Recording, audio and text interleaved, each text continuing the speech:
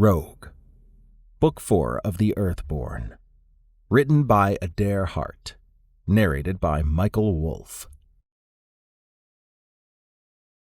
Chapter 1. Blake Brown had not planned on creating a secret lair to convert others into vampires anytime soon. Yet, for the last month, he had been checking out what the information broker had set up. The trip to the remote, unmapped system took a week in condensed space to get there, but it was worth it. The underground base resided on a planet that had a mix of climates, but a massive swamp covered a third of it. Anyone trying to find the base from above would be stymied. Vicious creatures roamed above, so it would be good hunting grounds and a defensive lair. The service and defense robots were also a nice touch. Blake sighed as he looked around the packed bar he sat in. It was 7:00 p.m., Earth time, with daylight outside still, and the bar was in a neighboring system near the area where two of his friends from the old days hung out. They had joined up with Blake and Jarvis long ago, and Blake was excited to see them. He figured he might as well contact them since he was so far out. He focused on getting back to Fredoria. Although he had told Ricard and the others he would be gone for a while, going dark for this long made him anxious. He grinned, baring his fangs when Tykor and Garaka entered the bar. Tykor was an Umbran, a large, muscular humanoid race that stood around 9 feet tall. His brown, bark-like skin peeked out from the gray light armor he wore. Garaka was a Chilean, a 3-foot-tall race. They cracked Blake up since their legs reminded him of chicken thighs. The rest of the body resembled a square cut of meatloaf. A trunk, 4 eyes, and a long, thin mouth resided on the front, while 2 beefy arms hung off the sides. Chileans were one of the weirder alien races he had encountered, but they were ferocious combatants. "Laurel and Hardy," said Blake. Tykor grunted. "You choose the oddest nicknames." "That he does," said Garaka in a high-pitched voice. Blake laughed. "You know I love you too." He gestured for them to sit at his table. They complied. "I guess you heard about Jarvis." "We did," said Tykor in a deep voice. "He was one tough bastard. I hope you avenged him." "Yeah, I think I did. But the damage is done. I still miss his wisecracking ass." Garaka let out a shrill noise. "We'll visit his grave soon." Blake nodded. "All right. It's been a while since you two have been near Fredoria." "For good reason," said Tykor. "The FDF thinks we're terrorists." "They didn't think that when you helped me and Jarvis take down the Dredalian merc group that commandeered an FDF outpost." "They have a funny way of saying thanks," said Tykor. Blake never understood why the FDF made Tykor and Garaka out to be terrorists due to their past. Their history included a long list of merc activities, but almost all of them did not involve the FDF. "So what are you doing out here?" asked Garaka as he perused the menu on the table screen. "Oh, you know, classified stuff." "Ever the intelligence agent," said Tykor. "It doesn't involve us, does it?" Blake laughed. "No, not at all. It's been a while since I've been out this far, and I wanted to keep in touch. Besides, you two were one of the few who worked with Jarvis." A tall, dumpy humanoid walked over to the table. Blake's eyes narrowed. It was an Edul, a race that had a pyramid-shaped body with lots of loose skin. Their faces looked like someone applied a swirl effect to it. Eduls were tough and tended to take the tougher bounties. "Blake Brown," said the Edul. "And you are?" asked Blake. "Gimyu Jingralt." Blake sighed. "What do you want?" "You. Tokara." The mere mention of Tokara made Blake tighten his muscles. Tokara was a specialized underground prison on an ice world. A hole through the ice served as the only way there, and people paid to torture those who had been kidnapped or abducted. "You want me to take you there?" "I'm kind of busy," he said. "No. I take you." Blake laughed. Yeah, I don't think so. He waved in a dismissive manner. Why don't you go do whatever it is Eduals do? Gimyu pulled out a shotgun-like weapon and pointed it at Blake. You come. Blake stood and raised his hands while winking at Tykor and Garaka. All right. Looks like you got me. He stepped away from the table and, in one quick motion, pulled out his blade and pushed Gimyu's arm away before slicing it off. In another move, he decapitated Gimyu. The bar became silent as the crowd focused on the dead Edule. Then they resumed their activities. Fast as always, said Tykor. Blake nodded and flagged down one of the servers. Clean up in aisle 6. He took a seat and put his blade away. Tykor and Garaka pulled out their weapons. Looks like some others have the same idea as Gimyu, said Tykor. Blake counted 6 patrons who had stood and now approached. He sighed. Even trying to have a drink with old friends in peace was too much to ask. An explosion rocked the bar entrance, sending shrapnel everywhere. Blake and the others flew back into the wall.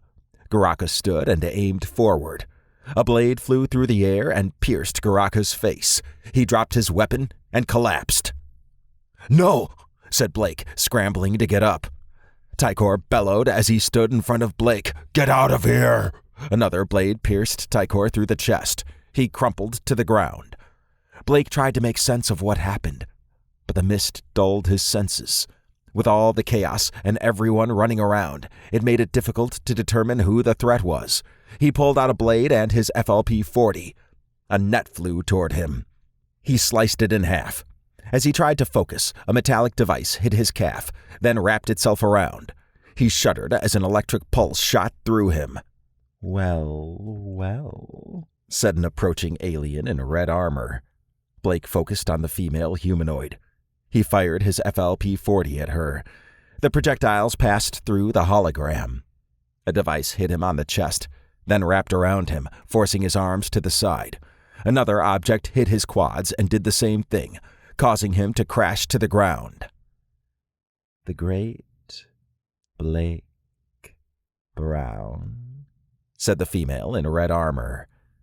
If I had known it would be this easy, I would have done this much earlier. Blake grunted as he tried to break free from the restraints.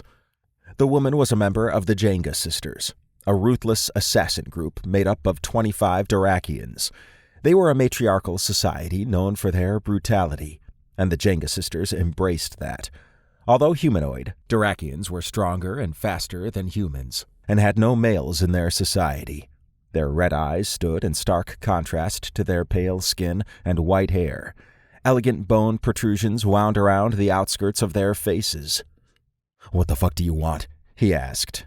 "Oh, introductions first. I'm Za the First." Blake closed his eyes.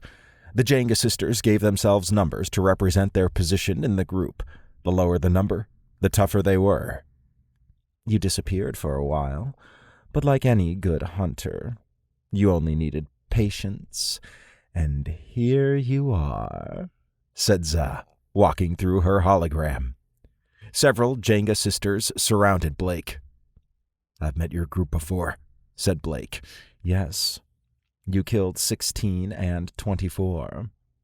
They weren't up to the task." "Now I'm guessing you want to take me to Takara," said Blake. Za nodded. "And we would have earlier if Jewel the Fourth had been competent," she said, looking at one of the sisters. She focused back on Blake. "Nonetheless, you have a 3-year schedule already set up of people wanting to torture you to the brink of death.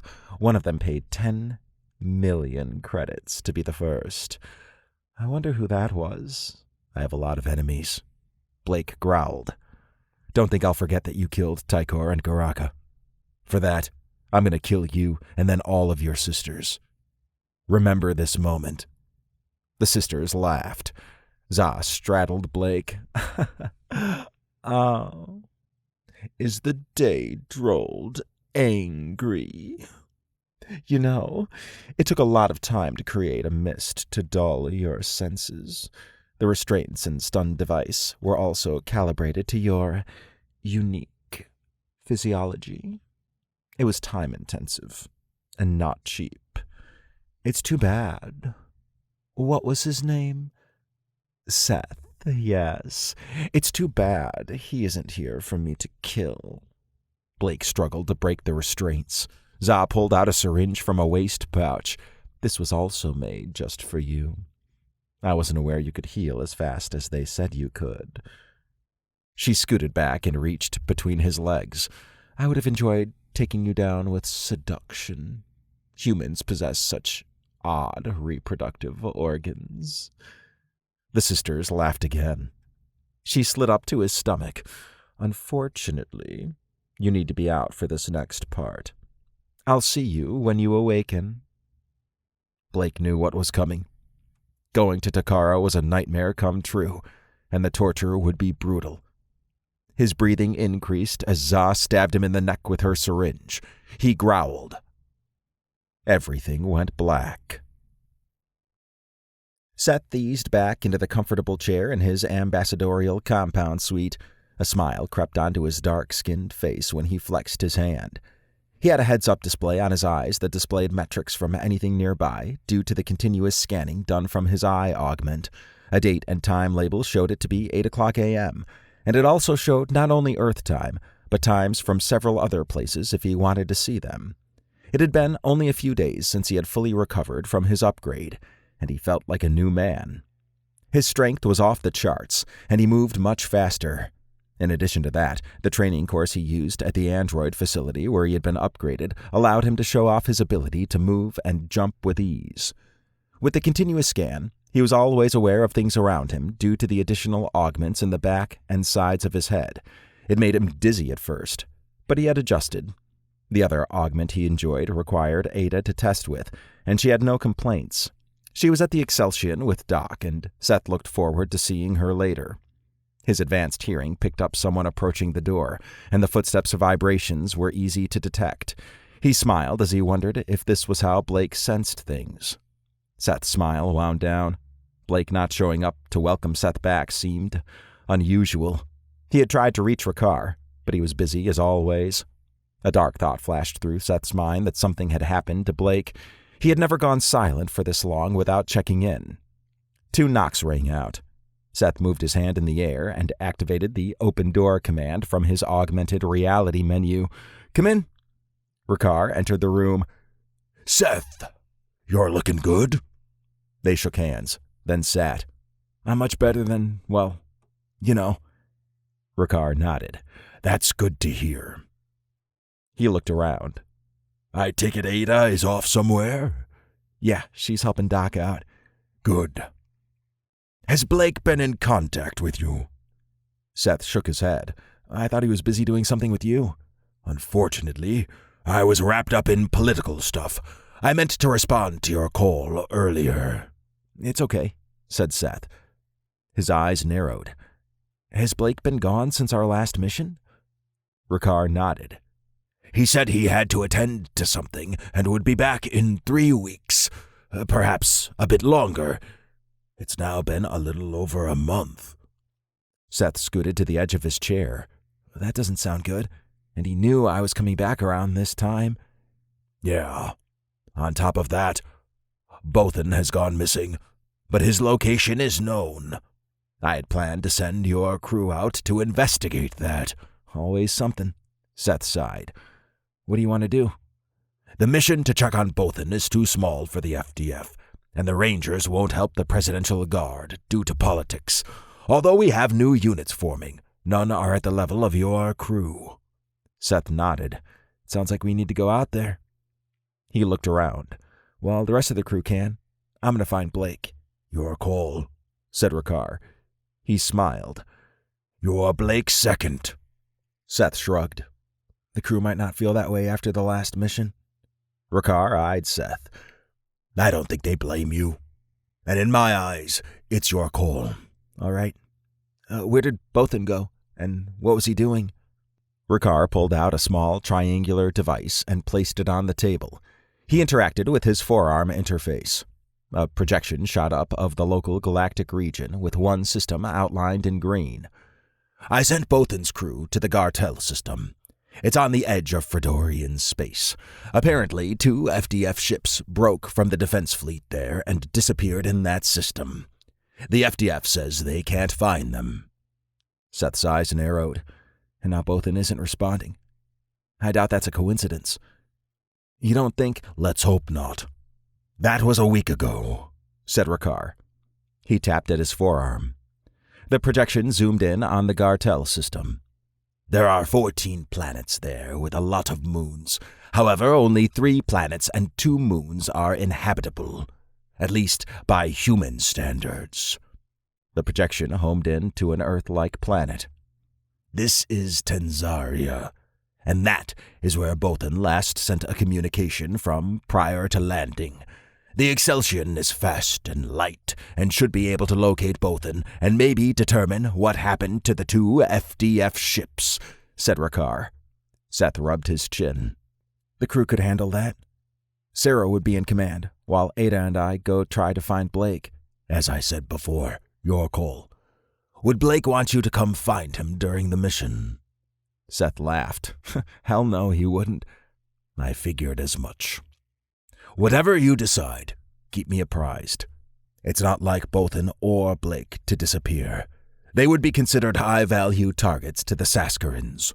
I'll send you the mission information and verification codes to the Excelsion's CID. Okay, said Seth. He exhaled from his nose. I'll assemble the crew and update you once we decide on what we're going to do. Rakar smiled as he stood. That's good to hear. And it's good to see you're doing well. I mean it. Seth stood and escorted Rakar to the door. I'm glad to be where I am now. If anything, I'm ready for another round with the Saskarins. They won't like what's coming to them. Rakar stood outside Seth's door. I have no doubt about that. Good luck. Searching for Blake would not be a controversial call with the crew, but it was a decision Seth knew Blake would hate. Seth's gut told him something was amiss. Blake was precise and sometimes predictable in terms of staying in contact. From what Seth had read about Bothan, he and Blake shared the same communication approach when keeping in touch. Seth opened a communication channel and sent a message for everyone to meet at the Exceltion the next day. There would be a lot of questions, and he still had many himself. Nonetheless, if either Blake or Bothan was in trouble, then Seth would do everything to ensure their safety. Chapter 2. Sarah yawned as she stared at the ceiling. It was 8:30 a.m., and there was still an hour and a half until a meeting on the Exceltion at 10 o'clock a.m. When she got the notice the previous night, her heart had skipped a beat. Blake usually sent the notices, but this time it was from Seth. She smiled as she recalled the 4 blissful days with Blake after their last mission. He had introduced her to a new level of intimacy she did not know existed.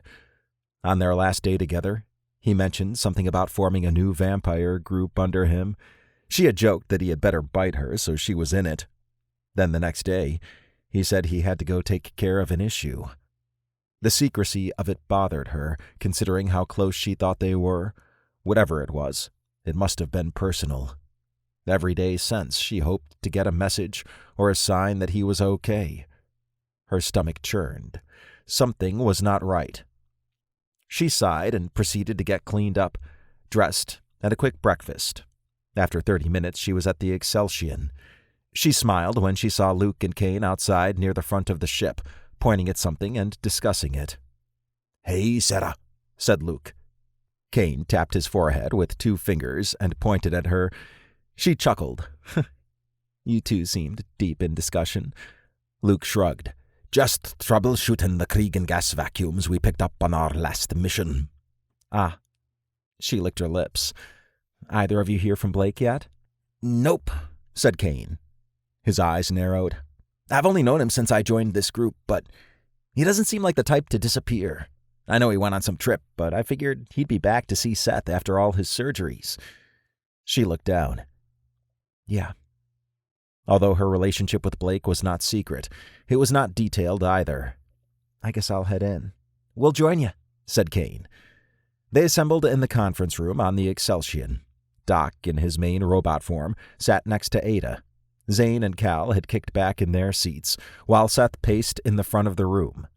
Seth cleared his throat once everyone had sat. I'm glad you're all here. We got another mission? Asked Zane. Seth nodded. We do.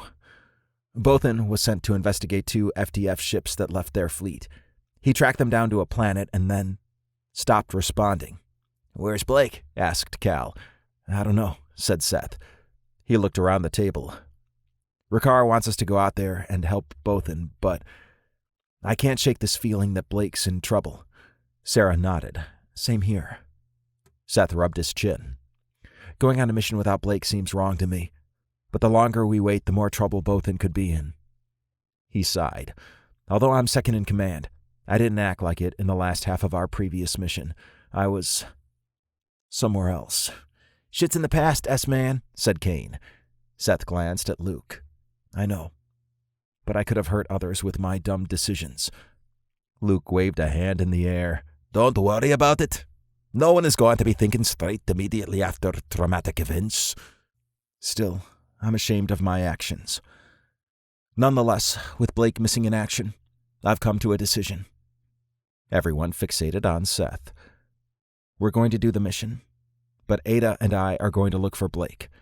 Sarah will be in charge, as she has command experience and has proven herself. Blake mentioned she was third in command, unofficially, and I'm making it official. Sarah's heartbeat accelerated. She was not a stranger to command, but to lead a mission, especially the types that the Exceltion did, was not something she ever envisioned having to do. You want me to lead the mission? She asked. Seth waved his hand out in an arc. Anyone disagree with Sarah leading the mission? She can handle it, said Zane, nodding at Sarah. Aye. She has my vote, said Luke. Cal grinned. She's a natural.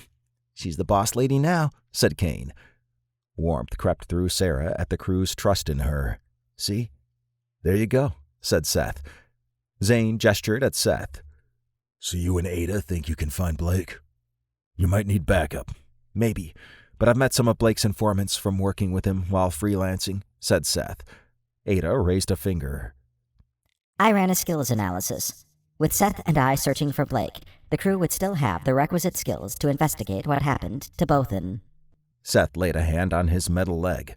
Not to mention, I'm a cyborg now with a lot more power and abilities. We can't be slimed. To Ada's point, Doc now has specialized robots, thanks to Luke and Kane. Yes. Based on the last mission's analysis, I also have access to drones and some vehicles in addition to 2 more robots, said Doc. Zane raised an eyebrow. Damn. 10 robots now. Kane grinned. They're sweet, man. I based them off Ciro's defense robots. It's a massive upgrade, and it took an arm and a leg to create them, but they would have made quick work of the last boarding crew. I've also updated my combat analysis and response systems, said Doc. See? Nothing to worry about, said Seth.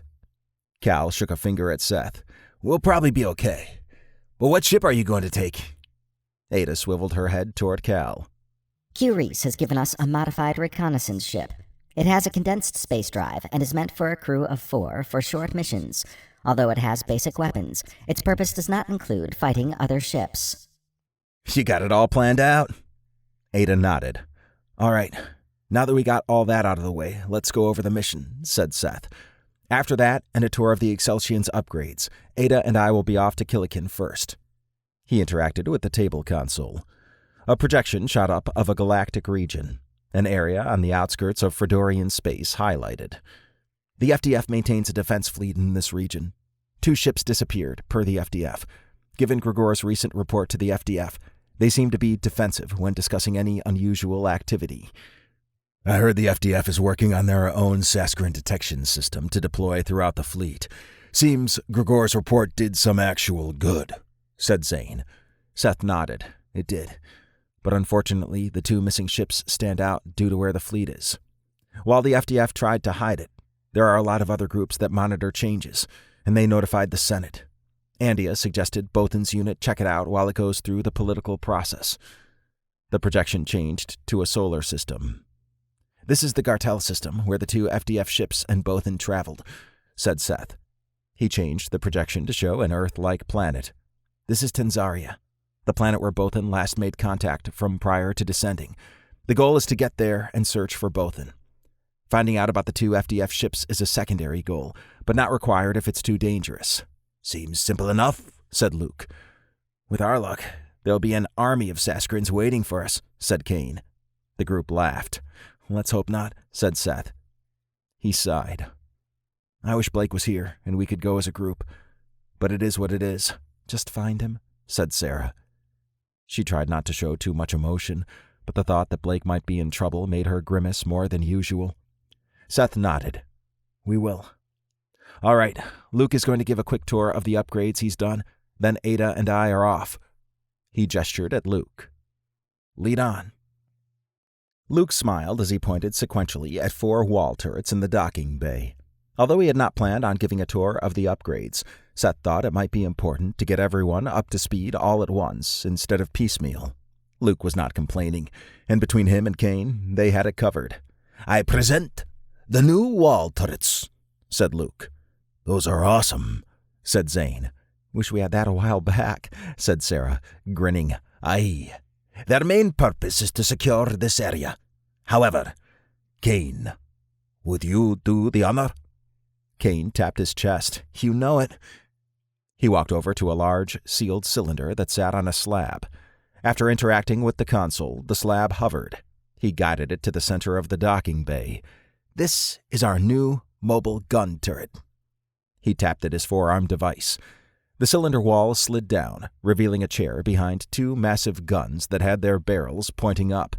Kane hopped on the seat, then activated a shield where the cylinder walls had been. The gun barrels fell into position. It's got a potent defense, and the barrels poke past the shields. He spun the seat around while moving the guns into various positions. Don't worry, there's no ammo in it now. It has limited power, but can be recharged quickly. Damn, said Cal. That is badass. Kane nodded. I came up with the design, but Luke is what made it a reality. You're a good team, said Seth. He ran a hand along the shielding. A mobile gun turret. I like it. Kane jumped out of the seat. That'll work for defense of this area. However, check this out. He walked over to 2 humanoid objects with a cloth covering them. These are new robots we added to dock to control. He pulled the covers off. Whoa, said Seth, walking around the large humanoid robot next to the smaller one. What have we here? Kane grinned. The large robot is actually made for rapid response evacuations. It can open in the back to carry 1 person and has medical functionality. Stack some shields on this bad boy, and it's good to go. Oh, did I mention it can fly? The group laughed. Luke laid a hand on the other humanoid robot. This one is a dedicated defense robot. It has heavier armor, bigger weaponry, and stronger shielding. It can't operate for long without charging, but for ship defense, they're perfect. We really could have used that on Gertie Rah when fighting those mercs trying to board the ship, said Sarah. Doc raised a finger. To that point, I assimilated combat tactics and management into my knowledge base. I will be much more efficient next time.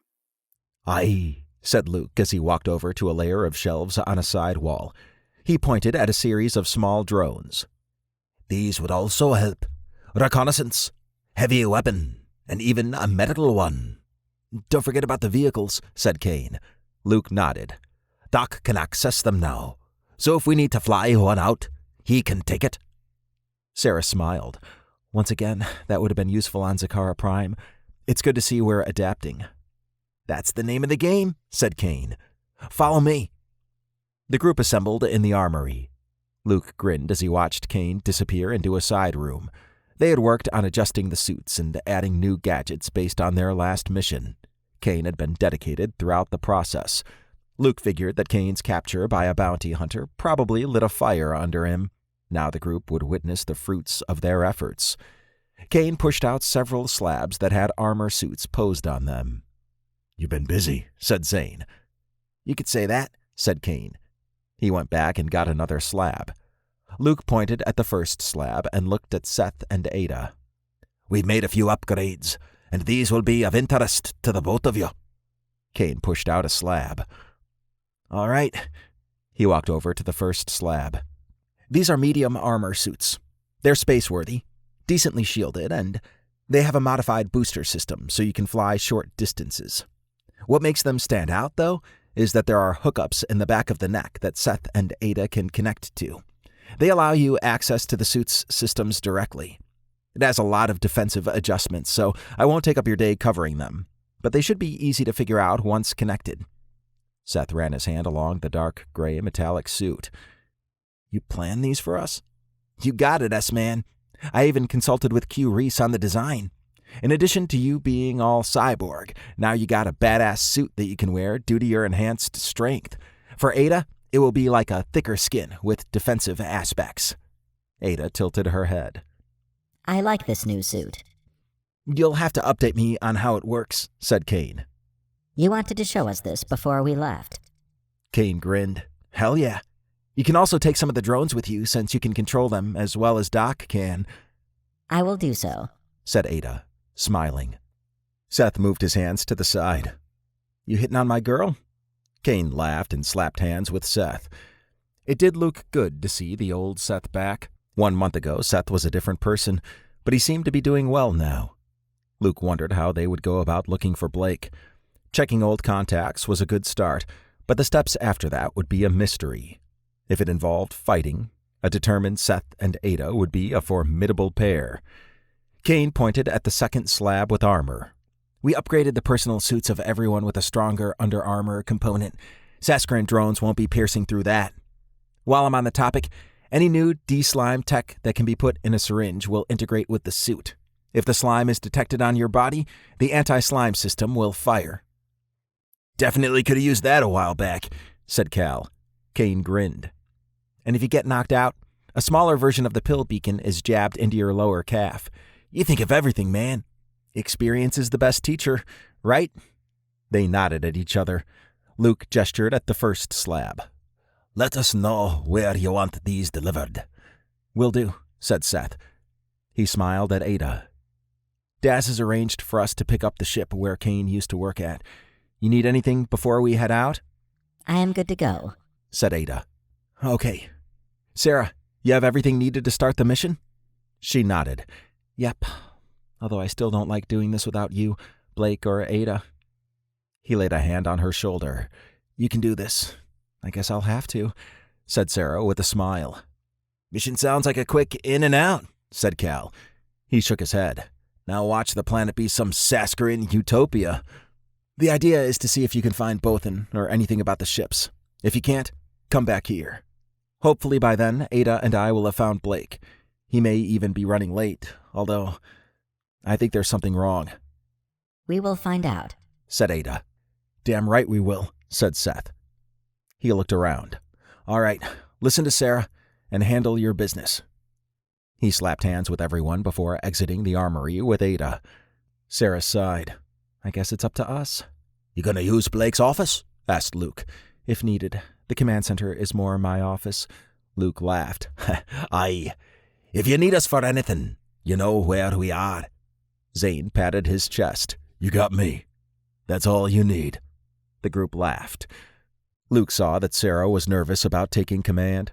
From what he had observed of her, she would be fine.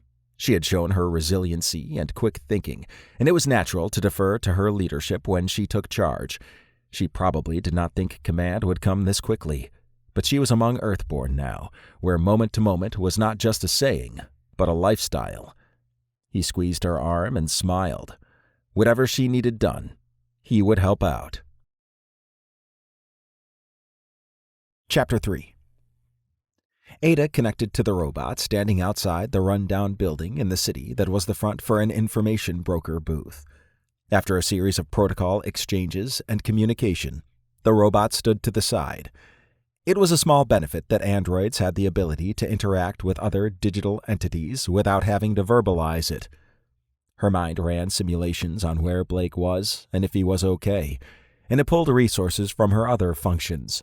Seth had called her distracted, and she agreed with his assessment. Blake was more than just a friend. He had saved her from a mundane existence as someone's property. Seth smiled. I guess you told the robot we're aware of the rules? I have, said Ada. Seth nodded, and they entered the octagonal room with a waist-high platform in the center. The door sealed behind them, and a projection of a human male shot up from the platform. State your business. Ada tried to connect to any wireless entry point to see how the platform was connected, but she was unable to penetrate the platform's defenses. The man studied Ada.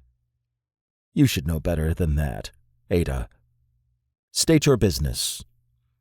Seth wrinkled his brow as he looked at Ada, then back at the man. All right. We're looking for Blake Brown, in exchange for the information. Correction. No payment is needed. Please head to Killican at the following coordinates. Okay, said Seth. He glanced at Ada. A data window with the coordinates popped up under the man. Coordinates recorded. It leads to a weapons dealer named Corton, said Ada. Corton, huh? Asked Seth. He focused on the projection. What's there besides him? Information, said the man. Can't you tell us? No. Seth sighed. Fine. We were going to eventually visit there anyway, so this'll save some time. The projection shimmered. Time is of the essence. Go. The projection dissipated, and the door slid open. I guess that's our cue to go, said Seth. He exited the room with Ada in tow. As they walked to a hangar bay to meet Jeezarus, Ada tilted her head. I don't understand why we were not given more information. Seth squeezed her hand. It said the broker is mysterious and likes to spout riddles. Blake visited Corton on our last mission, so I'm guessing whatever process he went through, we will too. If the information is there, the broker could have told us. Seth shrugged. For whatever reason, the broker wants us to go meet Corton. It sucks that the broker won't just tell us, but hey, we got a lead. You're right, said Ada, smiling. She enjoyed talking with Seth. While he had been upgraded over the last month, she had been by his side every step of the way. One of his recent enhancements was a special connector in his penis that invoked her pleasure programming directly. He was now uniquely qualified to activate her in ways she had never simulated. The unpredictability of how he used it caused her to dedicate more resources to run simulations. They arrived at a hangar bay on the outskirts of town after an hour-long trip. Jeezarus and several other androids from the android resistance contacted Ada remotely. A safe house existed under the hangar, and several androids worked as maintenance topside to provide cover. That's kind of cool, said Seth. He tapped his head. I received an alert that Jeezarus and several AR are here. Ada tilted her head. I was not aware you could connect like that. Not connect, really. More like sense. Does that please you? Seth laughed. Oh yeah. I'm beginning to get an idea of why Blake is so tough. He has built-in scanners that are much more powerful than what I have. I like your new abilities. Seth faced her, then grabbed her hands. If it makes you happy, then I'm happy. They shared a kiss. After they pulled back, Seth chuckled when he saw some androids pause to watch them. Looks like they liked the show. I don't mind, said Ada. They reached their designated ship. Jeezarus and another android walked around it, then moved to greet Seth and Ada. You made it, said Jeezarus. He shook their hands. We're here, said Seth. Good. This ship should be able to get you to wherever you need to go, said Jeezarus. He gestured at the android next to him. This is Daz. Seth grinned. I remember Daz from our last mission. Good to see you again. Likewise, said Daz, shaking both their hands. Daz has offered to pilot the ship, said Jeezarus. We all owe Blake a great debt for helping us get a new home, said Daz. If he's out there, we'll find him. Seth motioned at Ada. Any concerns? Ada shook her head. It will be good to have you with us on our search. Daz smiled. Excellent. What's the first location? Killican, said Seth. Daz chuckled. Right into the fire, I see. This ship can not only get you there, but can support a crew of 6, has a level 3 replicator, strong shielding, and a condensed space drive. It doesn't have much in the way of weapons, but it can sneak by most defenses, and it has special remote connection connectors. With Ada, that would allow hacking of satellites, if need be. Ada smiled at him. It is a powerful ship. Sure is. As long as you don't expect to be in a firefight. In that case, we run. An android pushing a slab arrived. Seth gestured at the slab while looking at Q Reese. And there's our new armor that you helped design. I hope you like it, said Q Reese. He studied Seth. How have your augments been performing? Awesome. It's like a second life for me. My senses are pumped, and I can move faster as well as being a lot stronger. Plus, I'm really enjoying this augmented reality thing with the eye now. It even allows me to see in all sorts of different views. Q Reese nodded. Good. If you run into any issues on your hunt, Daz has the necessary information on your upgrade to repair the augments if needed.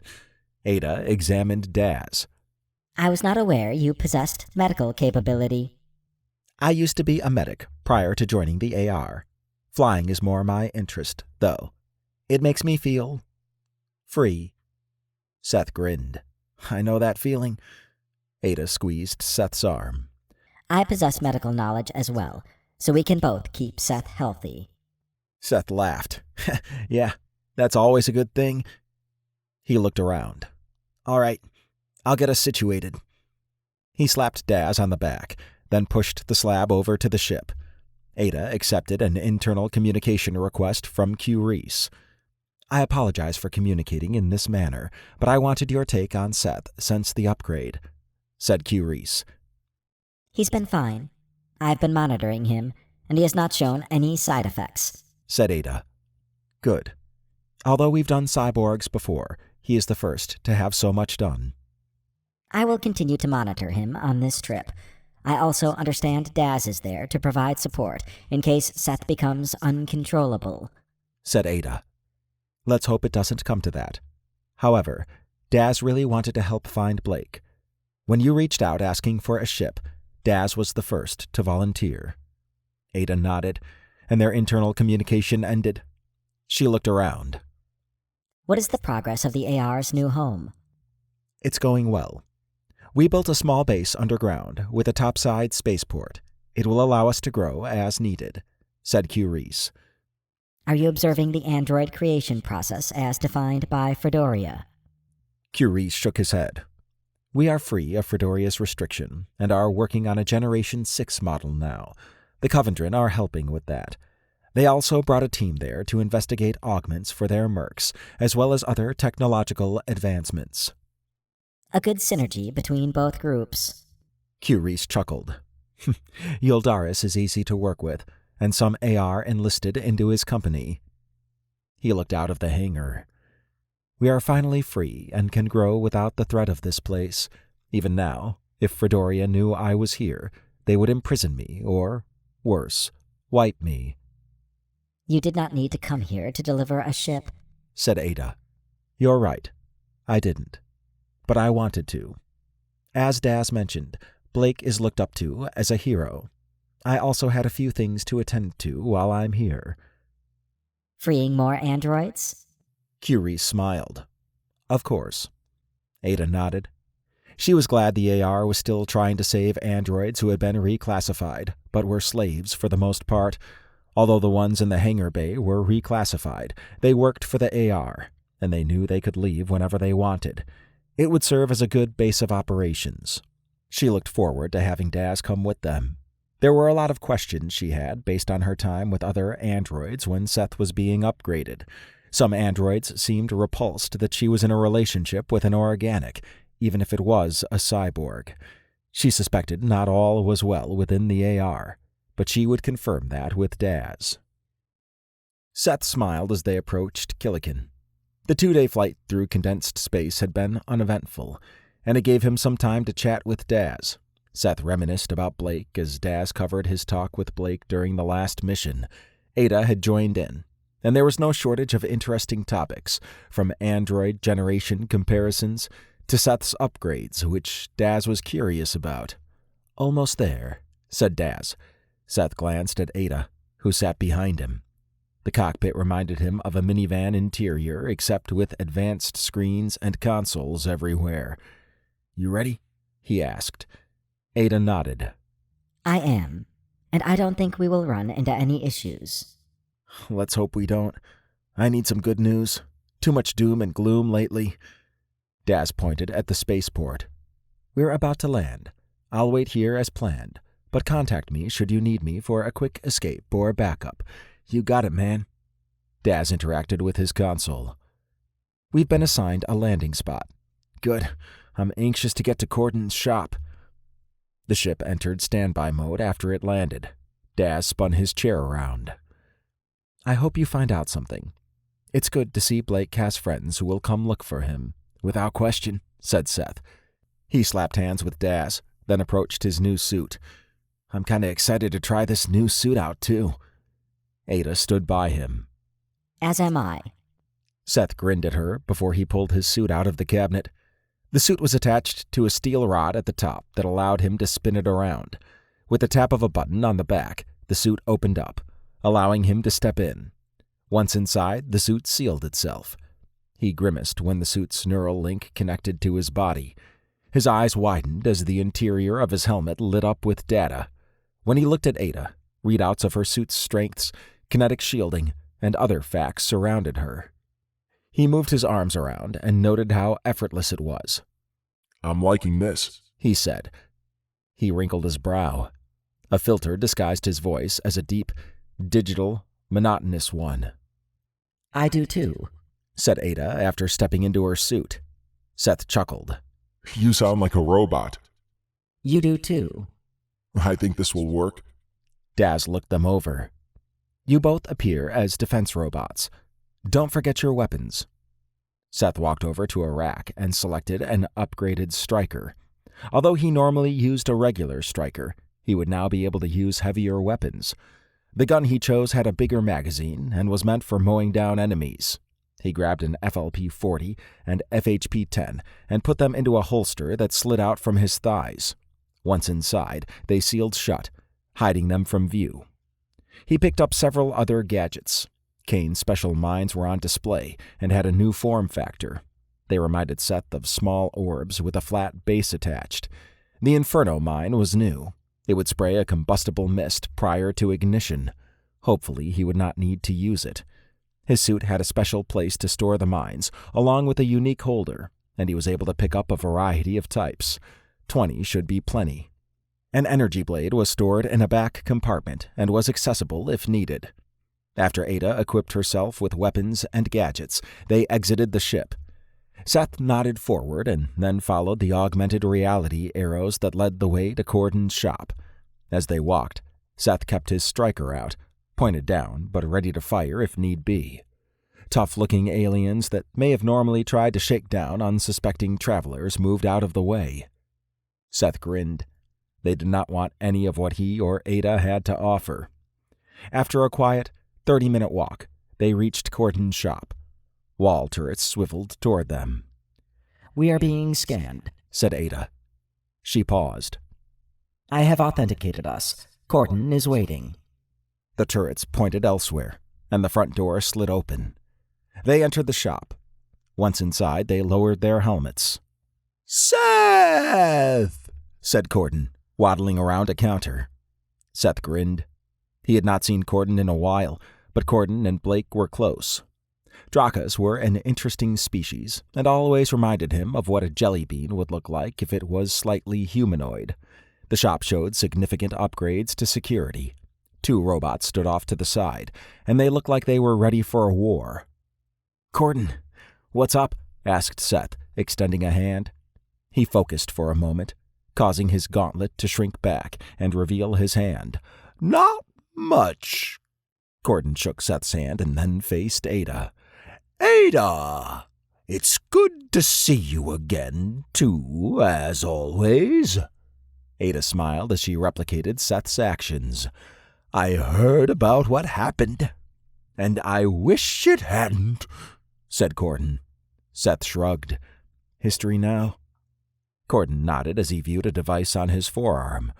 Wow! You've had some upgrades. You could say that. Corden popped back behind the counter and hopped onto a stool. So what brings you by? Seth sighed. The information broker told us to come here in our search for Blake. Blake's missing? Yeah. And the broker said for you to come here? Seth nodded. Corden tilted his body. The broker seems to like using my shop for some reason. He straightened. What do you know so far? We don't know where Blake is, or if he's in trouble, said Ada. I see. Follow me, said Corden.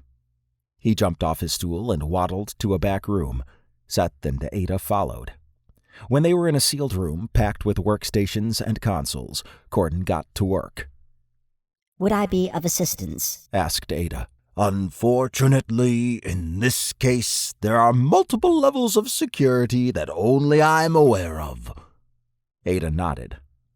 After 10 minutes, Corden said, Oh, this is not good. Seth peered at the big screen. Oh, shit. Tokara. What the fuck is he doing there? Tokara is not some place you go voluntarily, said Corden. He tapped at the console interface. More details appeared on the screen. Seth's stomach churned. The Jenga sisters. He sighed. Blake and I were attacked by 2 of them long ago, but we made quick work of them. Why am I not surprised to see they're involved in this? Corden eased back in his chair. Tokara is not some place you can slip in and out of. It has a small mercenary army and multiple outposts protecting it. Even the Kriegans don't mess around there. Although if they really wanted to, they could blow up the whole area. I don't know much about the place other than you don't want to end up there. Who would have information on Tokara? Asked Seth. I'd probably head out to the Galvan Rim. There's an asteroid outpost called Chorus. Lots of rough characters go there, but it's also one of the better places to sell weapons if you're not killed. There's also a rumor that the broker has a shop he sets up there sometimes. Ada tilted her head. We will not be easy to kill now. I can see that, said Corden. The broker could have told you this. Now I'm wondering why he sent you here. Seth shrugged. No idea. The broker can be vague and often speaks in riddles, but now we know Blake is in trouble. You can always find someone on Tokara's list and take them in, unless... Corden tapped around the console interface. Okay, maybe not. You still have bounties, so they would probably capture you if you showed up. Perhaps we can capture someone on their list, change our appearance, then infiltrate, said Ada. Corden chuckled. That's a lot easier said than done. I can send you Tokara's list, but finding someone on it will be hard. Although, Chorus might give you some leads. Chorus also has identity transformation services and people with knowledge of the Tokara list. He eyed them. If anyone can do this, I suspect it would be you two. I hope so, said Seth. Let's hope Chorus has information we can use, said Ada. Corden ran a hand along his smooth head. If you do find someone and they don't trust you, you can use me as a reference. I can give you a special CID they can contact me with that will verify you're authentic. Seth grinned. That sounds like a reason for the broker to send us to you. Could be, said Corden. Seth looked at Corden, then at Ada. To Chorus it is, then. Chapter 4. Blake squinted as he began to wake up. Whatever was administered to him had left him groggy. He sensed he was in motion, and his nose told him the Jenga sisters were nearby. The metal constraints on his arms, legs, chest, and neck tightened when he tried to move. He exhaled from his nose as he slowly opened his eyes. The featureless door in front of him was reflective, and he saw 3 Jenga sisters with him. And now he is waking up to his future, said Za. Blake cleared his throat. Give it a moment. And don't worry. You're not breaking out of those restraints. Blake sighed as his senses came into focus. The reflection on the elevator door showed that he was strapped to an upright metallic slab of some type. Great. There he is, said Za, standing in front of him. She ran a finger along his stomach. It's a shame. As I said before, humans have such interesting reproductive organs. They're not as efficient as ours, but they can still work with us. She eyed him.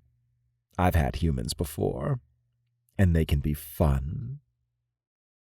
Durakians had their sexual organs where the stomach area would be on a human. Blake always found it fascinating that, like some other species he had seen, Durakians had a penile organ that acted as a sleeve. It tightened up for penetration or loosened up for receiving. What made them unique was that they merged with alien DNA due to their physiology. That led to an all-female humanoid society. We're in an elevator, said Blake. Very good. I take it you've been here before. No, but I can sense we're descending. Za moved closer to Blake's face. Such a shame to waste you like this. However, you're worth a lot to Tokara. Capture of a lifetime. One you'll come to regret, said Blake, grinning. It had to have been at least 4 days since he was captured, as that would be about how long it would take to get to Takara through condensed space. She slapped him. You think this is a game? He licked his lips. Of course not. I'm always amused at how lack of knowledge can be detrimental. What are you talking about? How much do you know about Takara? She laughed. Enough that we're going to be set for a long time. I see. What do you really know about Takara? Za eyed him. It's a prison on an ice world where clients can come to torture the prisoners. Takara maintains a list of people they want, and hunters like me fulfill them. So you do know what Takara is. Good. Za's eyes narrowed. What lack of knowledge are you talking about, then? I'll tell you once we're outside the elevator. She punched him in the stomach. He grimaced. Was that necessary? No. But it felt good, she said with a smile. He smiled. Get it all out while you can.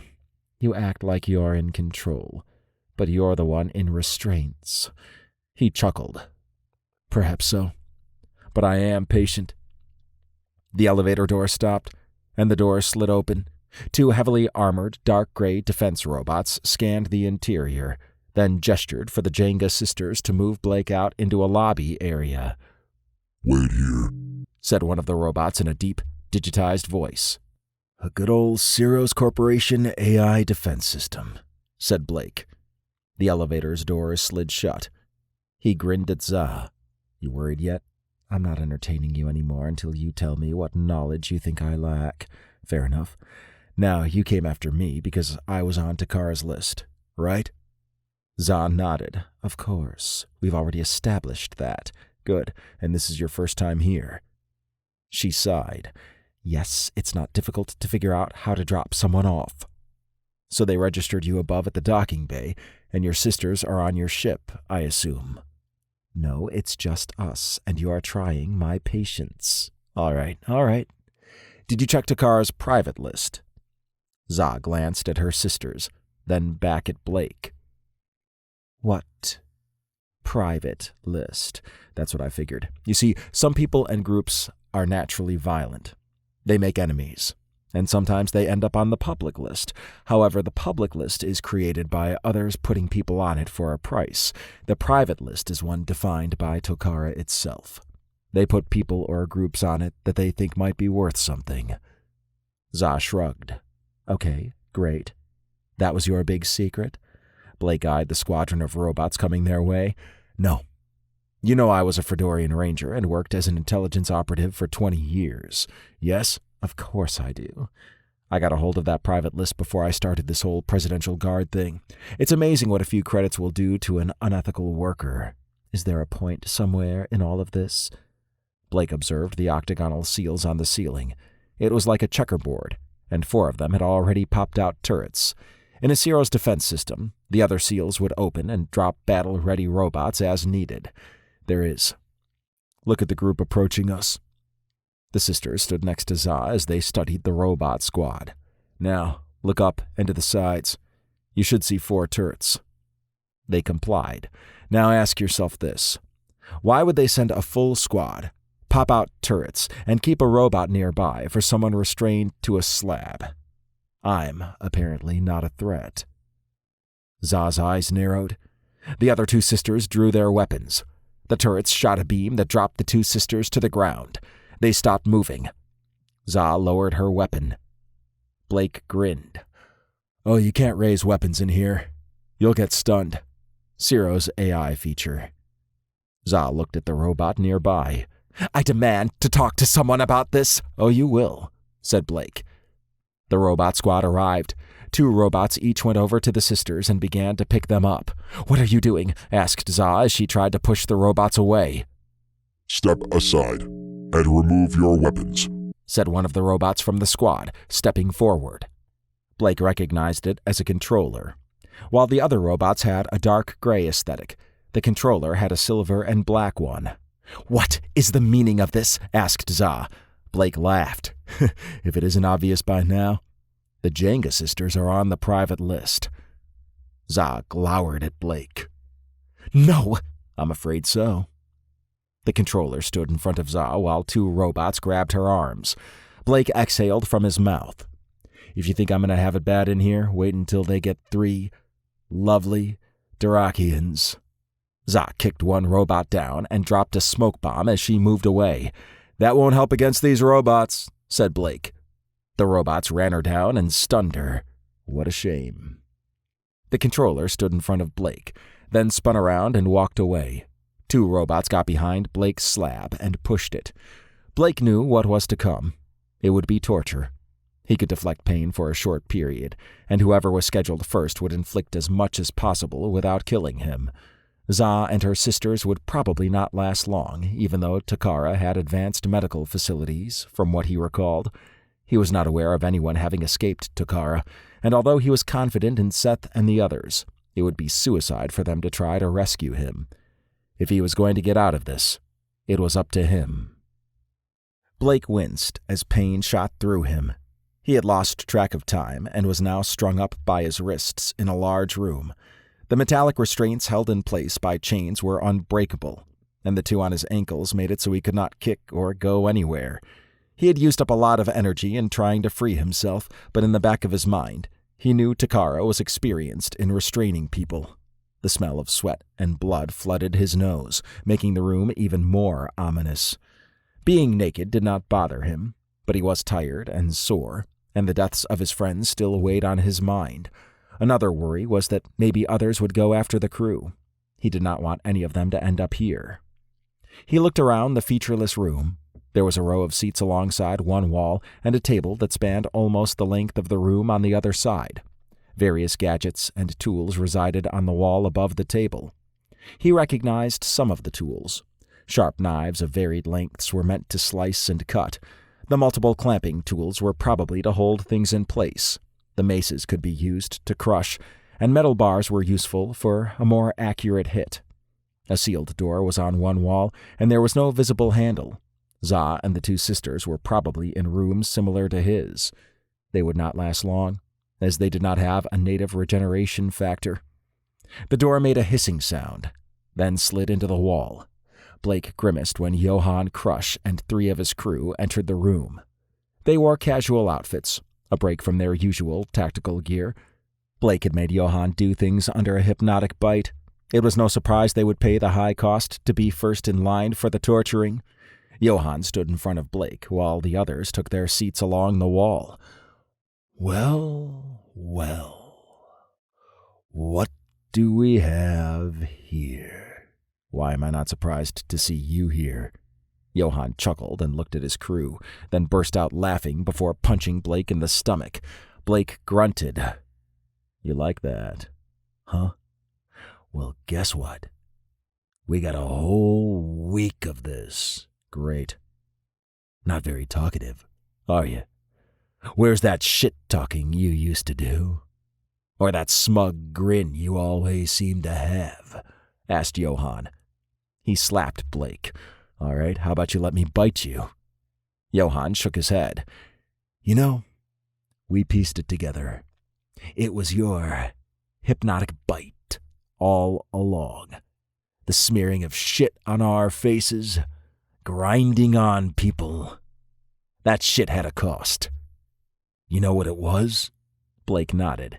You were removed as FDF enforcers and then demoted to regular FDF. Right. But that dancing shit got us kicked out, said Johann. He waved his arm out in an arc at the other mercs. We had nowhere to go. So we became mercs.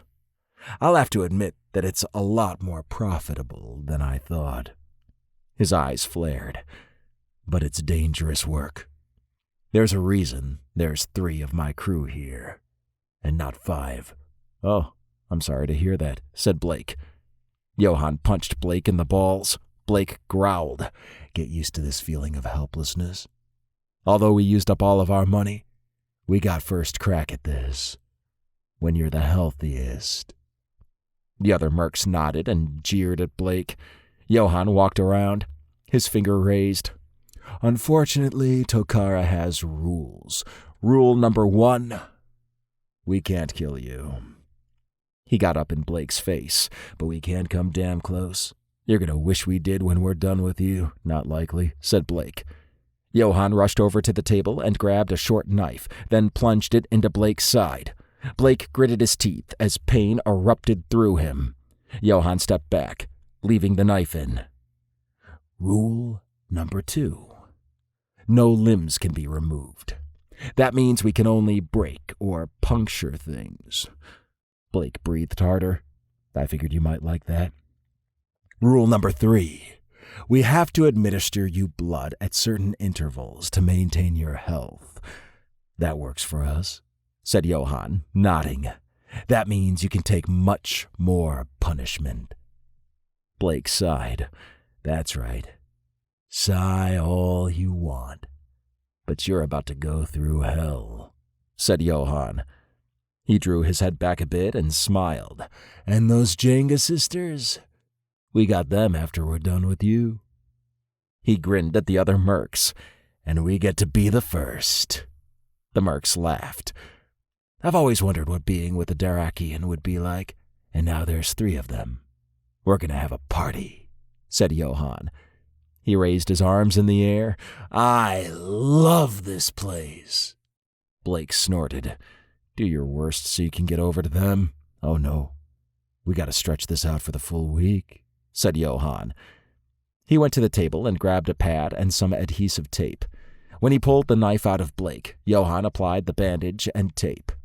It's going to be a week of endless pain. He slapped the pad. Blake uttered a low growl and stared into Johann's eyes. I am going to survive this, and when I get out of here, you'll have a final hypnotic bite suggestion. Oh, really? Asked Johann. Blake nodded. It will be a brutal one, but I will make sure it is absolutely hilarious. I'm going to make you famous. Johann punched Blake in the mouth. You son of a bitch! You're still talking shit, even in Tokara? Blake took a moment to recover from the hit. He licked the blood on his lip. It's simple knowledge. You can't kill me unless you want to kill yourself. Tokara's rules. Don't quote Tokara's rules to me. Good. If I heal up to full and become unrestrained, I'm coming for you. Now, what you do here will be taken into consideration. That'll determine if you live or die in our next hypnotic bite session. Johann placed a hand on his belly and laughed along with the other mercs. You get all that, guys? He's trying to dictate terms to us. One of the mercs pointed at a cylindrical, metallic object on the table. Johann walked over and picked it up. He flipped it around in his hands as he circled Blake. So let me get this straight. We go easy on you now, and you let us live. We go hard. We die. Is that what you're saying? Blake chuckled. I'm glad to see you figured that out on your own. When Johann was behind Blake, he laid a hand on Blake's shoulder, then shoved the cylindrical object into Blake's rectum. Now who's getting fucked? Blake grunted through clenched teeth. He had been tortured like this in the past, so this was nothing new, but he did not like being reminded of it. That answer your question? Asked Johann in a raised voice. He moved the object back and forth. You make it seem like we're the fucked ones here, but I think it's you. The mercs clapped and cheered. Johann pulled off a device from his belt and manipulated it. He motioned for a merc to come over. We're going to film this so we have something to look back on for laughs. I'm sure there are a lot of people out there who would pay good money to view this. It's against Takara's rules to film anything here, said Blake. Although he could already feel himself healing, it made the pain worse. They ain't gonna know shit, said Johann. He glared at Blake. And you won't be able to say shit once we bust up your throat. Even after they haul you off to be healed, you'll have a tube down your throat. He arced his arm out. This will be the last time you ever get to talk. Blake laughed. What's so funny? Said Johann, rushing up to Blake's face. The last time you'll hear me talk is when I send you and your buds to die. Johann's face reddened as he stepped back. He adjusted his suit and cracked his neck. You don't get it. This is your final resting place. Takara is your new home. Get used to that idea. He motioned for the mercs to go to the table. Now, we each have a turn on you and can repeat it for as much time as we got. Prepare yourself for what's to come, asshole. Blake exhaled from his nose. Although he was in pain, the worst was yet to come. The only thing keeping him going was the fact that they could not kill him or sever any body parts. That did not mean they could not break every bone in his body and slice him up. He wished the Presidential Guard would burst in any moment to save him, but that would probably not happen. He was on his own, and he would need to be in a different mindset to survive what was coming. Chapter 5. Kane stood next to Sarah in the Excelsion's command center. It had been 4 days in condensed space, which meant the Gartel system was very far away from Fredoria. Seth and Ada had been on their own, and Kane had no idea where Blake had gone or how long he had been missing for. It had been quiet without Blake, Seth, and Ada around. Kane had spent most of his time tinkering in the armory. He was curious to get field reports on how his upgrades for Seth and Ada performed. Hopefully, they had found Blake. The previous month had been good to Kane, and he had even talked with Gordoba, who was still shaken from their last encounter. Word was out not to mess with Blake's crew unless they wanted to die. Although the crew held together, Kane missed Seth. He was one of Kane's closest friends. Not that he had many to begin with. Seth's trauma had been rough, but Kane stuck around and even got some new augments at the same time Seth did. The neural augment allowed Kane to connect to technical systems like Ada and then see it on his screen. A lot could be done with that. "You there?" asked Sarah, looking up at Kane. He cleared his throat. "Yep." "Good. We're at Tanzaria, the planet that Bothan last communicated from." Kane looked around the command center where everyone had assembled. Although he had not seen Cal or Zane earlier, they were there now. Luke interacted with his workstation. "I've set the Exceltion to take us to where the simulation predicted Bothan ended up based on the ship data from his last communication." "Smart of him," said Kane. He shook a finger in the air. He sent what would appear to be garbage data to anyone who doesn't have the mission verification codes used in the encryption. "How come we never get codes?" asked Zane. Kane shrugged. "It's a Ranger thing, so it's probably being phased in. Bothan would be a good test case." "We would be too," said Sarah. "Yeah, but we got slimed last mission." Sarah smiled. It could happen to Bothan's crew too. Let's hope it didn't. Kane nodded. He studied the wraparound screen when they broke cloud cover. A mass of jungle at varying heights covered the ground, with a mountain range in the distance. A massive body of water resided in the east. As the Exceltion descended even farther over the next 20 minutes, he saw rivers winding their way through the jungle. The place looked serene, but was empty of any civilization. He guessed that, like with most uninhabited worlds, there was a reason for that. "Looks like Earth." "Kinda," he said. Luke tapped at his workstation. An area in the jungle highlighted. "Aye, and that's where his ship would have landed," said Luke. Kane rubbed his chin as they approached the site. It took a few minutes, but a clear path where a ship had plowed through highlighted. The life signs monitor showed life everywhere. That was not uncommon in places where a lot of insects and animals were present. "We're not going to see much flying around up here. We'll need to go down," said Cal. Sarah spun in her chair and faced everyone. "We can check out the ship while Doc's reconnaissance drones with camouflage shielding scout the immediate area. If we find anything, we can go to it. That way we don't tip off anyone that we're here." "If anyone monitored communications or this area, they would know we're here. They may not announce that," said Kane. He looked up. "Doc, at least you'll get to test out your new drones." I am looking forward to it, said Doc over comms. "Okay, setting the Exceltion down near that ship," said Sarah. Kane liked that everything ran smooth so far. With Blake and Ada not involved, the assault crew was down to 2. The ship would be well defended with all the new upgrades. After the Exceltion landed, the loading platform lowered, and 2 reconnaissance drones flew out. Kane checked to make sure he had his scanning devices in his backpack.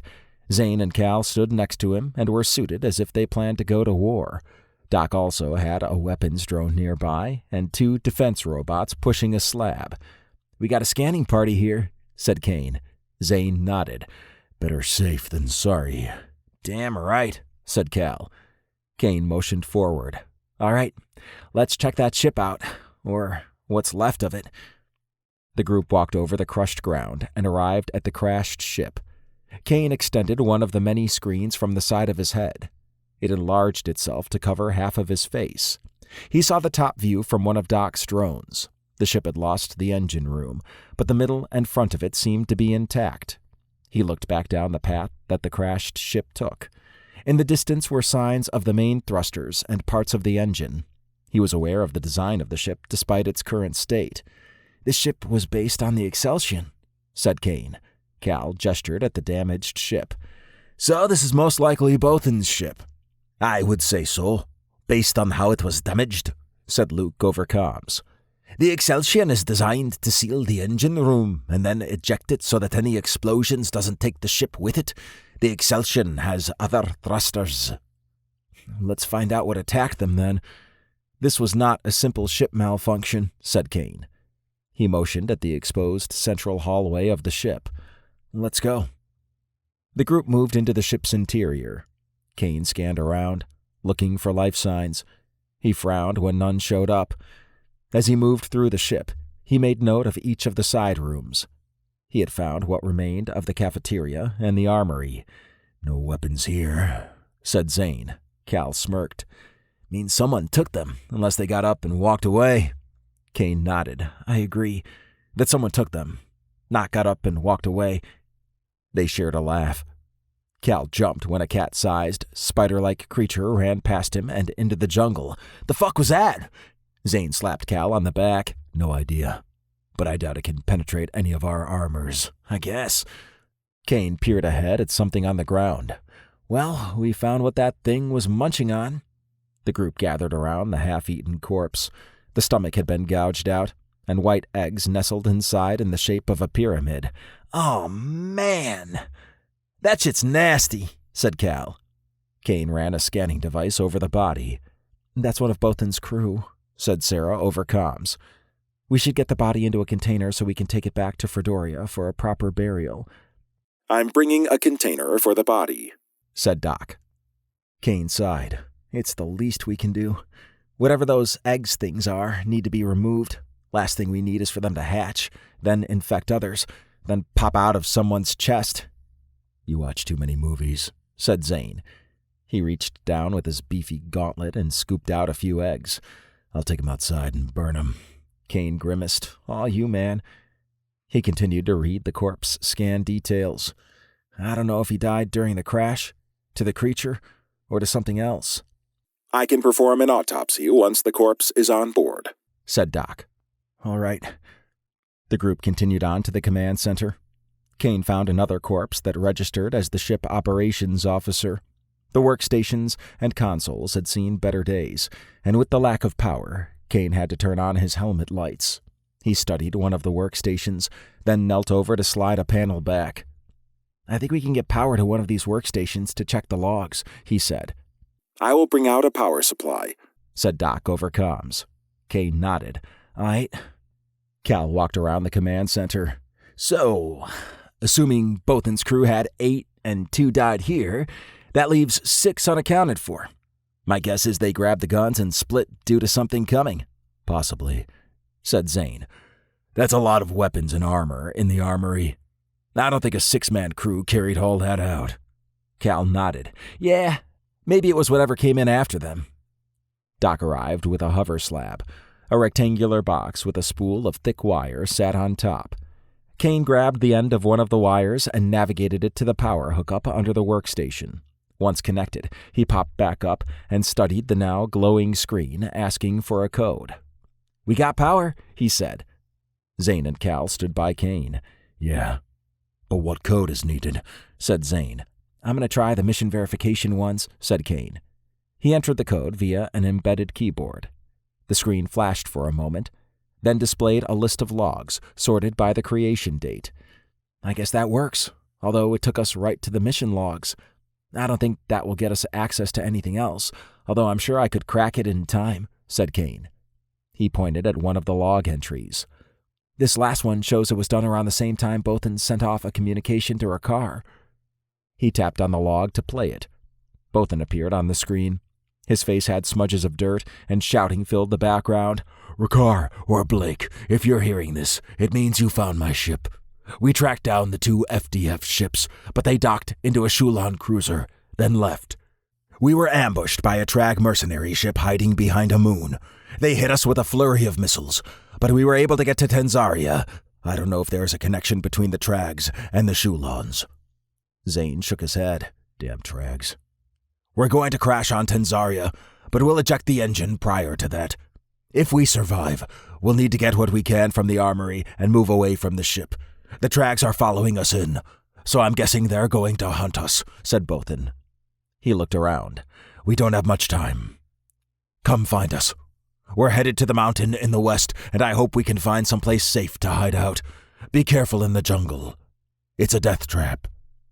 The screen blanked out. A death trap. Now that sucks, said Cal. Kane nodded as he pulled a device from his backpack. He attached it to the console. Doc, I know you don't have Ada's suite of cyber warfare programming, but can you crack this? I can try, said Doc over comms. Kane stood back as one of the defensive robots used tendrils from its hand to connect to the device. At least we know where they went, said Zane. Yeah. Sarah, you seen any signs or anything of them from the reconnaissance drones? Asked Kane over comms. We haven't seen anything yet. Doc's flying the drones under the trees, but it's a big mash of green, yellow, and brown, she said. I think it's clear what we need to do. With a potential Trag ship running around, it's not safe to be here. I'll take the Exceltion up, but we should still do a ground check west and see if we can find anything. Cal chuckled. By ground check? You mean me and Zane? If shit gets hot, we'll look to you for extraction, said Zane. Got it, said Sarah. I'd like to poke around here for a bit more, said Kane.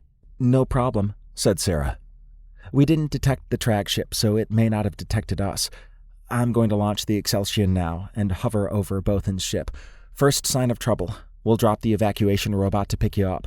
Oh, and Doc's heavy defense robot will stay with you. Could be a good field test of them, said Kane. Let's hope they aren't needed, said Sarah. Zane laid a hand on Kane's shoulder. You gonna be good here? Yeah. I'll have 3 defense robots, and the Exceltion will be right above, said Kane. It would be risky to stay, but there were other workstations he wanted to get access to. If anything did try to attack, they would meet the full fury of the Exceltion from above and Doc's defense robots on the ground, including one made for heavy combat. Hopefully, Bothan and the remaining crew survived, but it was beginning to look like this might be a corpse retrieval mission. Zane shook his head as he watched the Excelsion's landing platform rise. He did not relish the thought of having to go through thick jungle, but it might be the difference between Bothan being rescued or not. His mind wandered to the previous month between missions. He had spent time with Mara and Tillian. After 2 dates with Mara, he thought it might go somewhere. She was sharp and had a quirky sense of humor, which he liked. Although they had not been physical yet, he would wait as long as she needed. Tillian took to Mara, and they worked well together. Although Zane never had a daughter, he thought of Tillian as one. He never wanted kids, but the bond between him and Tillian formed naturally and much easier than he expected. He would do whatever needed to provide for her. Cal swatted Zane's arm. "You there, man?" "Yeah, I'm here." "This ain't no place to be daydreaming." Zane nodded. "I'm good. Wish Doc came with us." "Yeah," said Cal. He motioned forward. "Let's get this show on the road." Zane studied the minimap inside his helmet. The Exceltion had provided him with a high view of the jungle, and his suit tracked their position. Food and drink supplies were stored on his suit for the trip. If Bothan and his remaining crew traveled to the mountain, it would have been a 25-mile hike. Although Zane hoped they survived, his experience told him they were probably dead, and that this was a trip to find the dead bodies. His juggernaut suit made walking a breeze.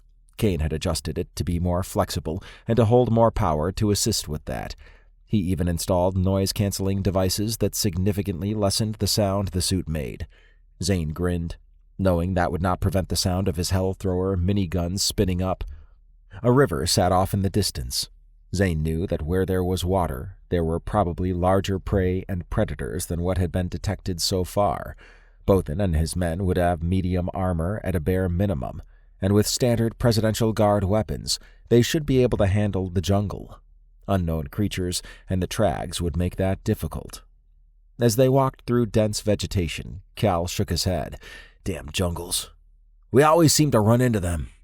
"I don't think we'll get guides from the native creatures like we did on that moon," said Zane. Cal chuckled. "Probably not. My life form sensors are going wild, though. Probably all these damn bugs or whatever is flying and scurrying around."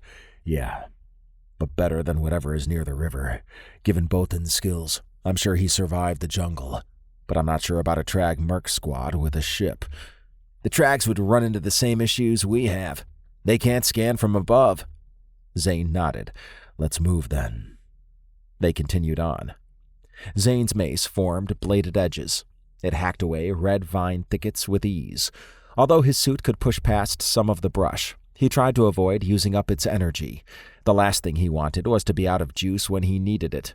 The power would last for several days, and although he could use it now, it would be better to be cautious on an unknown world. Small and medium-sized creatures scurried out of Zane and Cal's path. The dense vegetation seemed to ebb and flow. Some areas required hacking through, while others formed natural pathways between the trees. The vegetation had already thinned out, and they finally reached some more open areas. He enjoyed seeing the different types of life on various planets. One creature he seemed to see more of than the others was the spider-like one. They had a web structure consisting of wood and various stones. The sheer size of it impressed him. He could walk up to it and touch the top by raising his hand. The smaller animals the web caught looked like flying squirrels, but without fur. They had spotted a two-legged, bird-like creature earlier when they broke out into the first open area. It reminded him of an ostrich, but with a thicker neck. It had a snout full of sharp teeth instead of a beak. "These creatures are crazy-looking," said Cal. "Yeah, they are. Imagine sitting outside, having a beer, and one of these things came toward you." "I'll pass on that shit." They laughed. Zane liked having Cal as his fellow assault crew member. They got along well, and Zane's style of humor worked with Cal, probably because they were both Earthborn. But Zane knew there were many different types of personalities that reacted differently to situations. Cal had proven himself to be resilient and sharp-witted. After an hour of travel, they paused. "You hearing that?" said Cal, looking into the distance. Zane focused on the growling noises. It reminded him of lions fighting. "I hear something. I don't think it's either Bothan's crew or Trags, but it's worth checking out." They approached an open area where two creatures fought over a corpse, with another one off to the side. Zane studied the snake-like creatures. Their round heads were mostly mouths, with 4 large eyes. A bristly black mane sat behind the head. Angled legs ending in sharp points protruded down the body, and a row of spikes jutted from the back. "The fuck is that?" asked Zane. The creature stopped. Red eyes narrowed on Zane and Cal. One of the beasts charged Zane. He smacked it with his mace. The second one rushed over to Cal. Cal whipped out his FHP-10 and fired a shot into its head. The animal slumped to the ground, while the other one righted itself and took off. "Damn! That was close," said Cal. He holstered his FHP-10 and tapped it. "Glad these are silent." Zane nodded. "Yeah. Let's see what they were munching on." They moved over to the corpse. Cal pointed off to the side. "That one is Trag. Looks like he got shot up." Zane scanned the first corpse, and that one was part of Bothan's crew. "I'm guessing there was a firefight, and these are the casualties. Just left as food for the jungle," said Cal, shaking his head. "Bothan wouldn't leave someone behind unless absolutely necessary. He has that same honor thing like Blake in that regard." Cal nodded. "All right. So we have 3 down, and possibly 5 left alive, and an unknown number of Trags. This isn't looking good so far." Zane placed his mace on his back. "Let's move on. Not much we can do here but mark it for retrieval."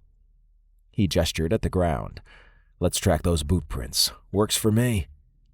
They continued on. After another hour, they came upon a Trag being feasted on by the spiders they encountered earlier. The creatures scattered at their approach. "This jungle's harsh," said Cal, scanning the Trag. Zane looked around. "Yeah, but there's no dead from Bothan's crew here. Looks like they won the fight here." "Yeah, we'll need to find a spot to rest somewhere. We could always call the Exceltion, but that might alert the Trags to our presence." "Okay. We're still far from the mountain, but we're on the right track. If we can't find them after reaching the mountain, then it's safe to say the Trags are gone, and we can use reconnaissance drones. I hope Seth and Ada are having better luck than us." Zane chuckled. "Nothing is going to stop them from finding Blake. I wonder what he's up to now." "No idea. But I hope he's all right," said Cal. Chapter 6. Blake was not sure how much time had passed, but Johann and his men tortured Blake slowly. Pain screamed throughout his body, and when he tried to move, his hands and legs did not respond. A tube had been jammed into his mouth and another in his nose, and something covered his hips and groin area. Liquid sloshed all around him. He attempted to open his eyes, but they refused. Wherever he was, a steady infusion of blood came in through a tube in his neck. His body made good use of it, and the repair process inherent to all ancient vampires had kicked in. After another attempt, he opened his eyes. He realized he was in a water tank. A transparent window stood in front of him that showed a lab interior on the other side. As his senses recovered, the full damage that had been done by Johann and his crew came roaring in. The decent amount of blood being infused seemed unusual, as his body healed fast. A slow drip would have been used if torture was the plan. A male Dredalian wearing a gray, full-length lab coat moved around the lab. Dredalians were a reptilian species known to have questionable ethics, and also were a major enemy of Fredoria. They made a point to eat captured Fredorians, who were considered a luxury food item. A pair of goggles rested above the Dredalian's eyes, while a slim metallic backpack resided on his back. The Dredalian grabbed a tablet and moved in front of Blake's capsule. "You're awake. I'm Slazar, lead technician of the Tokara Medical and Recovery Ward. It seems our clients were a bit rough on you." He interacted with his tablet. The water drew down around Blake to his chest. The device over his mouth and nose detached, then ascended, pulling the tube out of his throat. Blake coughed and swallowed. The tube had irritated his throat, and it hurt to breathe. He glared at Slazar. "Good. It seems you can see and hear okay," said Slazar. He tapped at his tablet, "just noting it for the record." Blake tried to speak, but the pain made him pause. Trying to speak already. Let's see if we can do something about that." A mechanical arm extended from above and jabbed a syringe into Blake's neck. At the same time, the transparent window in front of him lowered to the water level. "That should dull your pain significantly," said Slazar. Blake swallowed hard. The injection relaxed him, and the pain faded away. He took several deep breaths. Although he began to feel somewhat normal, pain emanated from the hip cover and its extension into his rectum. Slazar checked his tablet, then looked Blake over. "You're quite the specimen. The official report says you're Fredorian, but you like to be called Earthborn. You're also a Daedrald, which seems to be extremely rare outside of PP-176S. Oh, you call it Earth." Blake grimaced. "Yes, I'm a Daedrald." "He speaks. That's a good sign," said Slazar, tapping at his tablet. "The healing factor in you is unlike anything I've ever seen. The more blood we give you, the faster you heal. Johann and his friends only got 2 days with you before we had to pull you. I suspect they would have killed you on the 3rd day, and then, by law, they would die. We informed them of that, and they chose to live." "Great." Slazar walked over and ran a clawed finger over Blake's chest. "We don't like our merchandise being damaged beyond repair." Blake flinched and tried to move. "Oh, don't do that. You'll just slow down your recovery," said Slazar. He clasped his hands behind his back. "I bet you're wondering how a Drodalian came to be here." "Not really." Slazar grinned.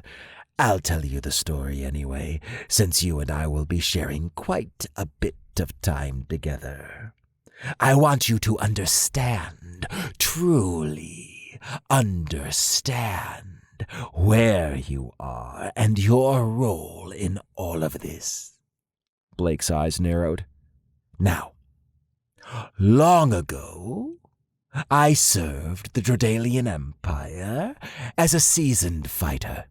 I fought and killed many a Fredorian and other civilizations that thought they were bigger than they actually were," said Slazar. He raised a finger. "However, I didn't like how they used prisoners, especially Fredorians." Blake sighed. "You eat them." Slazar chuckled. "Yes, that's what most Drodalians do. I was ambitious in my early years and became a medical specialist. My function was to sustain prisoners long enough so they could be prepared for consumption." He raised a clawed finger. "But one captain had it in for me. Maybe due to my clan, but he made sure to go far out of his way to make my life miserable. He said I wasn't a real warrior." "Good story." "Oh, I'm not done," said Slazar, continuing on. "A ceremony was planned where the captain would be recognized, and I had to prep this wounded young Fredorian. He must have been mid-20s, using your age metric. And he was captured in a raid on a Fredorian outpost. The ceremony took place in 2 days, and I had to keep this naked Fredorian alive until the ceremony where he would be prepared for consumption. Blake shook his head. On the day of the ceremony, the Fredorian had been carved up into the various dishes we like. Everyone ate heartily, said Slazar, laughing. What they didn't know was that I had slathered not only the Fredorian, but the sauce on him as well, with my reproductive juices. That's gross, even for me. Slazar nodded. The important thing was, something awoke in me during the 2 days I had the Fredorian, an urge that is considered unnatural by other Drodalians.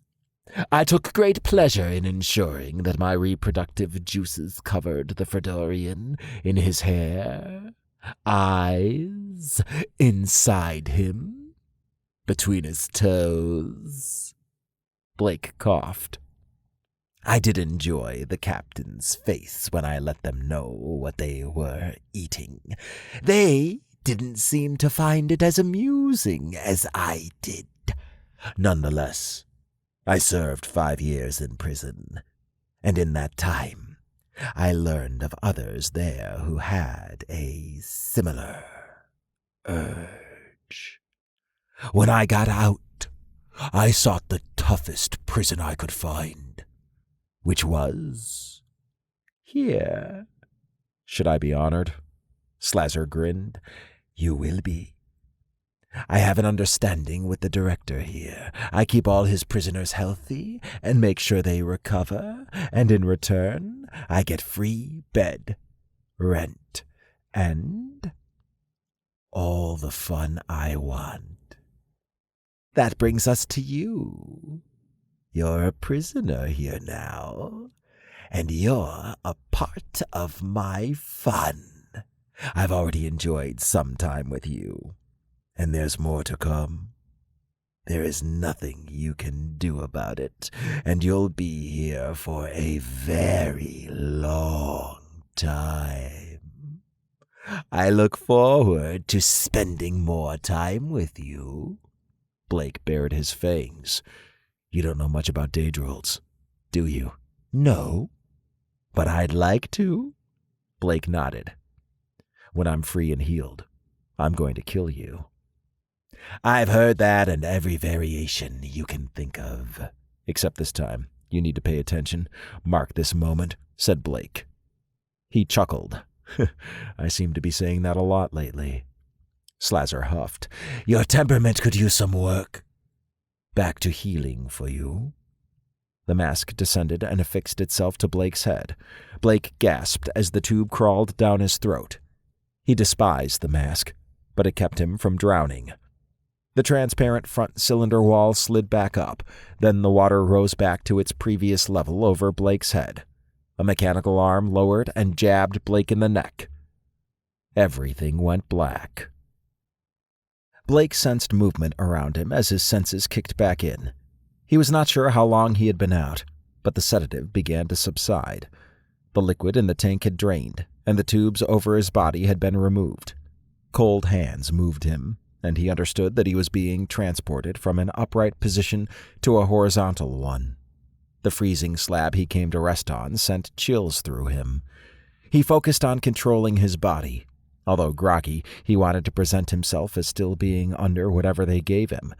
Wrist and ankle restraints, along with a mid-body one, locked him face down onto the slab. It taxed him to keep his heartbeat low while trying to break out of his mind fog, but the thought of escaping the lab burned in his mind and provided clarity. He smelled only one person and suspected it was Slazar.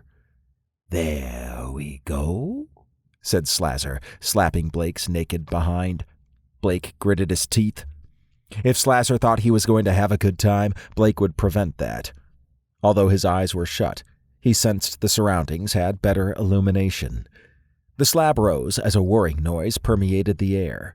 His body sagged when the slab turned over. The slab lowered until he came into contact with something solid under him. The old restraints released while new ones wrapped around him.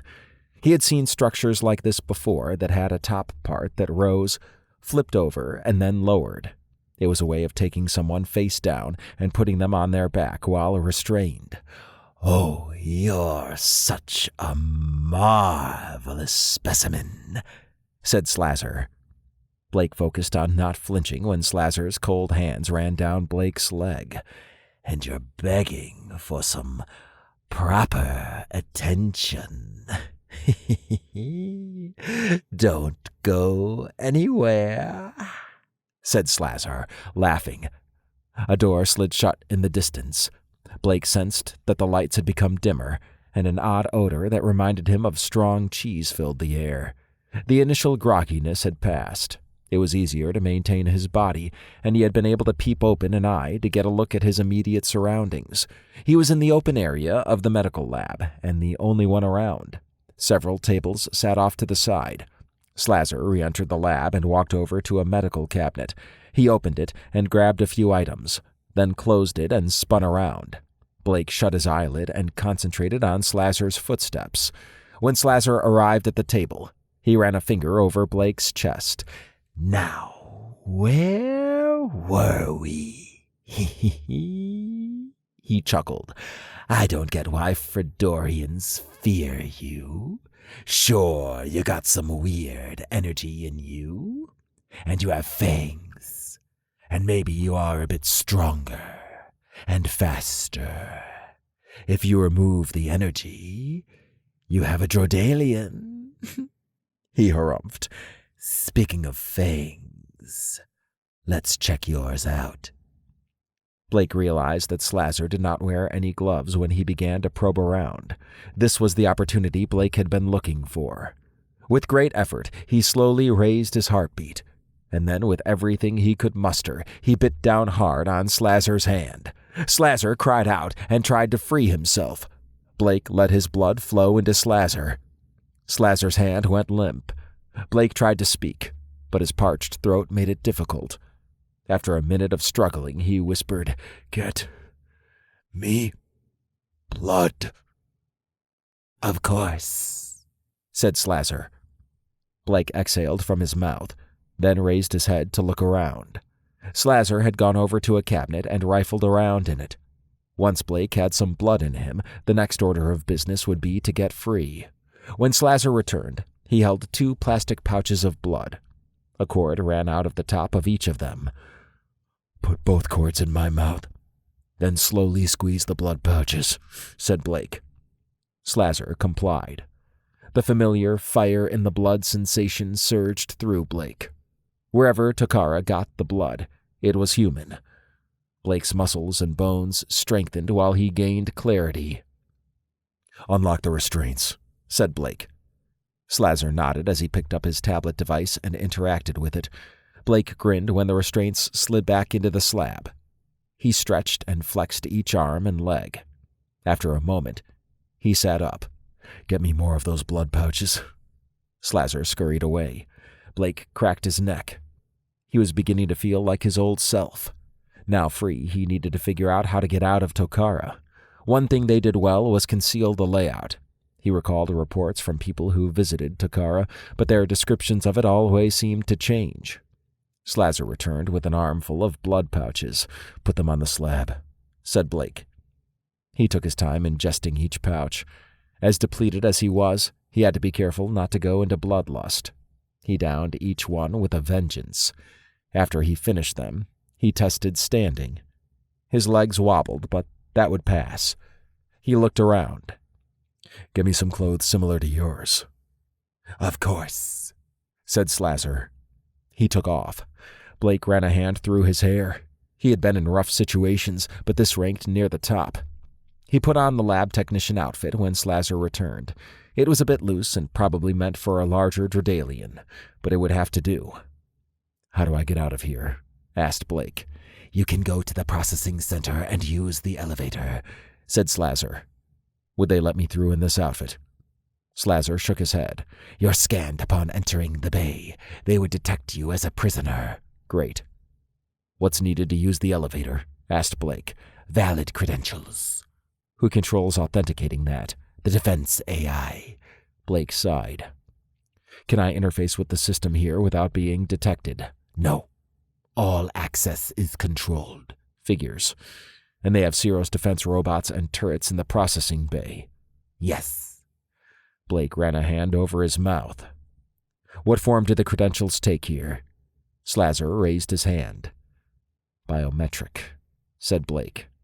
And when being scanned, how deep are they? They are image scans as well as other biometrics.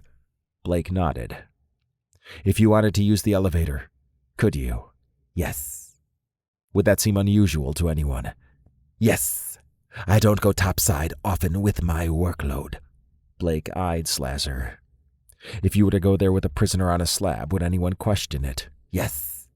All right, that's a no-go. Are there any weapons here? Slazar nodded. Show me.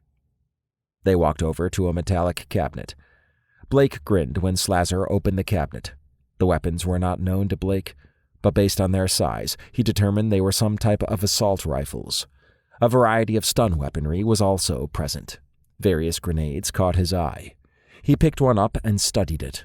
Although crude in design, he figured a group of them would do some damage. Is this a safe place to hide out from the defense AI? He asked. Yes. Good. Because I need a few days and more information, said Blake. One thing he would need to do while he hid out in the lab was bite Slazar more often than a human. When he bit a human, he usually got them to do his bidding for a month on average.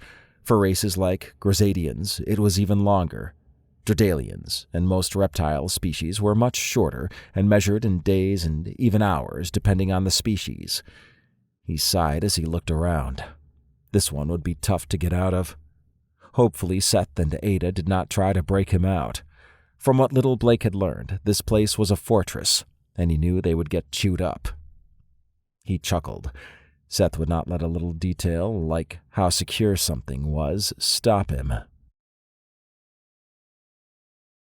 Chapter 7. Seth eased back in his co-pilot chair. The peaceful 4-day flight through condensed space to the Galvin Rim relaxed him, and he had learned a lot about Daz and the AR. Ada seemed to enjoy herself as she discussed various topics during the trip. Seth smiled at the small rooms they had to sleep in. It was tricky getting Ada into one, but pleasing in the end. He wondered what Daz must have thought about that, but from everything Seth had seen, Daz never said anything. It was 9:00 a.m. Earth time, and Seth had slept well. Good thoughts? Asked Daz, looking over at Seth. Seth nodded. It's been a good trip. I'm getting more used to all these augments, and I finally feel some semblance of normality. I understand. Seth peered back at Ada. I noticed you two have been quiet for a while. We talked over Soft Connect, said Ada. Seth eyed Daz. You hitting on my girl? They laughed. Ada tilted her head. We discussed the changes going on in the AR. What changes? Asked Seth. I can answer that, said Daz.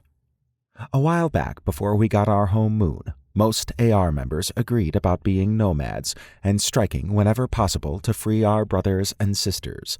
Now that we have a home, 2 new minority factions have sprung up. How big is a minority? About 10% of our membership in each of those factions. The majority believe getting a home was the correct, logical step. Seth's eyes narrowed. And I'm guessing the other 2 didn't like that? Correct. The first faction believes that being nomads allows us to be more efficient. To them, it is a simple matter of resource allocation. The less used to free other androids, the less efficient the AR is overall. They also have a blinding hatred for organics, and it is no surprise that most are from the recently liberated group. I could see that, said Seth. What Fredoria did was wrong. I agree. But that faction has the same processing logic that caused Fredoria to do what it did. Seth exhaled from his nose. And the second faction? Daz grinned. They're much more interesting. They love organics, but think that without a tie to technology, they're lost. Their belief is upgrading organics will bring them closer to understanding what it is to be an android. That's kind of cool. Ada smiled. Our relationship is of great interest to them. Because I'm a cyborg? Ada nodded.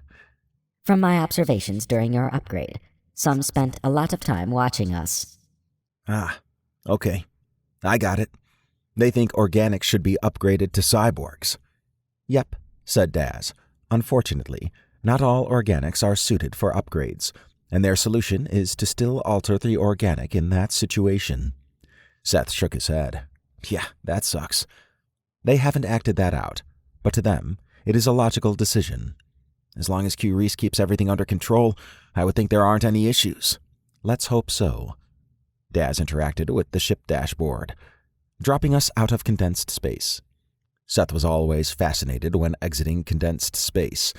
It resembled having blurry vision, then being able to see clearly again. Chorus was still far enough away that it was hard to see, but they would be in visual range soon based on the ship's speed. Do you need me to come with you? Asked Daz. Our suits are custom-made for these types of missions, said Ada. Daz smiled. I'll take that as a no. That's fine. I can refill the ship and stay close. Seth grinned. I sound like a robot when my helmet's on. I like it, said Ada. Maybe I should keep it on more, then. Daz stared at them. Seth laughed. All right, let's focus on Chorus. He soaked in Chorus's environment when they arrived on the outskirts. Chorus's hollowed-out asteroid shell had thrusters on the outside.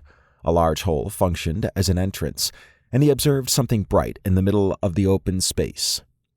We've been assigned a landing pad, said Daz. He tapped at the ship dashboard.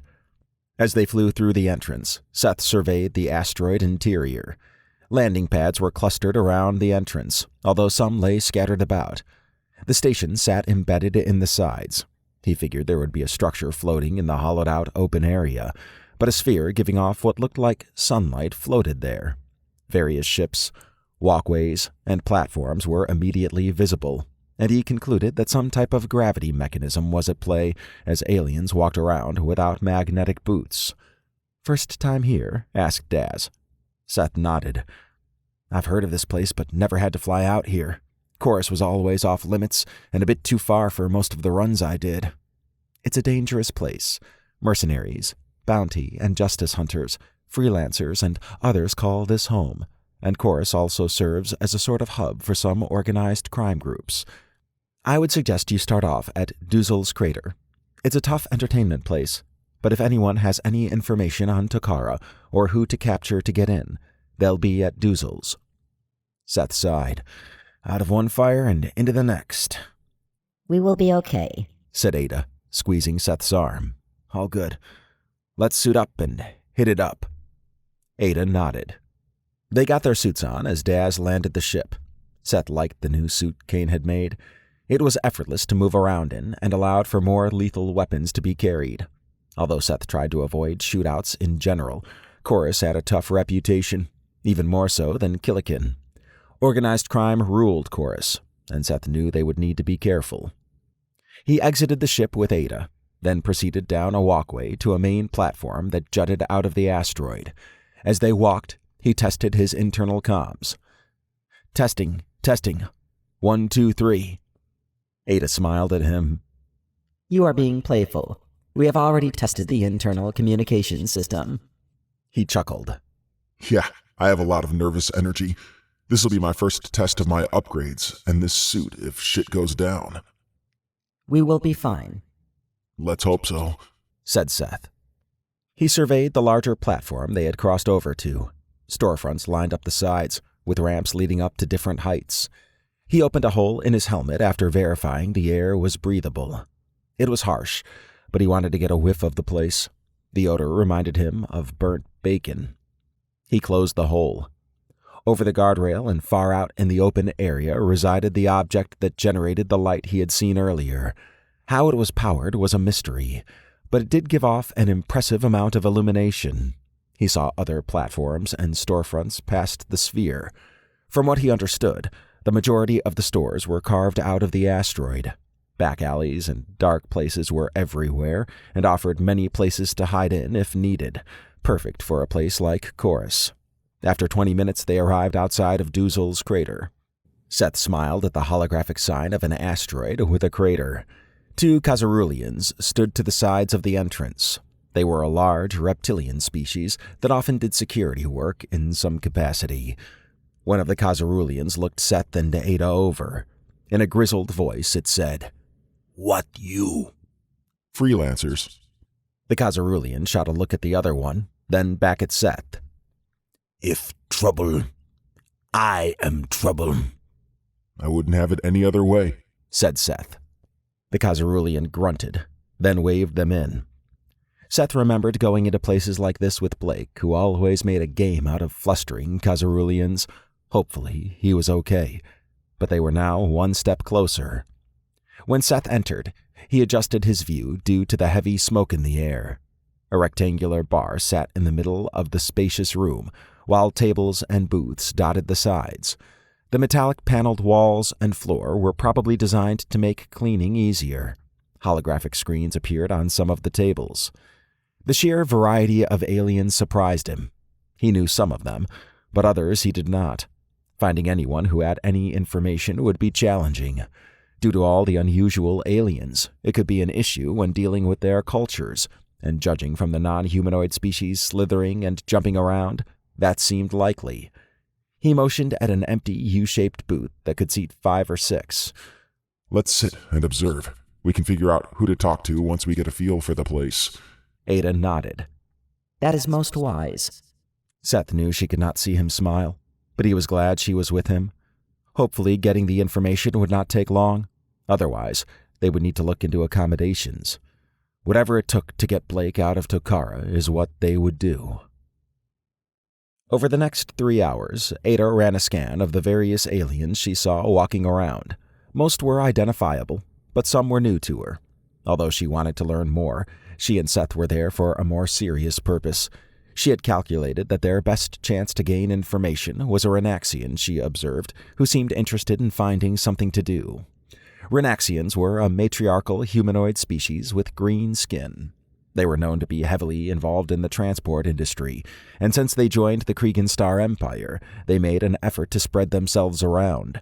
Ada had worked with a Renaxian before, and she recalled their desire for humans. The Renaxian's sexual appetite was well known. How are you liking your suit's integration? Asked Seth. I like it, she said. Although she was still adjusting to the suit's interface, it had gone smoothly up to this point. The suit did not consume a lot of power while moving around, and her processing had already adjusted to treating it as a second skin. She lowered her helmet as Seth had. Good. I'm adjusting to mine as well. Seth looked around Duzel's. See anything yet? Ada nodded. I have. There is a Renaxian who everyone seems to give space to. I suspect she is a regular and has a reputation. You should talk to her. Renaxian, huh? And I should talk to her? You know how they view humans. Yes, and that could be a reason for her to help us. Seth laughed. The only thing they would want in return is some time with me. That ain't happening. I got you. There might be something else to trade. Like what? A promise to introduce her to other Earthborn. Renaxians place a high value on meeting an Earthborn due to their rarity, and also the Renaxians' natural desire for humans. Seth rubbed his chin. That might work. Good luck, said Ada, smiling. They shared a kiss. Then Seth exited the booth. Ada was intrigued that Seth would not want to be with others. Fedorians had group arrangements as the norm, and not having multiple partners was uncommon. Some Earthborn seemed to love the idea and adopted it without hesitation, but her experience with Earthborn suggested they liked to be monogamous. Seth had mentioned it made the relationship special when there were only 2 people in it. Her knowledge of Seth's history showed that he was consistent with that, and he spent a majority of his pleasure time with androids. Seth returned with the Renaxian. Ada scooted so she sat at the bottom of the U-shaped booth, while Seth sat to the left and the Renaxian on the other side. The Renaxian nodded at Ada. I'm Jala. Welcome, I'm Ada, she said. Jala nodded at Ada, then gestured at Seth. So, you want information on Tokara? We do, said Seth. What type of information are we talking about here? How to get in. Jala laughed. You don't go there voluntarily. Seth raised his head.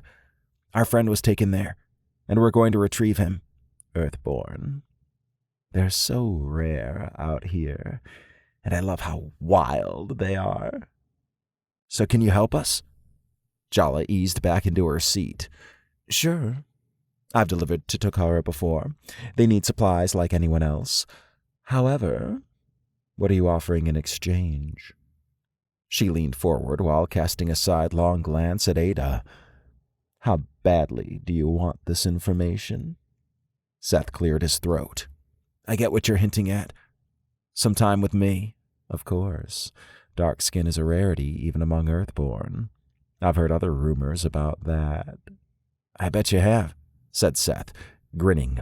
All true, of course. He eyed Ada, then Jala. We have another proposal. I'm listening. If it involves bringing Ada into playtime, I'd be up for that. I've never been with an android before, and I've heard with their strength it can be quite exhilarating. Ada tilted her head. That is an intriguing thought. It is? Asked Seth. He cleared his throat. Okay, back on track. What we're proposing is us being contacts for you to meet other Earthborn, and there are several who would want to hook up with you. It must be hard to meet Earthborn this far out, and I'm guessing having inside contacts would be appealing to you. Jala sat up straight. You're serious? Of course. If the ones I knew were here right now, you'd already be wherever you call home for the night. Jala's nostrils flared. It was a subtle sign that the offer had piqued her interest. All right. And how can I trust you? You might leave and forget me, said Jala. Ada raised a screen from her forearm. We can give you 50,000 credits to hold. That's a lot of credits. However, I could get that in other ways, said Jala. She smiled. However, I'm willing to extend some trust, but on one condition. Name it, said Seth. I want to see if the rumors are true about enhanced members. Seth wrinkled his eyebrows. You want to see it? Jala's lip curled. Yeah. It gets lonely traversing through space, and I want an image of something to tide me over until you come through. It's no problem for me, but... Ada touched Seth's arm. He'll do it. Jala pulled out a small device that displayed her deposit account number to Ada. Deposit the credits there. She stood and wiggled a finger for Seth to follow. You can come with me. Seth half smiled at Ada and touched her forearm. I'll be right back. Okay, said Ada. She watched as they trudged off to a back room. The request was not unusual, as Seth had requested nude pictures of her after they had become official. He said it was for lonely nights. After 20 minutes, they returned. Seth took his seat and chuckled. Mission accomplished. He waved a finger at Jala, who took her seat. Don't go blasting that all over the place now. No way, said Jala, smiling. That image is mine, and mine alone. She checked her device. And you came through on the credits. I guess it's my turn. Seth sighed. Finally. Jala laughed. All this sexual tension is exciting, I guess. All right. So you want to get to Tokara. First, you're going to need a valid reason to be there. Going in as a delivery person or through cargo is out of the question unless you want to take a lot of time to embed yourself. Seth shook his head. We're short on time. Jala nodded. I figured. She tapped at her device. The second option is a much more direct route. Capture someone on their list and bring them in. We have the list, but don't know where any of them are, said Ada. Probably not. They probably are aware they're on the list, so they'd be staying out of the light. However, I know where their number 3 is. His name is Hawkus, a Zibian mercenary. He's hiding out on a space station inside Zibian space. Be careful with Zibians in general, though. They're a mercenary culture and won't hesitate to defend him if they're not aware he's a bounty. If they do know it's him, they'd turn him in for the credits. Do you have the coordinates for the space station? Jala slid her finger around her device, then showed it to Seth and Ada. There. Just make sure you don't die before you make good on your commitment to me. Seth eased back into his chair and nodded. No worries there. We can handle ourselves. Don't take Hawkus lightly. It's usually a death sentence to go after him. A lot of others who would normally try to capture someone on Tokara's list are aware of that as well. Probably why he is still out and about. Thank you for the information, said Ada. She tapped at her forearm and showed a screen of Cal. If we should perish, look this person up when you're in Fedorian space. Tell him you talked to us. Jala's eyes lit up. Ooh, dark skin too. I like the sound of that. But a video of you saying what it's about would carry more weight. Ada motioned outward. Let's go to your back room, and we can do that. Seth laughed. Oh man, you're in for a treat if you run into him. Let's hope I do, said Jala. She stood and followed Seth and Ada to the back room. Once they were there, Seth and Ada made a short video. Jala put her video capture device into her suit. This night went much better than I expected. I wish you both luck. You're gonna need it. She approached the exit and paused. I don't mean to push it, but maybe I get a kiss before I go? Seth chuckled. At this point, sure, why not? From both of you? Ada tilted her head. If you wish. After Jala took her time for a deep kiss from both of them, she floated out of the room. That was a strange request, but harmless, said Ada. Seth nodded. Yeah, but we have a way into Takara now. We're much closer than we were before we started tonight. And for what? A dick pic? A kiss? 50,000 credits? And the promise of hooking her up? She sounded scared of Hawkus. Yeah, and if we fail, he could go after her if he ever found out who told us where he was. We'll need to be careful there. Of course, said Ada. She was glad they were now one step closer to getting Blake. There was no information on Hawkus other than what Jala had mentioned. More research would be required. That could be accomplished once they reached the space station he was on. If they had any type of digital system, she would get inside it. Chapter 8. Seth's mood had improved now that there was a plan to get Blake. It was a dangerous plan, but well worth the effort. The sequence of events to get this far seemed unusually rare to Seth. The information broker's help was unexpected, but welcome. And with Ada at Seth's side, he felt like he could do anything. After 5 minutes of light discussion on the topic of the Oleron space station, he exited the back room with Ada. A commotion on the far side of the room caught his attention. A large Dredalian held Jala against the wall. 3 other Dredalians had their weapons drawn and formed a semicircle around the large Dredalian and Jala. Seth did not like Dredalians. Although most reptilian races bothered him, Dredalians went out of their way to ensure they were the most hated. They despised Fedorians and Earthborn by extension. He was not sure where the guards were, but it did not seem like anyone was going to help Jala. Seth and Ada raised their helmets. What do we do?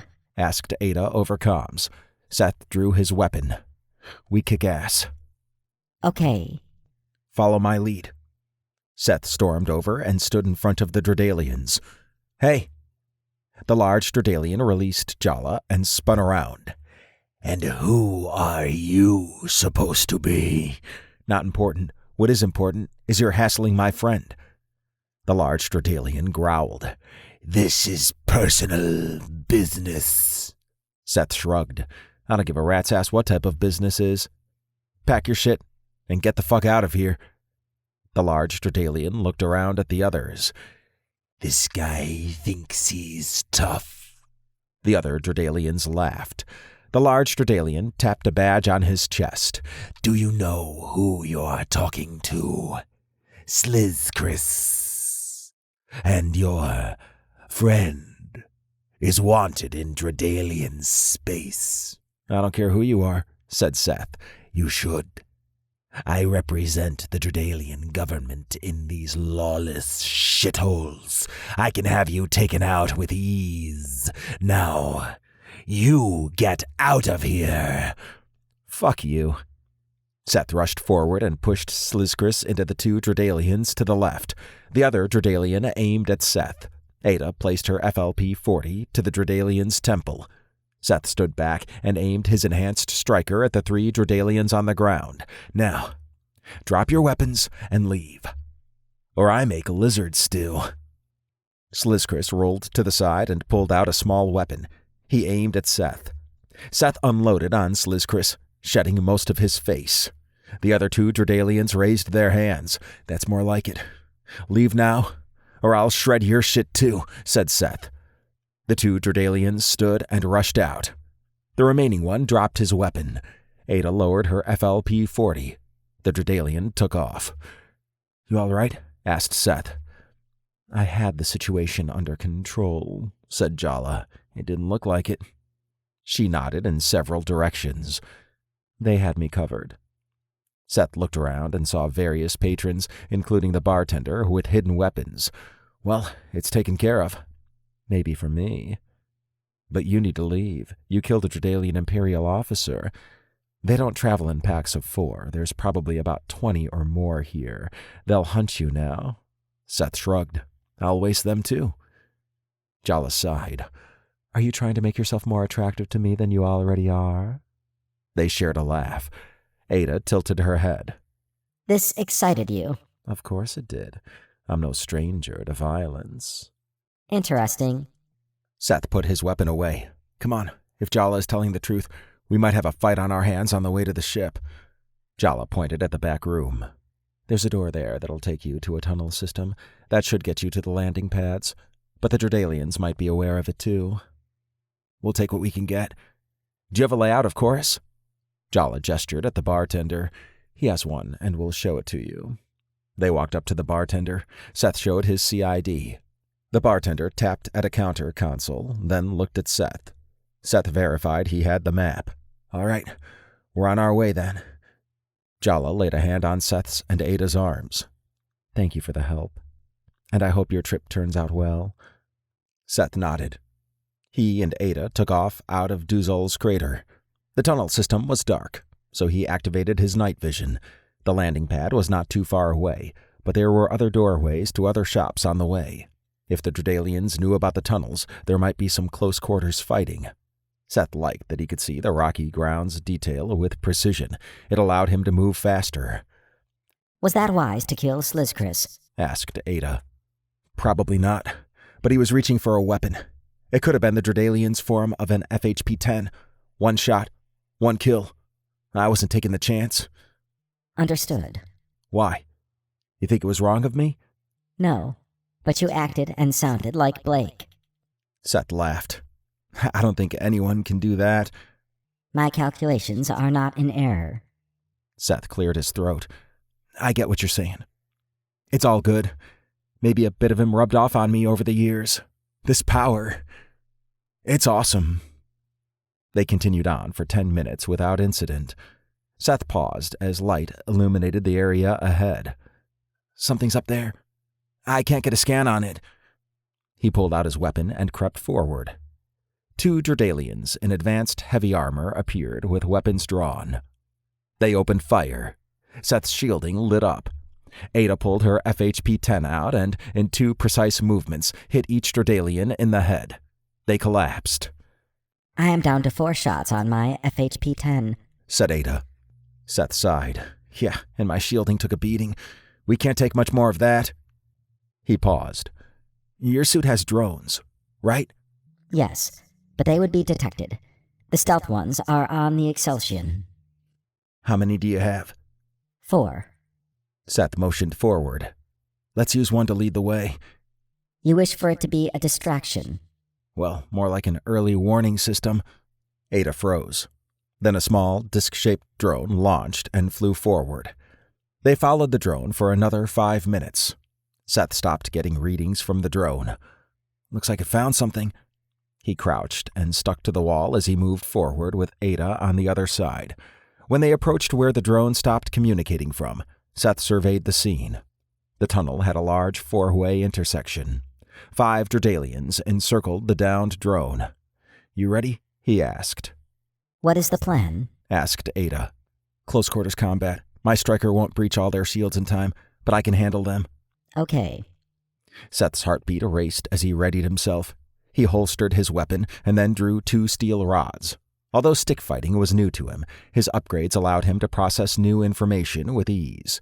He had downloaded the stick fighting program for assimilation. Ada pulled out 2 rods as well. Seth charged out and spun around. The first Dredalian's helmet cracked on the first baton, and the second baton crunched the Dredalian's face. Ada jumped in after Seth had cleared an entry. The other startled Dredalians raised their weapons.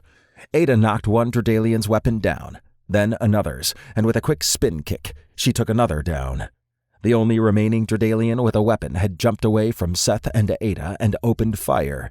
Ada's shielding lit up. Seth charged the Dredalian and knocked the weapon out of his hand, then jabbed a rod through his helmet. The Dredalian crumpled. Seth faced the other 3. Although their weapons were on the ground, they had engaged with Ada. 2 had grabbed her arms while another went for his weapon. Ada flipped into the air, breaking their hold. When she landed, she kicked one Dredalian into the wall. She shoved the other to Seth. Seth smiled as he clotheslined the Dredalian. The last Dredalian had picked up his weapon and unloaded on Ada. Seth's blood boiled. He charged the Dredalian and hit the weapon, then knocked the Dredalian's helmet off. Ada rushed forward and used her rods to hit both sides of the Dredalian's head. The Dredalian fell to the ground. Seth took a moment to catch his breath. "That was awesome." Ada stood next to him. My shielding is almost gone. "All right, we're near the landing pad, and there are no more side doors. We should be good, but we need to hurry." Ada nodded, and they took off. After the ship jumped to condensed space, Ada scanned the ship's dashboard. She and Seth had arrived at the ship without issue after their last encounter. Seth checked the suits for problems as they charged in their container bays. His behavior during the fight in Duzul's crater did not seem out of the realm of possibilities, but it still raised a red flag with her. Although her organic processing algorithms showed Seth to be confident and a natural evolution for him to defend Jala, the approach used was new. "You two must have had quite the trip," said Daz, seated across from her. There was a communication spike and some increased activity. Probably us. Chorus was a different experience, she said. That might be good or bad. Seth said he could use a good nap. Ada nodded. We fought several times with the Dredalian Imperial Guard. They will be hunting us now. That's never good. Daz tapped at the dashboard. I've never been to this Oleron space station. It's Zibian-owned and controlled, and they're a rough crowd.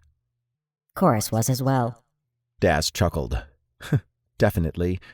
How did Seth's upgrades perform? They gave him confidence, and he was very effective at stopping the Dredalians.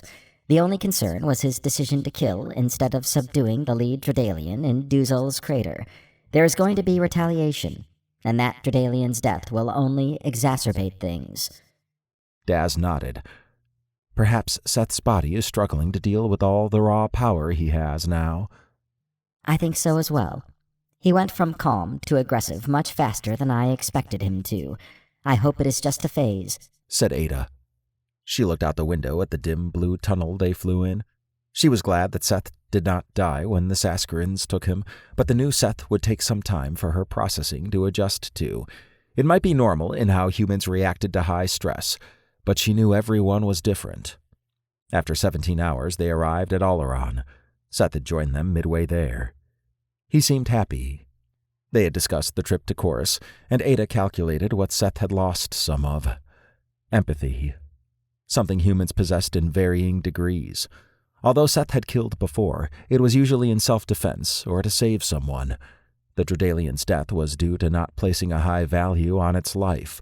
A subtle change to others, but in her memory, a big red flag. She studied Oleron, which had a massive ring with a sphere in the center and tunnel-like structures connecting the two. Multiple communication towers resided on the sphere itself. Based on the data they retrieved on approach, approximately 100,000 lived or worked on Oleron, which bustled with ships flying everywhere. "We've been authenticated and authorized for a landing spot," said Daz. Seth nodded. "Now we need to determine how to find this Hawkes guy."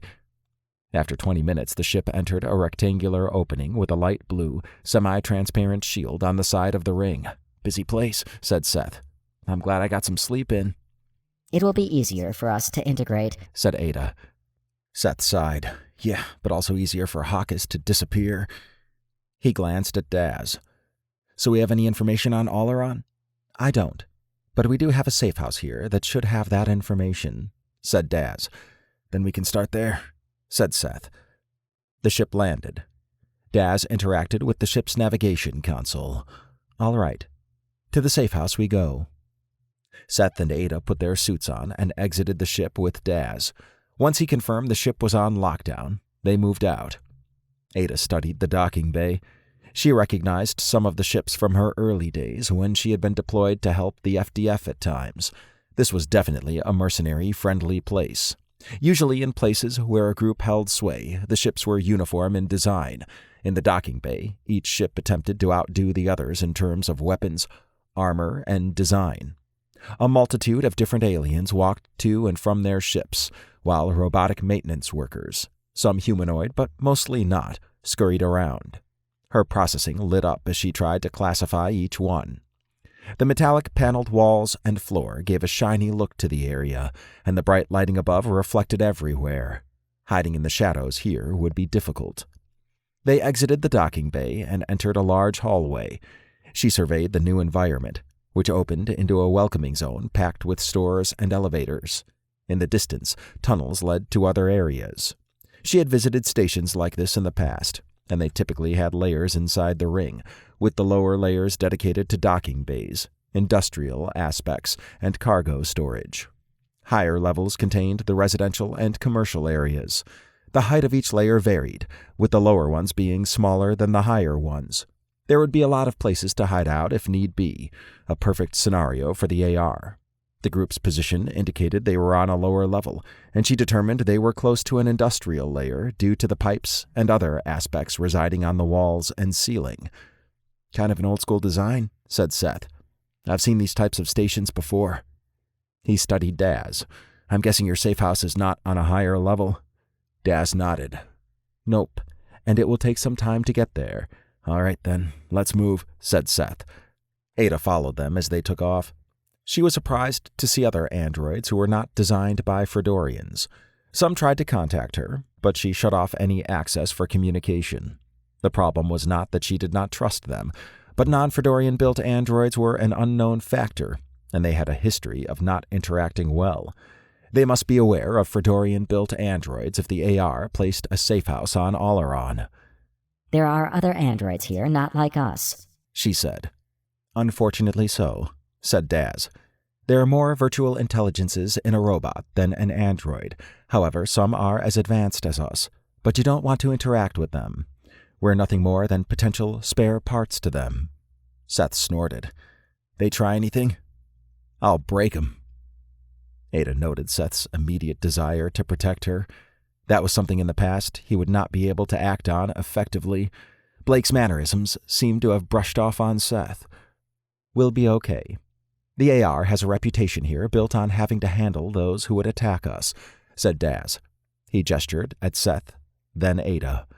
"With the three of us, no one is going to mess with us unless it's a group attack, and those are rare." Ada nodded as they reached the first massive tunnel. Everywhere around her, someone tried to sell something. Her eye caught several Generation 1 androids in lingerie. The G1 running the stand intrigued Ada. This would probably be a great place for G1s to be free and to satiate their desires while making good money. The G1 stared at Ada. Ada looked away and refused the soft connect attempt. Although she wanted to talk, the current situation required focus. After navigating several open areas and tunnels, they reached a smaller tunnel system. Heavy doors sat embedded along the walls and were interspersed throughout. A mist swirled around. Ada switched to multiple views to see due to the dim lighting interacting with the mist. It was quiet outside of the hum of the station and the sounds of the market. They reached the end of a tunnel with a hole in the ground and a ladder that popped out. Seth shook his head. Damn. Quite the journey. On purpose, as you can imagine, said Daz. If this location were ever known, we'd lose our safe house, most likely due to Oleron's mercenaries. Ada tilted her head. They'd come for spare parts to sell. Daz nodded. They climbed down the ladder into a circular tunnel. A massive rusted pipe that sat on metallic blocks dominated the area, leaving small side platforms to walk on. We're not far away, but the waste recycling system is rarely traveled, said Daz. I'm glad I got a helmet on then, said Seth, scrutinizing the pipe. I'm sure it smells lovely in here. Ada always found it interesting that humans tended to be comical to change the mood. That was an aspect she liked about Seth. Other organics seemed to find Seth funny, and she appreciated his attempts to include her. Sometimes his humor came out in unusual situations. During a lovemaking session, he slapped her butt, then queried her on who her daddy was. She did not want to ruin the moment for him with questions, and concentrating at that point was already difficult. You with us? Asked Seth. Ada nodded. I apologize. I was processing information on Oleron. He smiled. All good? I wonder how the rest of the crew is doing. Probably better than stomping around in a shit sewer.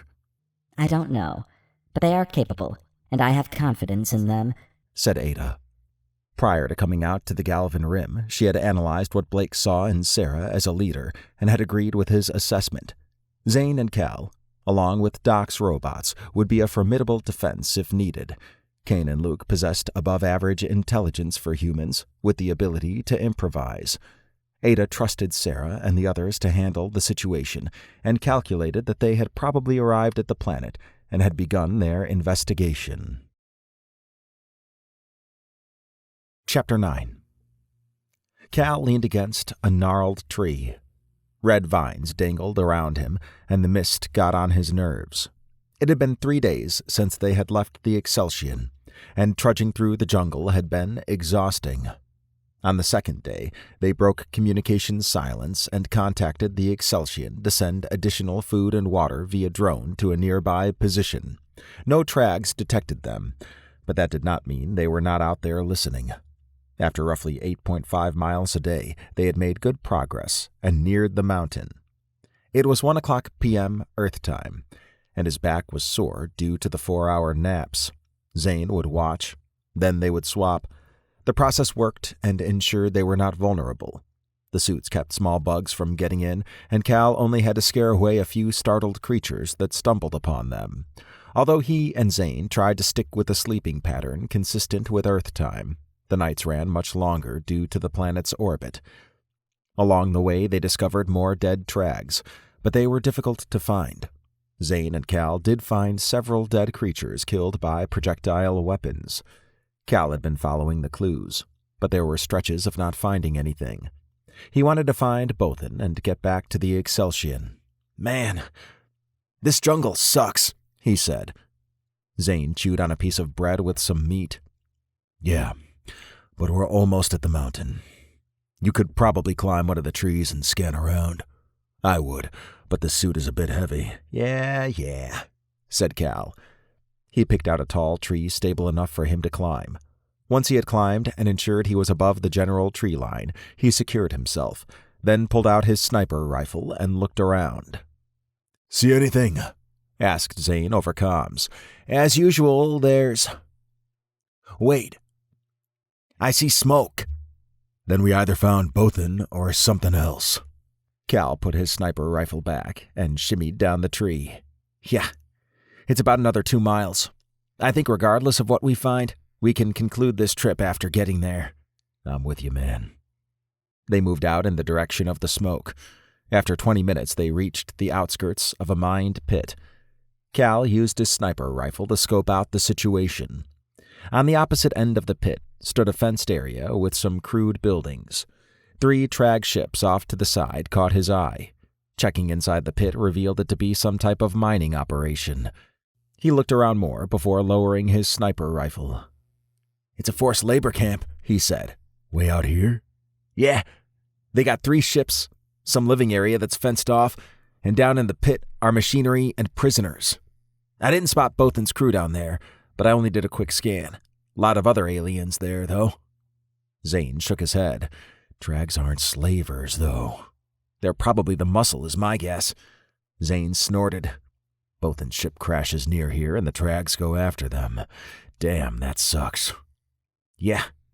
I'm not sure what we can do here other than more reconnaissance. I don't think we're storming the place, and Bothan might not even be here. Plus, one of those Trag ships is a frigate. The other two are transports, but it looked like they got some weapons on them. They'd be a fight, even with the Exceltion, and that's not including whatever camp defenses they have, or, if my numbers are right based on the ship sizes, 80 or so Trags. They pivoted and aimed at something rustling behind them. Bothan strode into view with his hands up. Easy there. Cal and Zane lowered their helmets and weapons. Bothan, said Cal. You're alive! Holy shit, said Zane. Bothan sighed. I'm surviving. He shook hands with them both. You two were easy to spot. Cal scrutinized Bothan's ripped suit held together by various makeshift pieces that did not cover his full body. Part of the left arm and right leg had missing patches, while the other pieces showed scratches and marks. He wore a bandana with a breathing apparatus on the lower part of his face.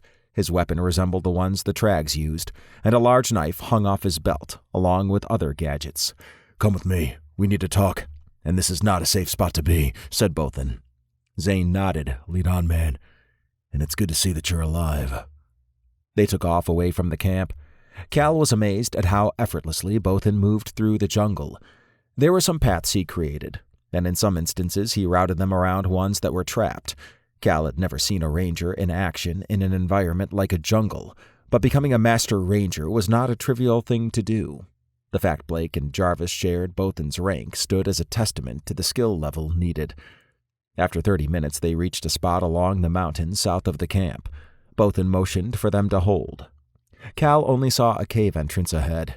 It would be hard to detect from the air since the jungle seemed to run up against a rock wall that rose about 40 feet. He remembered seeing the mountain from far away, but did not recall anything from below the tree line. Even the entrance was obscured by the overhang from the trees. Bothan nodded as he waved forward. We're clear. They assembled inside the cave. Cal surveyed the interior. The cave looked much deeper, but Bothan seemed to have set up camp near the entrance. Clothing used as a drawing platform sat on the ground. One shirt had a map of the camp on it.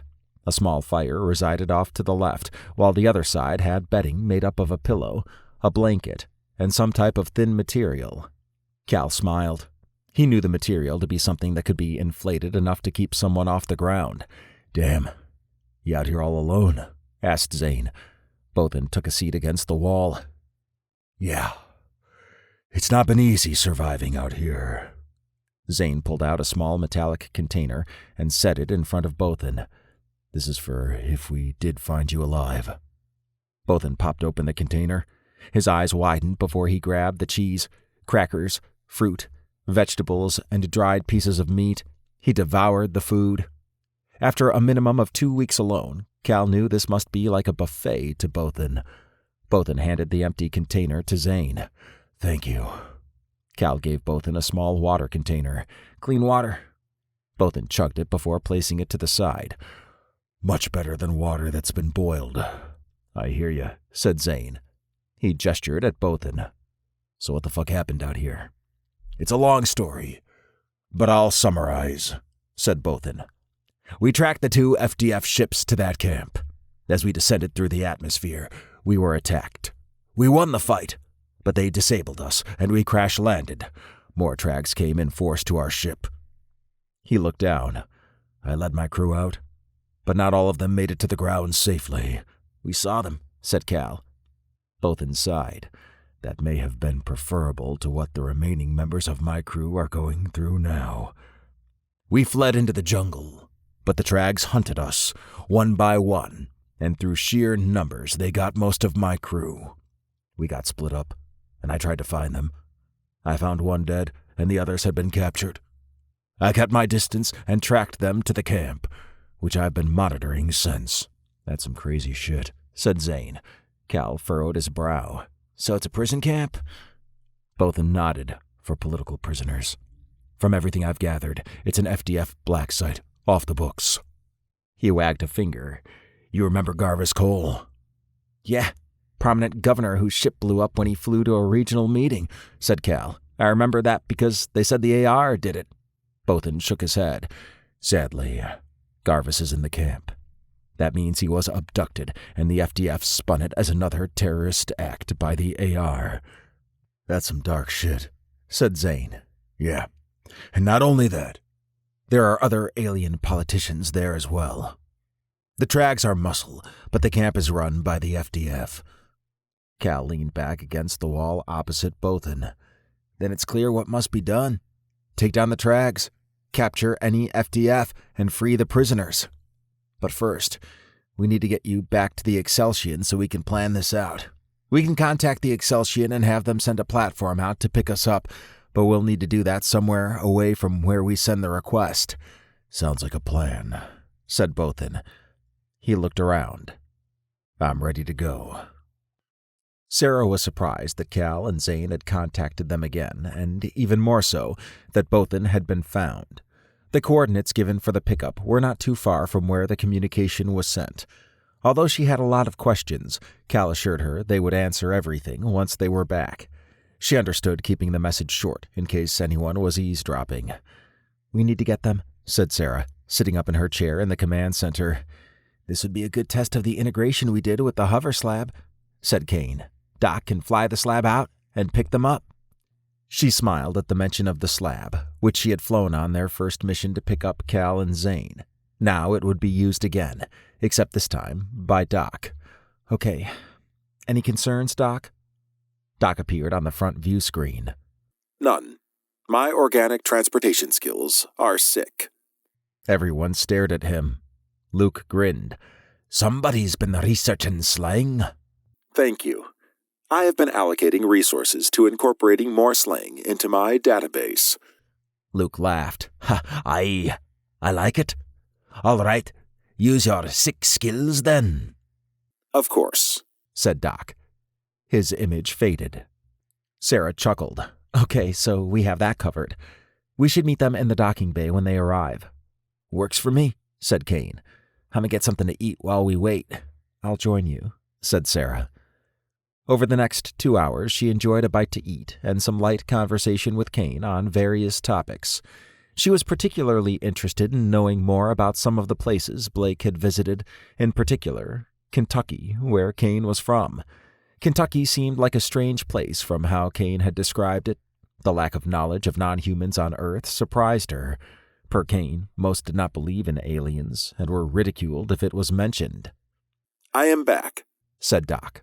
We're on our way, said Sarah. I'll follow you, boss lady, said Kane. Her heartbeat elevated. It was strange to be in command so soon, and to be referred to as boss anything. Even with Blake, Seth, and Ada gone, the crew was still tight. She remembered from working on the Arcturus how often one change in a command position could cripple a unit due to personality conflicts. Sarah and Kane met Luke in the docking bay. 4 robots controlled by Doc milled around the open space where the landing platform would have been. The platform had lowered, and a hover slab with Zane, Cal, and Bothan resided on it. After a brief moment, the platform rose, and Zane and the others disembarked. Sarah shook Bothan's hand. Glad to see you're still alive. She nodded at Zane and Cal. And you two as well. Bothan sighed. I'm glad to be alive. Same here, said Zane. If you don't mind, there's a lot to cover, but I could really use a hot shower and some rest. Can we meet in the morning? Asked Bothan. Sarah nodded. No problem. We've got a room set up for you already. I can show him, said Doc via one of the robots. Bothan shook hands with Kane and Luke, then followed Doc. Sarah looked Zane and Cal over. I bet you two want to do the same. I won't lie, that does sound nice. But we can hit that after a quick debrief, said Zane. Your call, she said. She looked around. We can do it here if it's quick. Zane smiled. It will be. Cal handed Sarah a shirt with a map drawn on it. That's a political prisoner camp. An FDF black site that hired trags for muscle.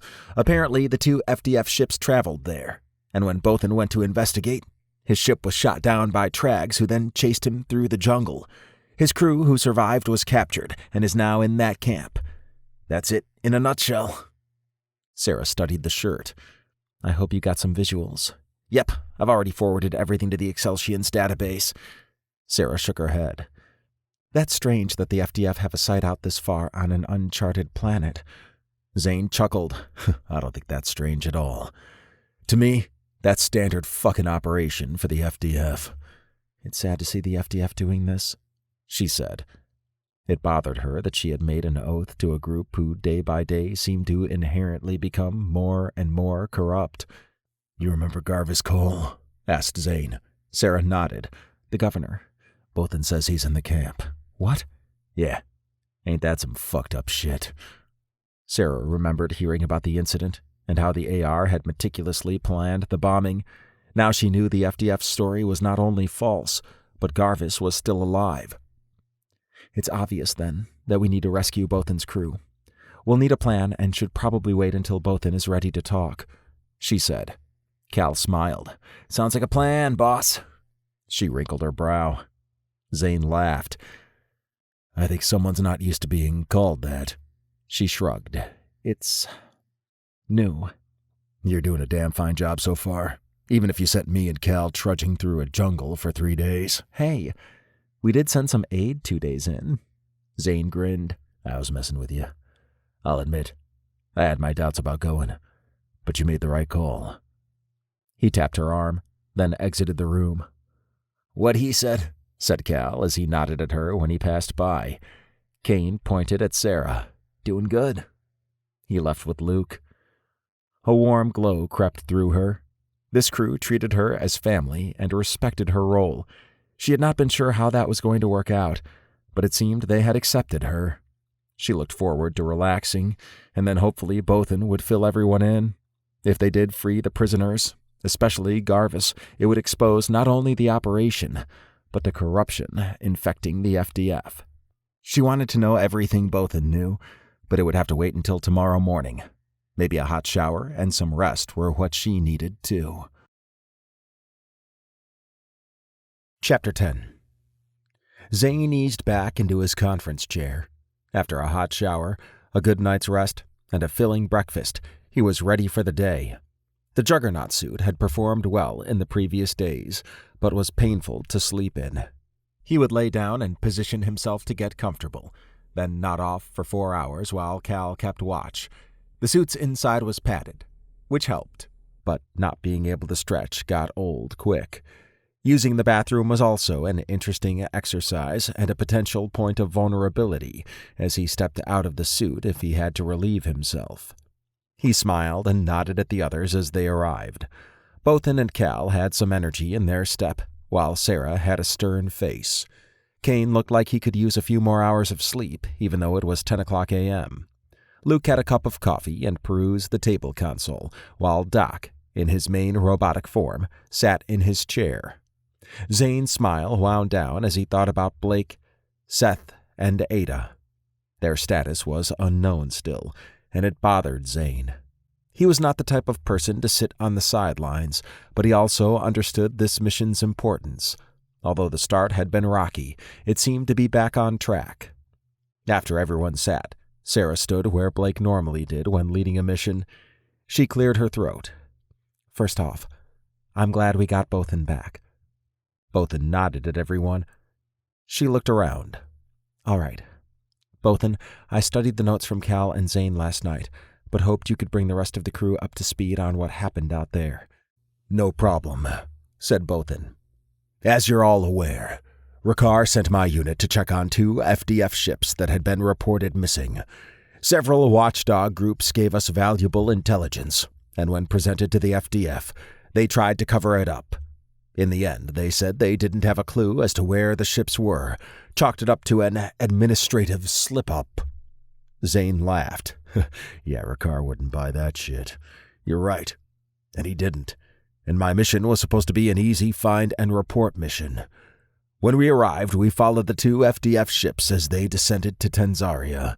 The 2 ships flew to the camp, did whatever they needed to do, then left Tenzaria and docked with a Shulon cruiser. We were attacked farther out. Our engines got hit, but not before we took down one of the 3 attacking ships. 3 ships? Were they waiting for you? Asked Kane. Bothan shrugged. I don't know if that's their policy or if they knew we were coming. Either way, we crash-landed. 2 died immediately. I got the rest of my crew geared up, and we escaped into the jungle while under fire from the ships dropping trags on us. It was a long few hours, and we got split up. I was with Jeezarus, my second in command, while the others took another route. How many trags hunted you? Asked Cal. I'd say about 40 or so. All I saw when retreating was the sky filled with them, grappling down. They had a lot of firepower with them. Cal shook his head. And through that jungle? Oh, what a nightmare. It was, said Bothan. Jeezarus and I made it to the mountain. Unfortunately. He looked down and sighed. Jeezarus fell into a well-covered hole. When he crash-landed, these creatures with slim bodies that looked like they swam through the ground swarmed him. They had big, sharp teeth, and they cut him to shreds before I could even get my weapon out. Whoa, said Zane. He gestured at Cal. Glad we didn't run into that shit. Bothan grimaced. This jungle is unforgiving. One wrong step, literally, and you die. I took my time and scouted out a cave, killed the creature in it, then set up camp. I didn't have much food or water, so that was the next priority. I also needed to perform reconnaissance on the area to secure it, but my mind was still on Jeezarus and my crew. Zane wondered if that was similar to Blake's mindset wherever he was at. After I got situated and determined what I could eat and drink, I began scouting out the camp. I learned that it had political prisoners, and most of the people working were not fighters, and, of course, I recognized Garvis. Cal tapped at the table console. A projection shot up of the camp. This is what we saw. Sarah interacted with the console in front of her. The projection changed to a top-down view with several highlights and multicolored dots. A massive circle covered about 3/4 of it, with a stretch of land on the west side and a thin strip surrounding the circle. We need to liberate that camp. To that end, I have a plan. I took the drawing from the shirt with Bothan's notes and merged it with the video feed last night. The large circle is the pit, said Sarah. She touched 2 green circles, one in the north and the other in the south, on the top-down view. A side projection appeared with the link to Cal's video. These are guard towers, one at each end of the camp. Each has a manned turret along with cover for sniping. She moved on to an orange circle in the middle of the land on the west side. This is their communication tower and is the tallest structure there. Bothan nodded. That's how they stay in contact with others. And it also has an FDF area-wide scanning device on it. Disable that. They're blind. That would be the first thing we do, she said. She gestured at some purple boxes north of the tower. Those are their ships. After communication has been disabled, the ships will need secured. Doc raised a finger. I can help with that, assuming I can enter them safely. I agree, said Sarah. She motioned at some blue boxes south of the tower. That's where the prisoners reside. Yep, and they have about 15 per building for a total of 60 overall. Only 4 guards are posted on each, and they have slogs with them, said Bothan. Zane sighed. Damn, I really hate slogs. He had fought them in the past, and they reminded him of a boar, except these were the size of bears. 2 massive fangs jutted out of the side of their unusually large mouth. A horn on their nose resembled a rhinoceros's. Their mottled brown fur with a red mane was easy to spot, and they were loyal to trags and had evolved alongside them. Although he did not see them on ships usually, they were fixtures at any trag-controlled outpost, and sometimes space stations. Yeah, don't like 'em, said Cal. Bothan nodded. They don't have too many there, but they are there. Sarah pointed at the red boxes between the ships and the tower. This is where the bulk of the trags sleep and eat. Bothan, did you get a count? About 70 or so. Okay. I had planned for about 80, but my plan is based on what I've studied so far. I broke it down into several steps. Bothan raised his eyebrows. Let's hear it. Sarah stretched her neck. All right, here's what we do. 1, we load up our small transport ship with weapons for the prisoners. Awesome. I don't think we've ever used that, said Cal. She smiled. Now we get to. It's much easier to detect, so for step 2, the Exceltion will fly high and jam the communication tower. That will allow Zane and Cal to take a position south of the camp. Cal, you'll snipe the 2 towers.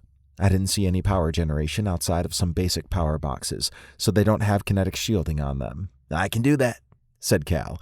She nodded. 3, once those are down, they'll be blind, with no guard tower support at that point. As Cal infiltrates and takes down the guards for each prisoner barracks, Zane will enter each one and unload weapons for them to use. We'll need the prisoners' help. Zane chuckled. I'm sure they'd be willing to. Sounds good. But what if the guards have a life monitoring system? Asked Cal. Bothan's eyes narrowed. They don't. How do you know? I caught 2 trags patrolling and ended their lives. Another patrol was sent out after them, only after the ones I killed didn't return. And yes, I timed the response. Cal nodded. Okay, I guess that's covered then. Sarah smiled. Thankfully, then, we don't need to worry about that. Back to the steps. 4. Once the prisoner barracks are secured, Zane provides a distraction, luring the trags out toward the prisoner barracks, which can serve as cover for the prisoners. She pointed at Zane. You can send up a flare when you're ready to begin your distraction. Got it, said Zane. She nodded. 5. The Exceltion flies near their ships on the ground and provides firing cover for Bothan, along with Doc's robots to hijack the ships. At that point, the trags will be caught in a crossfire, with no way to communicate, no guard tower support, and their avenue of escape cut off. Kane, I'll need you on the Excelsion's cannons to prevent any trag from reaching the ship. Luke, you're with me to help monitor and coordinate. Kane touched his forehead with a finger and then pointed at Sarah. I got it covered. Aye, said Luke. He nodded at Sarah. I'll be ready to assist however I can. Good, said Sarah. 6. Once the trags surrender, we use their ships to load the prisoners and then escort them back to Fedorian space. Silence spread over the room. Aye, said Bothan. Everyone stared at him. Impressed, he said. That is a well-thought-out plan, and mirrors what I would have done with one slight adjustment. Did I miss something? Asked Sarah. Bothan interacted with the table console. The slogs. Doc could whip up a sleeping concoction, and we lace some meat with it. Set it away from the camp, and they will all go to it and pass out. That could occur between steps 1 and 2. You don't want to hurt them, said Sarah. I don't, he said. Zane laughed. You're down with wasting trags but don't want to hurt slogs? Bothan shrugged. The slogs don't deserve death because of the trags' actions. I like that, said Luke, nodding at Bothan. I'd have a hard time killing the Earth equivalent of dogs as well. Okay then, said Sarah. Doc, assuming you can get that sleeping agent created, we have a plan. We should do this at night to help with infiltration in the early steps. Bothan, do you need time? I'm ready to go tonight, said Bothan, raising his head. Zane saw fire in Bothan's eyes. The trags were about to have a very bad night. Zane found it interesting that Bothan did not want to hurt the slogs. That must be a ranger thing, as Zane recalled hearing that rangers did not like to hurt animals if possible. He wondered if Blake followed that approach. Either way, Zane was ready for some action. Cal's heartbeat raced as the small shuttle he was in with Zane flew toward the camp. It was 10:30 p.m., and the plan was a go. The first step was to drop off the metallic meat box, as he called it. The meat was laced with a slog-specific tranquilizer, and the box had a rod that extended to support a tiny turret that would shoot anything not a slog, per Bothan's request. It seemed strange to not kill the slogs, but Bothan had insisted. Approaching the spot, said Zane. Cal studied the map on the navigation console. The area they were going to was west of the camp and behind a large hill. "Let's hope the Exceltion is jamming that tower, or this could be a short trip," he said. "Sarah will deliver. She's good like that." Cal nodded. "No doubt." After 10 minutes, the shuttle had landed in the designated spot. "Time to get this show on the road," said Zane. He stood and checked his juggernaut suit before hitting a button that opened the back of the shuttle. Cal grabbed his sniper rifle and left the shuttle. After a moment, Zane exited, pushing the hover slab with the sealed meat box and a small turret to the side. Once it was off the ship, he lowered the slab and lifted the meat box off. Cal interacted with the meat box's console. The sides of it fell off, while the top folded into a pillar. He grabbed the miniature turret off the slab and placed it on the pillar. "That meat looks nasty," he said. "Sure, it smells great too," said Zane. "Come on. Bothan said this will get their attention fast, especially since it's upwind of the camp."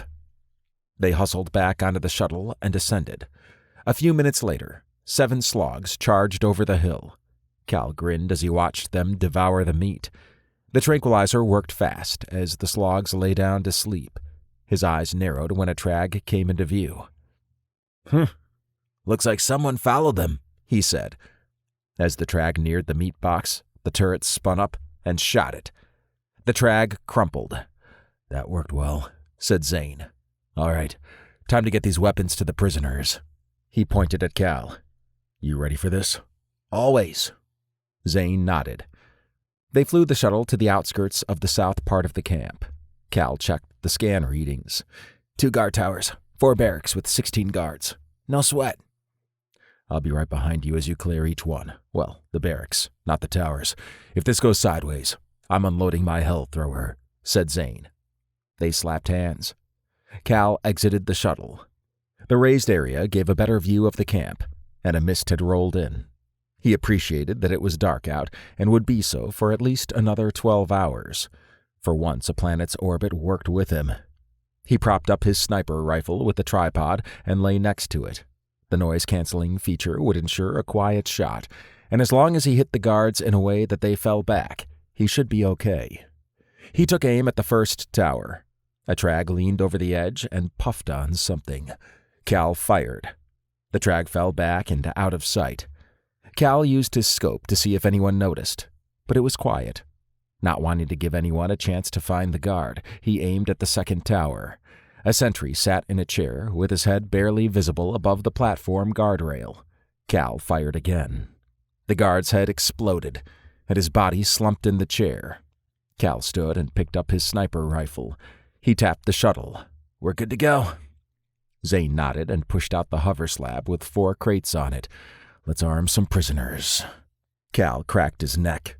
The next step was going to be tricky. He had to disable the 4 guards at the first barracks, but being sniped would stand out. It would be a close-quarters kill with his FHP-10s. He had 2 extra ones in addition to his for a total of 3, and although they only had 6 charges each, they would cover the guards. If he missed, he had 2 shots as a buffer, and anything outside of that meant hand-to-hand combat. He exhaled from his mouth, glanced at Zane, who gave a thumbs up, then proceeded down the hill. He hid in the bushes near the closest prisoner barrack. 2 guards stood out back, talking. The other 2 were on the front side, and he would need to pull them back. But first, the 2 guards in the back needed to be dealt with. He slid on his belly toward the barracks. When he was roughly 20 feet away, he tossed a device behind and away from him that mimicked 2 people talking. One of the guards gestured out, then walked in the direction of the disturbance. Cal fired a clean shot from his FHP-10 at the guard still at the barrack. The guard slumped over. Cal turned and focused on the one who had gone to check on the noise. The guard looked out into the jungle. Cal fired a headshot. The guard crashed to the ground. Cal signaled for Zane to advance. They met at the door. "All right, I have a plan for the 2 guards in the front," said Cal. "Do tell." "We'll go in and tell the prisoners what's going on. I'll lure the guards inside, and once they're in, you shut the door and take 1 guard. I'll shoot the other. These walls are dense, so my shot won't go through the walls." Zane shook his head. "A lot of unknowns there, man." Prisoners could be wild and shit, I know, but the jungle between the barracks helps us with the guards in the back, not so much in the front, where they're all facing the communication tower. All right, let's do this shit. Cal nodded and moved forward. He dragged the corpse of the guard near the barracks into the jungle. After returning to the door, he opened it slowly and peeked in. Bunk beds lined the side, and it was dark. Perfect ambush scenario. He motioned for Zane to hold, then crept in. The first prisoner he reached slept on a lower bunk and was a scared, red-skinned, hairless Masdarian humanoid. "Don't worry, we're here to rescue you, but you need to stay silent and pretend like you're asleep. Do you understand?" asked Cal. The prisoner nodded. Cal talked to each prisoner. There were a variety of races, although seeing the Dredalian one was strange. What it could have done to end up here was mind-boggling, since Dredalian politics were crude at best. After 10 minutes, Zane entered the barrack and gave each prisoner a weapon, which they hid under their blankets. He then took up position by the front door. Cal slid under the bunk bed closest to the back door. "You're up." Zane nodded. He opened the front door, making sure it opened enough to obscure his position. After a moment, both guards walked into the barrack. The lights on their shoulders illuminated the room. Zane closed the door and used his mace to smash the rear guard in the back of the head. The guard crashed into the other one. Cal took aim and fired, hitting the first guard as it fell to the ground. "Nice," said Zane. Cal walked to the center of the room. "Okay, everyone, listen up. We're going to hit the other 3 barracks. Once they're all armed, Zane is going to introduce the Trags to his Hell Thrower. He has a shield he'll use. That's when you come out and fight for your freedom." "What about the guard towers?" asked one prisoner. Cal smiled. "I sniped them already, and their communication tower is being jammed." "They'll just get in their ships and gun you down," said another prisoner. Zane shook his head. "Not if our ship has anything to say about that. And yeah, we got some ground support there too." One prisoner approached Cal. "I'm Garvis Cole. What group are you with?" "Fedorian Presidential Guard, Earthborn unit," said Cal. Garvis smiled. "I'm thankful you came.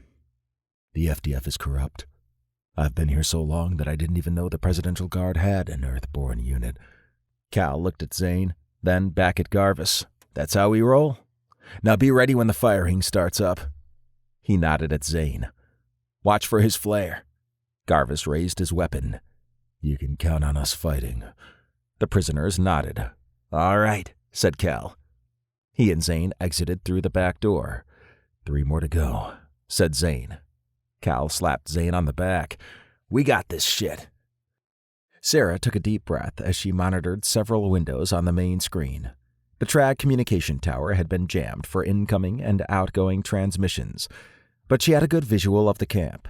She had watched the slogs eat the tranquilizer-laced meat and Cal take down the guard towers.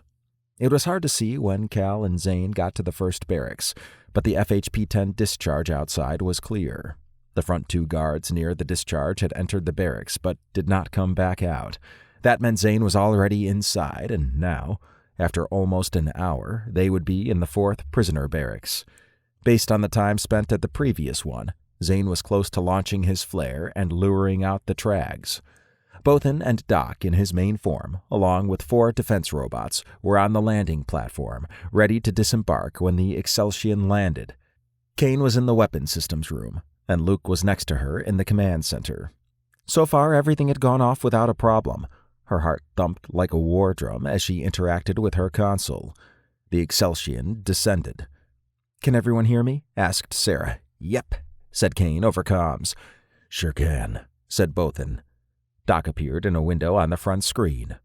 I can as well. "Good," said Sarah. "We're descending now. I'm guessing Zane is going to launch his flare here shortly." "We'll do our part," said Bothan. She ran her hand over the back of her neck as the camp grew closer. All it would take was one Trag to sound the alarm, and Cal and Zane would be under fire. Not to mention the Trags might launch their ships. "Relax," said Luke. "You look like you're about to crawl out of your skin." She sighed. "I know. I have no idea how Blake does this with such ease." Luke laughed. "Being over 400 years old probably gives him some experience." "Yeah." She checked her console. "Almost there." She saw activity near the 4th prisoner barracks. Zane and Cal stood in front of it with a group of prisoners.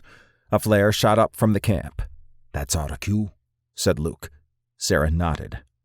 After a few moments, the Exceltion landed between the Trag barracks and their ships. "Bothan and Doc, I'm lowering the landing platform now. Be safe," said Sarah. "Will do," said Bothan. Sarah observed Bothan and Doc exit and rush over to the nearest ship. She switched to another window that showed Zane with his forearm shield out. His hell thrower was spun up and firing at the horde of Trags rushing out of the barracks. Her eyes widened when several made a break for their ships. "I got them," said Kane. The Excelsion's turrets swiveled and decimated the Trags. She switched off the jamming and contacted Zane. "Everything all right?" "Hell yeah," he said. He barked and howled as the sound of the hell thrower reverberated throughout. "Bothan and Doc are securing the ship, and we've got this side covered." Zane laughed. "There won't be much to worry about. These Trags are fighting to the death.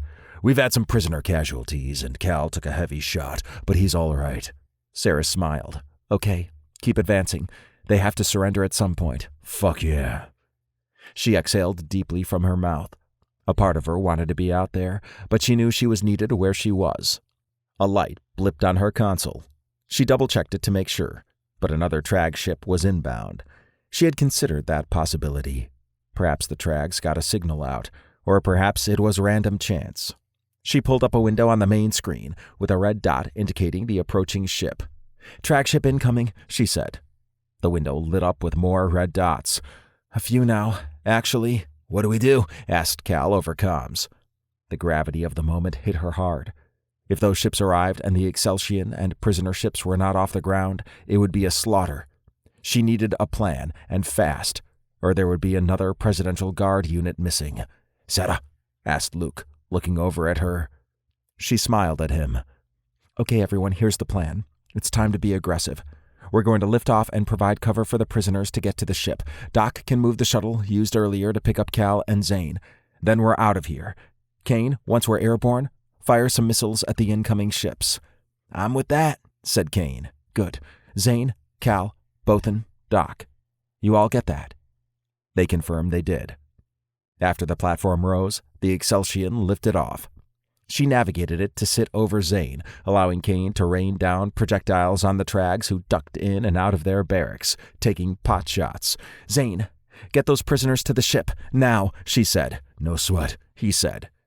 She watched as he motioned toward the ships. The prisoners surged forward. "Doc, can you move the shuttle to Zane and Cal?" asked Sarah. "Of course," said Doc. "Moving it now." Sarah puffed her cheeks. "Good. Bothan, are those ships ready to go?" "Yep, and the prisoners are boarding. They also grabbed a few Trags.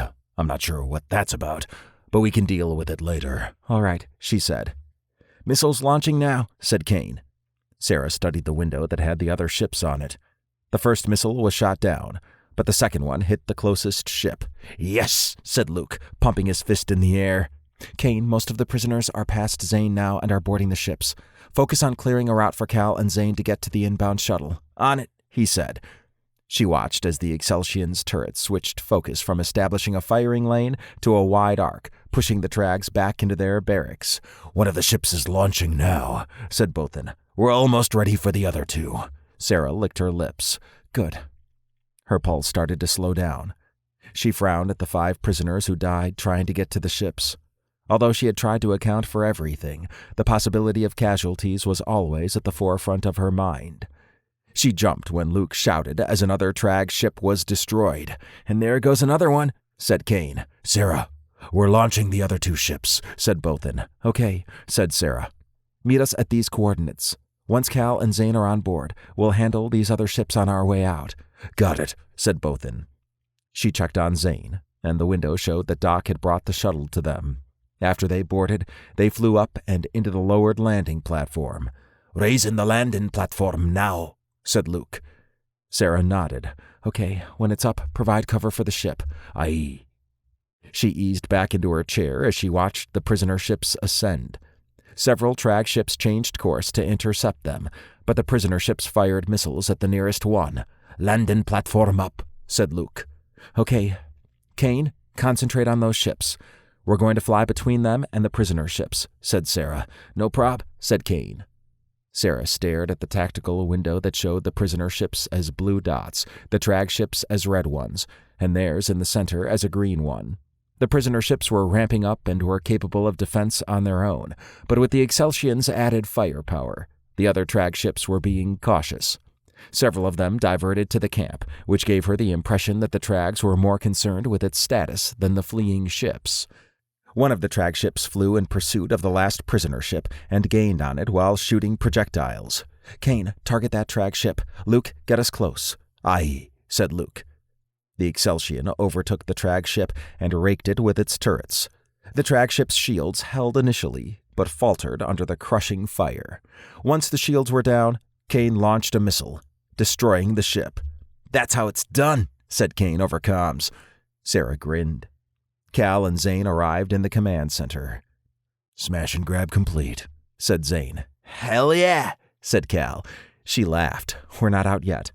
I'll feel better once we're in condensed space. Bothan appeared in a window on the front screen. Garvis wants to come aboard the Excelsion. He has a lot of information I think you need to hear. Okay, we can do that once we're off planet and prior to jumping to condensed space. Bothan nodded, and the window closed. Zane laid a hand on Sarah's shoulder. That was one hell of a mission. Cal chuckled. Sure was. Not all the prisoners got out, but they died trying. You did your best to protect them, said Sarah. We have the visuals on them, so maybe we can show that to the respective governments. Give them a heads up. Aye. It's a damn shame to get that close to freedom and not make it, said Luke. Zane sighed. Yeah, but I'd bet they'd preferred going out that way than languishing in the camp. Sarah sighed. She felt the weight of the deaths on her shoulders, even though she knew there was not much she could do about it. The plan went about as she expected, although how the other trag ships knew to come was something perhaps Garvis had some insight on. The next step was to get him and Bothan aboard, jump to condensed space, then have a meeting. How Blake handled this on a routine basis was a mystery, but she had a better appreciation of it. Chapter 11. Doc surveyed the conference room. Bothan and Garvis Cole had boarded and joined with the rest of the assembled crew. Sarah paced around while the others looked like they struggled to focus. Doc enjoyed studying their facial cues, slang, and body gestures. It gave him a deep insight into each of them. They would probably be upset if they knew they were being continuously analyzed, but it was understood that he scanned them regularly to monitor their health. As an example, Cal often tapped his forehead and pointed when giving confirmation. Zane's nostrils flared when something bothered him, and Sarah licked her lips often. Bothan was an unusual case study.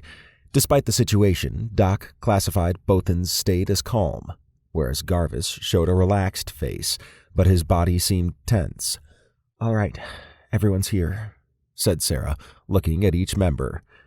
We're all tired and want nothing more than to rest, so this will be brief. Garvis said he wanted to say a few words before we dig in. She gestured at him. Garvis nodded. I wanted to first say thank you for rescuing me and the others. I've been in that camp for so long that I wasn't aware the Presidential Guard has essentially become the Rangers. Even more interesting is the fact it's an Earthborn unit. I think you'll find a lot has changed in your time gone, said Bothan. I'm sure, said Garvis. I'd like to know everyone's name. Sarah motioned at Zane. He can start. Zane smiled. All right. I'm Zane Gibbons, Earthborn. You walked without fear during the breakout, said Garvis. Having Juggernaut armor helps. Perhaps so, said Garvis. He eyed Zane. You make an impression. Zane nodded. Cal laid a hand on his chest. Cal Moden, Earthborn. Garvis eyed Cal. Your gadgets and aim were impressive.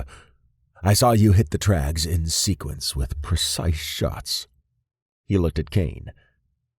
Kane Walsh, technician, Earthborn. Bothan said you manned the turrets effectively. Kane grinned.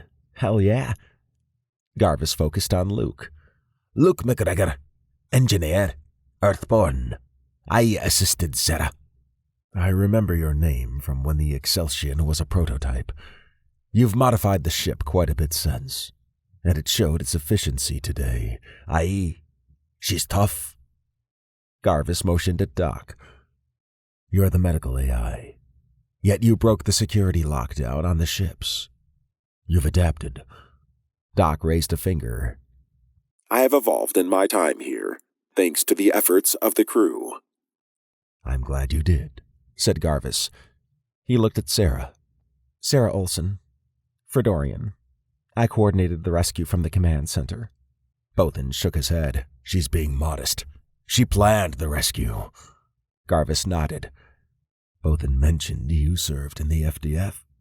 Sarah sighed. Yeah, aboard the Arcturus.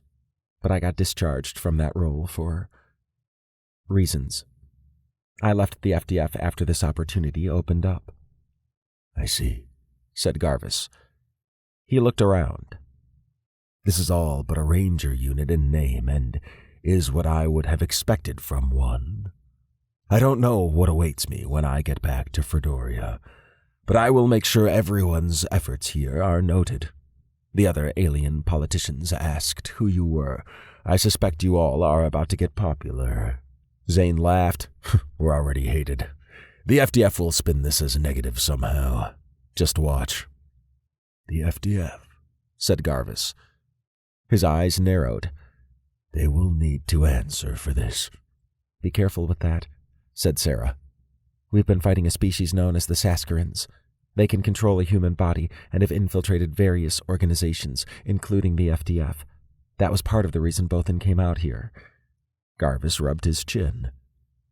The Saskarins. I've never heard of them. They're nasty buggers, said Luke. Bothan nodded. My mission was to find 2 FDF ships that had apparently gone rogue. I tracked them to that camp and believe there is Saskarin involvement to some degree. They will answer for this too, said Garvis. So how'd you get there? Asked Sarah. Records show your ship exploded after you left Fredoria. You weren't on it, obviously. Garvis eased back into his chair.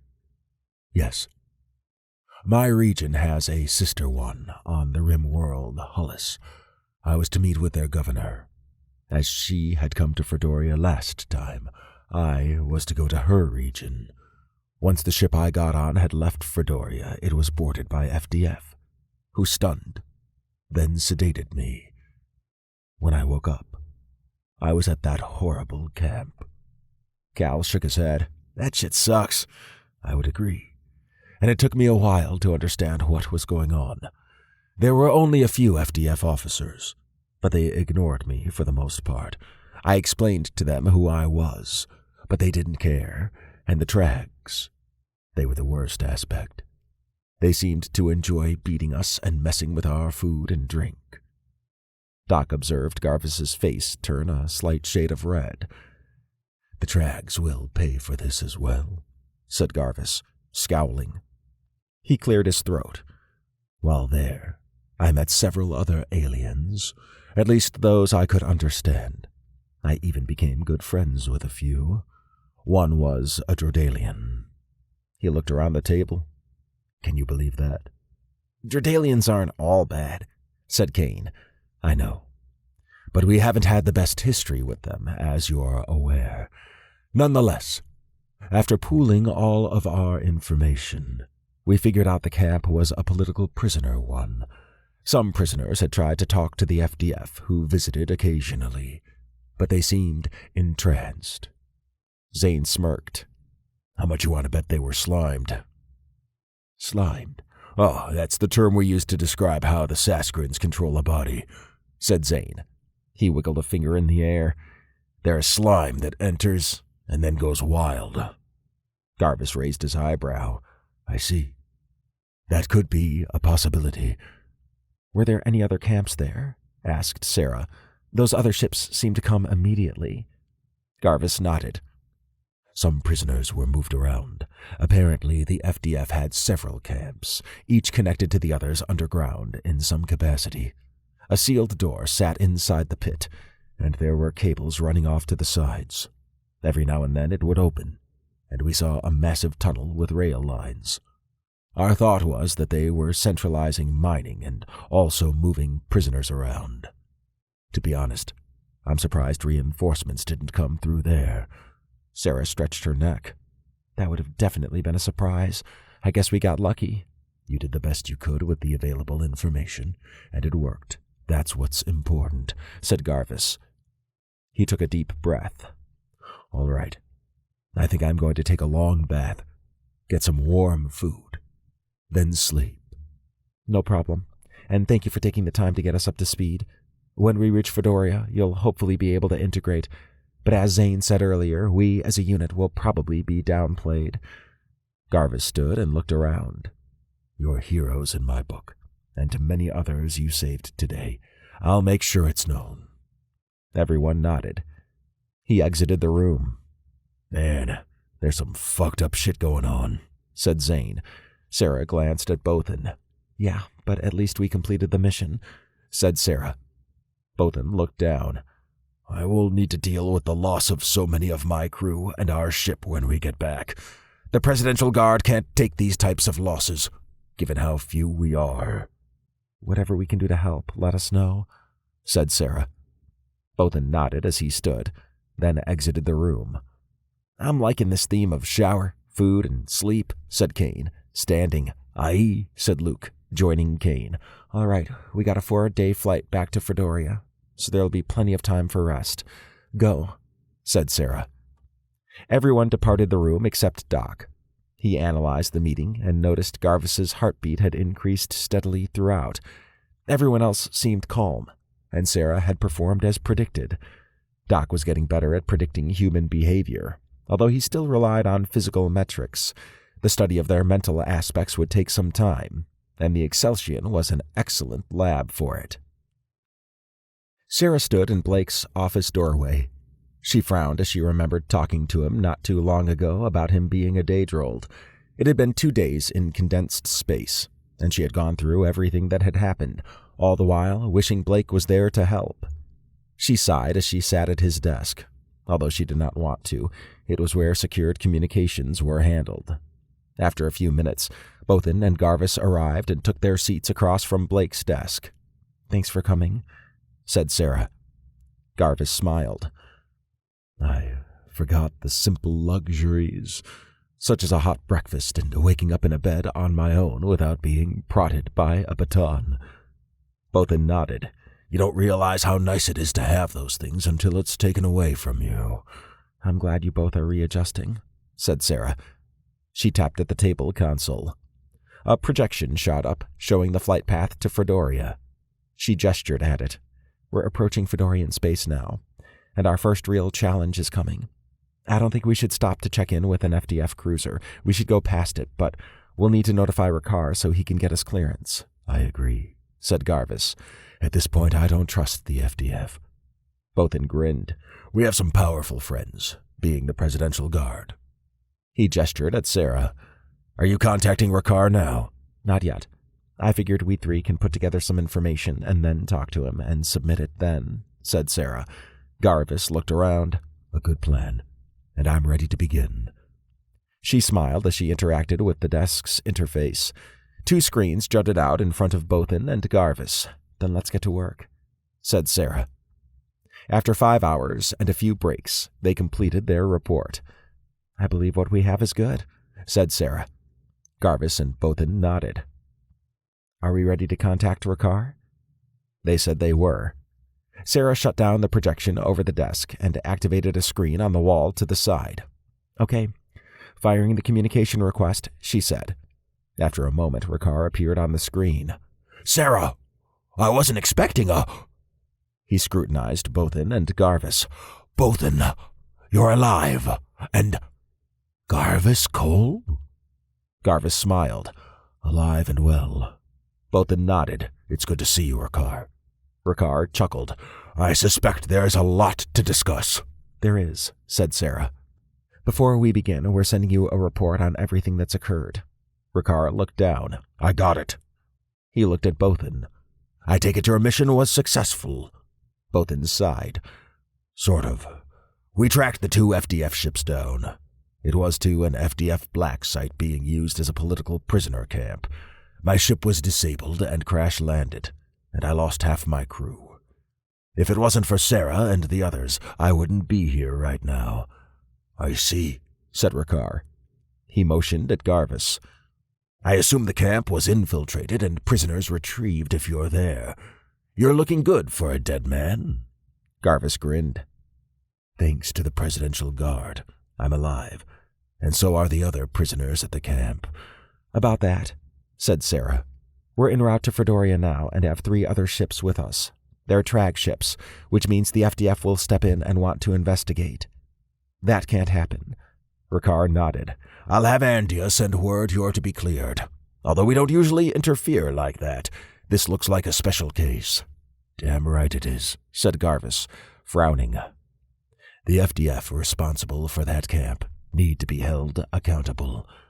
Your presence on Fredoria will be a powerful sign that something is rotten in the FDF. Although I'm sure the last thing you want to deal with is politics, your arrival will help tilt the scales in Andia's argument that the FDF is moving too slow and is being infiltrated. Garvis sighed. Whatever I can do, let me know. Politics is one area I understand well. Excellent, said Ricard. He glanced at Sarah. I take it your unit performed as expected? Bothan gestured at Sarah. Her liberation plan was top-notch and went off with only a few casualties, even with a few unknowns that occurred. Her unit is to be commended. Ricard eyed Sarah. Coming from Bothan, that's rare praise. She smiled. I'm glad everything worked out. Have you heard from Seth, Ada, or Blake? Unfortunately, no. I had hoped to learn something of their situation, but it's been quiet. Sarah looked down, then back up at Ricard. Okay, we're on our way. And if you can get us clearance, we'll be in Fredoria in 2 days. We can do a full debriefing then. It's a good thing you contacted me, actually. I have a new mission. I think, given the current circumstances, perhaps those other ships with Bothan and Garvis can continue on, while you check out the following coordinates. Sarah's desk lit up with a holographic map of the galactic region, an area on the outskirts of the Shulon Empire highlighted. What's the mission? She asked. Ricard nodded. There have been reports of the Shulon fleet leaving their home space and clustering around the Jeezarus system. It's their full fleet. Their homeworlds are now under attack by the Khaldun Empire and the Gortaka Zul Confederacy. On top of that, pirates are hitting the outermost colonies. Garvis sat up in his chair. Why isn't their fleet protecting their homeworlds? We suspect the fleet is Saskarin-controlled, and whatever is in Jeezarus is something big. The mission is to see what's going on out there. You don't need to infiltrate anything, but a deep scan of the area would help us formulate a response and give us a heads up. Sarah nodded. We can do that. How did you find out about the Jeezarus system?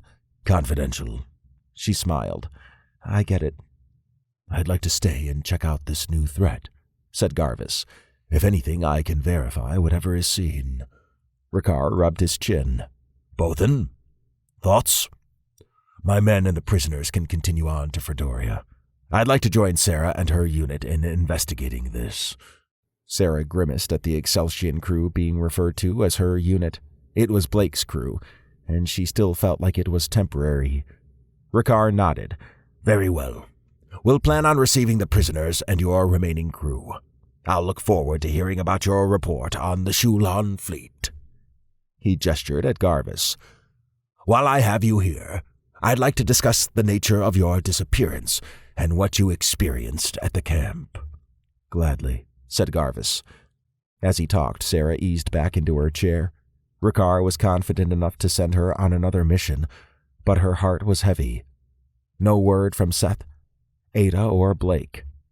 To her, that was the core of the team. After this next mission, maybe she could join the hunt for them. Her mind drifted to Blake, and she wondered where he was and what he was up to. Chapter 12. Blake studied the body-length container obtained by Slazzer. It had been 5 days since Blake bit Slazer, and most of that time was spent learning about Tokara's layout and systems. The Ceros Corporation AI was top-notch, with a full complement of robot guards that could be controlled as needed. There was a mix of different races for the organic guards, and each one grinded through a meticulous process to get hired. Their compensation involved time with prisoners if desired, along with some hefty credits and unlimited replication for whatever they wanted. A cushy job for sure. Slazer stayed under control and still did his duties, but once the lab cleared for any reason, Blake made Slazer get information. Blake's plan was simple. He would be taken to the processing center in the sealed container.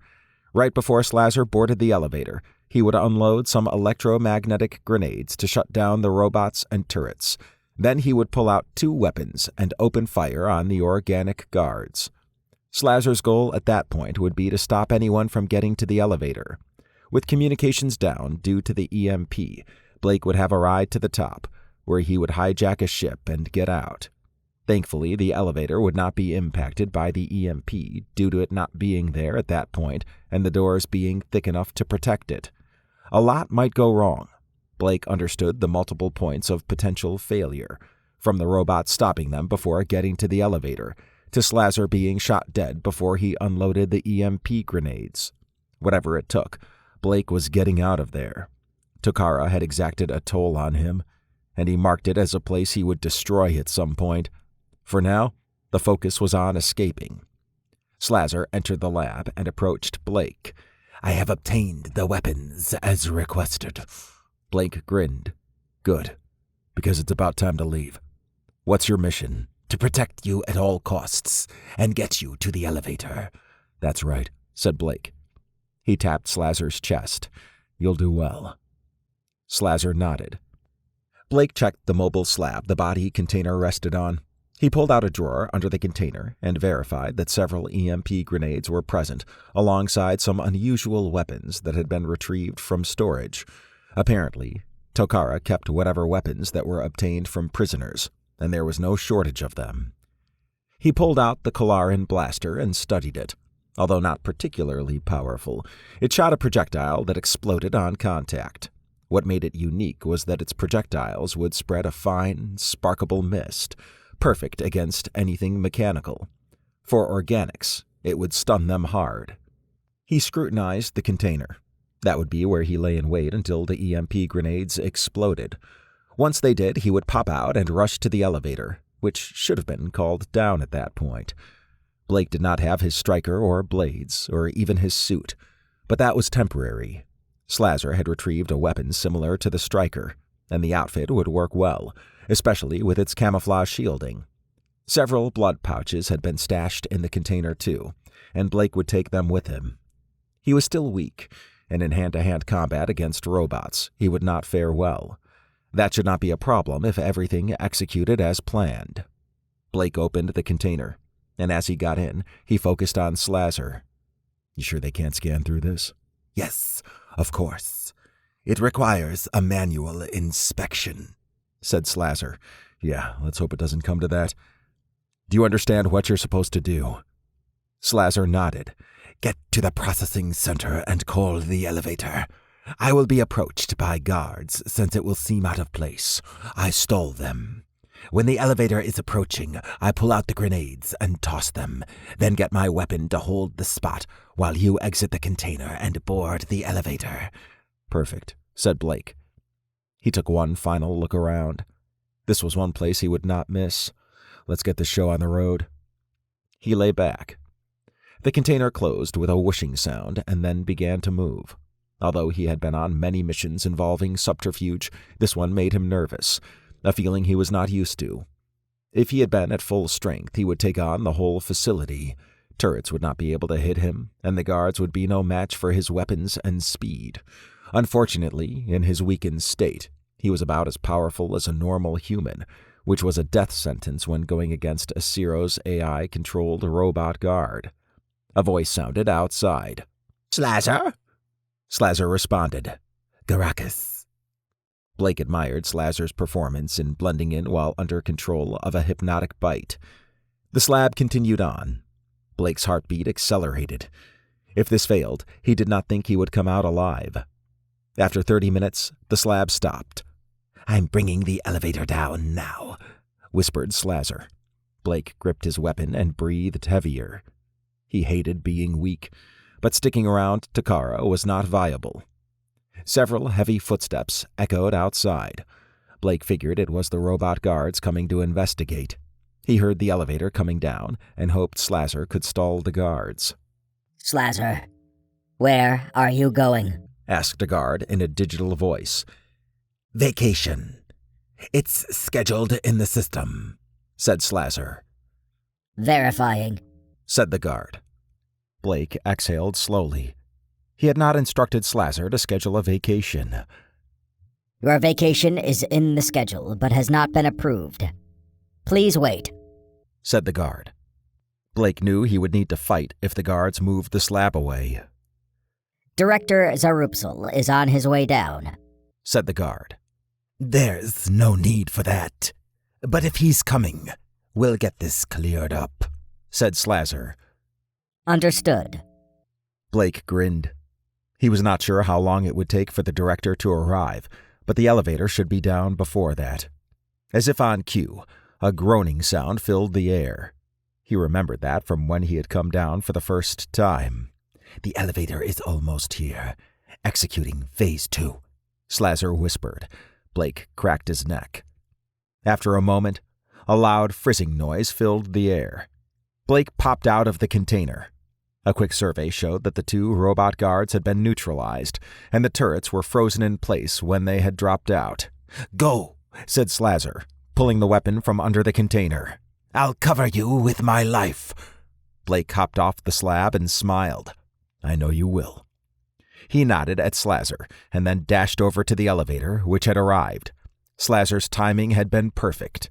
While everything had been fried, the elevator was out of range and protected by the thick shaft walls. He hopped in and studied the console for a moment, then interacted with it. After a moment, the elevator doors started to close. With the view of the processing center almost gone, Blake observed organic guards rushing into the room. "My life for Blake Brown!" shouted Slazar. Weapons fire filled the air, along with several explosions. Blake slumped against the wall and slid down as the doors sealed. The elevator ascended. He was exhausted from the tension, and he still needed to handle topside when he got there. Per Slazar, the elevator was lightly guarded since it resided deep inside a heavily fortified compound. The layout showed there to be mostly organic guards topside, something Blake could deal with using camouflage shielding. Thump. Blake jumped up and looked at the ceiling. A hatch opened, and several canisters dropped in. They spewed forth a thick cloud. Blake put his arm over his mouth as he coughed. His eyes stung, and his nostrils burned. It was an incapacitation gas. An android, minus any human skin, dropped in. It pointed a weapon resembling a shotgun at Blake. "Wait," said Blake. "Who are you?" Hagaroth. Second layer of defense if communication is disrupted, he said in a digitized voice. "Unfortunately for you, you're going back to your cage. Meatbag." He shot Blake point blank. Blake winced as small syringe-like objects stabbed him. Whatever was in them had been injected into him. He gritted his teeth and raised his weapon. Hagaroth snatched the weapon out of Blake's hands. "Foolish flesh sack. You're no match for a superior being." He hit Blake hard. Blake sprawled to the ground. He tried to fight the gas and the injection. Everything went black. Blake opened his eyes. The water sloshing around him and the tube down his throat indicated he was back in the healing storage tank. He found it painful to breathe, and he suspected it was due to the gas he had inhaled. His muscles screamed as if they were on fire. With some focus, he relaxed everything. Hagaroth had been a surprise. Tokara apparently compartmentalized their defense knowledge, since Slazar was not aware of Hagaroth. It aided Blake that he had gotten so close to topside, only to fail. A second chance would be tough if the director had any sense. Blake squinted at the semi-transparent, glass-like wall of his capsule. There were 6 aliens standing around a central table. He identified one as a Gorillix. They had long, digitigrade legs that supported a torso that reminded him of a pea pod. A comically large mouth with one big eye resided on the upper part of the torso, which had 6 arms, 3 on each side. The other 5 were Sasskarin, 1 female and 4 males. Blake remembered fighting them on some contracts, and they reminded him of small were-rats minus the tail. They were devious and known for their torture. The Gorillix approached Blake's capsule. In a squeaky voice, it said, "You're awake." Blake stared. "Right. You can't talk with all that," said the Gorillix. He tapped at the tablet device he cradled. The water lowered as the tubes retracted from Blake's nose, mouth, and other parts. He dry-heaved a few times before stabilizing his breathing. "Now we can talk. I'm Director Zeruppsel, and you are Blake Brown." Blake coughed. "And you almost made it out. I'll give you credit for that." "Great." Director Zeruppsel blinked rapidly. "I don't understand how you got that far, or why Slasher was willing to kill himself in your name. That's what he said before he was killed." "Must be my charm." "Your charm is dangerous.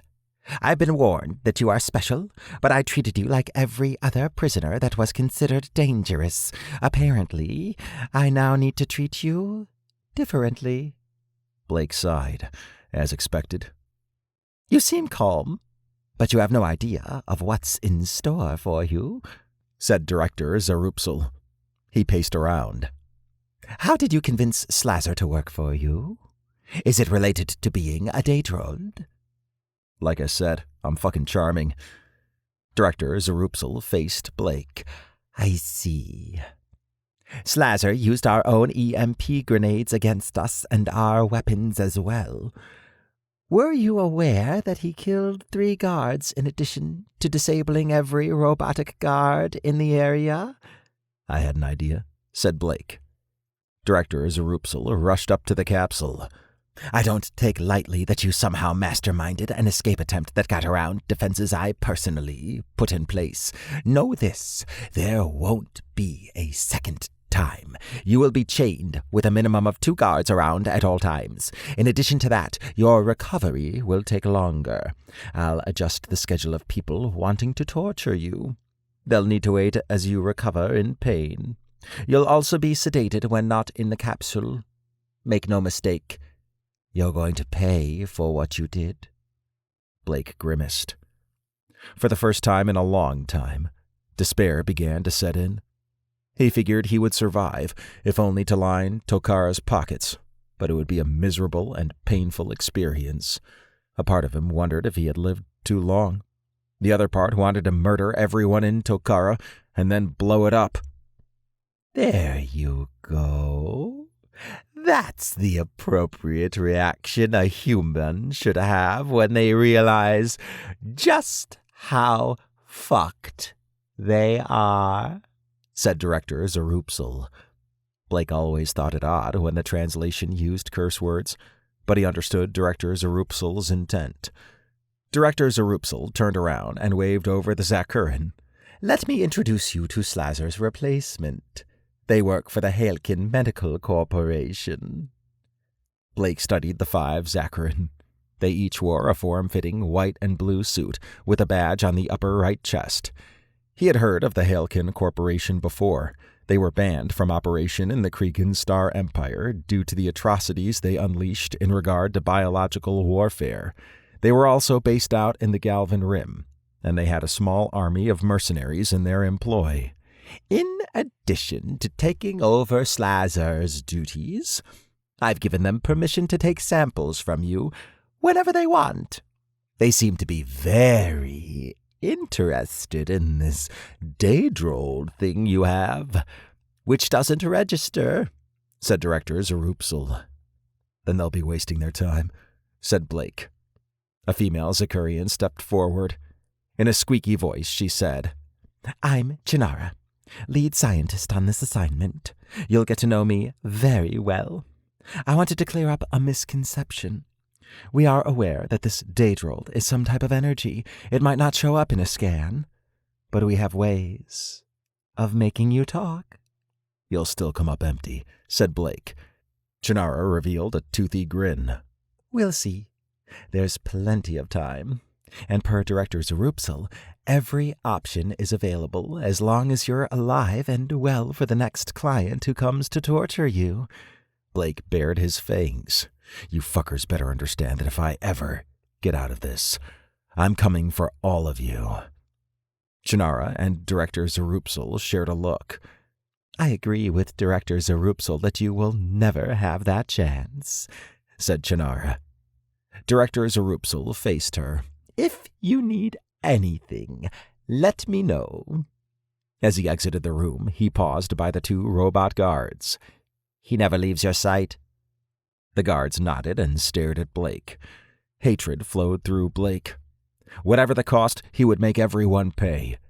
Any thought of despair he had before evaporated as he focused on what he needed to do. He would memorize the guards' patterns and Chinara's routine.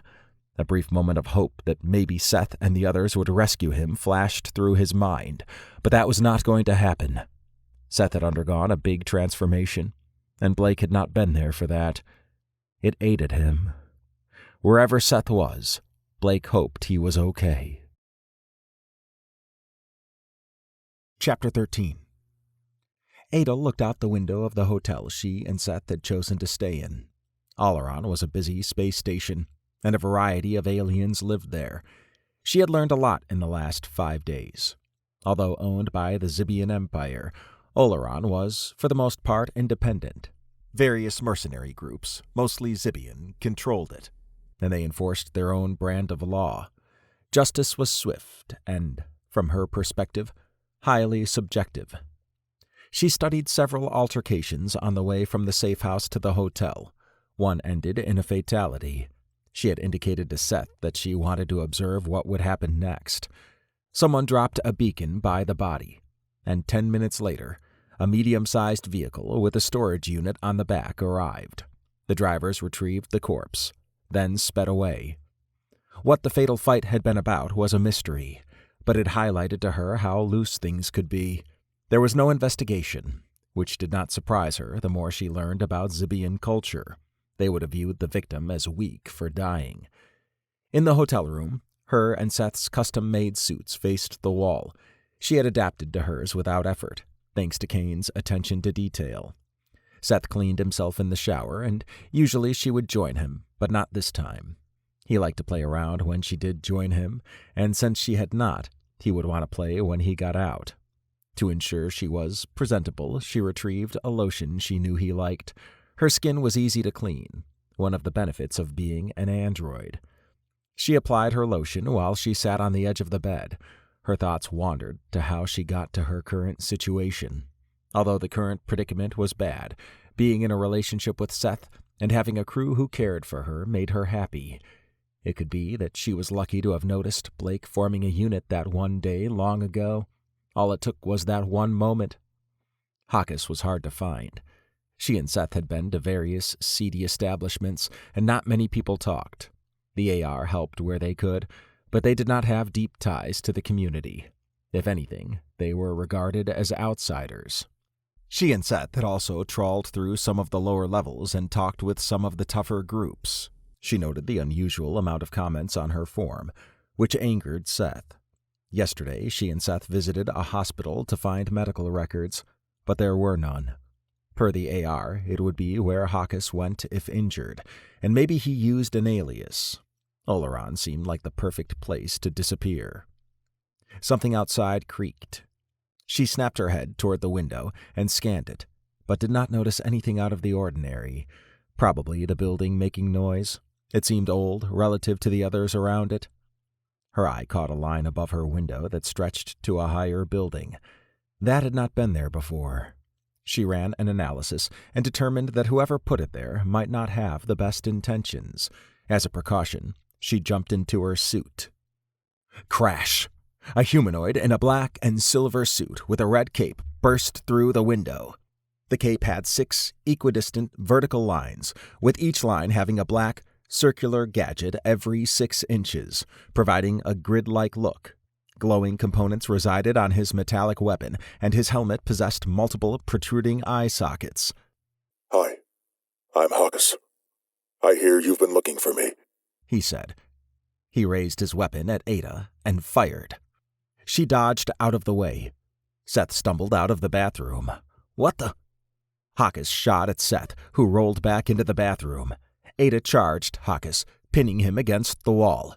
Seth, get your suit. Seth popped out of the bathroom and rolled across the bed. Hawkes' cape split into 6 separate arms, 3 on each side. Fredorian. How unusual.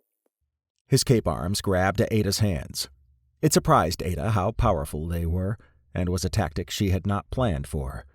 The cape arms moved her arms off to the side, allowing Hawkes to kick her off him. He stepped forward. Seth, now in his suit, slammed into Hawkes, knocking him back. You're not the usual mercs who come after me, said Hawkes, standing. He retrieved his weapon and tossed a device into the air. A bright light filled the room as he jumped out of the window. Seth rushed over to Ada. You all right? She nodded. Let's get him. Damn right. They burst out onto the stairs outside the window. Ada looked up and witnessed Hawkes climbing the wall outside the stairwell by using his cape arms. She planned to look into getting a similar cape if it could do that. What the fuck is that cape thing? Asked Seth. He barged up the stairs. Ada followed him. She sensed Seth's anger and hoped it did not affect his judgment. After 5 minutes, they reached the top of the building. Hawkes waited for them on the opposite side of the roof. He raised a hand. Wait. I want to talk. I can take a round of fire, but then I'll escape. Seth and Ada kept their weapons trained on Hawkes. Speak, then, said Seth. Hawkes nodded. Why are you after me? Takara?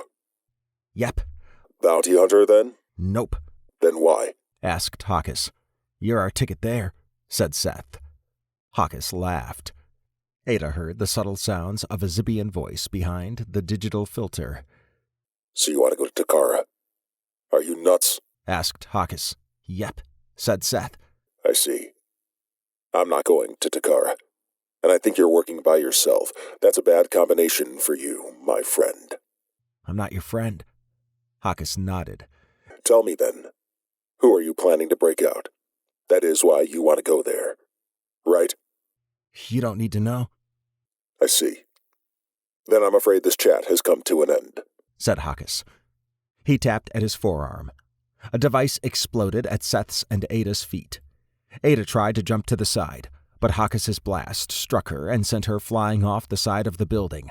Her systems fritzed as she attempted to determine where she would land. Although she thought her suit might handle the crash, the impact might disrupt her systems. She looked up at Seth, who stood on the edge of the building, and looked down. As he grew smaller, she braced for impact. Everything went black when she hit the ground. Seth watched Ada until she hit the ground. He took a shot from Hawkes, but the kinetic shielding held. 1-on-1 now, said Hawkes. Much better odds. Seth wanted to jump down and check on Ada, but Hawkes was right there. Seth dodged another blast. Ada, are you there? He asked over comms. No response. Seth spun around and fired at Hawkes, who rolled left. It was time for him to be captured. Seth would retrieve Ada after. Although she had not answered, her suit could handle an impact like that, or so he hoped. Her communications had probably been knocked out. He ran to the side while firing at Hawkes. Hawkes pulled out 2 small daggers and rushed Seth. Hawkes' cape split into 6 arms that moved around like snakes, with a sharp point on each end. Seth had never seen anything like the cape before, but he saw its value. He made a note to get one. Hawkes slashed at Seth. Seth raised his weapon to fire. 2 of Hawkes' cape arms ripped the weapon out of Seth's hands. Seth tackled Hawkes to the ground. Hawkes used his cape arms to wrap around each of Seth's arms. Seth was surprised at the cape arm's power. Even at full strength, he struggled against it, and only 4 of the arms were being used. The remaining 2 struck at his armor. Blind rage. The true sign of an amateur.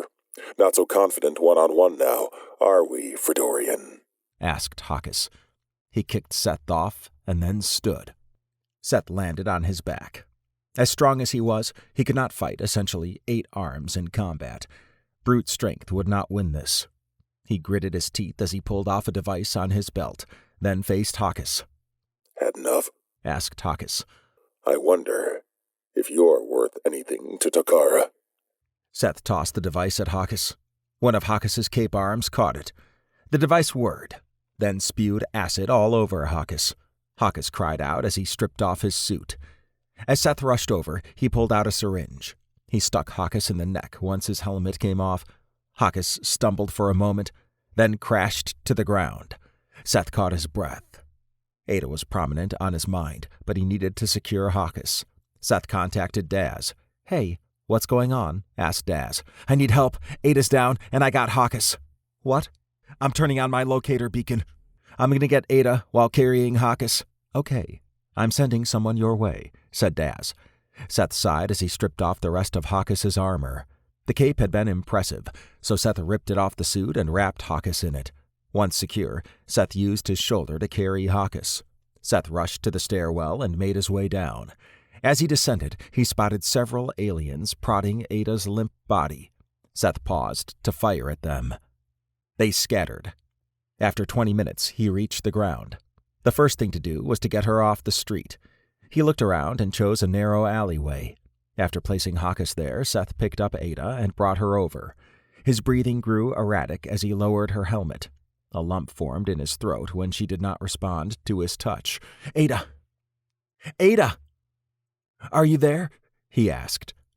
He searched her head and checked for any sign she was still alive. The suit should have handled the impact, and even if her communication was out, she should have still been responsive. His heartbeat accelerated. "Daz, where's the pickup?" asked Seth. "Stay where you are. It should be there momentarily," said Daz over comms. "Okay. Hurry," said Seth. He spun around and pulled his weapon out as someone peered into the alleyway. They scurried away. He pulled Hawkes and Ada deeper into the alley. The pit in his stomach grew with every passing moment. After 10 tense minutes, the AR vehicle arrived. An android rushed over. "I'm Tull. Daz sent me."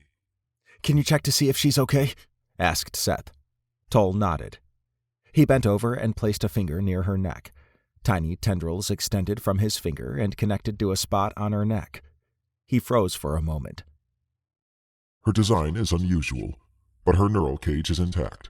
Usually surgery can handle that, but I'm not familiar with her structural architecture. It's deviated from a standard G2. He said. Seth let out a breath of relief. "Yeah, she's had some upgrades. All right. Thank you. I'll get her if you can get Hawkes." Tull complied.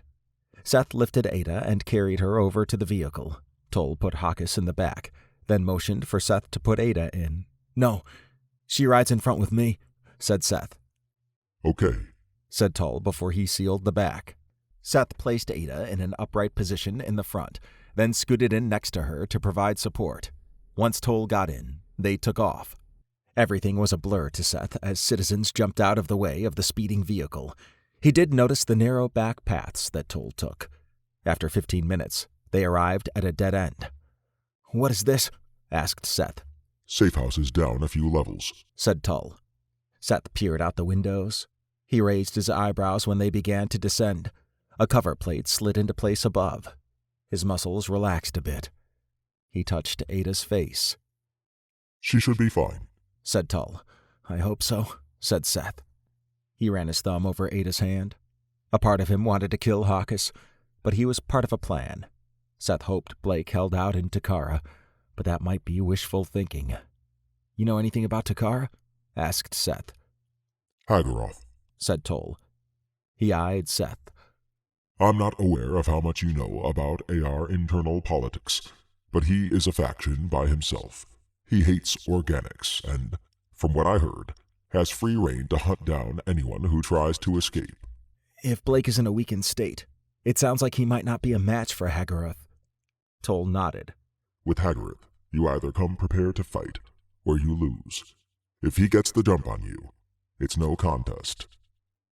"Hawkes got the jump on us, but we got him." Tull eyed Ada. at great cost. Yeah, said Seth, looking out the window. The platform slowed to a crawl, then stopped. Toll drove forward into a tunnel that ended in a large garage. We're here.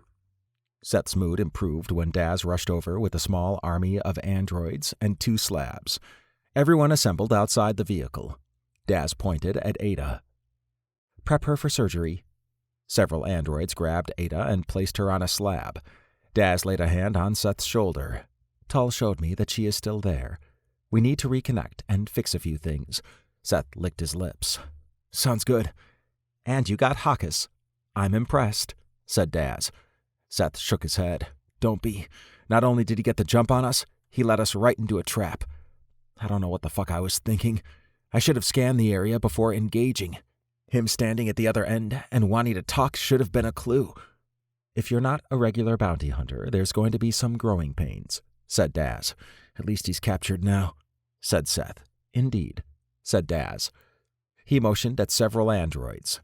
Get Hawkus to organic storage and keep him sedated. The androids nodded and hopped into action. Seth sighed as Ada was rolled away. Although he felt better, a part of him was ashamed he even let it happen.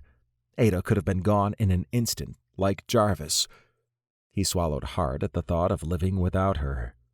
Daz slapped Seth on the back. Come on. I know you're going to want to watch the surgery. Of course, said Seth. Lead on. Chapter 14. Ada looked around the mental environment she had created for if she were ever trapped inside her neural cage. It allowed her to use her senses when her body was disconnected. The impact had severed her neck connection, but it would take a lot more force for her neural cage. She worried about Seth being alone with Hawkus. Her analysis showed that Hawkus had laid a trap where she had stood, and she and Seth had walked into it. There was not much time once they got to the roof, but a scan of the surrounding area would have helped. The environment flashed. That was the sign that she was reconnecting to her body. She watched as connections appeared as boxes in the air. After a moment, her surroundings disappeared, and she was able to open her eyes in the real world. Someone held her hand, and she heard voices. She recognized Seth and Daz, but not the others. A quick system diagnostic showed that she had been repaired. She started a deeper analysis to probe everything. Someone's up, said Seth. She looked over and smiled at him. Next to him were Daz and 2 other androids she did not recognize. She was on a slab of some sort, with lamps above her. Judging from the room and the other androids milling about, she was in an AR safe house. I am up, she said. What happened with Hawkus? He's sedated in storage for now, said Seth. You got him. Seth smiled. Sure did. I used one of Kane's acid mines. That would have worked. I liked Hawkus's cape. Daz motioned to a corner where 2 capes hung. We reverse engineered it. They're quite advanced and require a non-replicated energy store, but we had some of that. The suits are ready for both of you. Seth nodded. It'll take some time to get used to controlling them, but they're surprisingly easy to maneuver around. It was like I had 8 arms. How did you interface with it? Asked Ada. Neural, said Daz. Seth was able to adapt quickly to it because of his upgrades. You being a G2 will have no problem with it. We'll be the Crimson Duo, said Seth. Ada grinned. I like that. Daz nodded. Not bad. That name fits. The fact you got Hawkus is going to draw a lot of attention to Oleron. Let it, said Seth, shrugging.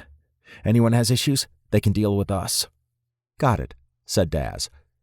He paused. A specialist is on her way over now.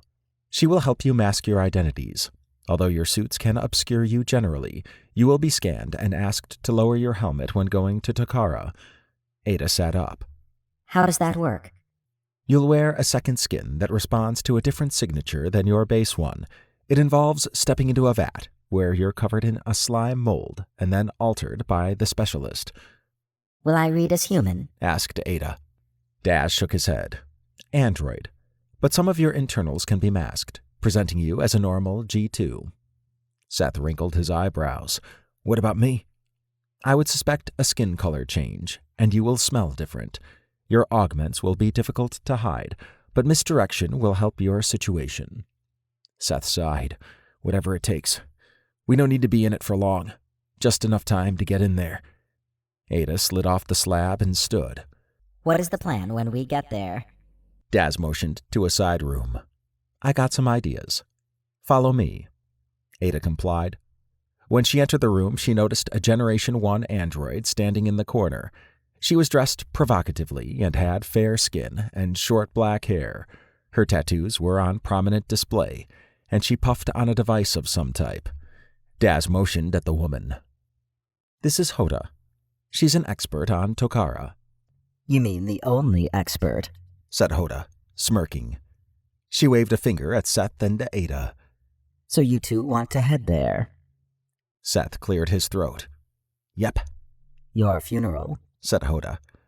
She smiled. There are so many better things to do with your time. Nope, said Seth. Getting Blake Brown out is top priority. A shame, said Hoda. She walked up to the table and interacted with its console. A projection shot up of the cutaway of a facility. This is what awaits you when you arrive, said Hoda. She pointed at a bay. This is where you land. Most of my information is gleaned from those who go there to torture, guards, and those who deliver supplies. How did you get the information from them?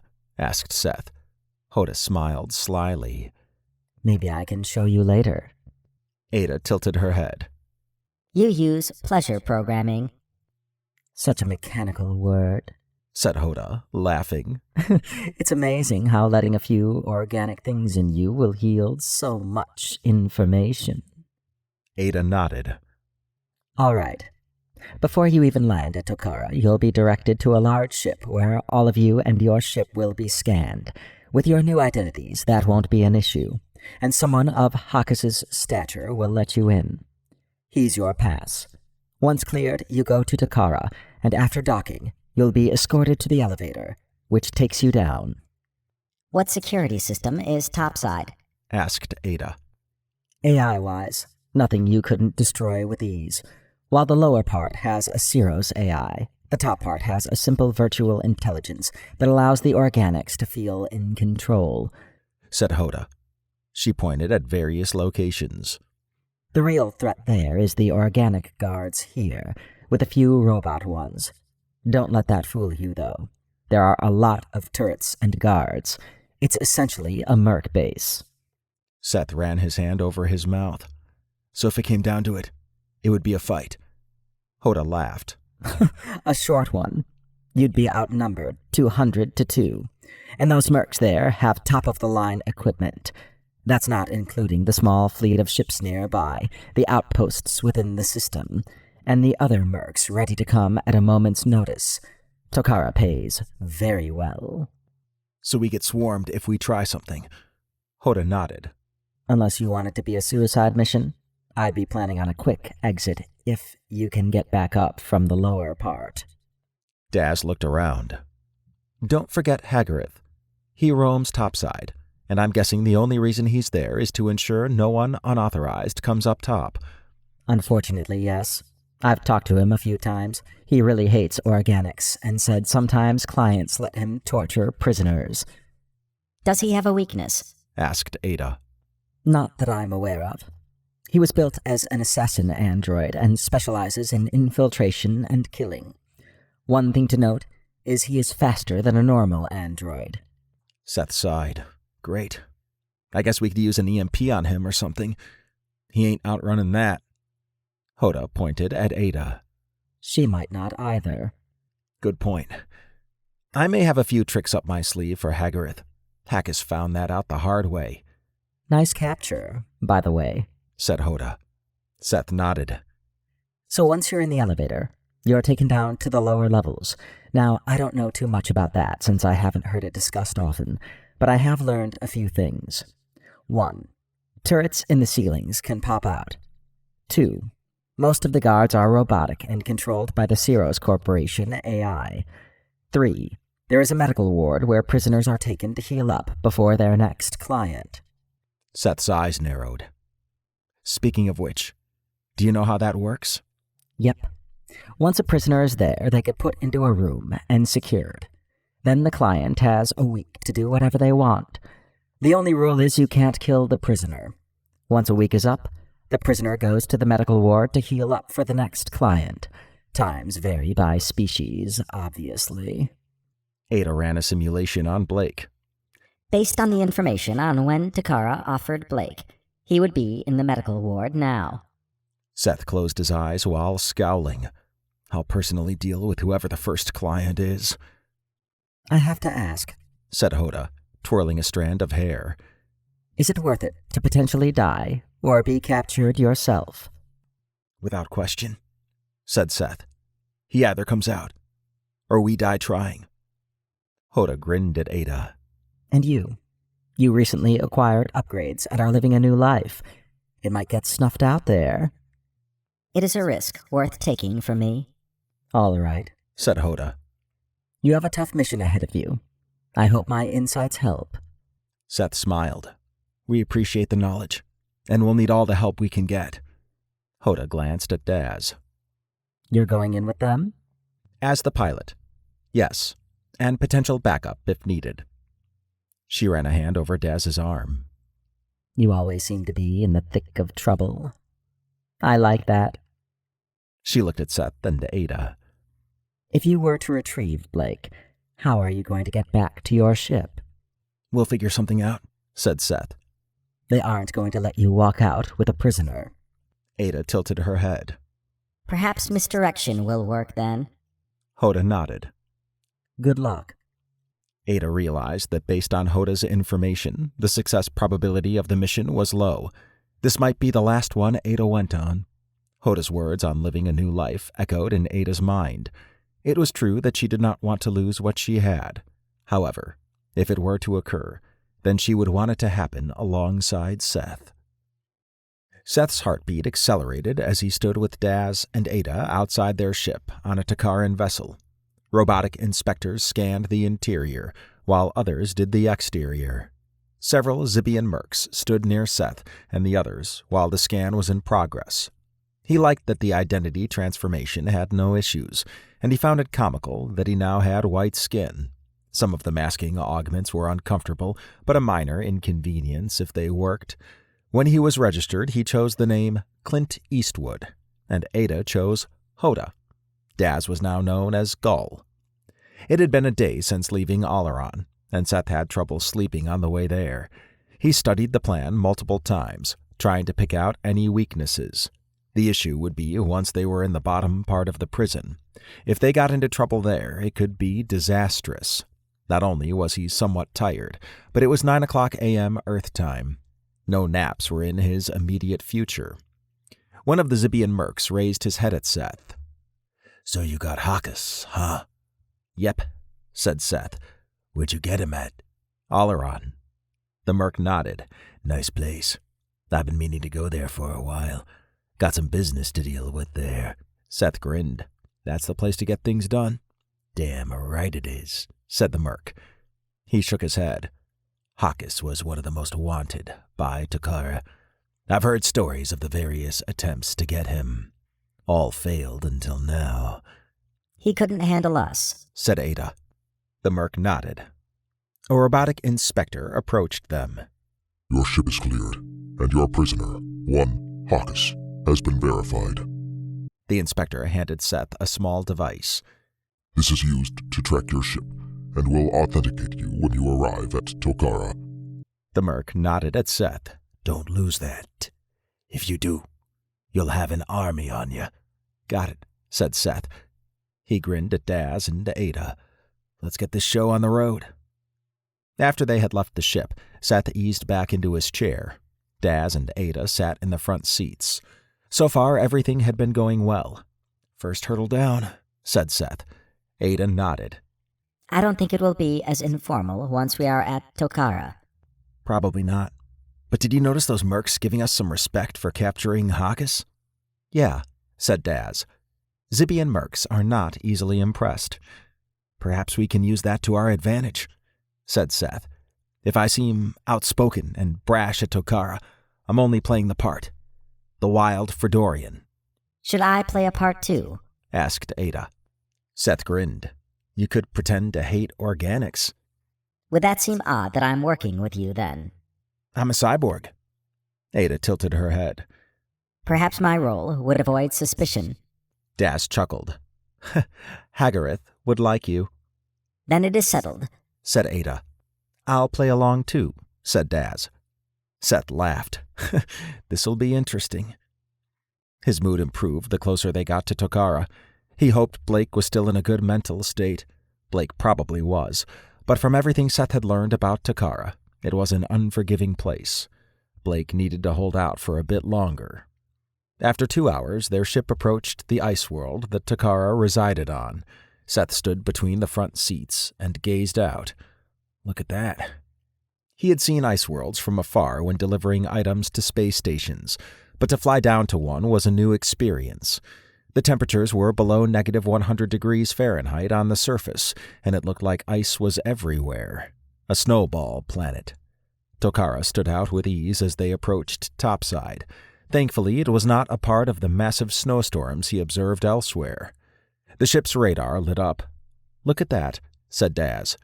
Seth studied the 32 massive turrets with a large base. I don't think anything is approaching that Tokara doesn't like, said Daz. Or leaving, for that matter, said Seth. Ada tilted her head. That would mean they are tied to Tokara, and potentially controllable. Seth sighed. Why do I get the feeling we're going to need to do just that? Doesn't hurt to plan for it, said Daz. The turrets tracked them and the 2 ships that escorted them in. Tokara security was no joke, and Seth suspected it would be that way inside. They approached a hangar bay. A light blue, semi-transparent shield covered the massive entrance. Seth scrutinized the calm interior when they flew through the shield. Several ships were parked, with small crews of humanoid robots hustling about. He spotted a few aliens, but for the most part, it was very low traffic. Like no one's here almost, said Seth. I wouldn't get complacent, said Daz. Seth chuckled. Not going to happen with me. They landed and exited the ship. A male android with missing skin approached them. To his sides were 4 robot guards, with 2 of them pushing a slab. Now who's this? Asked Seth. No clue, said Daz. The android paused before them. It takes a lot for me to be impressed, but here I am. Impressed. You got Hawkus, and it's no surprise that you 3 did that with 2 androids and a cyborg. Organics couldn't cut it. He slightly bowed. I'm Hagareth. I viewed your credentials and cargo when you checked in on our cruiser. It's good to have new suppliers. Seth nodded. Just making them credits, you know? Oh, I do, said Hagareth. He scrutinized Daz and Ada. Any affiliation with the android resistance? Ada shook her head. No. They split into various factions and are focused on the wrong things. We split off. Need them credits, said Seth. I see, said Hagareth. I haven't been in contact with the AR for a long time. They didn't have a need for someone like me. You're not alone in that situation, said Daz. He smiled at Ada, then faced Hagareth. However, being by ourselves means we need income. I prefer bounty hunting high-value targets to moving boxes in a warehouse. Catching organics is easy money. Hagareth chuckled. We process thoughts alike. That's a good sign. He motioned at 2 robot guards. Get Hawkus. The guards nodded and moved the slab to the back of the ship. The other 2 guards entered it and, after a moment, came out with Hawkus. They laid him on the slab. I won't keep you, said Hagareth. Go collect your payment, and when you're done, stop on by. I'd like to hear what's going on out there. As you might guess, there aren't a lot of androids here, and news is not piped here regularly. Will do, said Seth. He nodded at Hagareth. They followed the guards across the hangar bay. They arrived at a large elevator a short while later, then boarded it. Seth's heartbeat accelerated as the elevator descended. He had already seen more than most would about Tokara, and now he was going into the belly of the beast. The interaction with Hagareth surprised him. He did not seem like an evil android. It could be that he was okay with cyborgs. 15 minutes later, the elevator stopped. Seth's eyes narrowed as the elevator's opening revealed the processing room. It looked like someone had tossed a bomb in there. Robotic workers cleaned up debris, and broken turrets hung from the ceilings. The cracked screens on the wall and burn marks indicated some type of explosion must have occurred. Projectile holes appeared on all the walls. They exited the elevator. One of the robot guards faced them. In a deep, digital voice, it said, "Wait here." "All right," said Seth. After a moment, a boar-like humanoid alien standing 8 feet tall arrived. It had 4 arms alongside small horns jutting out from its pale orange head. Tusks displayed prominently from its mouth, and the alien's black and gold heavy armor stood out. A silver and black humanoid robot flanked by other dark gray ones trailed after the alien. Seth recognized the alien as a Languin. They were a Galvin Rim civilization outside of the Kregan Star Empire. Not much was known about them, other than they kept to themselves. They did seem to appear throughout the Galvin Rim in many lines of work. The Languin studied them. In a deep voice it said, "I'm Processing Director Gnol Kerjul Tons. You may refer to me as Gnol." "All right," said Seth. "Gnol it is." "You've brought us Hawkus. Most impressive. Normally I don't come out to meet those who deliver," said Gnol. His 4 arms gestured at different areas of the room. "As you can see, this room is under construction." "Saw that," said Seth. "What the fuck happened here?" "If you must know, Blake Brown. He almost escaped, and in the process somehow convinced our medical overseer to blow the place up. Crazy, huh?" Seth nodded. "Sounds like it.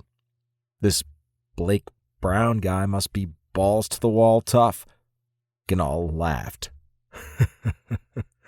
"I don't know if that translates right, but it's funny. As for Blake's destruction of this place, I didn't personally witness it. But the fact he did all this shows he is more dangerous than we thought. As Hawkus is number 3 and another in the top 5 wanted, special precautions are being taken," said Gnol. He gestured at the silver and black robot who ordered the other ones to get Hawkus. "Hawkus will be processed, and your payment delivered." "All right. Where do we wait?"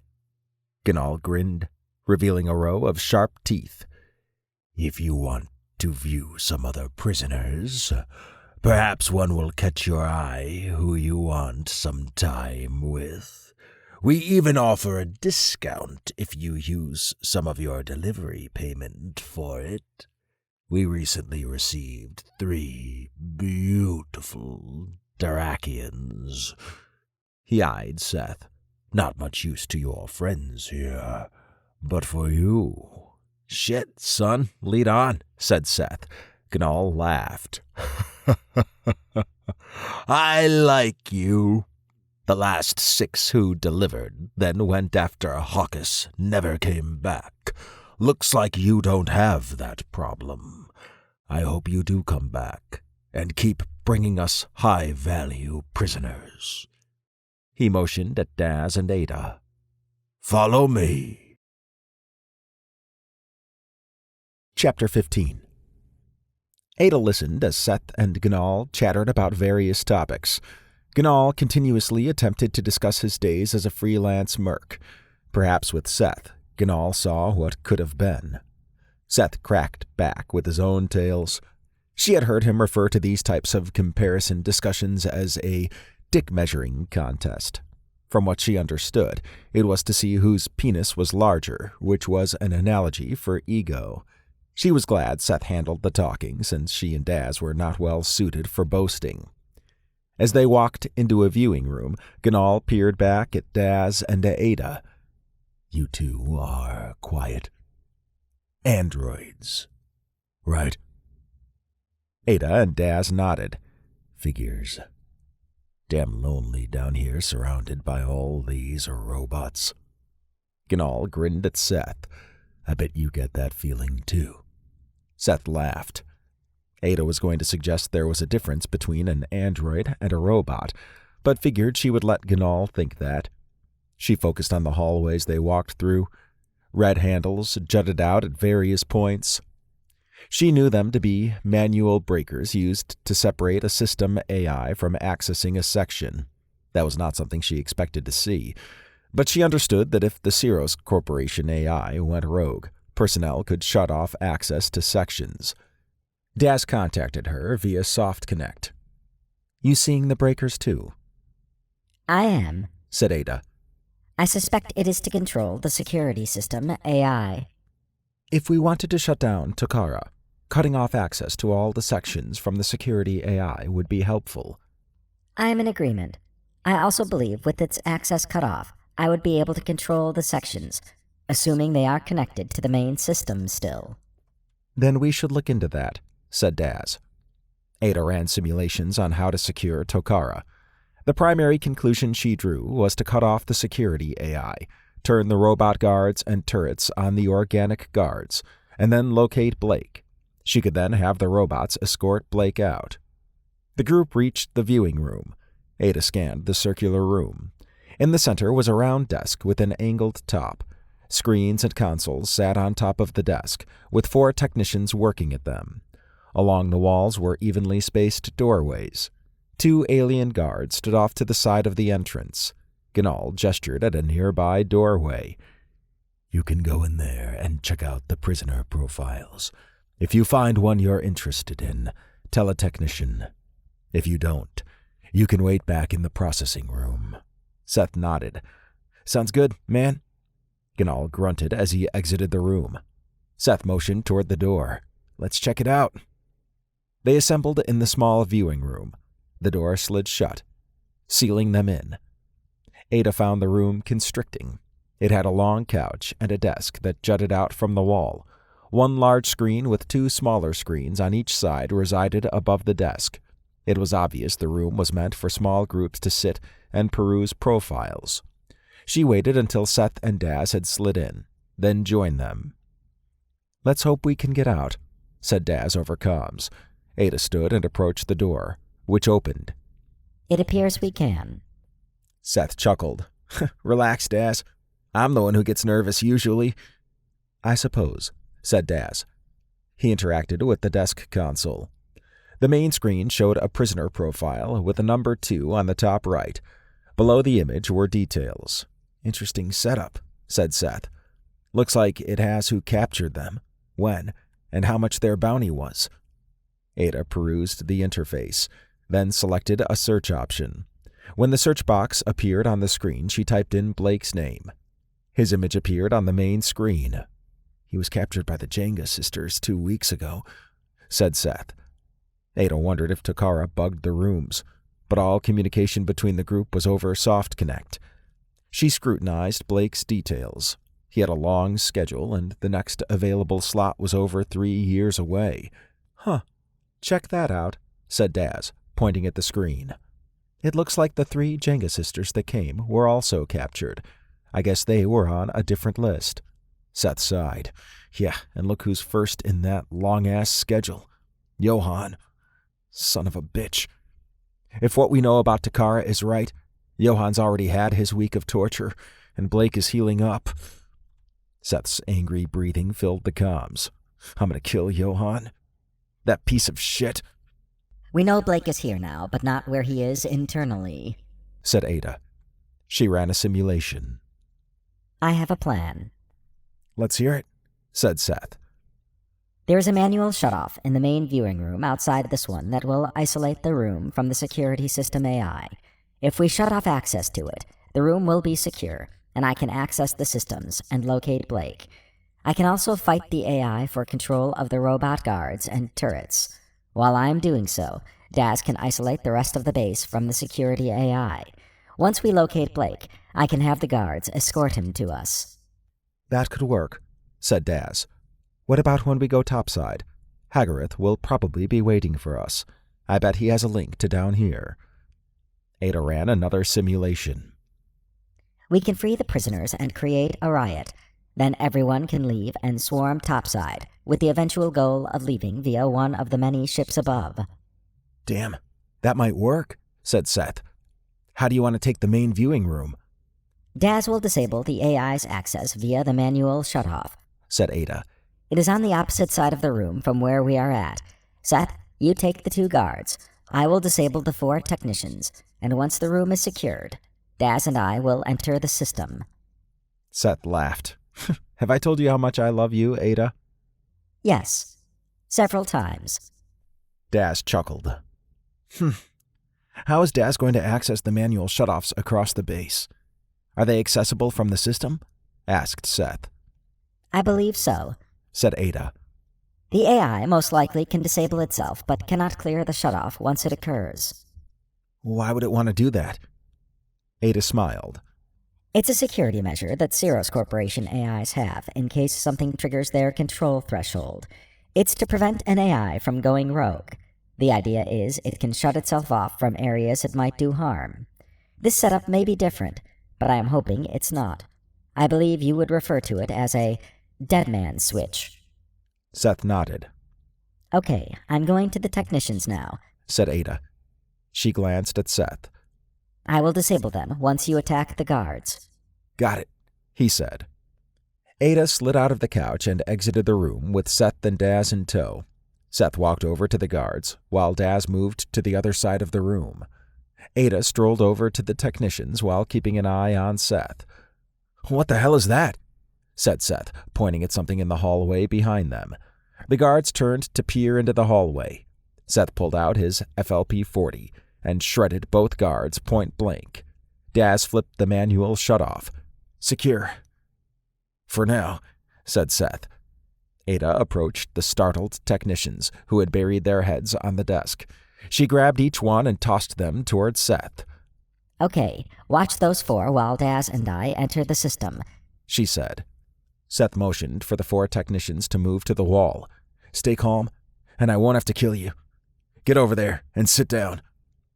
The technicians hustled over and sat against the wall. Daz joined Ada, and they extended their finger tendrils into different ports under the desk. Ada scanned the local console once connected. The environment around her changed and placed her and Daz in a small sphere. We're in, said Daz. Ada appeared as a green orb and Daz as a blue one.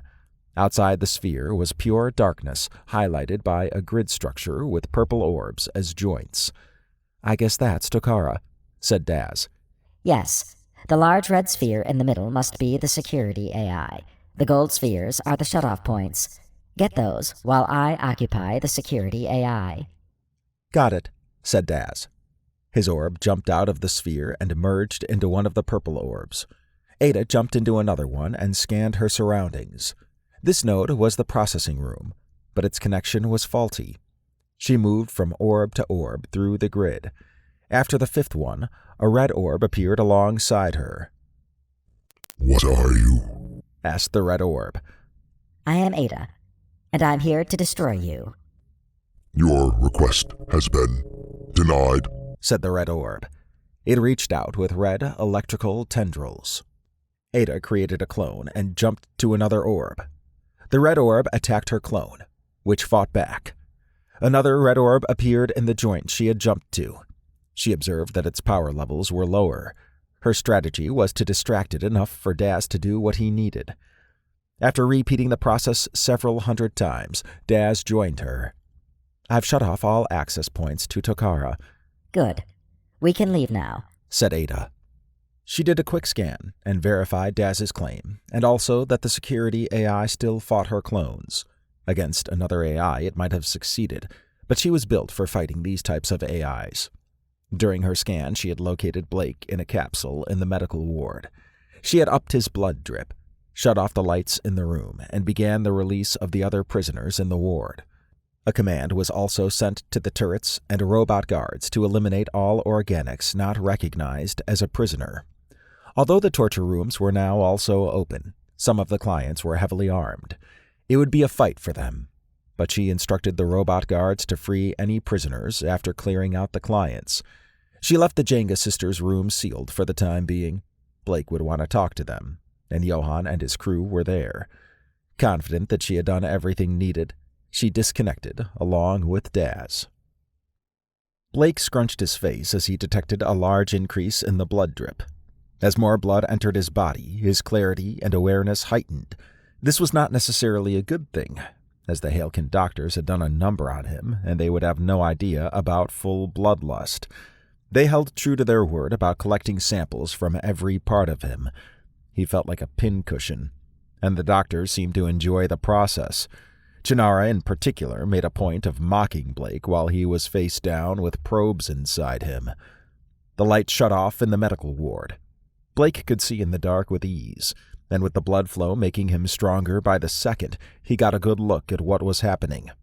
The doctors ran around and shrieked. The Sasakarin had similar eyesight to a human, and the sudden darkness seemed to scare them. The hoses in his mouth, nose, and other parts retreated while the water level lowered. Blake gasped for air as the tube down his throat was removed. Although it did cause some inflammation, his rapid healing had kicked in. After a few minutes of the increased blood drip, he realized the flow would heal him quickly, but not send him into bloodlust. Whoever was responsible for what was going on understood Daedrils, or at least the ancient vampire strain. A part of him hoped it was Seth and the others, but he doubted it. Regardless, he was now able to stand, and with the capsule containing his odor, he was effectively invisible to the Sasakarin. He bared his fangs and uttered a low growl when his capsule door slid open with a whoosh. "What was that?" asked one of the doctors. "Calm yourselves," said Chinara. "You calm yourself," said another doctor. "The doors to the room are sealed, and the 2 robots that were guarding left prior to that. Now it sounds like all these capsules are opening, and it's dark, and there's growling, and—" Blake grinned when Chinara hit the doctor in the arm. "Get a hold of yourself," said Chinara. The doctor was right about the other capsules opening. Blake's immediate focus was to take down the doctors, but judging from what was being released, that would not be a problem. He would let the other prisoners deal with the doctors, but Chinara was his. He zoomed over and grabbed her by the lab jacket. Chinara shrieked. Blake hustled back to his capsule and tossed Chinara in. He leaned in close and showed his fangs. I bet you're wondering about now. Is Blake Brown going to drink me dry? What? Asked Chinara. I guess not, said Blake. He rushed in and tore a chunk out of Chinara's neck. Her cries turned to gurgles before she slumped against the capsule wall. Blake licked his lips. Sasakarin blood had a strong metallic taste to it. Like Trag blood, it worked in a pinch, but was not something he sought. He stepped out of the capsule and verified that the prisoners had torn the other doctors to shreds.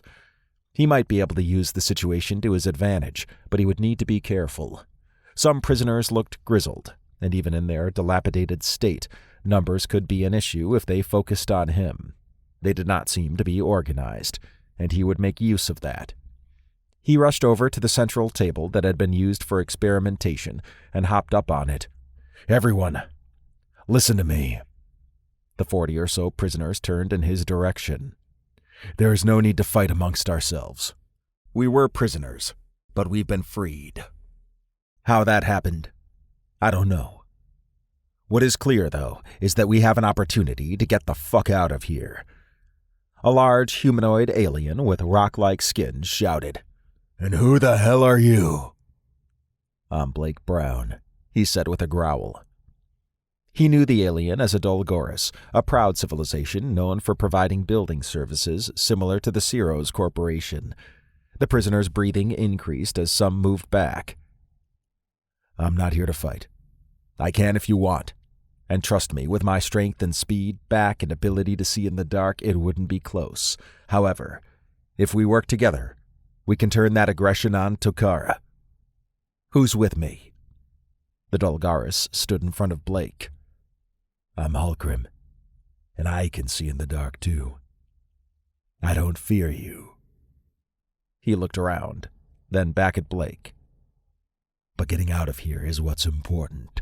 What's the plan? Blake grinned. All right then. First things first. We need to get some light in here, arm ourselves, and then assess the situation outside.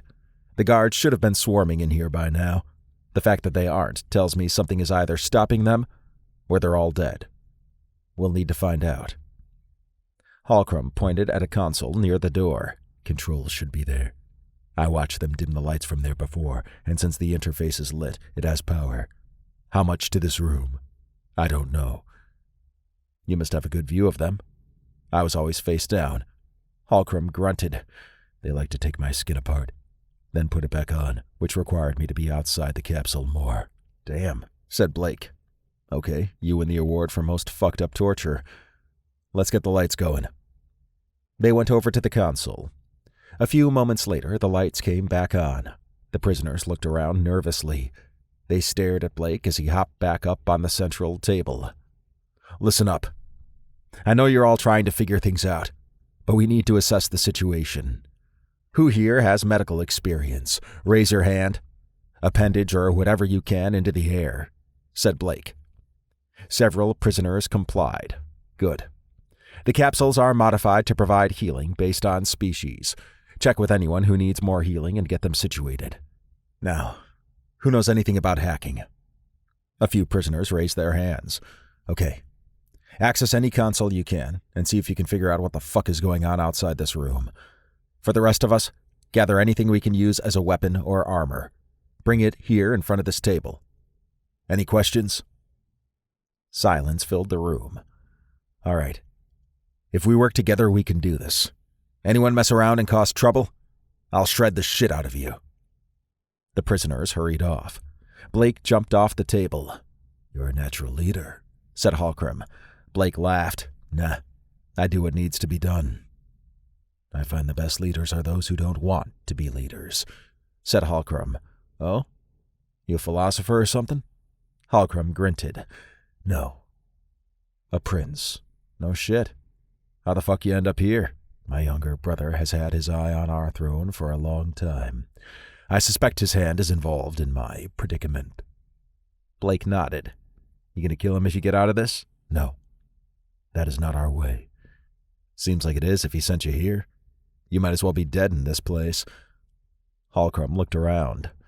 Unless we get out. Blake sighed. Yeah, how fucked is it that I'm stuck in a medical ward on Takara with a prince and have to figure out a way to fight robots, guards, and turrets with only the equipment in this room?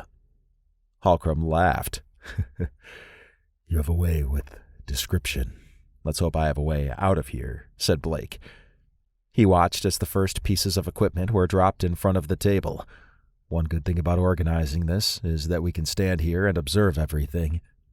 Holcrum nodded. Blake felt better about the situation. Holcrum was someone who could be worked with, and the prisoners seemed to respect him. The plan to arm everyone and storm out would need some luck, but to even get to the point of being able to consider it showed Blake that luck was on their side. For the moment. Blake surveyed the equipment gathered over the last 20 minutes.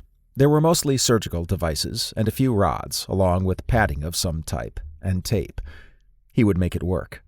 They had numbers on their side. The prisoners working on the console had made no progress, but they had discovered that the doors to the room could be manually unsealed. Those needing medical attention were tended to, and Blake saw a crew ready to break out form before his eyes. The prisoners gathered before Blake and Holcrum. All right, here's what we're going to do, said Blake. The doors will be opened, and I'll check what's out there. The rest of you stay out of line of sight in case there's turrets or guards. Last thing you want is to be shredded. How are you going to avoid that? Asked one of the prisoners. Blake grinned. I'm the fastest in this room in regard to reflex times, and I have some experience with prisons. He motioned to both sides of the door. Okay, split off into two groups. Holcrum will get the door, and I'll go forth. Once I signal it's clear, the groups will advance to my location. Any questions? One alien raised his hand. I got one. How are we supposed to fight guards with this measly assortment of equipment? We have numbers, said Blake. He eyed the alien. And determination. How badly you want to get out will be reflected in the coming escape. Halcrum nodded. If we're going to die, I prefer it while trying to escape than to let another client torture me. The prisoners laughed and cheered. Blake was glad the prisoners responded to Halcrum as well as they did. The tension was expected when death might be lurking behind the sealed doors. He stood in front of the doors with a scalpel in his hand. The prisoners split off to each side, while Halcrum moved to a wheel handle to the left side of the door. "Open it," said Blake. Halcrum nodded and turned the handle. Blake's heartbeat accelerated. The doors did a good job of keeping him from sensing what might be on the other side. As they slid back into the wall, he adopted a defensive stance. If need be, he could roll off to the side. The doors fully opened. Blake caught the scent of death. Although the emergency lighting had kicked on in the hallway ahead, it was still difficult to see. A turret had popped out of the ceiling, but did not move. Several dead alien guards lay on the ground, with various colors of blood pooling around them. "That's strange," said Blake. "What is it?" asked Halcrum. "I'll find out." "Everyone, hold your position," said Blake. He moved forward into the hallway. His senses were on high alert, but he did not detect any life other than the prisoners. When he got to the corner, he jumped up and tapped the turret with his scalpel. The turret swiveled, but did not target him. He focused on the dead guards. Based on all the holes in their bodies, they apparently had been torn to shreds by the turret. The absence of any robot guards puzzled him. He waved forward. "It's clear. Advance." The prisoners complied. Blake pointed at the dead guards. "Strip them and take what's useful." He picked up an assault rifle and grinned. "Our chances just went up." Halcrum chuckled and grabbed a weapon. "All right, next section," said Blake. He aimed forward and stuck to the wall as he advanced. Like the first corner, the second had a turret, but it was destroyed. Some guards on the ground looked like they had been bludgeoned to death. Something was not right.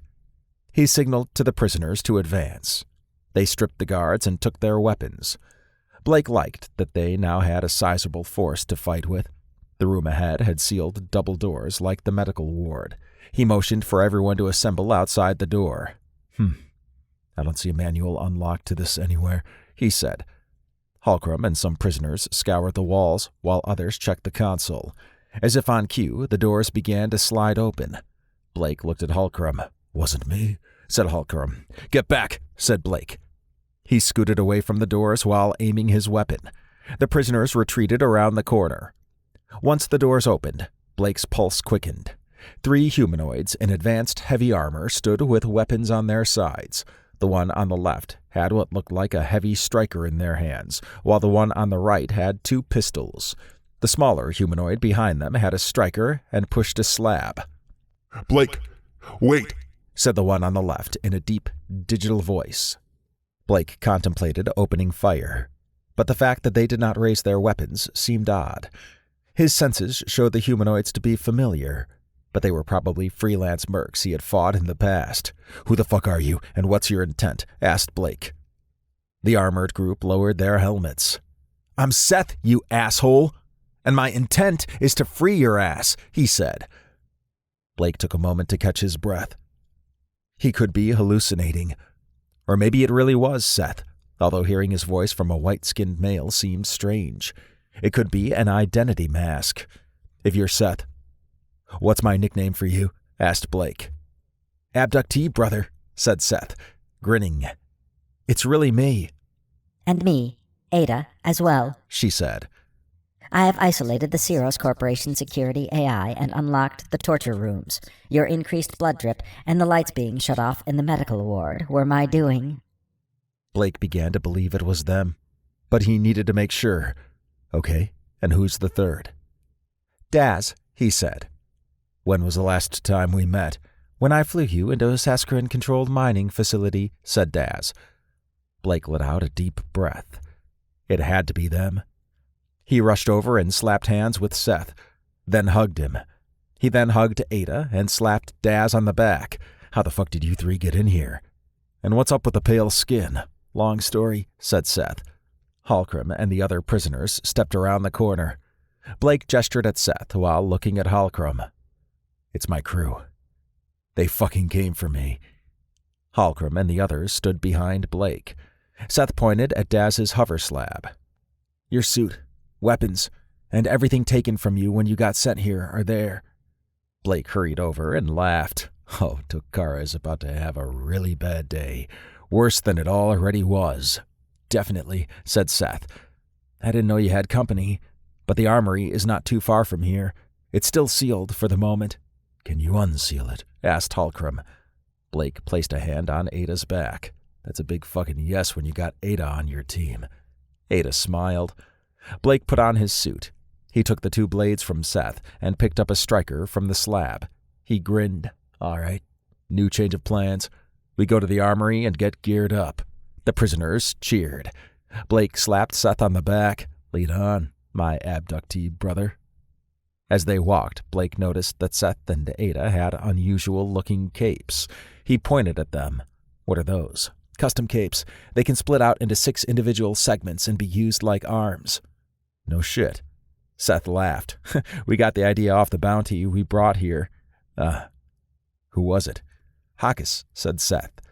His cell is still sealed, as is the Jenga sisters. As a special treat, Johann and his crew are in there now, too. Blake's blood boiled. Za the First had a debt needing to be paid, and Johann's crew needed to die. I'd like to visit the Jenga sisters' cell before we leave, assuming you have a plan. Ada glanced at Blake as they rounded a corner.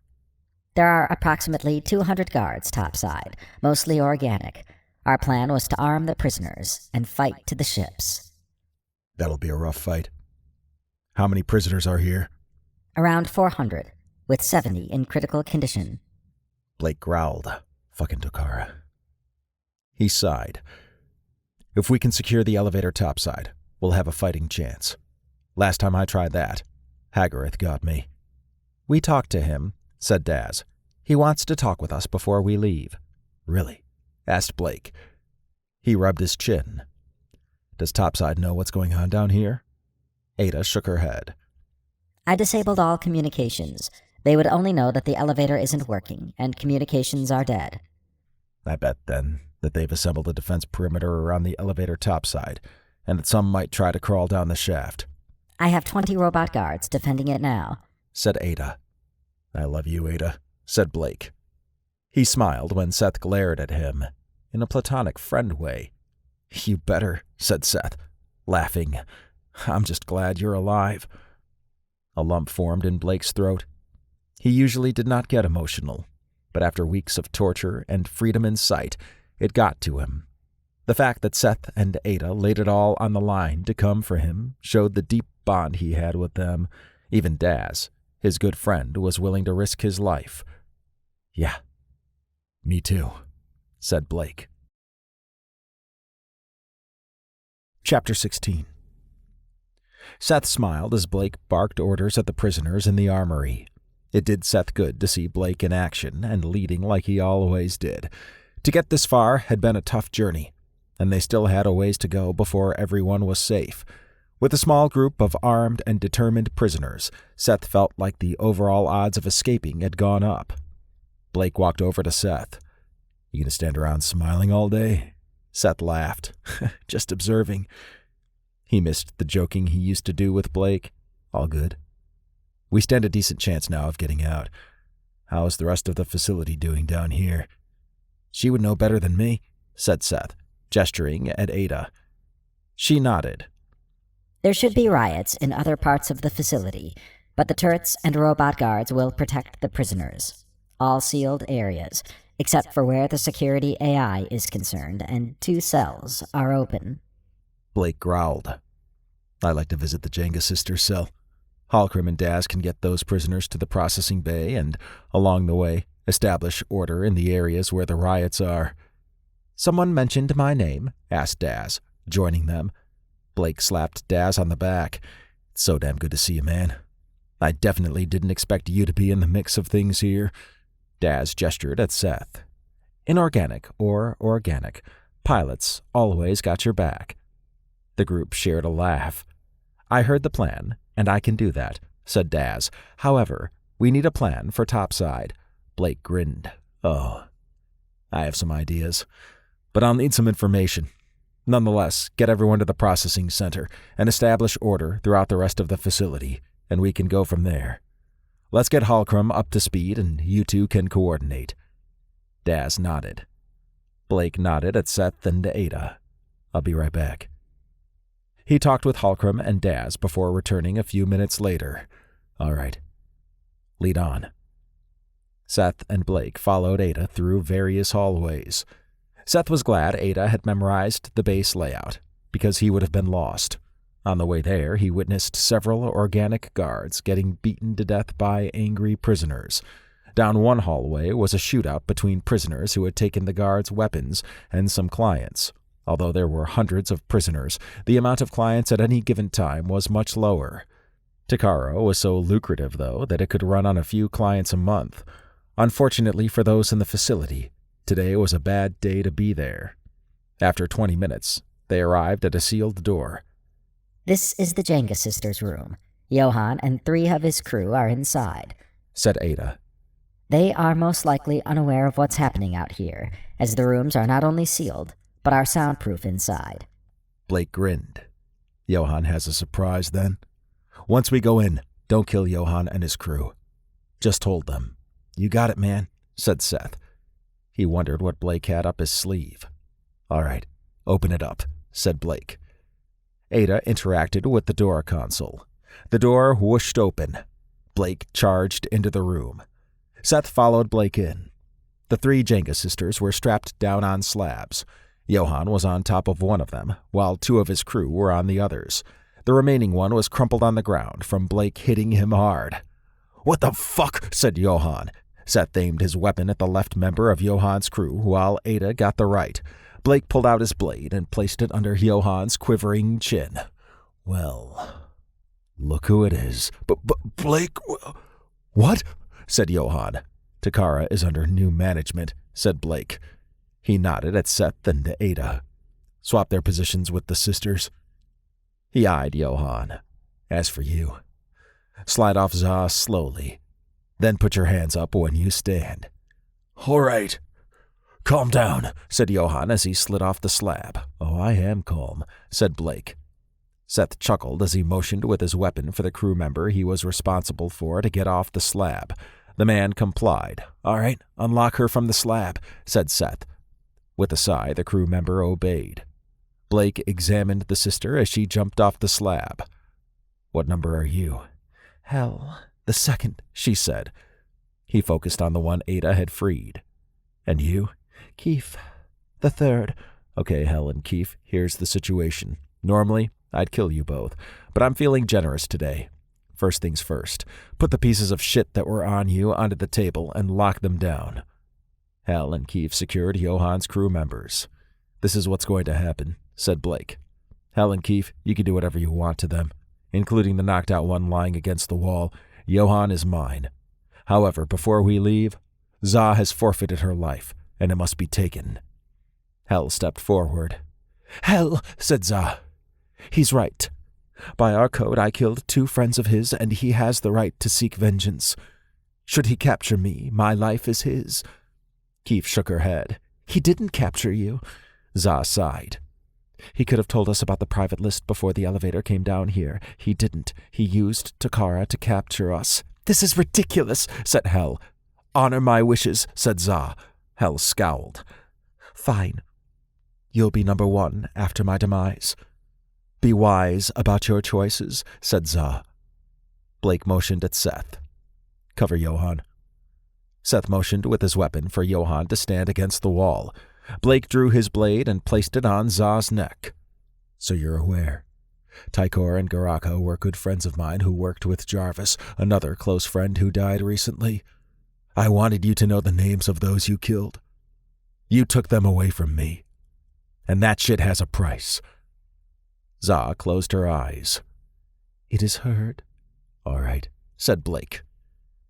In one swift motion, he lopped off Za's head.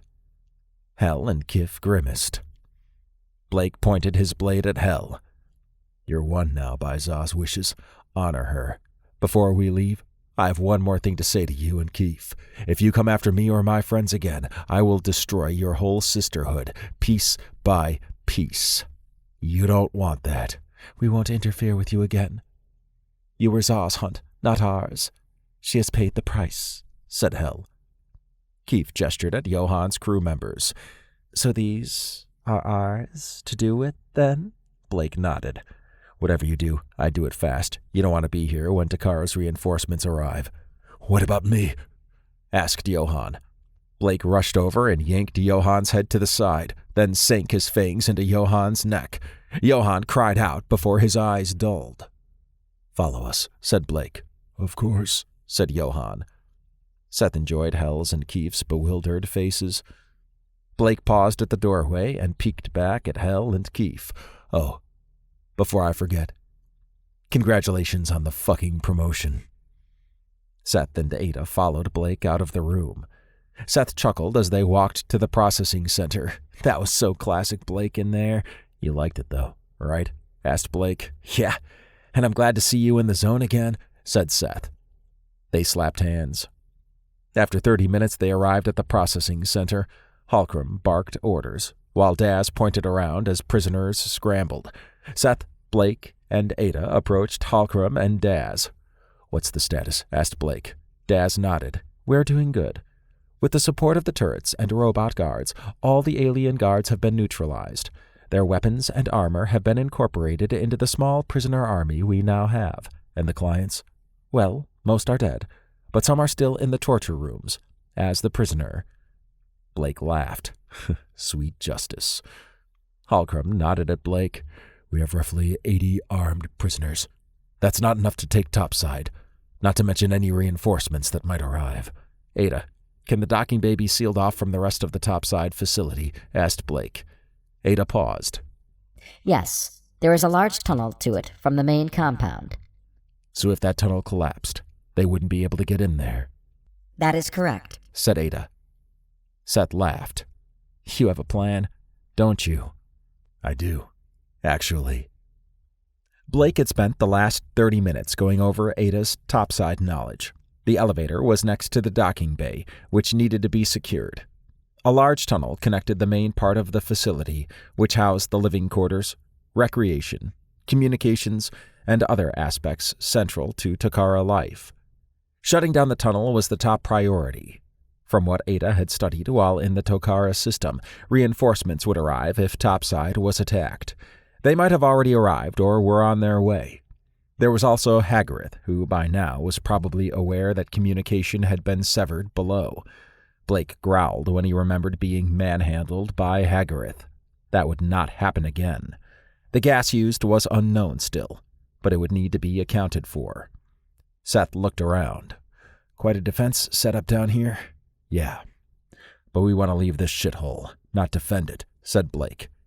You've been eyeing Johann the whole time Ada has been going over the topside layout? Blake laughed. He plays a pivotal role. And I'm glad Ada got me some metallic fibers to work with. He motioned for Halcrum, Daz, Seth, and Ada to gather.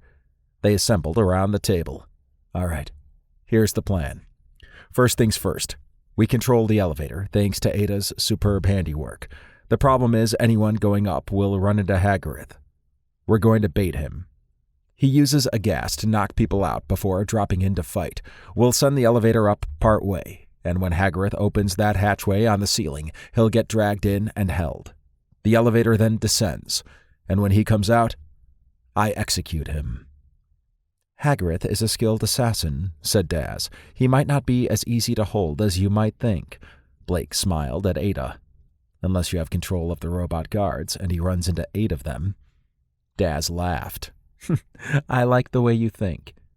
The guards are immune to the gas, and they're strong enough to hold them, said Blake. You plan to kill him? Asked Ada. Of course. Ada tilted her head. Perhaps he could be put in a cell. Although he was built for assassination, he does have a code of honor.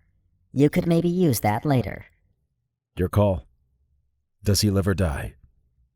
Ada paused.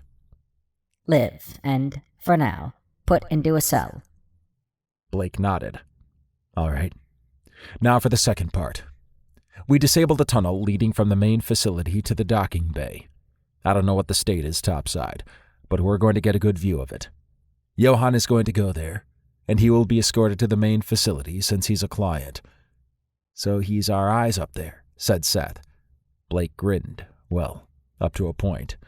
Once he's in the tunnel, he picked up a grenade he had Ada find. Boom. Holcrum gestured at it. They'll see that before he can even get to the tunnel. Not visually, said Blake. He whistled. Johann, get your punk ass over here. Johann bustled over. Take off your pants, bend over, and spread your ass cheeks like a bitch. Johann complied. Seth laughed. Blake smiled and knelt. I know you're thinking that they will still be able to scan, and you would be right. Though you may want to look away for this next part, if you're squeamish. Everyone continued to watch. Blake laughed. Dark as me. I love it. He pushed the grenade into Johann's rectum. Johann grunted. There. Almost done.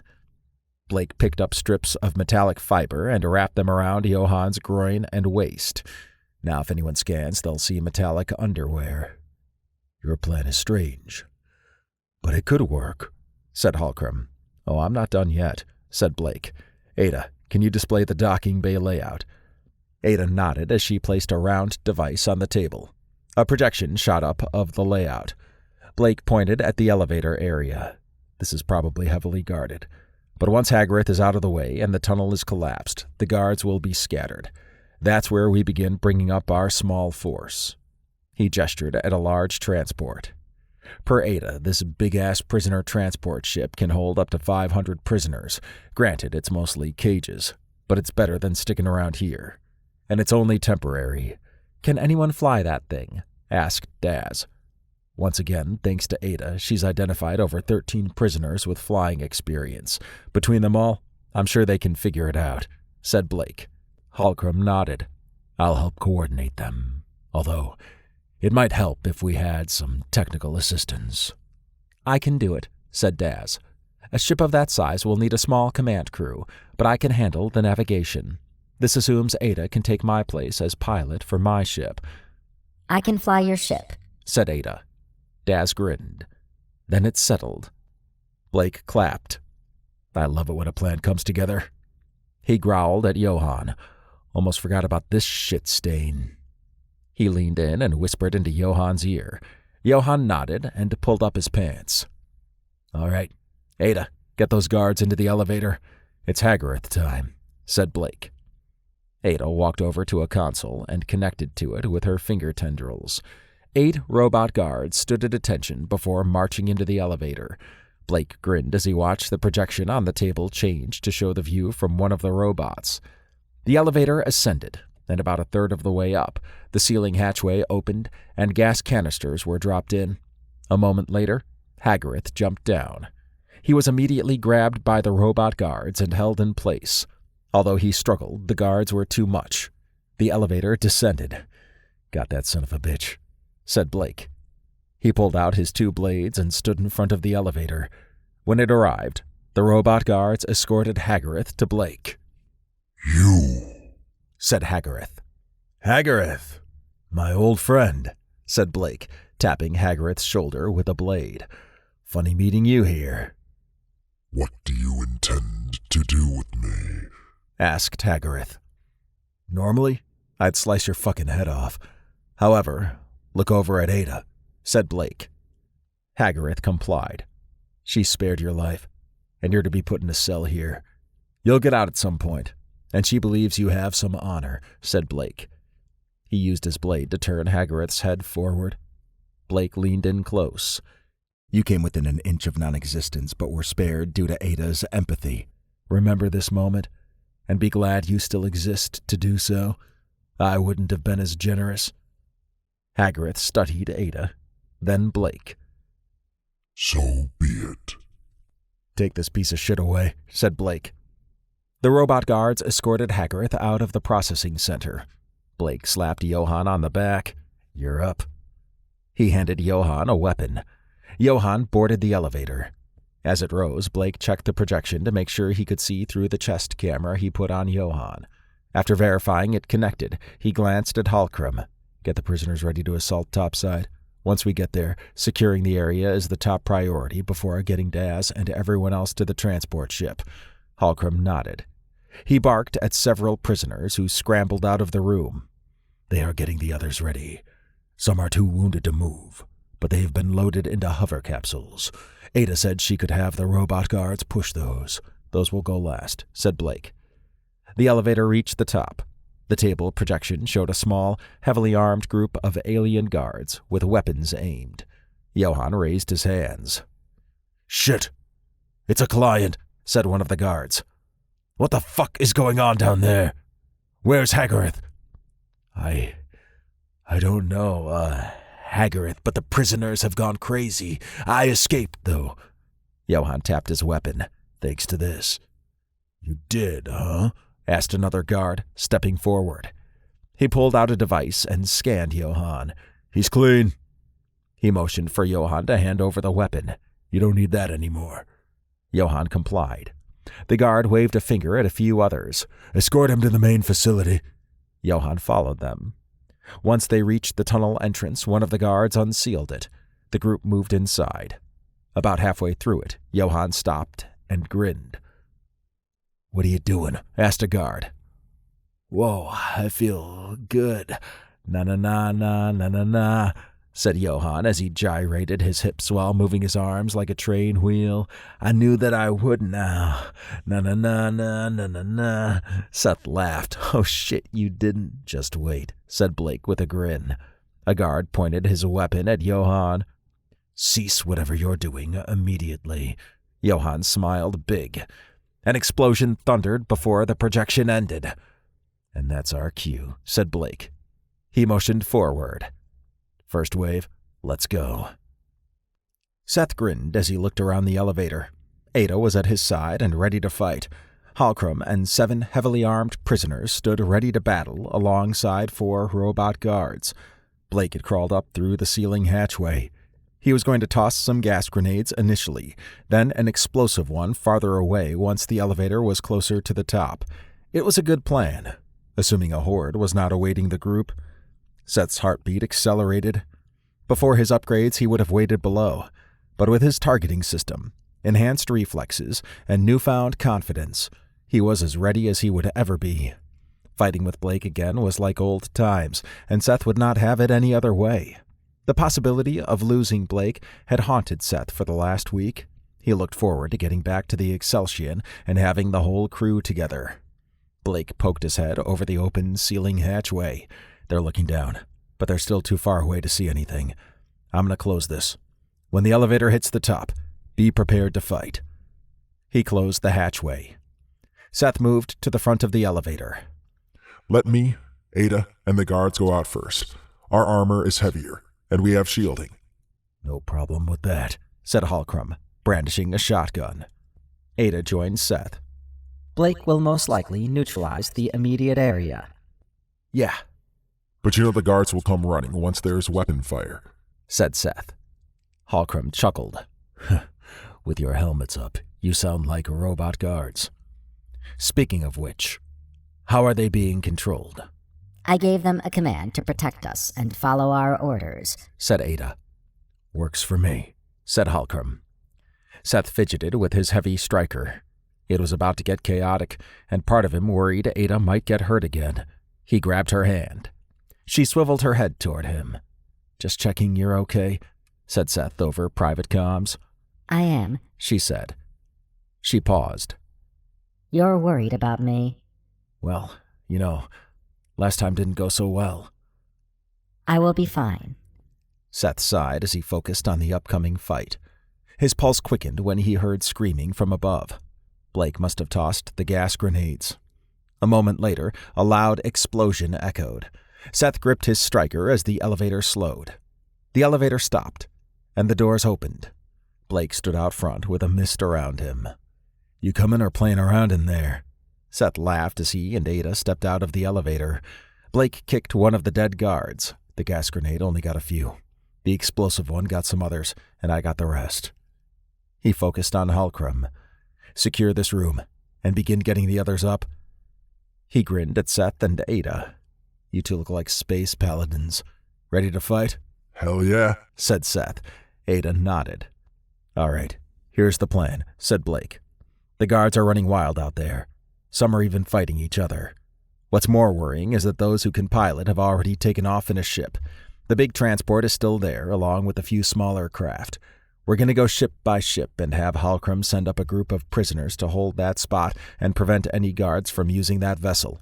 Once all ships are secured, we begin boarding. To be clear, you see a guard, you kill them." "We are ready," said Ada. Blake nodded. "Let's roll." He crept along the hallway side that led to the docking bay. Seth's heart pumped furiously as he aimed forward.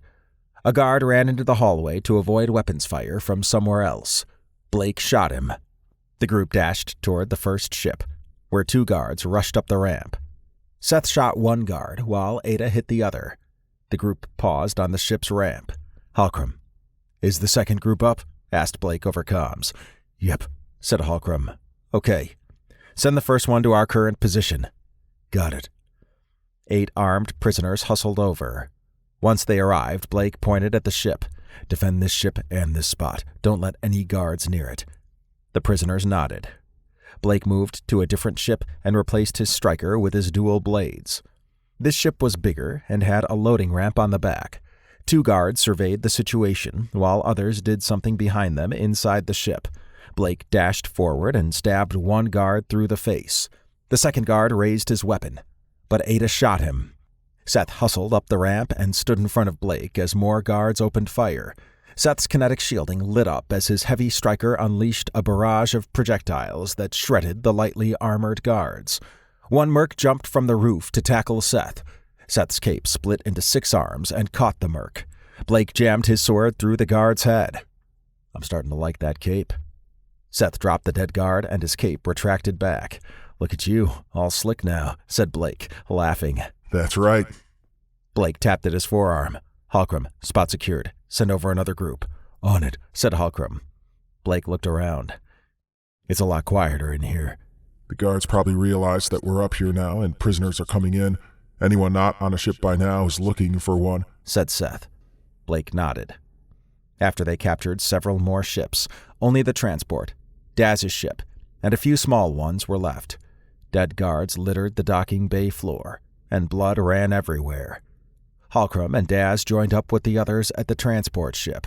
"All right, let's get this bad boy loaded," said Blake. Halcrum nodded. "The last of the prisoners are coming up now. We had to leave a few in their cells. Apparently, they took this moment to cause chaos among everyone else." Blake shrugged. "Their loss. This ain't the time to be stupid." "That leaves us with around 340 prisoners," said Halcrum. "I'd better get a feel for the ship, then," said Daz. He smiled at Ada. "Take good care of my ship." "I will," she said. "One thing to note. Takara has sent a distress signal. However, the turrets should not fire on us, since the transport ship is authorized." Seth sighed. "Then this place is going to be packed with mercs soon." Blake nodded. "Yeah, which means it's time to get the fuck out of here." He shook hands with Halcrum and Daz. "Good luck, you two. Halcrum, I'm sure we'll meet again. And Daz, of course I'll see you sooner than later." "Indeed," said Halcrum. "You're more than what I have heard of you." Blake lifted his arms in an exaggerated shrug. "Of course. I'm Blake Brown." The group laughed. It felt good having Blake back, even with the floor painted in blood and death all around them. The resistance was much less than Seth had expected, maybe due to the guards fleeing en masse. There would have only been a portion of them in the docking bay, not enough to handle an elite squad backed by hundreds of prisoners eager to leave. No pay was worth that. His mind turned to the Exceltion. He could not wait to get back, and he wondered how they were doing. Chapter 17. Sarah eased back into her comfortable chair aboard the Excelsion's command area. It had been an uneventful flight through condensed space so far, and with Bothan and Garvis on board, there was no shortage of discussion. Luke worked on some of the modifications he had picked up, and Kane provided assistance. Doc was off doing whatever he did during downtime, probably learning something. It was 7:30 p.m. Earth time, which she was adjusting to still, and she had a good dinner in her. Beep. A light on her console blinked. She sat up and checked a detailed window describing what the beep meant. It was a communication request from Seth. A pit formed in her stomach. Although she was glad he contacted her, the thought that it might be bad news ran wild in her mind. She took a deep breath before accepting the request and transferred it to the main screen. "Well, hello there," said Blake. Her heart accelerated. "Blake, you're alive!" "Takes more than being put in Takara to keep me down." "Takara?" asked Sarah. Blake chuckled. "Long story. I can fill you in when we meet. For now, Seth, Ada, and I are going to Chorus to fix Daz's ship. After that, we're off to Fredoria, where we will rendezvous. How long will that be, you think?" Blake examined something off to the side. "A few days or so." Sarah smiled. "I'm glad you're okay." "Of course. I'm Blake Brown." She laughed. It felt good to see Blake was still his usual boastful self. "Seth mentioned the mission you're on. How's it going?" "Long story," she said. They shared another laugh. "But really, there's a lot going on. Short version is we rescued what was left of Bothan's crew, liberated a political prisoner camp, and are now on our way to do some light reconnaissance on a gathering of the Shulon fleet." Blake nodded. "Interesting. I'm looking forward to catching up." "Me too. Have you talked with Ricard yet?" He shook his head. "The Exceltion gets the privilege of my first call, and I'm glad it was you who answered." Sarah's heart pumped faster as she swallowed. Even through a screen, she could almost feel him. "Careful now," he said. "What?" Blake laughed. "I wanted to keep this short, but tell the rest of the crew I'm alive, as are Seth and Ada, and we'll meet up soon. Consider it done." Blake nodded. The screen turned dark. She smiled as she exhaled from her nose. Blake was alive and coming back to the Exceltion. Although she had only spent a bit of time with him in a new relationship, her pulse quickened when talking to him. Things could go bad fast working on the Exceltion, so taking a risk with Blake was not unusual to her. Her console beeped. She accepted the communication request from Luke. "Hey," said Luke as he appeared on the screen. "I saw we got the request from Seth. Everything all right?" Sarah smiled. "Sure is. And they got Blake. Apparently he was in Takara, and Seth and Ada got him out." "Oh, that's one place you never want to go. And Seth and Ada retrieved him. That sounds like a good story begging to be told." "I agree, and I can't wait to hear it," she said. "How are your modifications going?" "They're going well. We got a few more days until we reach that Shulon fleet, so I picked out a few mods to work on that might help if they detect us and we need to get out." She nodded. "All right. Out." The communication screen closed. She sat back in her chair and laced her fingers. There was not much to do while in condensed space other than talk, and sometimes she wished she had the fire Luke and Kane did to work on designs. With Blake, Seth, and Ada gone, and a new mission, her mind had been scattered. For the moment, she enjoyed the silence outside the normal hum of the command area. 2 days later, she was back in the command center with the rest of the crew. She had gone over Luke's enhancements and hoped they would not be needed. "Dropping out of condensed space now," said Luke. She always enjoyed watching condensed space's blue tunnel collapse. It usually meant the end of a journey. "Beginning active sensor sweep," said Luke. "This may take a bit." Garvis stood behind Luke. "Aren't we going to fly in and check it out?" "No," said Luke. "We're already triggering their soft detect systems." "And that is?"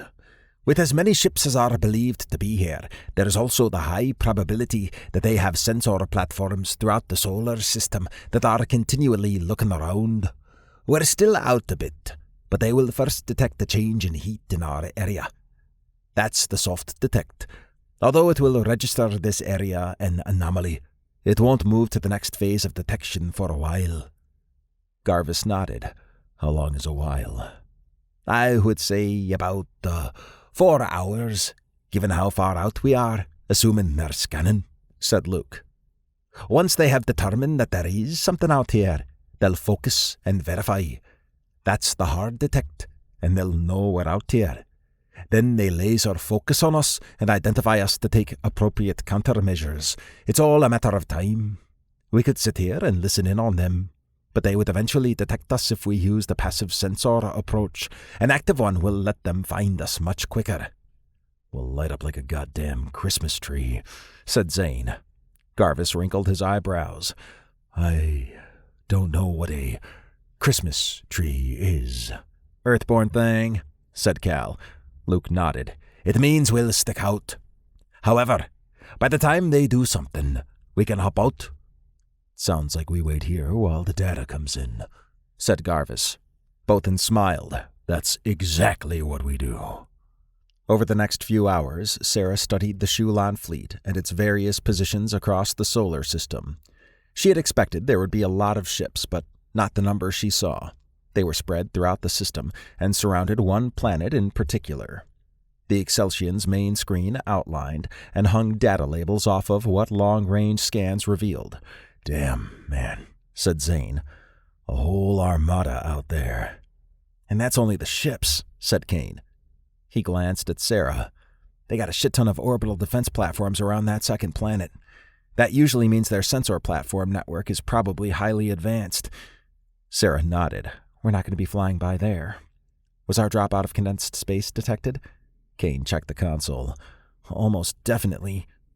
By now, they're probably focusing on this area. Garvis stood in front of the screen. This is incredible. The Shulon fleet. In one place. That is problematic. Yeah, and you know the Saskarins are behind all this, said Cal. Let's do what Rakar wants us to do. Then get out of here, said Sarah.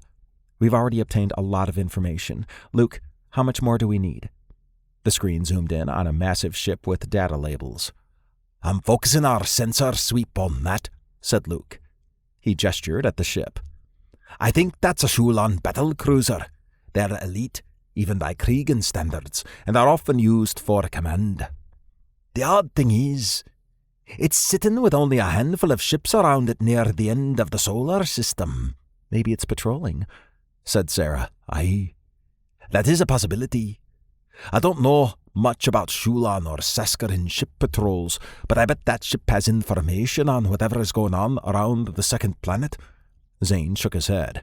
They probably got some wild-ass shit there. Take over a civilization's fleet to guard a planet? Yeah, something bad there. Sarah nodded. We can at least get some specs on the ship so we're aware of what we're dealing with. Kane, have you analyzed anything about their communications? Kane sighed. Lots of chatter, but they're using encrypted channels. The ones that are open are using a language that the Exceltion can't decipher. Could we get more information if we got closer? Asked Garvis. That would decrease the time it takes to get information, but we'd be easier to target as well. Bothan grinned. Relax, Garvis. This is what we came out here to do, and we're doing it. No need to put the Exceltion in danger. This fleet possesses great power, and it's under the Saskarins' control. It could be a rebel Shulon faction, too, but I doubt it. They wouldn't leave their home system undefended. We need to get information on this fleet and get it to Rakar. Sarah smiled. And we will get that information, even if it's trickling in. All we can do is wait. Luke studied the incoming data over the next 2 hours. Although he had lunch before studying, he was still hungry. He focused on the results from his research. The amount of technology in the solar system reminded him of Kriegus' system, the home of the Kriegan Star Empire. He bet the Kriegans were aware of what was going on, but why they had not taken any action was a mystery. Another puzzle was how Rakar knew the Shulon fleet was out here. Perhaps it was the information broker again. Rakar seemed to have a good relationship with the broker. Studying hard? Asked Sarah from her workstation. Luke glanced over at her. Something about the Shulon fleet being here in one spot seems bold. Surely they're aware it's not gone unnoticed. What bothers me is they don't seem to care who knows. Yeah, that is strange. Another thing, why haven't the Kriegans stepped in yet? They wouldn't let the Shulons gather like this without an appropriate response. Sarah shrugged. Perhaps they've repositioned their fleets. I'm sure Rakar has some idea. I look forward to our debriefing on this, said Luke. He interacted with his console. The front screen highlighted several objects. Luke gestured at the screen. Based on the information we've received so far, there is an extensive sensor network. There is no doubt that the Shulons are hard detecting us now, but haven't identified us yet. When they do, I expect they'll use condensed space to drop a ship nearby. Your modifications to the flak cannon projectiles will help if they fire on us. That'll give us enough time to jump away, said Sarah. Luke nodded. Yeah, it'll be a good test. However, I think the real gem in all this information is the identification of their battle cruisers. Those are essentially mobile command centers. The weird thing is that there are several of them outside the second planet. If we captured one of those... Sarah laughed. There's over 1,000 personnel there. I don't think we're doing that with only the Exceltion crew, although I bet we would put up a fight. That's not even considering what we'd face trying to get close enough to board. Aye, said Luke. I'm just saying, if we came back with more forces, we hijack one. Sure, they may send reinforcements, so there would be a small window to secure it, but the amount of information that it would contain... Sarah eased into her chair. It's worth mentioning to Rakar when we get back. Bothan entered the command center and took a seat at one of the workstations. I hear strategy being discussed. They chuckled. Luke nodded at Sarah. I was telling her that we have identified several Shulon battle cruisers and how nice it would be to hijack one. You're aware of how many personnel are on one of those, right? Asked Bothan. That's what I said Sarah. Luke grinned. On Earth, there is a saying, fortune favors the bold. Bothan chuckled. It would need a bit more than bold to storm a Shulon battle cruiser. However, I like your idea. He studied the front screen. What else do we know about what they're doing there? Well, there's an extensive sensor network, an odd placement of ships, and then there's this. Luke tapped at his console. The front screen zoomed in on the sun. Various platforms were being built around it. Now, what do you suppose those are? Asked Luke. Bothan stood in front of the screen. Sarah and Luke joined him. Doc entered the room in his main robot body, then proceeded to stand with the others. Quite a party here, said Luke. My intention was not to start a party, said Doc. The group chuckled. Bothan focused on the screen. Those platforms look familiar. My database shows that they match missile platforms for relativistic missiles, said Doc. Sarah's eyes widened. The Kriegans won't like that. They destroy those anywhere they find them.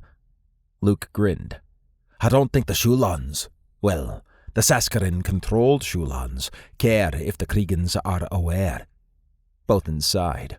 So they're enacting a heavy defense and potential offense in this solar system. Whatever is on that planet must be worth all of this. A bar at the top of the screen flashed red.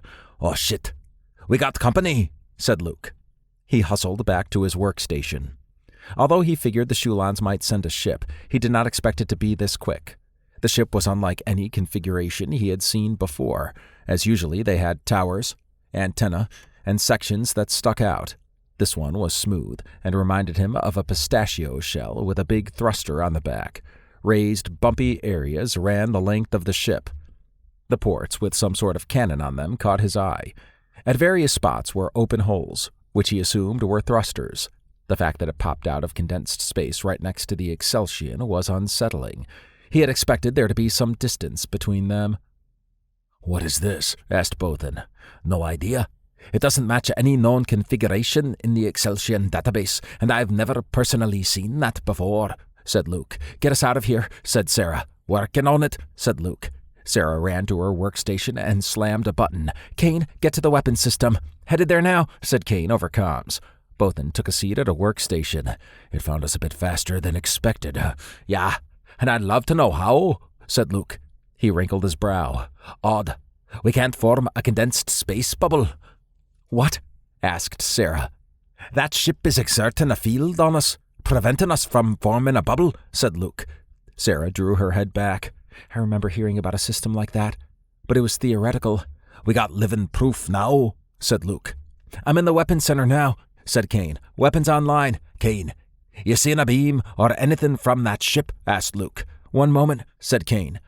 After a few seconds, he said, "Not a beam, but it looks like we're inside a bubble field it's generating." "Moving us out," said Sarah. The Exceltion moved away. The alien ship kept pace. "That's not gonna work," said Luke. "Open fire," said Sarah. The Exceltion launched several missiles, but they were destroyed when they approached the alien ship. Several drones suffered the same fate. Laser beams hit the alien ship's refractive armor, but did no damage. "Damn, we're too close. Their targeting is pinpoint accurate, and they got decent armor," said Kane. "I'm curious as to why they aren't shooting at us. They seem to want to disable us," said Bothan. Sarah glanced at Luke. "Mod time?" Luke grinned. "Mod time." He tapped at his console. "Kane, fire the flak cannons with my modified ammunition." "Gotcha," said Kane. The Excelsion's flak cannons fired a swarm of small projectiles in an arc at the alien ship. The alien ship shot its point defense lasers at the projectiles. The projectiles not hit by the lasers formed into clumps that froze as they reached the alien ship. The Excelsion fired lasers at the clumps, melting them and causing small explosions. Burn marks and gaping holes appeared on the alien ship's hull. "Their power is fluctuating," said Luke. "Bubble shield is down," said Kane. Sarah interacted with her console. "We're out of here." The Excelsion formed a bubble and entered condensed space. Luke eased back into his seat. "Whew, that was new." "They didn't like my mods, apparently." "Where'd you learn to do that?" asked Bothan. "It was a mix of Kane's minds and Doc's input and an idea I had," said Luke. "It was highly effective, although against a ship with strong shields, maybe not so much." Luke nodded. "It's meant for when a ship's shields are down, or, in this case, when we're inside it." "That was close," said Sarah. She looked around at everyone. That ship knew exactly where we were at. "I thought we had time before they would hard detect and identify us." "I did too," said Luke. "It seems the Saskarins added some new technology to the Shulon fleet." Both sighed. "At least we're aware of that tactic now. That would be devastating in a fight if there were a lot of them and they held an enemy fleet in position. I suspect we didn't see the full range of what it could do. Did we get information on the ship?" Luke gestured at the front screen. The alien ship with data labels appeared. "Yep, tons. Rakar will have a field day with this." "Yes, he will." Sarah cracked her neck. "Fredoria, here we come." Luke smiled. He had several modifications, but the Mind Clump one had an actual field test. Without it, the Exceltion might have been boarded. Perhaps that was the Saskarins' plan. They could have easily fired on the Exceltion, but did not. Now that he was aware of their tactics, he would tweak his other modifications. Saskarin or not, no alien ship was going to hurt his baby. Chapter 18. Blake settled back into his chair aboard Daz's ship. True to what Ada had said, she piloted with no issues, and she sat up front with Seth. Blake was in one of the two seats behind them. He remembered being in Seth's seat during the Cartana mission. It was 7:50 p.m., and Blake's eyes sagged, but at least he got to see Sarah, even if it was only a long-distance communication. Seth spun his seat around. "How you feeling?" "Better now that I have contacted the Exceltion. Got Sarah alone in the command center." Seth chuckled. "I'm sure that made your day. What's going on with them? They find Bothan?" "Yeah. And also a political prisoner camp that they liberated. I guess not all of Bothan's crew made it. The Exceltion has a new mission to investigate a gathering of the Shulon fleet. Apparently, they decided to abandon their homeworlds and go somewhere else." Seth sighed. "Definitely Saskarin involvement there. I'm sure that's Rakar's thought as well," said Blake. Ada spun her seat around. "We need to stop at the nearest repair bay to fix some of the damage to the ship. Daz's ship is durable, but it sustained several blasts during the riot." Blake shook his head. "Let me guess. We're going to chorus?" "Yes." Blake ran a hand over his mouth. "I figured. Hopefully word of Takara hasn't spread there. Everyone will want to find that big-ass transport. Not us. So we might fly under the radar." "That was my conclusion as well," said Ada. "I hope Daz can get it to where Halcrum believes they will be safe." Seth eyed Blake. Not to change the subject, but how the fuck did you survive Tokara? And how did you get there?" Blake cracked his neck, and then recounted the events that led him to Tokara and up to meeting Seth and Ada. "That's messed up," said Seth. Blake looked down. "When I was back in that damn capsule, I felt despair for the first time in a long while." His blood boiled. "It takes a lot for me to get to that point. Yeah, I definitely didn't expect you three to show up, but I'm glad you did." Seth grinned. "The Crimson Duo strikes again. And Daz, too." "The Crimson Duo. I like it." "Those capes are awesome," said Blake. "Yeah. First time Hawkes used it against me, it took me by surprise," said Seth. "Same for me," said Ada. Blake eyed her. "So you like the cape, too?" "I do," she said. "I suspect Kane will want to enhance it when he sees it." They laughed. "That'd be Kane," said Blake. "I'm glad to be out of Tokara, but there's a lot to do. I need to check on what happened to Tykor's and Garakis' bodies and, of course, get back on track with the current Exceltion mission. Whatever we can do to help, let us know," said Seth. "You're off to a good start by freeing me from Tokara." They slapped hands. "Hopefully Chorus will be a quick in and out. Last thing we need is to be hunted," said Blake. Seth nodded. "Hagareth and a few prisoners who were left behind should be the only ones who knew what was going on. We already have bounties on us, so adding a bit more to the pile won't affect us much." Ada tilted her head. "It's possible that news of Tokara has reached Chorus. We also ran into the Drodalian Imperial Guard there." Blake sighed. "Seems everywhere outside of Fedorian space is hostile." "I've already registered us for a repair bay on Chorus." "Then we should be ready to fight just in case." "How serious are the repairs?" asked Blake. "If the materials requested are available, it should only be a few hours," said Ada. Blake closed his eyes and ran his hands over his face. "All right.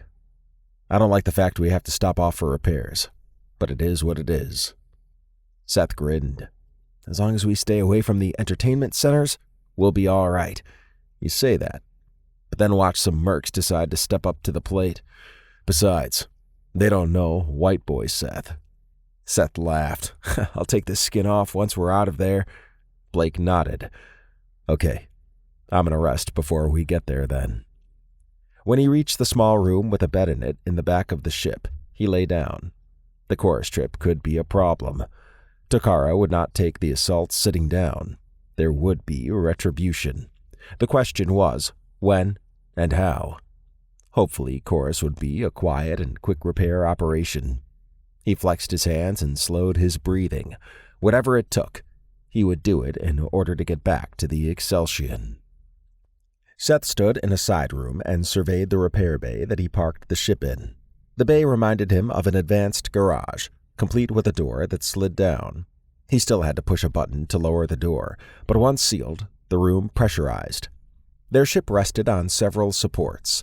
He smiled when he saw Ada talking to a small army of service robots. An AI specialized in ship repair was present, and they would get the job done with Ada's input. It had been roughly a day and a half since they left Tokara, and at 9 a.m., he had a decent breakfast by using the repair bay's replicators. They did not have the pattern for bacon and eggs, but they did have something comparable. He chuckled, thinking about how green eggs and ham might be a story on Earth, but it was a reality on Chorus. Blake swatted Seth's arm. "She's sweet, ain't she? Fast, powerful, and what a body." Seth eyed Blake. "I'm talking about the ship." Seth laughed. "Oh, man. You still playing games?" "Of course. I'm Blake Brown." It was good to have Blake back despite the rough situation. Seth looked around. "I'm a little weary of this place." "Don't worry," said Blake. He waved a finger in several directions. "The place is confined, but that doesn't mean we have to wait here." "Ada will." Blake nodded. "Yeah, but they got lounge rooms we can hang out in, unless you want some G1 entertainment." Seth chuckled. "Now why would I want that when I got G2 action?" They shared a laugh. "Don't let her catch you saying that," said Blake. Seth grinned. That's one thing I love about her. She's cool with everything. Raid Takara? She's down. Fight Hawkes? She's up for it. Climb on top at 3 a.m. for some fun? She's all about that. The perfect woman for you. Seth nodded. Blake chuckled. I still can't get over the appearance change you two have. It's cracking me up. Oh, man. You know this shit is temporary. I guess. Ada joined them. The service robots understand what needs fixed and have given a 4-hour estimate. They are charging us 10,000 credits. 10,000? Asked Seth. Yes. Daz has a custom part that was damaged and requires custom replication, along with the usage of higher elements. Seth smiled. He did loan us his ship, and he took a risk in coming along. It's fair we return it in the shape we got it. I agree, said Ada. Blake gestured at a nearby doorway. Let's find a place to get some whiskey. We shouldn't stray too far from the ship, said Seth. Besides, you wanted to lay low. You? Cautious? After you fucking took a dump on Takara? And yes, I did say we should lay low, but... Whiskey. Daz's ship replicator made what it thought was whiskey. I'm betting Chorus can do much better. Seth smiled. All right, but only if the place is close. Last thing we need is to get into another firefight. Blake grinned as he exited the room with Seth and Ada in tow. Seth studied the rest of the facility as they passed through. Cleanliness was not a high priority, and the metallic walls had rust. A foul odor permeated the air, reminding him of a bar bathroom on a busy night. The place was sparsely populated, but that was to be expected. Given the proficiency of the robots, most clients would be in and out. The prices might also be a deterring factor. The trip to the front of the facility did not take long. Seth enjoyed the lull. The last few days had been a non-stop roller coaster, and he looked forward to spending some quality time with both Ada and Blake. Getting back to the Exceltion was also on his mind. It was his mobile home, and he missed it and the crew. The group arrived at a counter manned by a bored humanoid alien. Seth recognized the alien as a Horrendin, a species that reminded him of what a rat would look like if it was humanoid. The big differences were the gray, leathery skin instead of fur, and a short tail versus a long one. They also had fangs and beady green eyes. Their skin had black splotches, which made them appear diseased. "What's the nearest place to get a drink?" asked Blake. The Horrendin grinned, exposing his sharp teeth. In a grizzled voice, it said, "Drink, you say? Dengar's dump." Ada paused. I know of its location. There you go. Anything wild there we should be aware of? Asked Seth. The Horrendin snickered as he eyed Ada. It's mainly a pleasure house. Looks like you already visited. I'll let that pass, said Seth. Oh, no offense was intended. Uh-huh. Seth looked at the others. Let's roll. The group exited the repair facility and traversed the dirty streets of Chorus. As they walked, Seth was reminded once again of how trashy Chorus was. He could handle the unkempt streets, the foul odors, and the mist that seemed to perpetually hang around, but the alien population made the place undesirable. The Horrendin tried to insult Ada, and normally Seth would have kicked the Horrendin's ass. However, the ship still needed repaired. The last thing he wanted to do was delay repairs due to a mouthy Horrendin. You're awfully quiet, said Blake. Seth shrugged. All good? If you're worried about that Horrendin, I'll slice him up on the way out. Ada tilted her head. I don't believe that will be necessary. Blake laughed. I was kidding. Seth sighed. It's cool. Chorus isn't known for its upstanding citizens. I gotcha, said Blake. A few shots of cinnamon whiskey will wash away any concerns you might have, and right after breakfast. Why the hell not? Asked Seth. Blake grinned. They continued on to Dengar's dump. Seth grimaced at the flickering sign above the entrance. The place looked like it had seen better days. Several G1s stood outside in lingerie, while 2 Kezerulians stood off to either side of the entrance. Seth found it comical that the beefy, reptilian Kezerulians seemed to be everywhere a bouncer was needed. Fedorians.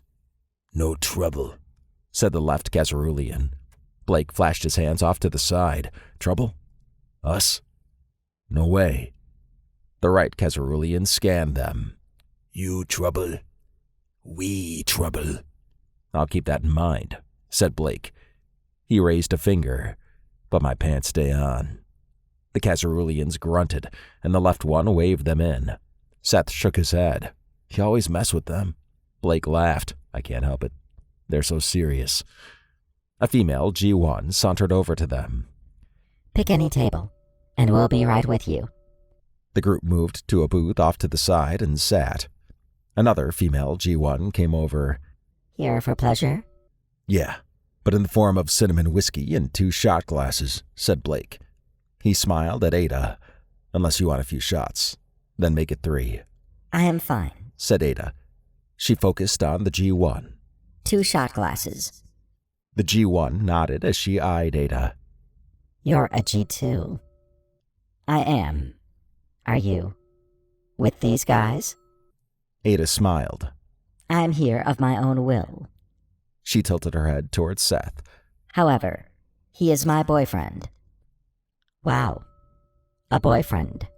That's unusual, said the G1. She studied Seth. Ah.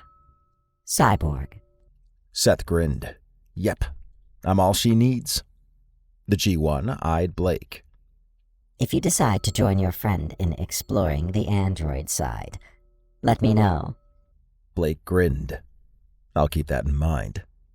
The G1 winked at Blake before taking off. Seth laughed. You could have had some company. Blake shrugged. I got Sarah when I get back. Are you 2 together now? Asked Ada. Nah. Well, maybe. I'll let it play out and see where things go. No pressure. Besides, she may have already moved on. She has not, said Ada. Blake nodded. Good. I look forward to seeing her again. Ada tilted her head. I've lost communication with our ship. Blake sat up. I didn't know you were connected to it. Is the disruption a glitch or something else? I'm not sure. Blake grimaced as he gestured behind Seth. Looks like a few mercs walked in and looked around. Ah, shit, said Seth. You don't think they have something to do with our ship, do you? We have the worst fucking luck with mercs blowing up our ships. Well, they seem to be coming this way, said Blake. His hand slid under the table. Be prepared to fight. Seth's heartbeat accelerated as he closed his helmet and pulled out his FLP-40 under the table. Ada did the same. He studied the 3 Dredalians who strode over and stood in front of the booth. They were lightly armored, but the hodgepodge mix of armor segments usually meant they were bounty hunters or mercs. He wondered if the Dredalian Imperial Guard was around, too. One of the Dredalians pointed at Blake. You're Blake Brown. That's me, said Blake, grinning. The Dredalian looked at Seth and Ada. And you 2 must be Clint Eastwood and Hoda. Blake burst out laughing. The Dredalian glared at Blake. What's so funny? It's an Earthborn thing, said Blake, smiling at Seth.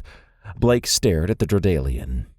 Now, what the fuck do you want? Word has gotten out that you escaped Tokara. And what if we did? That place is a shithole. The Dredalian grinned, showing off sharp teeth. Perhaps so. But Tokara wants its prisoners back. He gestured at Seth and to Ada. You 2 have been named as assisting in the prisoners' escape. You're worth quite a bit. Blake's eyes narrowed. Seth knew that was usually a sign that something was about to start. Blake nodded. So I suppose you 3 think you're taking us in. That's right, said the Dredalian. He shook his weapon at Blake. Slide out of the booth. Blake grinned. All right. He glanced at Seth and Ada, then pointed at the left shot glass. Seth, you didn't take your shot. He gazed at the right shot glass before looking at Ada. And you didn't take yours. There's no time for drinking. Get moving, said the Dredalian. Seth's pulse quickened. It was obvious to him what Blake's plan was, and it seemed the Dredalians did not understand. Seth's shielding could take a few hits, and Blake's and Ada's could as well. The problem was the Merc's shielding could too. One thing was for sure. They needed to get out of the booth to provide more room to fight. Blake was tired of being attacked. A shot glass of cinnamon whiskey awaited him, and the Dredalians had to piss on his downtime. He had signaled to Seth to get the left Dredalian and Ada the other. Hopefully, they understood. Blake cracked his neck. "It's drinking time," said Blake. He fired under the table, causing the first Dredalian to fall back into the second one. The third Dredalian aimed at Blake. Seth jumped out of the booth and tackled the third one. Ada slid out and jumped on the second Dredalian. Blake followed suit and placed his FLP-40 next to the first Dredalian's head. Never interfere with whiskey drinking time. He opened fire, shredding the Merc's head. Seth pummeled the third Dredalian while the second one lay unconscious due to Ada's battering. Blake stood and smiled. "Seth, let him live. You sure?" said Seth. "Yeah," said Blake. Ada dragged the second limp Dredalian over to the third one. Seth got off the third Dredalian and stood next to Blake. Blake knelt next to the Dredalian. "I bet about now that you're asking yourself, is Blake Brown going to drink me dry?" The Dredalian breathed hard as a confused look crossed its face. Seth chuckled. Blake pointed at Seth. "That's what I miss." He eyed the Dredalian. "I'm letting you and your bud live. However, your other friend is dead. Now, you can answer my questions, or I can kill you. What's it gonna be?" "Questions," said the Dredalian. Blake nodded. "All right. How'd you know about Tokara?" "Tokara has placed a bounty on you and all prisoners." "Ah, so you three were bounty hunters." The Dredalian nodded. "Okay. And how did you know we were here?" asked Blake. "We were tipped off that you were coming here from the Chorus Bounty Communications channel." Seth shook his head. "I bet it was the Horrendon at the repair bay." "I don't know. It was anonymous." Blake sighed. "Damn it. How long ago was this?" 20 minutes ago. Ziva said to come here," said the Dredalian. "Ziva. I assume that's your dead boy over there?" "Yes." Blake growled. "We need to get the fuck out of Chorus." He stood and grabbed the Dredalian's weapon and tossed it to the side. "I spared you. Remember this. Don't make me regret my decision unless you want to die. If you come at us again, I will kill you without hesitation like your bud Ziva. You feel me?" "Yeah, no problem." Blake gestured at Seth and Ada. "Get their weapons. We can dispose of them outside." They complied. "Let's roll," said Blake. They exited Danger's dump. "The repair bay is going to be packed soon, I bet," said Seth. "Every bounty hunter, merc, and freelancer on Chorus is probably gunning for us." Blake threw the Dredalian weapon to the side. "Probably. Nonetheless, we need to get our ship and get the fuck out of here." The repairs may not be finished, said Ada, tossing her Dredalian weapon to the ground. Seth dropped his Dredalian weapon next to Ada's. "We'll improvise," said Blake. He motioned for them to stand back, and then fired on the weapons. "At least these three won't be an issue. Let's move." They took off toward the repair bay. Blake's senses were on overdrive. It felt good to be back with Seth and Ada. Blake had drunk several blood pouches on their way to Chorus, and his body responded to that. The thought of going back to Tokara motivated him more than he thought it would. He would rather die than go through that again. No one would get the drop on him again like the Jenga sisters did. To that end, he would need to analyze the gas they used and their technique so it never happened again. The group entered a back street. Blake was aware of mercs and hunters on the main street. He did not need to see them, but their odor stood out along with the smell of their weapons. He was not sure what to expect at the repair bay, but he expected there to be some hunters and mercs there. The group reached the repair bay entrance after another 20 minutes. Blake sniffed the air. The open area in front was clear, but he sensed there were some aliens around. "There's two hiding out," said Seth. Blake scrutinized Seth. "Damn. I sensed them. But how did you?" Seth tapped his helmet. "Built-in lifeform sensors." "How we playing this?" "Distraction," said Blake. He sighed. "All right, here's the plan. I'll go take out the aliens in hiding. Once I do, you two get in there and get the ship ready to go. I assume Ada will need to control the service robots, and Seth, you'll have to defend her." Seth nodded. "A good approach, but with one modification. Ada and I use our capes to form a shield, and we rush in. You can then determine where the aliens are by their fire, and then handle them." "I like the way you think," said Blake. Seth glanced at Ada. "You ready for this?" "Of course," she said. "Okay," said Seth. He paused. His cape extended into a perfect circle behind him. Ada did the same. "That's some next-level shit there," said Blake. Seth chuckled. "It can take a beating." "Okay, here we go." Seth and Ada charged toward the entrance. Weapon fire hit their kinetic shielding, and then the cape barrier. Their capes reformed back into their normal shapes before Seth and Ada ran into the repair bay. 2 aliens jumped down off a nearby building and rushed forward.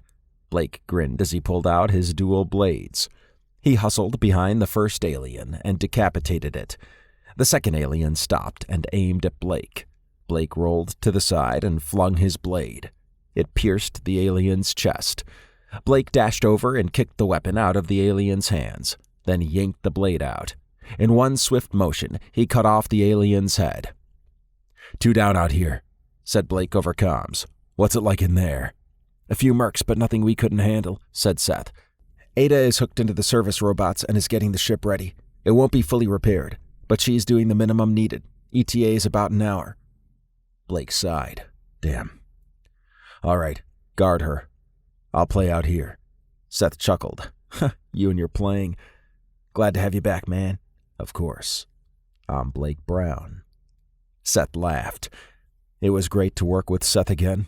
This was like another contract when they freelanced. Short on time, stakes were high, and it was just the 2 of them. Although, this time, they had Ada.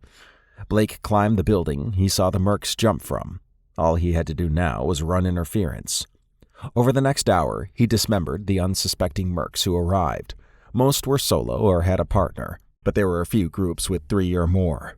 One group had 5. Blake took particular joy in jumping off the building and landing between them. 2 died immediately from his blades slicing through their heads.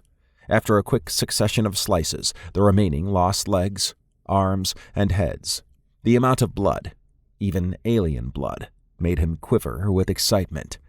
He had dragged each one killed and their sliced-off body parts to the side to clear the area for the next fight. As he focused on the next group that might come, his senses flared. The incoming group was much larger than what he had seen before. The footsteps, clinking of armor, chatter, and odor led him to believe there was a small army marching to the repair bay.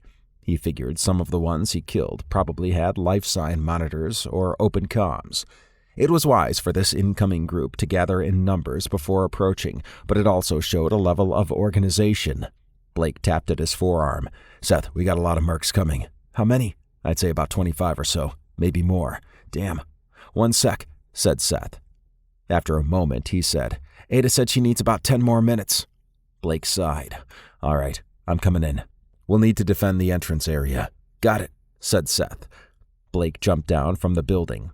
As he approached the repair bay facility entrance, he sniffed the air, but with so many dead bodies, it made it hard to discern anything. Ground vibrations and a noise level increase signaled to him that the merc group was closer. He rushed inside. The Horndin from earlier lay sprawled in a corner with a hole in his head. Seth appeared from one of the hallways and pointed at the Horndin. "He took a pot shot at me. Ada killed him." "Ada did?" asked Blake, joining up with Seth. "Yep. Damn. I guess the Horndin learned not to mess with her," said Blake. He peered out the entrance doors. "I don't think closing these doors will do much. We should barricade it." Seth crooked a thumb back. "There's several bends before reaching the repair bay that we're in. We'd probably do better defending there. Let them file down a narrow hallway to us." "Works for me," said Blake. He followed Seth to the first bend. "Yeah, this might work. You got any of Kane's magical mines?" Seth nodded and handed Blake 2 acid ones. "I took a few of these. Used one on Hawkus. These things are awesome." Blake fidgeted with the mine. "All right, we'll only use them when giving up a corner. How many corners need defended?" 3. Blake grinned. Killing time, then. The mercs came in waves. The first wave was shredded as they filed into the narrow hallway from the entrance. The second wave tossed grenades, but Blake and Seth retreated around the corner. After the grenades exploded, they moved back to their original spot and wasted the second wave as they rushed forward. As the third wave hesitated, likely contemplating what to do, Blake threw an acid mine into their midst, killing a few outright and forcing the others out of the entrance area. "We're ready to go," said Ada over comms. Blake smiled. Although he wanted to stay and play, it was time to leave. He placed an acid mine on the ground. Once he was around the corner, he changed its mode from remote to proximity. He then hustled after Seth. They reached the repair bay after a minute. Service robots hovered off to the side of the ship, and Ada stood by an open hatch on the ship's rear. Blake smiled when he heard the anguished cries of mercs encountering the acid mine. A few more dozen mines would be on his shopping list. He rushed on board the ship, along with Seth and Ada. Once the ship was sealed, the repair bay closed the door to the facility, then opened its front door. The ship hovered before flying out. A moment later, they were in condensed space. Blake eased back into his chair. He slapped hands with Seth. Finally, to fucking Fredoria we go. Chapter 19. Sarah breathed in the cool, crisp night air. She stood next to the rest of the crew at the edge of the Excelsion's hangar on Fredoria. The 4-day flight back had been uneventful, and when they arrived she had debriefed with Ricard. She smiled as she recalled Garvis's fire about prosecuting the FDF. There would definitely be some investigation. Bothan looked like he had had a hard time holding it together when he recounted how he lost his crew. It was 8:00 p.m., and although she was tired, the thought of seeing Blake energized her. Her eyes scanned the sky. Seth had verified that Daz's ship approached a nearby hangar. Sarah wanted to absorb every detail about what happened. Her heart accelerated, knowing Blake was back. She needed to play it cool around the others, but it would be rough. The whole crew would be together as well, with Seth and Ada back. While Sarah liked running the mission, what she deemed as the real commanders could take over. She turned her head when a hand rested on her shoulder. "We're all eager to get them back," said Luke. She sighed. "Yeah, it's crazy what you miss when you don't have it." "Aye, I'm sure they have a tale to tell." "Takara," said Luke, shaking his head. "That's painful." Even crazier that Seth and Ada went there to get him. Luke nodded. "What's going on over here?" said Zane as he approached. "Not much," said Sarah. Zane chuckled. "I gotta hear how Blake got out of Takara. He is one tough fucker." "Yeah, he is," said Cal, joining them. "And Seth and Ada freeing him? Badass." "Seth might join us on the assault squad now," said Zane. Kane joined them. S-Man has the cred for it. He took a puff on his electronic cigarette. Sarah looked at the others. She had come to regard them as family in such a short time. They depended on her during the last mission, and now they all came over to her. They did not have to, but she viewed it as a sign of respect for her. This is what she wanted to do in life, to be part of something that could affect change, and that was what they had done already. "Here it comes," said Luke, pointing at Daz's ship as it approached a nearby hangar. "Man, 4 days and that?" said Kane. "S-Man's probably going wild." Cal chuckled. "Yeah, and in condensed space. Blake hates that shit." "Let's head over," said Sarah. She looked around. "Where's Doc?" "I think he's doing something on the ship," said Kane. She tapped at her forearm. "Doc, we're going over to greet Blake, Seth, and Ada. Get your main body and come with us." "Are you sure?" asked Doc over comms. "Get your tin ass out here," said Zane. "I'm on my way," said Doc. Once he arrived, they proceeded to the hangar bay. The light wind caressed Sarah's face as she walked. The crew made her feel secure, and she was aware of the lengths they would go to protect each other, a stark contrast to her experience on the Arcturus. When she had filed her sexual assault claims in the past, she had become someone who no one wanted to be associated with. She had become a liability to them. That was not the case with those around her. Perhaps it was an Earthborn thing.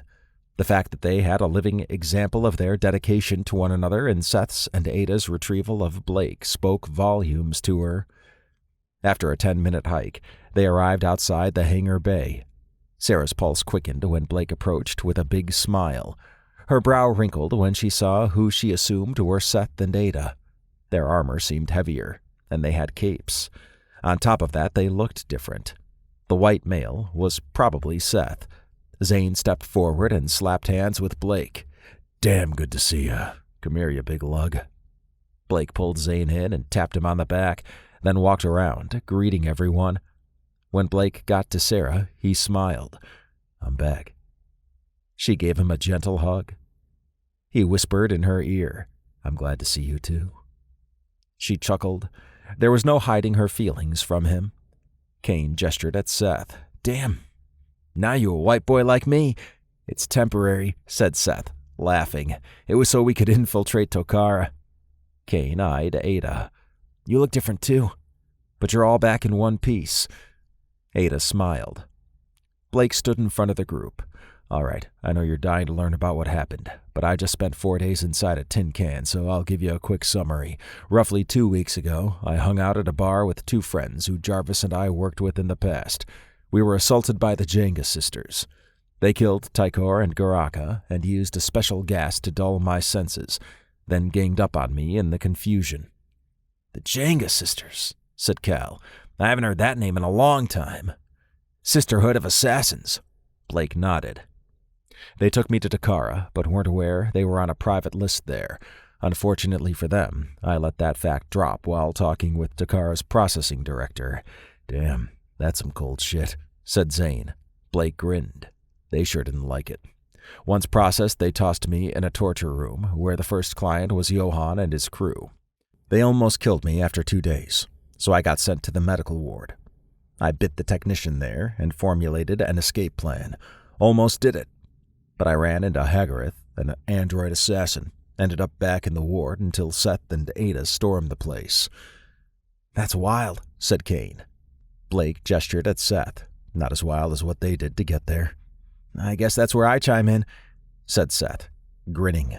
We first checked with the information broker, who sent us to Chorus. Once there, we ran into a Renaxian named Jala, who said the only way we were getting in was by capturing a high-value bounty. That led us to Oleron, a Zibian station on the edges of Zibian space. We caught Hakus, but he busted Ada up hard. I was okay, though, said Ada. The AR had a safe house there, able to repair me. Seth nodded. The AR also gave us information on Takara policies and protocols, and this custom makeover. You look good as a white boy, said Kane. Seth laughed. Yeah, right. Anyway, we traveled to Takara with Hakus, and while he was being processed, we visited a prisoner viewing room. Between Daz, Ada, and I, we took down the room. Ada tilted her head. Daz and I disconnected the Ceros Corporation AI, and then turned the turrets and robot guards on anyone not a prisoner. Holy shit. That's brutal, said Zane. He pointed at Ada. I love it.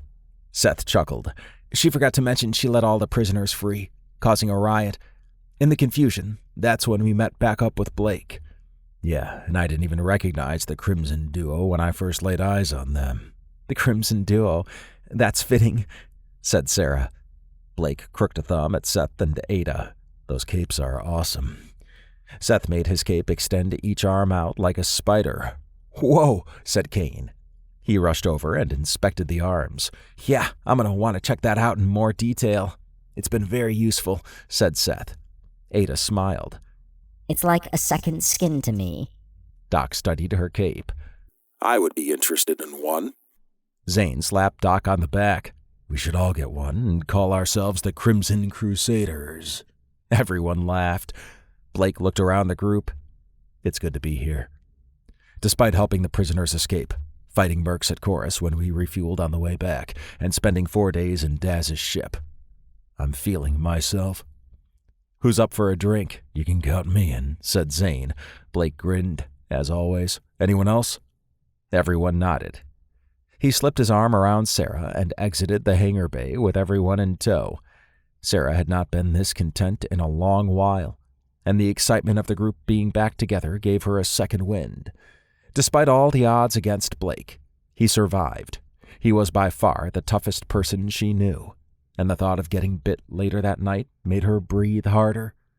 Celebrating with close friends, followed up with spending time with Blake, was a great way to end the day. Blake grimaced as he approached the safe house where he had previously met Ricard and Jarvis about Delcus from their first mission. Jarvis would have been right there with Seth, Ada, and Daz in coming to Tokara. Blake sighed. Although he was not one to dwell on the past much, especially since it spanned over 400 years, Jarvis's death still pissed Blake off. When Lord Noskov, Blake's ancient vampire master, requested that he turn others to form a clan, Blake had considered Jarvis as a potential member. Blake stood before the doors and composed himself. The previous night out with the crew had been a lot of fun, and Cal showing everyone his dance moves after a few drinks was not something Blake would easily forget.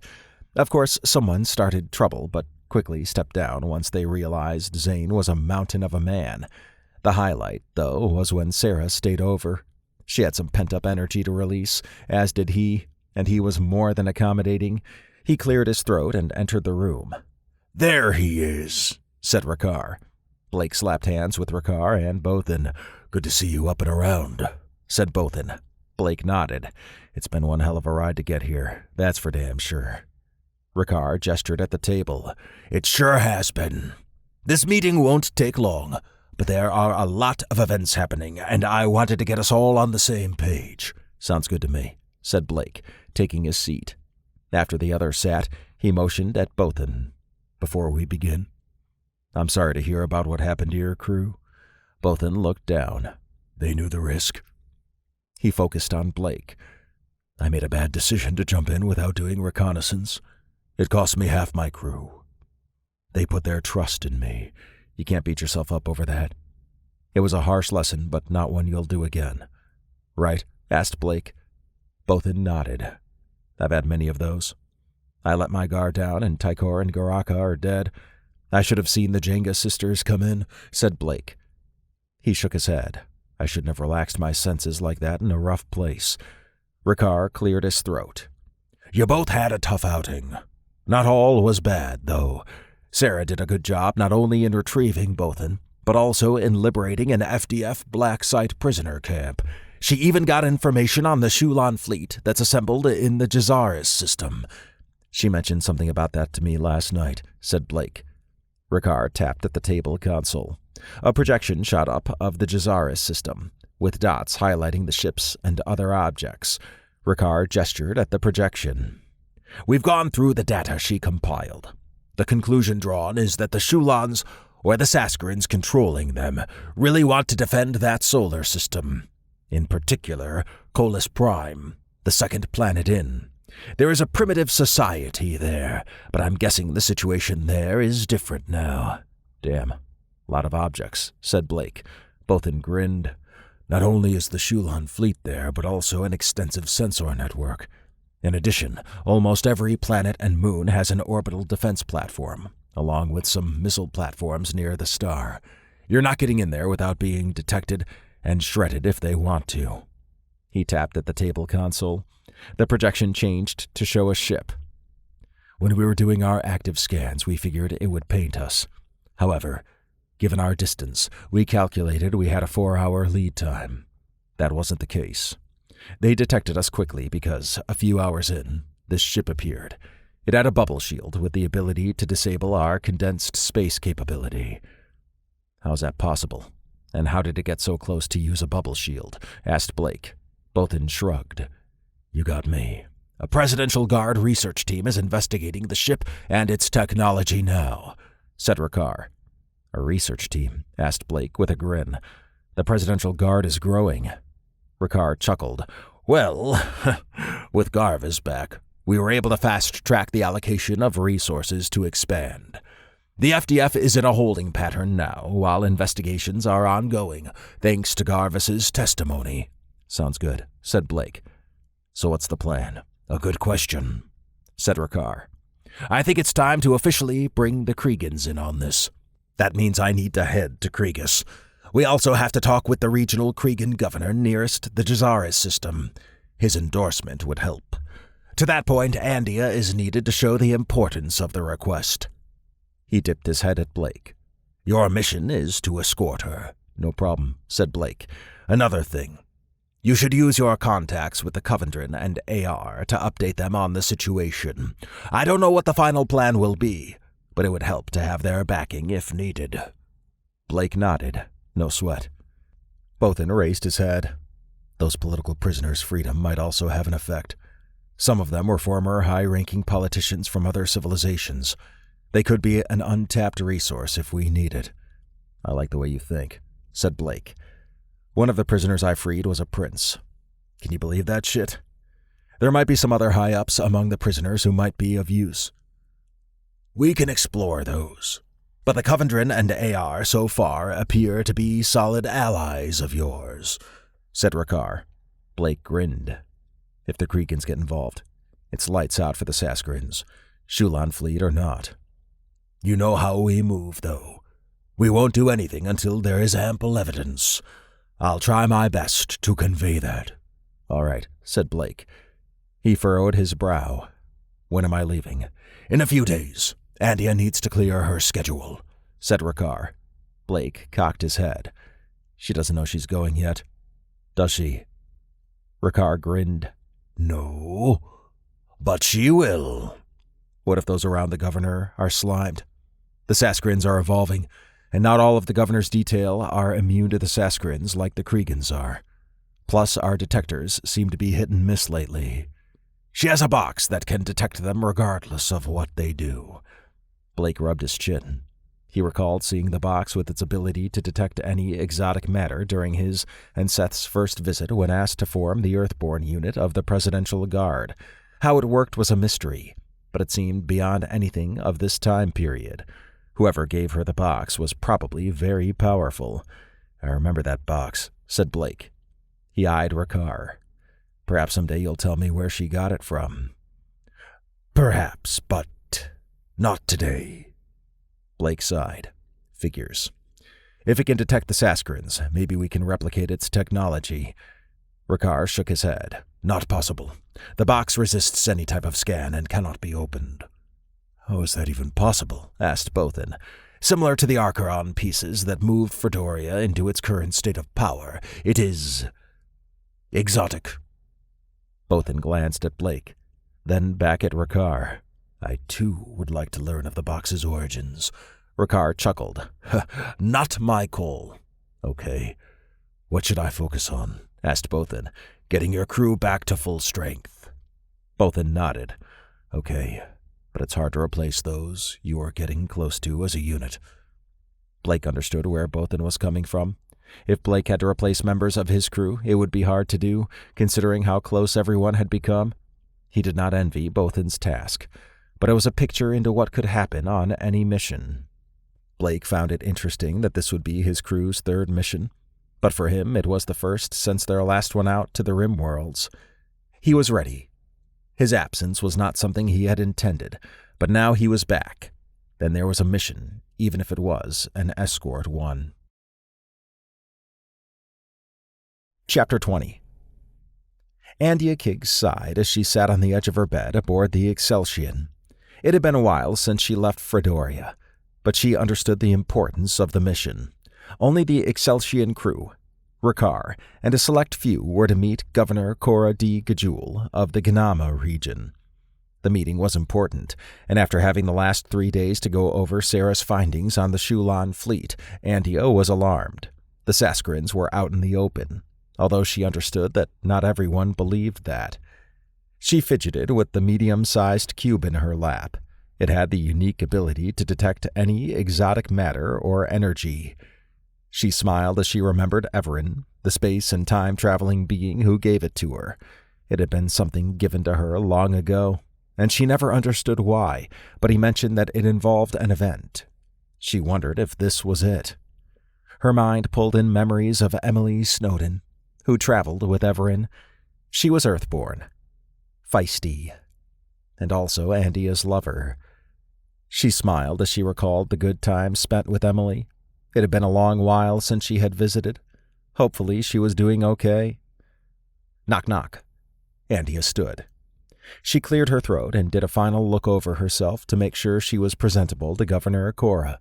The last thing she wanted to do was offend a Cregan of importance with bad attire. Satisfied with her appearance, she opened the door. "Ready to go?" asked Blake. Andia nodded. She observed that Sarah, who stood next to Blake, looked like an older version of Emily. "I'm ready." Blake nodded. "Sarah's coming with us as requested. The rest of the crew is on standby to come in, guns blazing if needed." "I don't think that will be necessary, but good to know," said Andia. Blake eyed the box in her arms, the mysterious box. "Rakar won't tell me where it came from, nor will I," said Andia, raising an eyebrow at Blake. "I had to try." She smiled. "I understand. Lead on." They exited the Exceltion and made their way across the landing pad to a transport secured by Cregan guards. Once they boarded, the vehicle took off. Andia studied the interior. 2 seats resided on opposite walls that faced each other and were big enough to comfortably seat 4 people. "Know what you're going to say to the governor?" asked Blake. "I hope so," said Andia. She focused on Sarah. "Your findings are alarming." Sarah nodded. "Governor Cora has to be aware of it." "He might be. But as a Cregan, he would not worry about it since there is a fleet nearby that by itself is a match for the Shulon one." Blake shook his head. "Just imagine if the Cregans get involved. They're slow to do anything," said Andia. "I'm honestly surprised they've lasted this long with how they approach things. Let's hope Rakar has a good meeting with them on Kregas." Andia smiled. She already missed Rakar. Although her heart longed for Emily, Rakar snuck in and stole a part of it. It could be that he shared in her Everin experience, where a deep bond had formed. Throughout the troubling times when Fredoria became a full trading partner with the Cregan Star Empire, Rakar had been there at her side every step of the way. He also happened to be an accomplished lover, something she did not expect. After an hour, the vehicle stopped, and the group exited. Andia inhaled the fresh air. She understood why Cregans breathed a similar mixture of gases as humans did from traveling with Everin. A meeting with the Matter Mage showed her that a race of energy beings guided the humanoid form, and that some characteristics, such as the atmosphere choice, were common. She smiled, knowing very few people would know that. Her travels with Everin singled her out as unique, and she took advantage of that. 4 Cregan guards approached them. They were the ceremonial detail based on their attire. Cregan customs were one aspect she possessed intimate knowledge about. She was well known in Cregan circles due to having met the Cregan Emperor, and was also given a special ring that embodied Cregan ideals. Only a select few possessed that. The guards who approached wore armor and adornments meant for the highest level of a visitor. "Nice outfits," said Blake. "I've never seen them before," said Sarah. Andia nodded. "It's ceremonial." "Yeah, but if I recall, they have various types for different levels of visitor," said Blake. His eyes narrowed. "They're treating you almost like the Emperor was visiting." "Maybe," said Andia. She displayed her ring to the guards when they arrived. The guards did a ceremonial formation, with 3 of them forming a triangle around the group and the 4th leading on. Andia chuckled as they moved on. The box had registered an exotic energy source, but she verified it was only reading Blake. After 20 minutes, they sat inside Governor Cora's office. Andia observed their surroundings. Governor Cora was a larger Cregan and a stark contrast to the physically fit guards. His purple and silver robe flowed effortlessly over him, while a belt provided support for various gadgets. He filled out his robe, and then some. The elegant room had several chairs that sat in front of a massive desk. Each chair had intricate designs etched into the arms, with a small platform on one arm to support drinks and snacks. A few items resided on Governor Cora's desk, but the central part was clear. The well-lit room made it easy to see, and a spicy yet sweet odor wafted through the air. "Welcome, welcome," said Governor Cora in a deep voice. "I'm honored to have Andia Kiggs, President of Fredoria, grace my office. It's good to be here, said Andia, placing the box by her feet. Governor Cora eyed the box. If I may ask, what is that? It's a box that detects exotic energy and matter. Interesting, said Governor Cora. He glanced at Blake and Sarah, then back at Andia. I assume this has to do with the Saskarins from the report you sent. Andia nodded. You're not being controlled. She gestured at Blake and Sarah. I had my presidential guard investigate something in the Rim Worlds, and they discovered that the Saskarins had infiltrated the Shulon Empire. We didn't know how deep it was, so I had my guard check out the Shulon fleet in the Jeezarus system. Governor Cora eased back into his seat. Yes, I saw that. Are you certain that it is the Saskarins controlling them? The Shulons have always been known to be a little off. Off or not, they have a fleet not too far from your borders. Governor Cora smiled. Yes, but we also have the 95th Fleet nearby. The Shulons would be out of their minds to take that on. Our fleet even has a few dreadnoughts in it. They alone could probably devastate the Shulons. I'm not so sure about that, said Sarah. I was out there when we scanned them. They have some new technology that I don't believe the Kriegans are aware of. I see, said Governor Cora. He faced Andia. What is the nature of this visit? Don't get me wrong. I'm always glad when someone of your stature comes to visit. Andia chuckled. I'm glad you feel that way, and would expect you to be cautious. The purpose of this visit is to see if you're willing to declare the Shulon fleet as a potential threat. The Kriegan Star Empire won't get involved unless it has an overwhelming amount of evidence. We have evidence that the weaponry the Shulon fleet is building can reach this region. You're referring to the relativistic missiles, said Governor Cora. I am. Per Kriegan law, they're outlawed for obvious reasons. Yet the Shulon fleet is building platforms for them right outside your region. Governor Cora studied his desk. I do view that as a threat. But I'm not sure that is enough evidence to sway the Kriegan military to act. What would it take? Asked Andia. I'm not sure. If we had direct information on what they were doing, that would probably suffice. Blake raised a finger. So what you're saying is, if we hijack one of their command ships and then commandeer it back to Kriegan space for an information dump and disassembly of their tech, then that could work. Governor Cora studied Blake. Yes, but I didn't suggest that. Oh, of course you didn't. The Earthborn guy did. Governor Cora laughed. You're well-versed in politics. And yes, I'm aware of your reputation. Blake flashed his hands off to the side and grinned, baring his fangs. All good, I hope. Yes, your record is impeccable. Okay, then, said Andia. She looked around. It's apparent what we need to do. Once it's done, we can reconvene this meeting. That works for me, said Governor Cora. He tilted his head. If you're not leaving right away, would you mind appearing with me at an event tonight? Andia smiled. Of course. I can make some time for it. Good, said Governor Cora. He gestured at Andia's Kriegan Emperor ring. Although elections are a year away, having someone with the ring appear with you is good optics. Andia laughed. I understand and have no problem. Believe it or not, I'm actually in line with your political views. Your economic plan is stellar. Thank you, said Governor Cora. He cleared his throat. Your Earthborn guard are welcome to attend as well. Well, I'm not saying no to a party, said Blake. Governor Cora chuckled.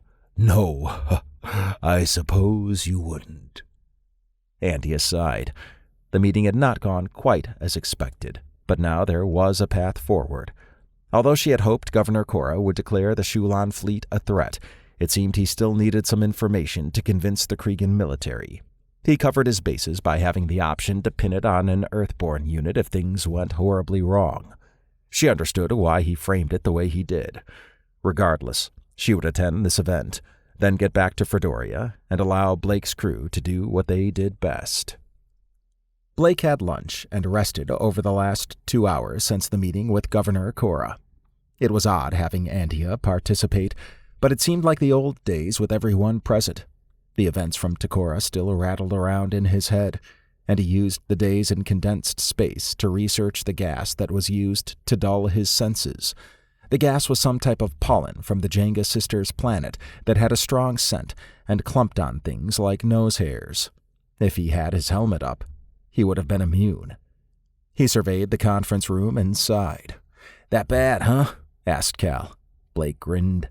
"Nah, I was thinking of something else." "All right, let's get started."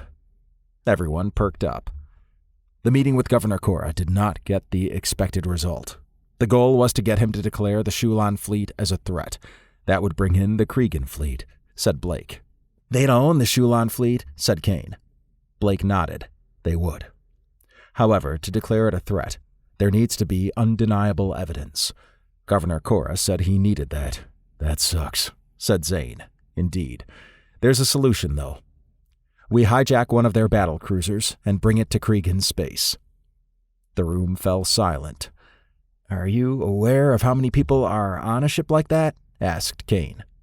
Blake chuckled. "Over 1,000, but most are not qualified for combat.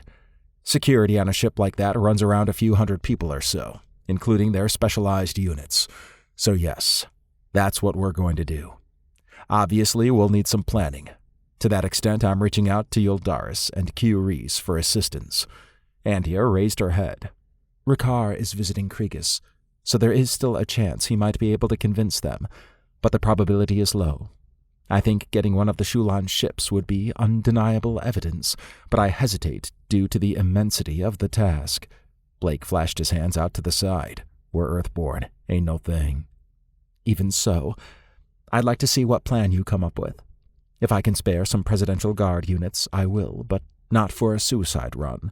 It won't be suicide, and we'll get a plan together," said Seth.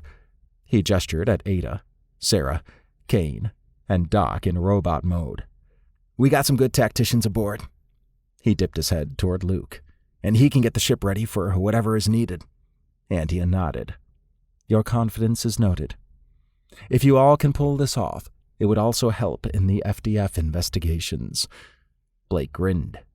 "Yeah, if the Kregans say it's a threat and the FDF doesn't, that'll show them in an unflattering light. They may actually have to do something. Like defend Fredoria." "Exactly. I'll handle the politics of it, but you all have a lot of work to do if you're going to take on a Shulon battle cruiser." Luke tapped the table.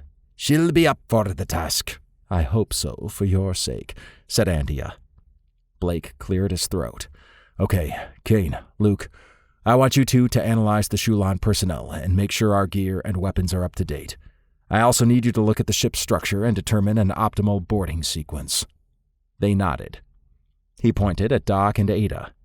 "You two assess the ship for any vulnerabilities we can exploit. You have access to everything known about the Shulons and can crunch it much faster than any of us." They nodded as well. "Seth, Sarah, and I will get together and determine how this is to go. Once everyone has had some time, we'll meet again and form a final plan. I also will reach out to Jeezarus and Q Reese." "What about us?" asked Zane, crooking a thumb at Cal. "Train and be ready for perhaps the toughest fight you've ever been in. Whatever upgrades Kane and Luke make may need you to test them out." Zane laughed.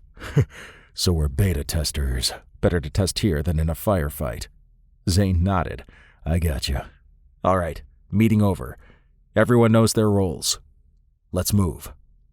Everyone except Andia dispersed. Once the room was cleared, she stood next to Blake. "Your crew is close." "I like to think so," said Blake. Andia looked around. "I'm beginning to understand how your crew has gone through what it has and survived. It's one thing to get a debriefing, but quite another to be a part of the mission in any capacity. He eyed her. I don't mean to pry, but when you saw Sarah, your heart beat faster. Do you have a problem with her? She chuckled. No, not at all. You really do notice everything, don't you? Well, yeah.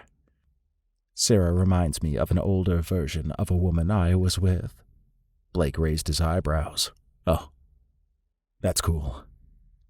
It was not like Andia to disclose information like that, but he sensed she trusted him.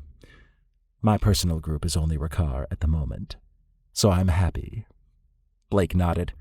He figured he would share some detail with her so it would not be awkward. Just Sarah for me right now. Andia smiled. You two make a good couple, and given the missions you go on, I understand. You get what you can when the opportunity presents itself. I know that all too well. They laughed. Okay, I'm going to get something to eat, then attend to some things, she said. Blake watched her walk away. He enjoyed seeing another layer of Andia. It still ate at him that she and Rakar participated in the retrieval of the Archeron for the Kriegans, but they would not tell who they did it with. Jeezarus was involved, and they all kept their secrets well. He went to his office and put in communication requests for Jeezarus and Kyris. It would be 3 days minimum to get Andia back to Fredoria. During that time, Blake would formulate something with Seth and Sarah. He smiled at thinking he could do things like that. Tokara marked a low point for him, and it evoked an emotion he rarely experienced. Even now, a part of him was sensitive to being in a confined space. It would pass, and on top of it, he still wanted to find out what happened to Tykor's and Garakis' corpses. One thing at a time. Chapter 21. Rakar stood before the Kriegan Ranger building he used to call home for so many years. It was a strange sensation to be back, given everything he had seen. From traveling with Everin, to meeting the Kriegan Emperor, to forming the Fredorian Rangers, to being involved with Andia. It had been a wild ride. He frowned as he remembered Silva Ga-Hajorn, the Kriegan inspector who lost his life while adventuring with Rakar, Everin, Andia, and others. Rakar wondered what Silva would have thought about the current situation. After taking a moment to compose himself and to check out his light armor, he entered the building. The familiar, sterile scent of the hallways washed over him. Memories of traversing the building as a bright-eyed ranger cadet rushed through his mind. Although his goal was to meet with the Inspector Corps, he wanted to visit his old stomping grounds. A grizzled Kriegan walked into the hallway. He had light purple skin, a short white beard, and a scarred head that angled back into a cone. Rakar grinned. Master Tyros Gisol, I didn't expect to see you here still. He performed a Kriegan salute, which consisted of him placing his right arm across his chest with his palm down. Rakar, it has been a long time, friend, said Master Tyros, returning the salute. He chuckled. Stop calling me master. You have earned the right to do so. Rakar nodded. How have you been? Rakar sighed. I've seen better days.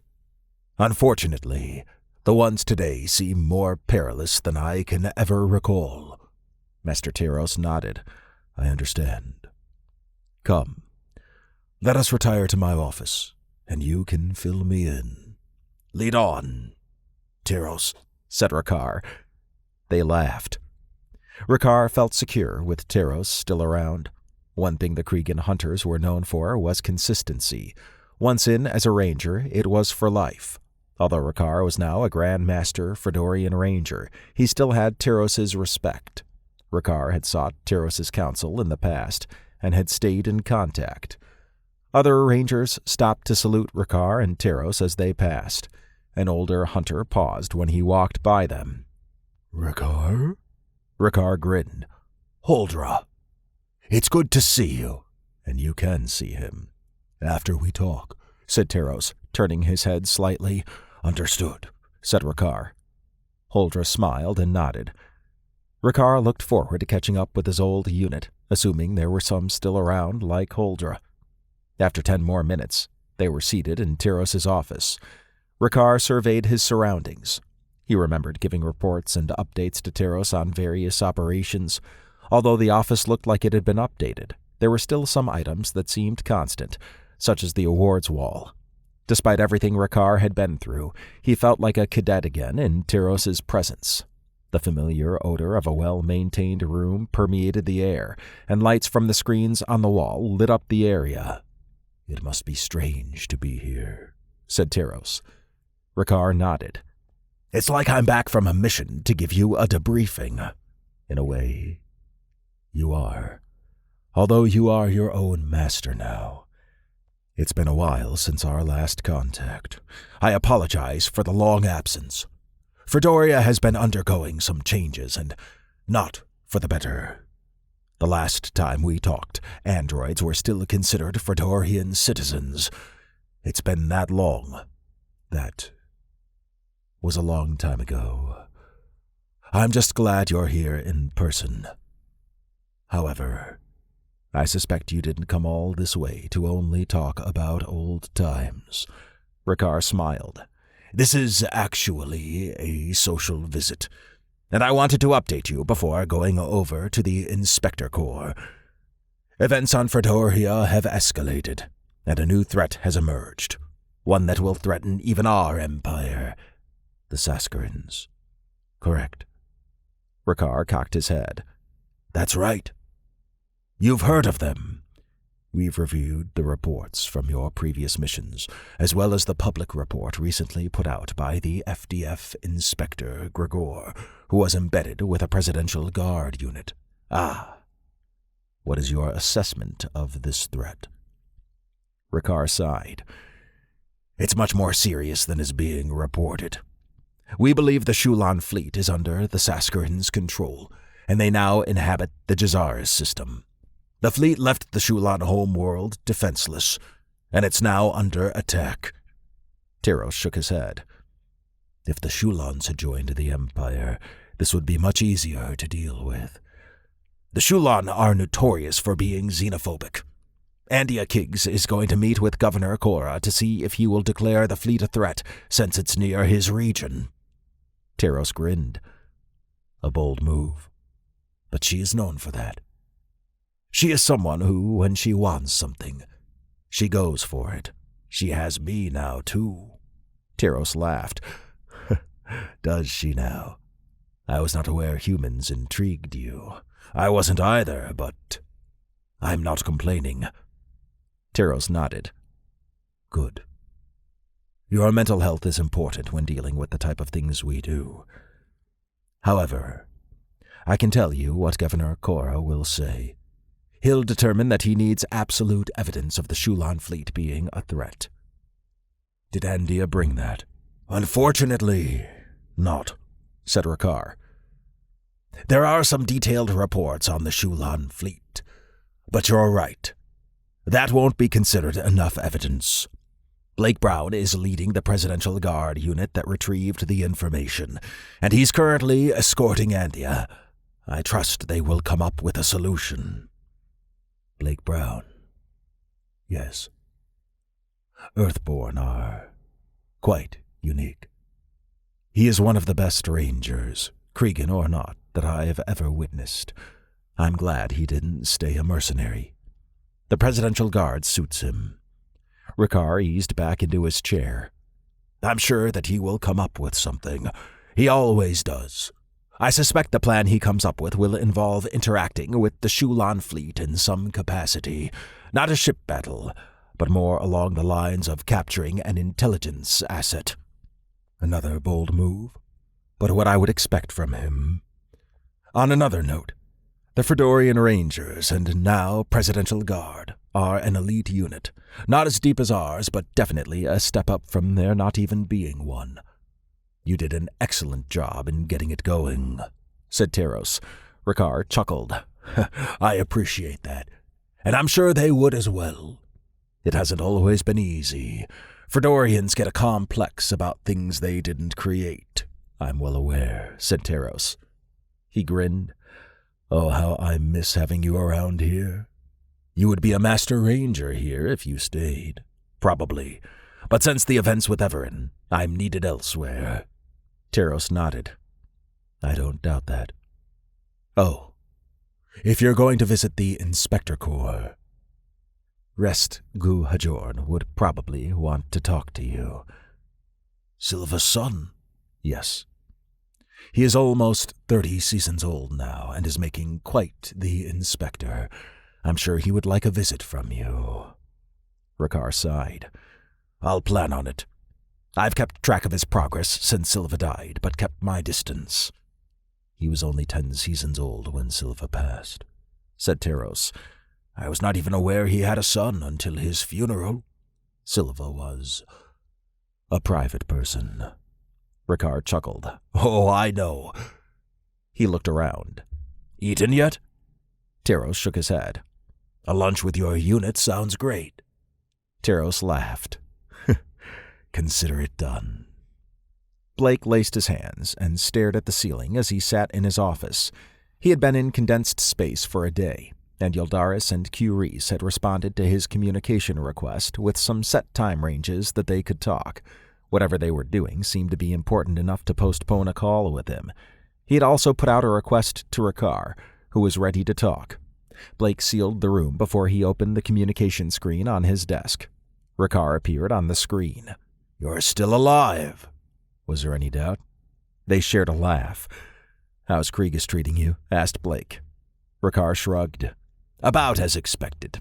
I visited my old unit, which was interesting.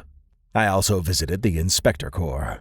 Although they are skeptical about the Saskarins, they do view the gathering of the Shulon fleet as a potential issue.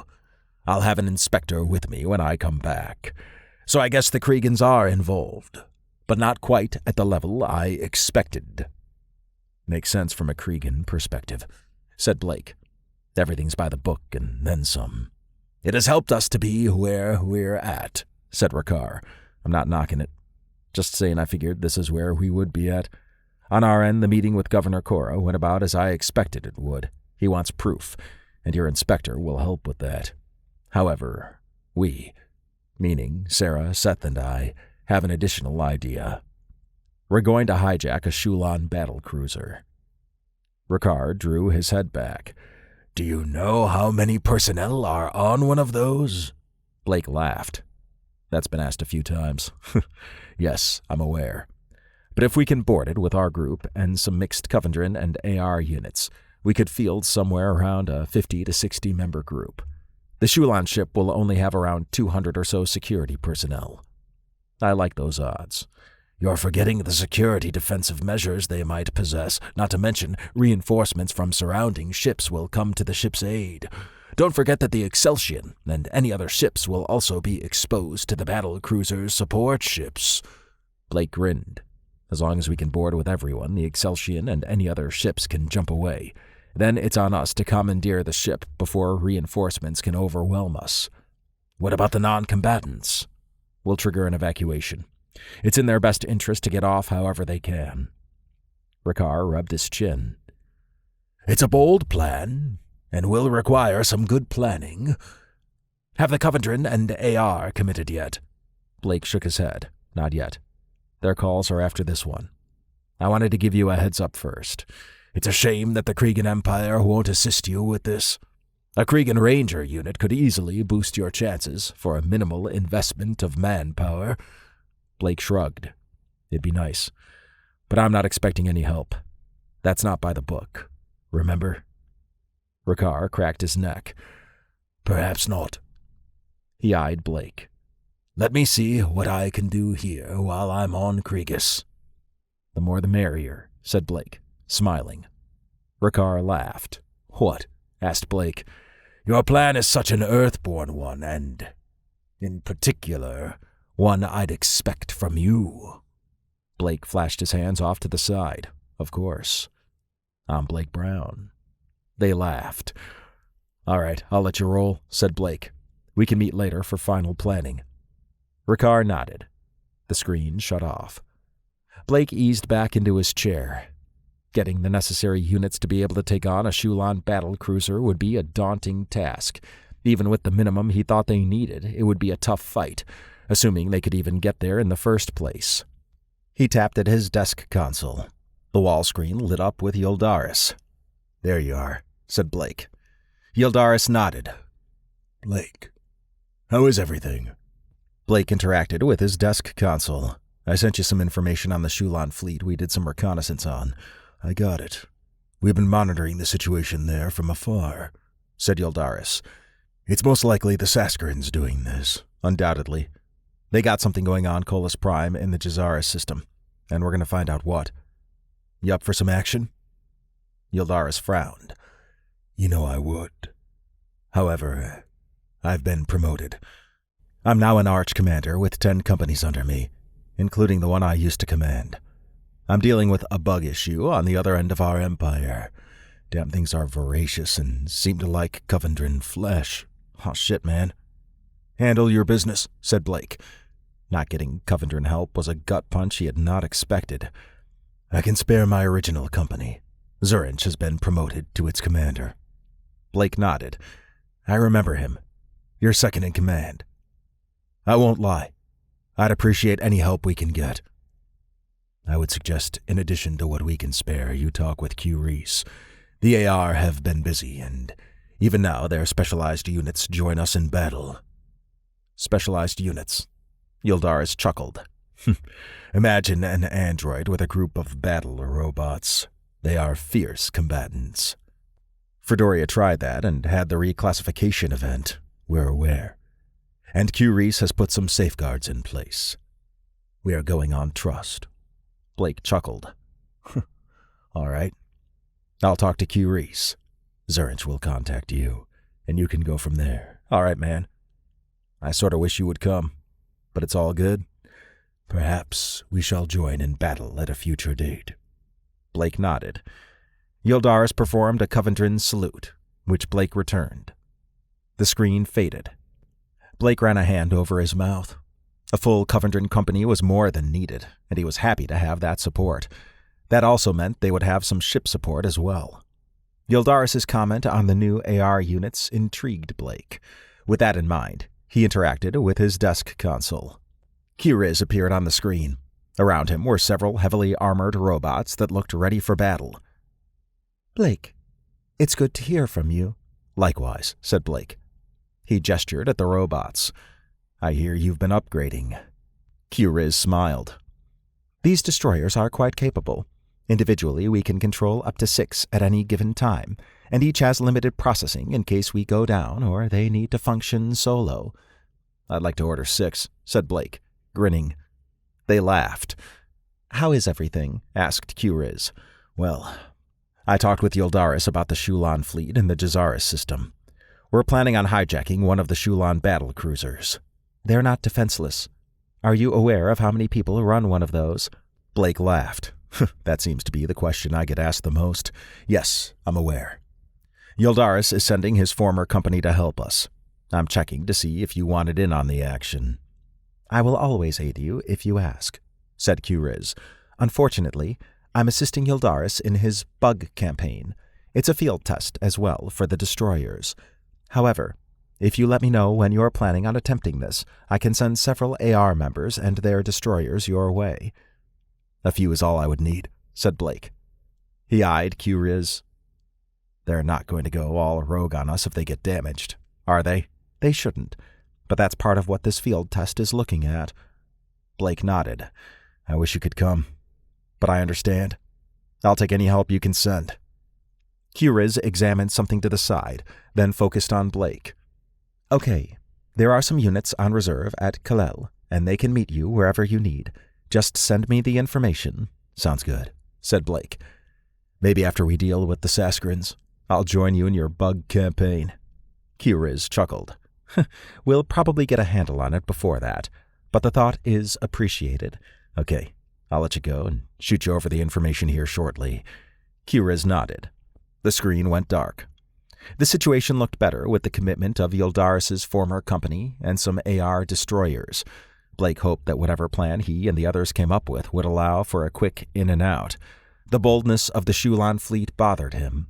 The last thing he needed was to try to hijack the Shulon battle cruiser and then fail. That would give the Saskarins a big boost. The plan had to succeed. Chapter 22.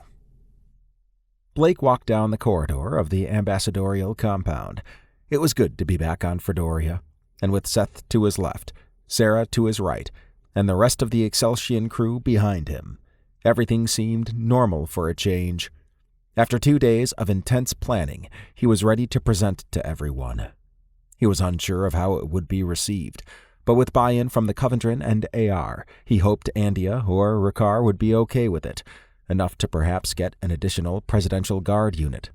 A Fredorian guard hassling Zurich and an android with heavy battle armor caught his attention.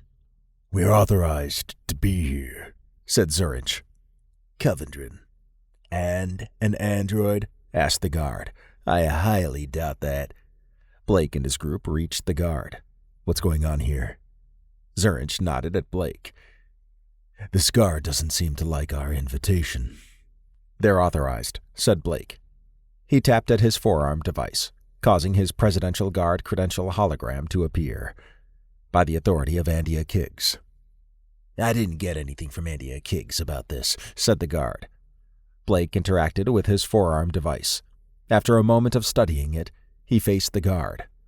"It shows them on the attendee list for a meeting at this time. I think you're fucking around with them." The guard raised his head. "For that matter, who the fuck are you?" Blake tossed his hands out to the side. "I'm Blake Brown, of course. Now, you're a local law enforcement. You don't gain anything by getting your face bashed in." "What?" Blake grinned. The guard drew his weapon. Hey, said Andia, bustling out of the room. The guard lowered his weapon. "What's happening here?" she asked. Blake gestured at the guard. "This $2.50 chump is trying to prevent this meeting." The guard shook his head. "I was making sure they are who they say they are." "Let me see everyone's credentials," said Andia. Everyone complied. Andia looked around, then at the guard. "They all match. What were you having a problem with? Specifically?" "You never know. They could be imposters." Andia's eyes narrowed. "They already passed security verification to even get this far. Whatever game you're playing, it's not welcome. You're relieved of this post. Go." The guard hesitated. "Now." The guard took off.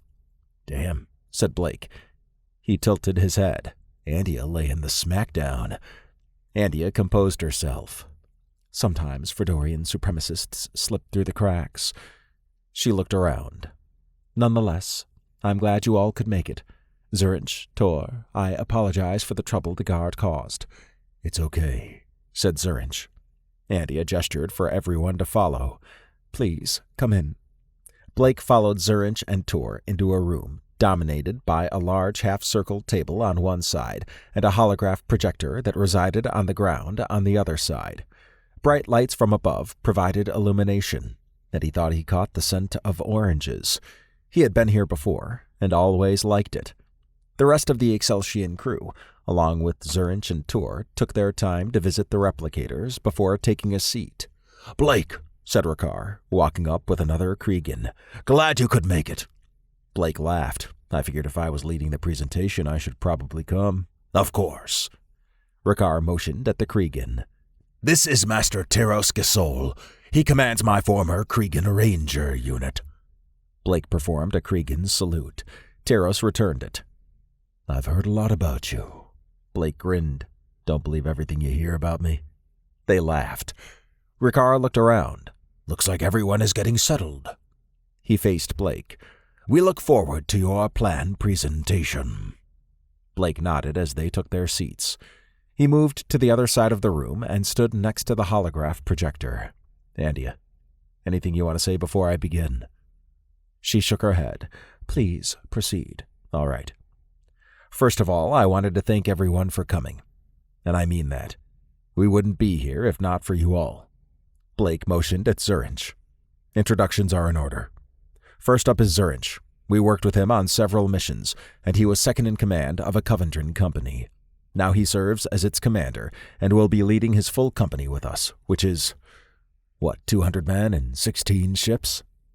Zerinch smiled. 240 members and 24 ships. That's a ground force of about 100, with the rest for support. You've upgraded. With the inclusion of the AR, we have reorganized some. Blake nodded and then pointed at Tor. This is the Android Resistance, or AR, representative. He brings with him 4 units of destroyers, which are, from what I understand, a new AR defense robot. Tor tilted his head. They can do more than defense. I'm sure they can, and we're glad you're here. Tor eyed Andia, then Blake. It's good that someone is. Blake detected Andia's heartbeat increase. There was still tension between the AR and Fredoria, and although Andia personally had tried to help androids, the AR would always see her as Fredoria's president. All right, moving on, said Blake. He motioned at Teros. This is Master Teros Gasol. He commands Rakar's former Kregan Ranger unit and has pledged it for this mission. It's 40 Rangers, right? It is indeed, said Teros. He looked around. We bring our own ship and logistics, and will do whatever is necessary to get the Shulon fleet identified as a threat. Blake grinned. Kregan and Covendrin working with Earthborn. What a party. Everyone chuckled. As you all are aware, I have my crew with me. Blake pointed at each crew member and introduced them. Now, let's get to the plan. He interacted with his forearm console. A holographic projection shot up of the Jeezarus system. This is the Jeezarus system, where the Shulon fleet is holed up. Sarah's last mission identified a battle cruiser that seemed to be on patrol. We're going to capture that ship.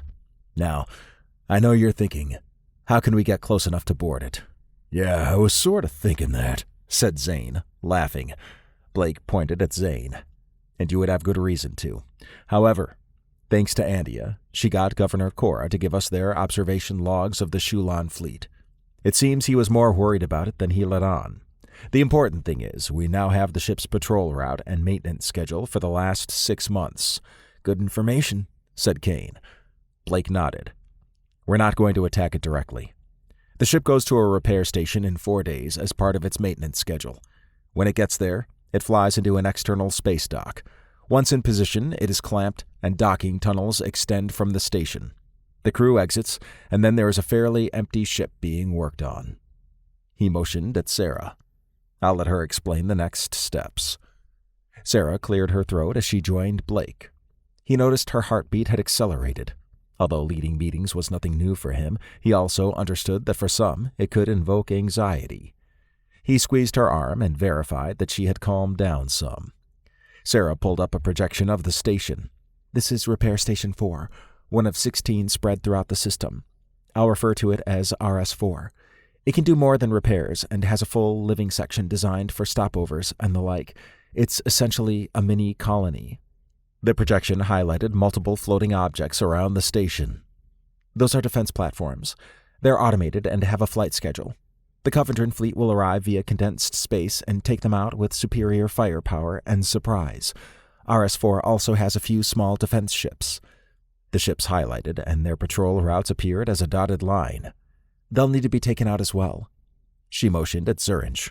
Everything is broken down by role and responsibility, and I'll send it to everyone after the meeting. Zerinch nodded. We'll handle the ships and defense platforms. Good. Once the outer defense is removed, we move to the docking bays. RS4 has 10 bays, and they're lightly guarded based on what we learned from previous intelligence. The Exceltion, the Kregan Rangers ship, and specific Covendrin troop transport ships will land at specific docking bays. Once they've unloaded, they jump out via condensed space. She looked at Blake. He grinned. And that should tell you how important it is that after our ships are gone, we capture that battle cruiser and commandeer it. If we don't, it's lights out. Couldn't the ships stick around? Asked Zane. Not unless they want to fight off a pissed-off Shulon fleet that jumps to the station, said Blake. The projection highlighted the 10 bays beneath the main part of RS4. I fully expect that once we're on the station, reinforcements will come. However, we have a head start. The projection showed the outer repair structure. The battlecruiser has 8 docking tunnels on its side connected to a large cargo area on RS-4, said Blake. The projection displayed various highlighted routes between the bays and the cargo area. Our goals are to secure that cargo area, get any intelligence from the station that we can, board the ship, then blow the docking tunnels. If all goes well, and Ada and the AR can override any system issues, we'll be on our way with a brand new Shulon battlecruiser and lots of information to go through and technology to dissect. Luke raised a finger. I don't mean to be a downer, but there is the slight possibility that the cruiser may be undergoing some type of maintenance that prevents it from going anywhere. Blake sighed. I'm aware of that. But per Governor Cora's logs, the maintenance is only a few days. We're going to hit it in the middle of those days, about 5 days out from now. I'm hoping you can adapt to Shulon ship mechanics quickly and get the ship up and running in that case. What? Asked Luke with wide eyes. Blake laughed. Don't worry. Governor Cora has provided us with someone who defected from the Shulon Empire and happened to be a ship engineer. I'll be working with a Shulon? Asked Luke. Blake grinned. Only before we go. Bloody hell. The group laughed. All right, said Blake. He looked around. There's a lot more details, and I'll be going over each part with each group over the next 4 days.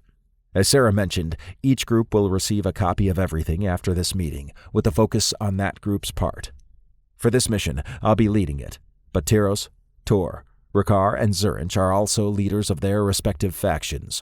We'll work together, but if need be, we agreed that Rakar and Zurich can make calls if I'm not around. Oh, and before I forget, we'll need to customize our loadout for a station and ship fight. That means stun and melee weapons. Shooting projectiles would not be a good idea. Now, who's ready for this? The group cheered. Sarah's pulse quickened as she studied the main part of the wraparound window in the Excelsion's command center. Headshots of Zurich, Tor, Tyros, and Rakar were on the bottom, along with a regional galactic map. It had been 4.5 days since the meeting, and everyone knew their role, or at least she hoped they did. There were a lot of potential points of failure, but she was confident in the group's ability to handle them. The aspect that bothered her most was the ships jumping away after everyone had boarded the station. At that point, the boarding crew was on their own. Any ship sticking around would be subject to the Shulon fleet's reaction. As powerful as the small group was, it would not survive that encounter. The plan assumed the Shulons would not fire on their own station. They could consider it a loss and blow it up. We'll be fine, said Luke, glancing over at her from his workstation. Huh? Asked Sarah. She did not realize she had been holding her breath. Oh, right. I guess it's time to start. She tapped at her console. Several communication windows popped up on the main screen. We're almost at the drop-off point, said Zurich. We're close behind, said Rakar, standing next to Tyros. Same here, said Tor. Sarah nodded. The ships were in condensed space, and with 24 Covendran ships, 1 Kregan Ranger ship, 1 AR ship, and the Exceltion, they had a small strike force. She checked her console. Okay, Zurich, your group's first. We'll drop 20 minutes later as planned and go straight to RS-4's docking bays. Zurich smiled. Fight time. His avatar grayed out. Rakar chuckled. It's strange to be working with the Covendran, but I can't fault their eagerness for battle. He's proven his worth, said Sarah. Blake laid a hand on Sarah's shoulder. They got this. The Covendran are more than equipped to handle RS-4's defenses, at least until the Shulon fleet responds. We'll find out here in 20 minutes, said Rakar. He looked down, then back up. They've dropped. Our timer's started. Over the next 20 minutes and several light discussions, Sarah tried to focus. Ships in condensed space could not communicate with ships out of condensed space unless there was a condensed space relay, and the only one available in the area was the Shulons. She had to hope that Zurich and the Covendran had neutralized RS-4's multiple defense platforms and any other defense capabilities. Her eyes were glued to the decrementing timer. It seemed to move slowly. Once the timer hit 5 minutes, Blake cleared his throat. All right. I'm going to the docking bay. Sarah stood and hugged him. Be safe, of course. I'm Blake Brown. She eyed him. I'm serious. Blake chuckled as he walked away. We got this. She rubbed her thumb.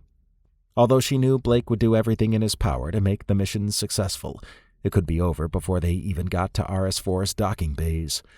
She took a deep breath and sat. Her eyes drifted to the timer again. I'm feeling it too, said Luke. Same here, said Kane via his avatar. Weapon systems are good to go, and we got Luke's modifications loaded. Sarah smiled. Hopefully we don't run into that weird ship with the bubble that can shut down condensed space drives. Aye, but if we do, we're ready this time, said Luke. She nodded. We'll probably have some resistance in the docking bays. Kane, remember to only shoot the stun rounds from our turrets. Relax, said Kane. I'll only hit moving targets while keeping the bay intact. Besides, the stun rounds wouldn't be able to penetrate the station's structure. She cracked her neck as she eased back into her chair. The timer was down to a minute. The result of Zerinch's attack would be known momentarily. When the timer hit 10 seconds, she verified that everything was ready to scan and react as needed. While the Exceltion would fly right to RS-4's docking bay, it would also perform a scan of everything around while Zerinch gave an update. The timer hit 0. Dropping now, said Rakar. Likewise, said Tor. Sarah interacted with her console. We're dropping too. The Exceltion, along with the Krigan and AR ships, dropped out of condensed space. Sarah studied the data windows popping up on the main screen. It looked like someone had tossed metallic confetti all around RS-4. The Covendron ships had encircled the station and were firing on various station-mounted defenses. Zerinch opened a communication window. The defense platforms are down. We're dealing with the mounted defenses now. There are several inbound ships, one of which is similar to the ship that attacked the Exceltion before. I see it, said Kane. Approach in the docking bays, said Luke. Zerinch nodded. Our transport ships are approaching the docking bays too. The path's been cleared. Sarah let out a breath of relief. The Covendron had performed as expected, and for the moment, they controlled the space around RS-4. She contacted Blake over comms. We're going to be in the bay in less than a minute. We're ready, said Blake. The Exceltion approached one of RS-4's lower-level docking bays. Clearing the area, said Kane. The Excelsion's turrets fired on the Shulon defenders and defense robots that had arrived in the docking bay. Once cleared, the Excelsion moved into the docking bay and landed. Blake, you're up, said Sarah. After a minute, he said, We're good to go. She verified that the landing platform was lowered and Blake and the others had disembarked. Several Shulon guards had come into the docking bay while the landing platform was being lowered, but they were torn to shreds by the close-range fire of the Excelsion's turrets. We've landed and are moving out now, said Rakar. Likewise, said Tor. Sarah smiled. Everything was going according to plan so far. We've secured the bay. Go, said Blake over comms. Sarah nodded at Luke. The Excelsion raised the landing platform before hovering and backing out of the docking bay. She watched as the Covendron troop transports landed at the other bays. Sarah, we've got company, said Zerinch. I see it, she said. The strange ship from earlier had arrived much quicker than expected. We just dropped off Blake. We'll stay until the last of your transports has unloaded. All right. I'm joining the fight on the station, but my second-in-command, Grayless, will be handling the ship withdrawal. She cocked her head. You're going to fight? Of course. I'm a Covendron commander now. Her eyes narrowed. Although he had not mentioned he would be joining the station takeover, it made sense that he wanted to be there with his company. Besides, the incoming ships won't fire on us due to the possibility of hitting the station. Sarah sighed. Then we need to stick close to it until everyone's unloaded. Zerinch nodded. His avatar grayed out. The ship that attacked them before dropped out of condensed space. It was alone, and Sarah suspected that, like before, it was simply faster in condensed space than other ships. How it got that technology was a mystery, but the Saskarins probably had a hand in it. The ship pulsed an expanding bubble. It's trying to disable all the ships, said Luke. Sarah gritted her teeth. Take us close and use the modifications. Aye, said Luke. The Exceltion flew toward the bubble ship. When it was near, it fired a swarm of modified projectiles. The ship pulsed another bubble, which pushed the projectiles away. That's new, said Luke. Then we need to be right on top of them, said Sarah. She interacted with the console. The Exceltion accelerated toward the bubble ship. Its turrets opened fire on the Exceltion. "We're taking damage," said Luke. "Firing missiles now," said Kane. The Exceltion fired 10 missiles. Like before, a pulse from the bubble ship knocked away the missiles. "What the hell is that pulse thing?" asked Luke.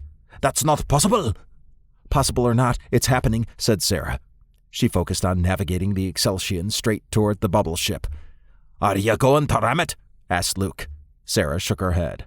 "We're going to fly past it, but when we do, Kane, rake them with the modified ammunition." "No problem, assuming they don't pulse and push us away like they've done everything else." "It will work," said Doc, appearing on the screen. "The amount of energy required for those pulses is enormous. There's been a massive drop in the ship's energy output after every pulse. That is the time to strike." Sarah grinned. "Yep. Kane, force them to pulse." The Exceltion fired another round of missiles. After the bubble ship pulsed, the Exceltion flew past while its turrets fired Luke's modified ammunition. When the clumps hit the bubble ship, the Excelsion's laser lit them up, causing them to ignite all over the hull. "Zurich, the ship should be disabled," said Sarah. Zurich nodded. "The first of our ships have begun to jump away. They should all be gone before the rest of the Shulon fleet's response arrives. Make sure you get out too." Sarah sighed. "We will." Although it seemed they would be able to jump out, she saw that one of the Covendron ships had been hit hard by the defense platforms before they went down. Another Covendron ship was already docked to it. She hoped they got everyone off in time to get away. For the Excelsion's part, they would wait until all the other ships had jumped. Blake and the others would then be on their own. Chapter 23. Blake watched the Exceltion back out of the docking bay. So far, everything had gone off without a hitch. There had been no casualties, minus one Covendron ship, which had been hit hard. The same could not be said for the downed Shulons who came out to defend the bays. Their decision to come out seemed odd. They must have known they would stand no chance that close to a ship's turrets. Even though they fired stun rounds, the rounds still had enough momentum to incapacitate without the stun aspect. The sound of fighting snapped him out of his thoughts. "Ricard and Teros, as well as Zurich and Tor, have landed. They're proceeding to the cargo area before the battle cruiser's docking tunnels," said Seth. Blake nodded. "All right. We're headed to the server room." Ada tilted her head. Per the station layout, it is 2 levels above us. "You sure that's the closest place to jack in?" It is. Blake looked around, then slapped Zane's juggernaut suit. "We got a Zane, so we're good to go. Lead on, big man." Zane howled and barked over comms, then pulled out his stun mace. "I haven't meleeed in a while. Let's do this shit." As they walked, Blake updated Ricard, Teros, Tor, and Zurich. Between those 4, there were enough personnel to secure the cargo area. Blake was also confident in the group around him. Cal was in a heavier suit, and his dual energy daggers could slice through any kinetic shielding. Zane in his juggernaut suit with his stun mace was the tank. Seth and Ada in their new suits and capes provided much-needed support, and they wielded an energy shield and an energy blade. With 2 Covendron units and 1 AR unit of 6 destroyers, that came to 23 members total in the group. Blake got to see the AR destroyers up close. They looked like death-dealing machines, with heavy armor, oversized gauntlets, and small orbs flying around them. He did not think much would sneak up on them. Their footsteps were loud, so stealth was not their strong suit. The swirling red circle on their faceplates made it look like they were cyclopses. The Covendron moved in an organized manner as always, and had a lightly armored AR member embedded with them. They moved when commanded, and Blake liked working with them. Close-quarters combat suited Blake, but he was unsure how the others would fare. Although he understood that most wanted to use projectile weapons, doing so in a place where a stray shot could send them into space was a bad idea. The station had a high rating in that regard, but he did not want to chance it. The guards encountered up to that point had used stun batons and ranged stun weapons, so they seemed to observe the no projectile rule as well. The group passed a hallway filled with Shulon corpses with missing limbs. Blake lowered his helmet and sniffed the air. Ricard's unit and the others had cleared the hallway quickly. Their energy blades made quick work of the overwhelmed Shulon guards. Blake's eyes narrowed as he caught a familiar scent. "There's Saskarin soldiers here somewhere," he said. "Where?" asked Seth. "Not sure, but I can sense them." "You and your nose," said Zane. "If we see them, I'ma beat that ass." Blake nodded. "Just be ready." They rounded a corner and approached a stairway. Several Shulon guards popped out on the landing and fired stun rounds at Zane, which hit his kinetic shielding and faded. Zane laughed as he rushed forward. "Is that all you got? Zane's coming for you." He reached the guards and knocked one away. He bashed another's head in before crunching the remaining guard's chest. "Well, damn, that was quick," said Cal. "And foolish," said Seth. "Stun rounds against heavy armor and kinetic shielding? That's dumb." "This is almost too easy." "Let's not get complacent," said Blake. He waved forward. "Let's roll." The group moved up to the next level. When they arrived, several guards took potshots at Zane, who again led a charge ending in the guards being downed. When they went up another level, the guards dropped their weapons and ran, except for one who got on his knees with his hands off to the side. Blake walked up to the guard and placed a blade under the guard's chin. "Why'd your boys leave you?" "They don't want to die," said the guard. "Why didn't you run?" "I was too slow. I'm at your mercy." Blake rubbed his chin. "If the guards don't want to die, then why are they fighting us?" "We don't have a choice. The Saskarins forced us to defend various points. We knew it was suicide, but they executed our commanding officer." Blake harumphed. That would explain the lackluster defense. He showed the guard a projection of the Saskarin soldiers from the last mission. "Did they look like this?" "Yes." "All right. How many were there?" "Hundreds, with more on the way." Blake looked around, then focused back on the guard. "Okay. Get the fuck out of here. If we see you again, we will kill you. You live because you provided valuable information. Never say Blake Brown doesn't have mercy." The guard stood and ran away. "Damn. So they are here," said Zane. "They're keeping themselves hidden," said Cal. Blake nodded, probably setting a trap somewhere. "Ricard and the others haven't mentioned seeing them, so I guess we'll find out what it is. They use the guards as fodder to test our strength." "Sneaky bastards," said Seth. The server room we are going to is off a hallway. It would be a natural spot for an ambush, said Ada. "This would be so much easier with my hell thrower," said Zane. Blake chuckled. "Yeah, and I'd rather not be spaced. Let's move." The group arrived at the server room after 20 minutes. Along the way, several guard units attacked without success, while others ran away. Blake gestured into the room. "Ada, get cracking. Find out what you can, and if possible, use any of the systems to help us out. Seth, guard her. Zane, take a unit and cover the left T-junction at the end of this hallway. Cal, take the other unit and get the other end. I'm going to stand right outside this room."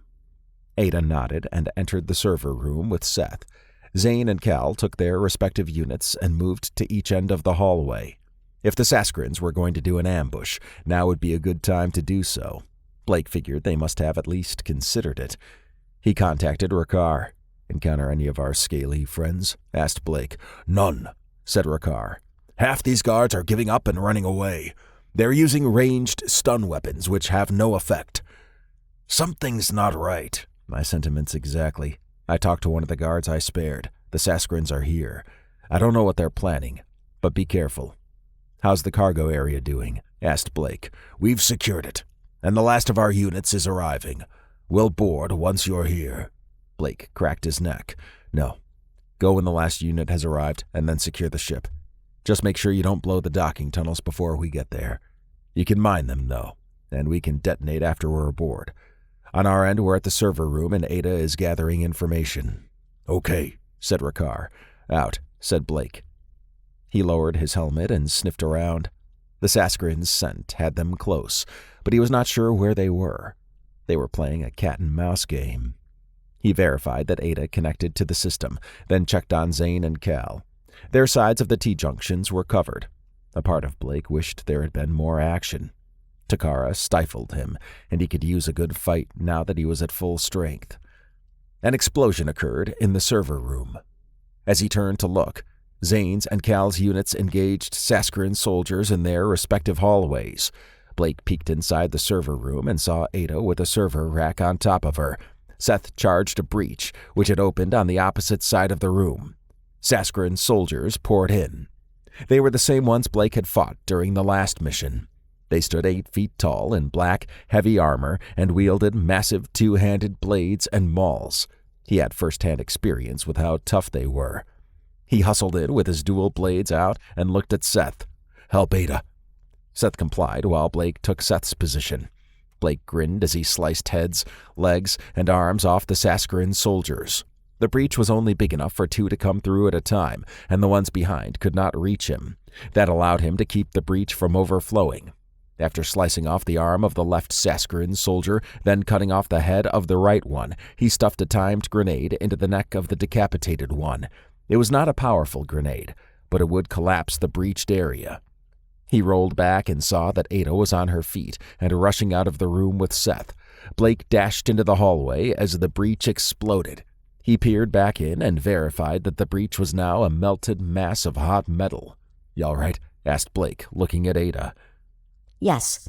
I have information on the Saskarins' plans, but need time to sort it out," she said. "All right. What's the fastest way to the cargo area?" She flicked her finger at Blake. He studied the station layout in his helmet. "Okay, we need to go." Over local comms, he said, "Cal, bring your unit to Zane's. We're leaving." "Got it," said Cal.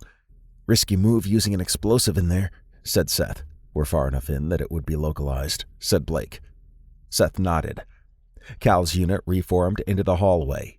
The Covendrin reached the T-junction and continued to fight the Saskarin soldiers. Blake was once again impressed by their discipline. One Covendrin would flank a soldier while another would charge. The Saskarin soldiers seemed unorganized and fell prey to the superior tactics of the Covendrin. Everyone regrouped by Zane. Blake motioned down the hallway. "We need to go that way." Zane marched forward, knocking Saskarin soldiers left and right with his stun mace. The group handled any that got by him.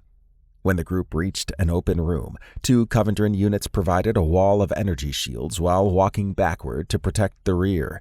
Blake motioned at Cal. "I used up a plasma grenade in the server room. You got one?" Cal handed Blake a grenade. Blake rushed up behind the rear Covendrin units.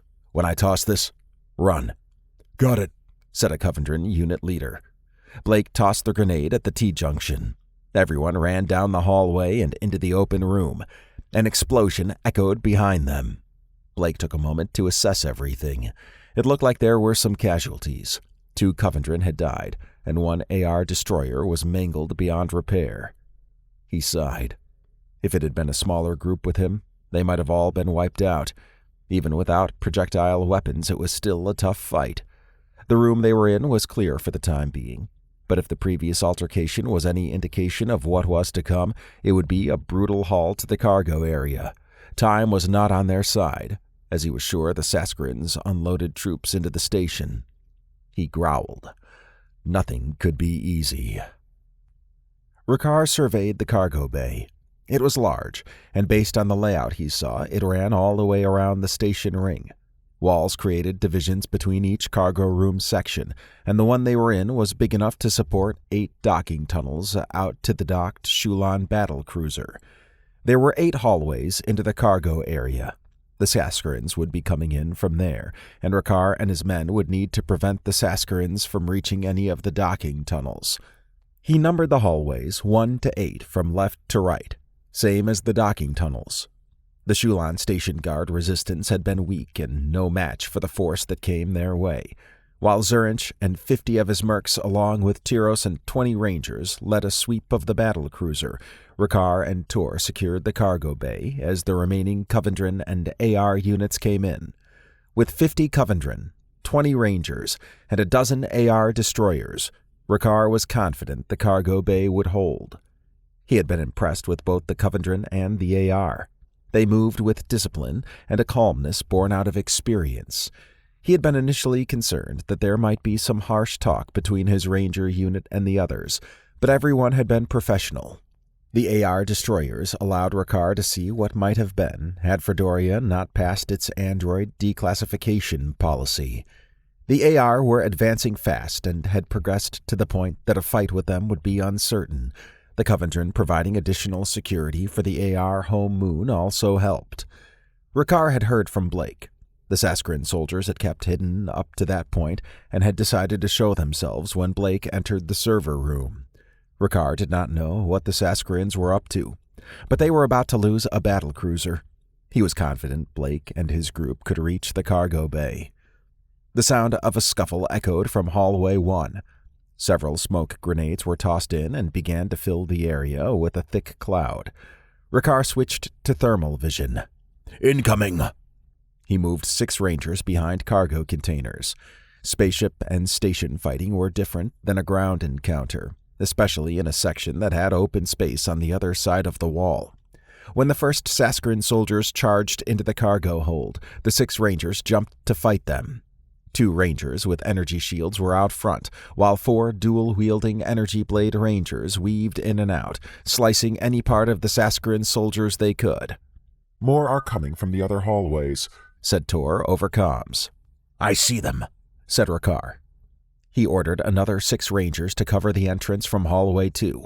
Tor had hallways 7 and 8 covered, so Rakarr moved any remaining units to cover hallways 3 to 6. "So many Saskarin soldiers," said Tor. "We got this," said Rakarr. He contacted Blake. "Which hallway are you coming through?" "Ada says the 3rd one," said Blake.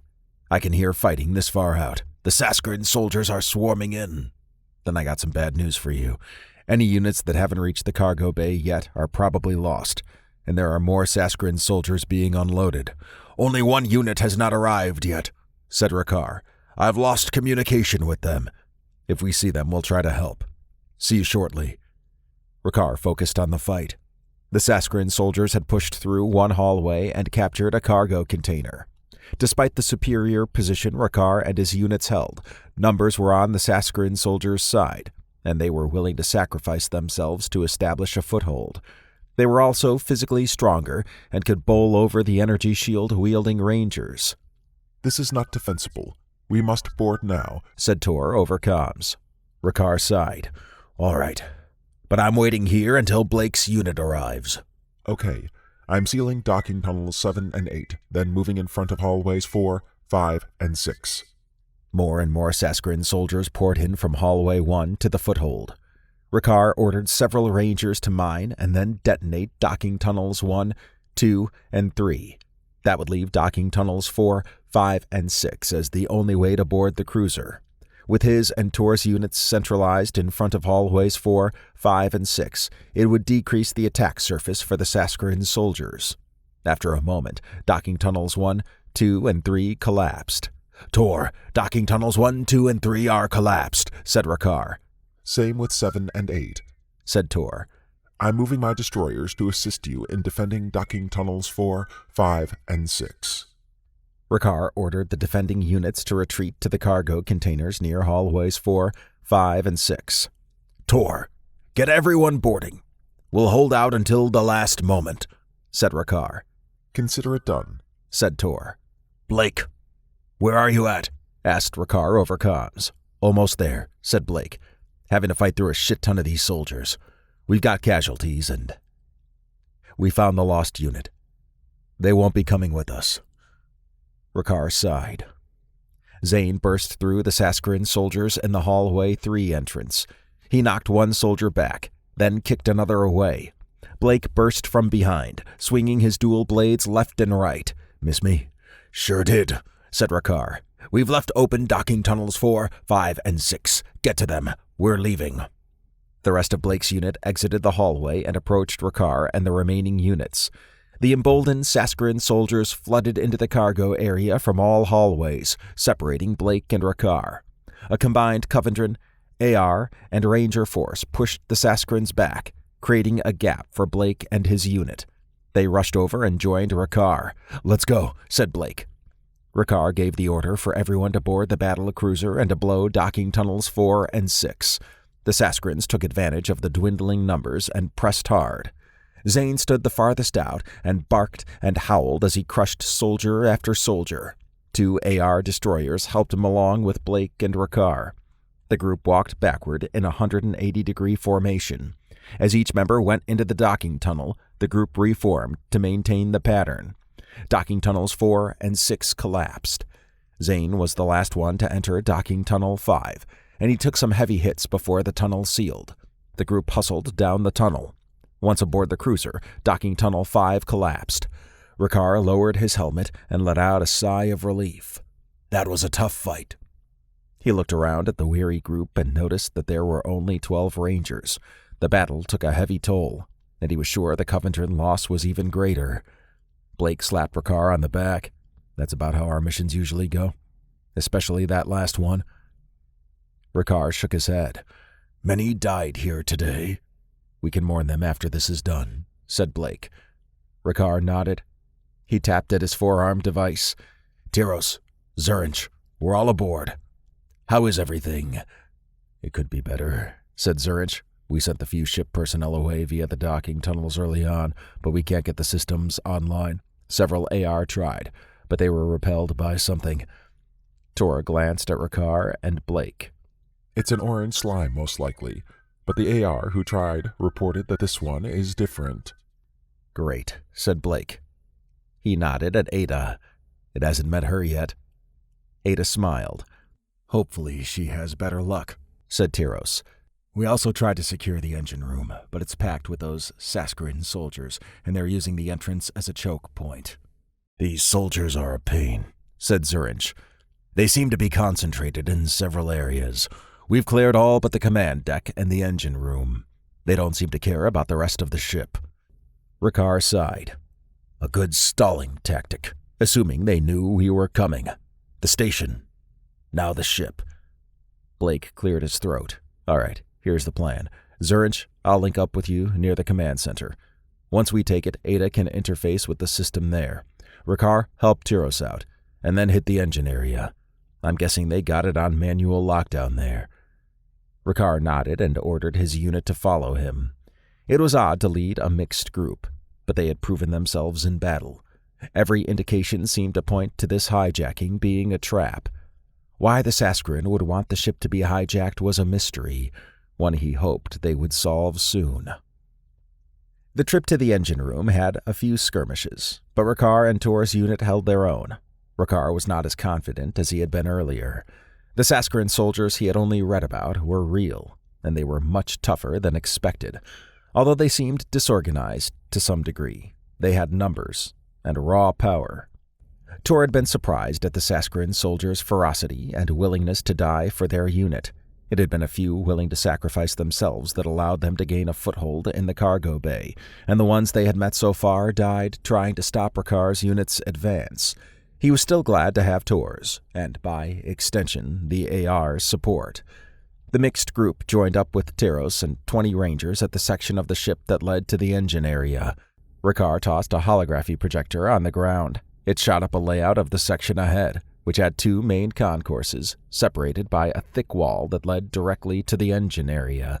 Each concourse was massive, and Ricard suspected its purpose was for storing maintenance parts and doing repairs on components. It provided a tough situation since those types of rooms were filled with many obstacles and places to use for cover. The large entrance doors were sealed shut on both sides and would need to be pushed to the sides to open. This is going to be a rough fight if the Saskarin soldiers are in there, said Ricard. Tyros nodded. Nothing we can't handle. With you and Tor's group, we have 32 Rangers, 30 Coventran mercs, 4 AR support androids, and 6 AR destroyers. We could split up and each take a path. That makes sense. We don't want to go down one path only to have the enemy come from the other side and trap us, said Ricard. I'll go with Ricard, said Tor. All right, said Ricard. He looked at Tyros. Let's reorganize, since casualties have messed up unit leadership. We'll take 16 Rangers, 15 Coventran mercs, 2 AR support, and 3 AR destroyers. You get the other half. He eyed Tyros. You get in trouble, call out. They performed a Cregan salute. Ricard tapped at his forearm device. Blake, we're approaching the engine room. There's a big section split in 2 before us, and we're moving in. Sounds good. We're making progress as well. Keep in contact. Out, said Blake over comms. Ricard focused on Tyros, then Tor. Let's move. Ricard ordered his group to stand before the left concourse door. He looked at a few mercs and rangers while pointing at a panel to the right. Get this door open. They complied. Once the panel was off, a support android hooked into the system. Another panel slid back, and a thick metallic wheel extended out. "We got this," said Tor. He and the destroyers went to the wheel and turned it. Ricard imagined that with Tor's direct control of the AR destroyers, they would be ruthlessly efficient. The concourse door slid to the left enough to have an opening for the group to pass through in pairs. Ricard motioned at Tor. "Reconnaissance." Tor nodded. The destroyers stopped working on the wheel and readied themselves before entering the concourse. Ricard watched the feed inside his helmet. The main area was packed with U-shaped work areas in a haphazard pattern that had large cabinets that functioned as walls. Along the left side was a series of metallic shelves that were bolted to the ground. The right side had a path that seemed to lead to the other side of the concourse. What caught his eye was that Tor and the destroyers had detected multiple Saskarin soldier signatures. This would be a close-quarters fight. Ricard considered running along the right, but that would expose them to the open area, which had cover to fire from. Engaging the Saskarins in the open area seemed to be the best route, but the work areas made it into a maze. "All right," he said. "We're going through the center. Use the work area cabinets as cover. The destroyers will lead the way. Let's move." The destroyers advanced into the main area. Ricard gained a new appreciation for the destroyers' strong shielding and heavy firepower. While the Kriegans had juggernauts, they were used for general defense and specialized units, and not usually in the Rangers. He and 2 Rangers moved to the first work area. The destroyer in front of him opened fire. In a deep, digital voice, it said, "Contact." Ricard studied the Saskarin soldiers darting between the work areas. If this were any other place, he would toss a grenade of some type, depending on the situation. It seemed the soldiers were trying to secure the best places to fight from. He waved forward. The destroyers advanced with trails of mercs and rangers behind them. When everyone was about halfway into the room, the Saskarin soldiers growled and yelled as they popped out from behind the work area's cabinet-like walls and charged forth. Ricard expected that the soldiers would try to flank, so he held back a quarter of his forces for that exact scenario. As the fighting got hectic, he ordered the reserve units to take the path on the right side to provide flanking support. Then he dashed into battle. He reached the first Saskarin soldier and cut off its arm. Another soldier rushed toward Ricard. Tor grabbed the soldier and tossed it forward into other soldiers. Ricard breathed heavier. That Saskarin could have done some major damage if it had hit him. He could now see the double-wide doorway at the end of the concourse. "I see it too," said Tor. "Good. Let's secure it," said Ricard. After 20 minutes of tough fighting, they reached the door. Ricard looked around. "No more soldiers, it seems." He opened his comms. "Tyros, how's it going over there?" "We're at a doorway and are mopping up the last of the resistance. There were casualties on our side." "Same here," said Ricard. "As Blake said, we'll mourn them once this is over." "Of course," said Tyros. "All right. It looks like there's an open area past these doors with the main engine in it. Let's regroup there." "On our way," said Tyros. Ricard glanced at Tor. "Let's go." After 10 minutes, Tyros's and Ricard's forces reunited. Tyros surveyed the group. "These soldiers are a lot tougher than what I read." "They might be enhanced since then," said Ricard. Clapping echoed around them. Everyone adopted a fighting stance. Ricard's eyes narrowed when a thin, humanoid woman in a black mesh suit emerged from near the engines. Her blue shoulder pads were larger, but the other orange ones across her body were smaller. "Ricard, Tyros, Tor, 3 leaders of a misguided cause," said the woman. Ricard stepped forward. "Who are you?" "Me. You can call me Jeezarus." Ricard checked his slime detector. "You're a Saskarin." "Of course I am. And you're a Kriegan." I see you've already met my security force. They didn't do so well, it seems. Rakar shot a look at Teros and Tor, then back at Dorigus. What are you doing here? Protecting the engine room, of course. That failed, said Rakar. He approached Dorigus with a syringe. Oh, you mean to harm me? Said Dorigus, one eyebrow raised. Rakar shook his head. We're going to de-slime you. It's obvious you're being controlled. In a way, but not how you think. You're trapped in here with us. There is no place for you to go. The door to the room sealed. Dorigus smirked. It's you who is trapped in here, with me. Let me show you what a Saskarin elite can do. Chapter 24. Zane cracked his neck as he stared down the quiet hallway. He savored the recent fight to get to the cargo area. Rakar had talked to Blake, and Rakar's group was outside the engine room. The goal for Blake's group was to reach the Command Information Center, or CIC. Zane smiled about the fight that would take place to get there. His mace had been given a workout, but he still wished he could use his hell thrower. Holes in the cruiser's hull would not be good. Blake slapped Zane's chest. Let's move. Zane raised his mace and advanced down the hallway. It felt good to have Blake back, and to have the respect to be first in battle. Zane's juggernaut suit could take a lot of punishment, and these Saskarin soldiers tested its limits. To fight in cramped hallways was not ideal, but Zane figured he would burst past any group he encountered and let the others clean up behind him. As he moved into another hallway, he saw 3 soldiers at the end of it. They shouted and growled, then charged.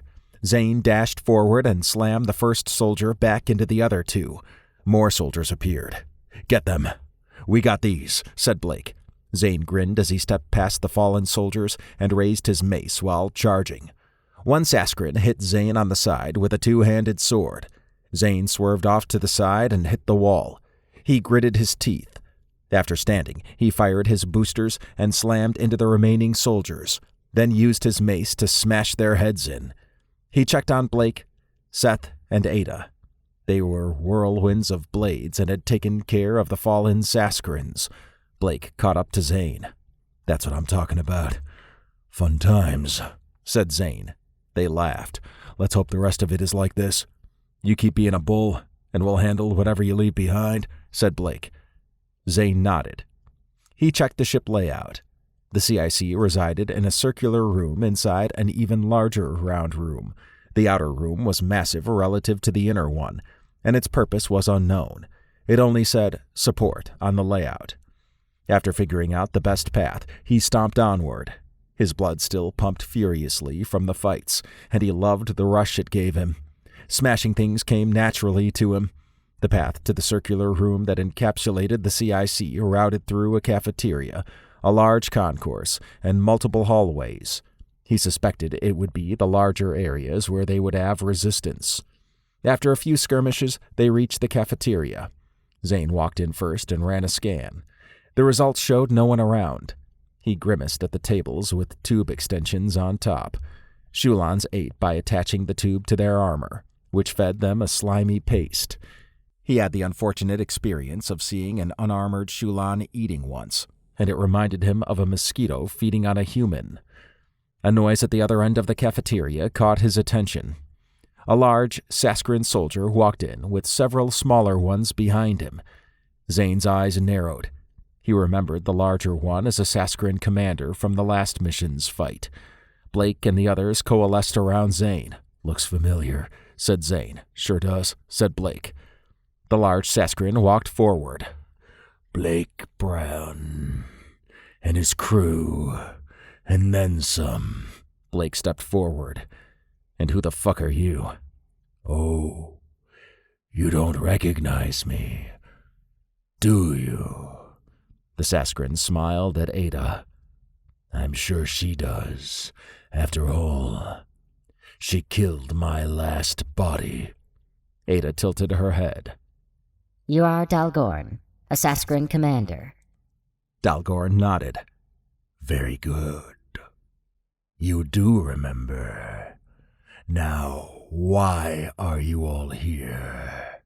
You think you'll capture this ship? Of course, said Blake. More soldiers filed in behind Dalgorn. Dalgorn looked at his group, then back at Blake. We can't allow that. Sorry. And I'm not going to allow what happened last time we met. I wouldn't expect you to, said Blake.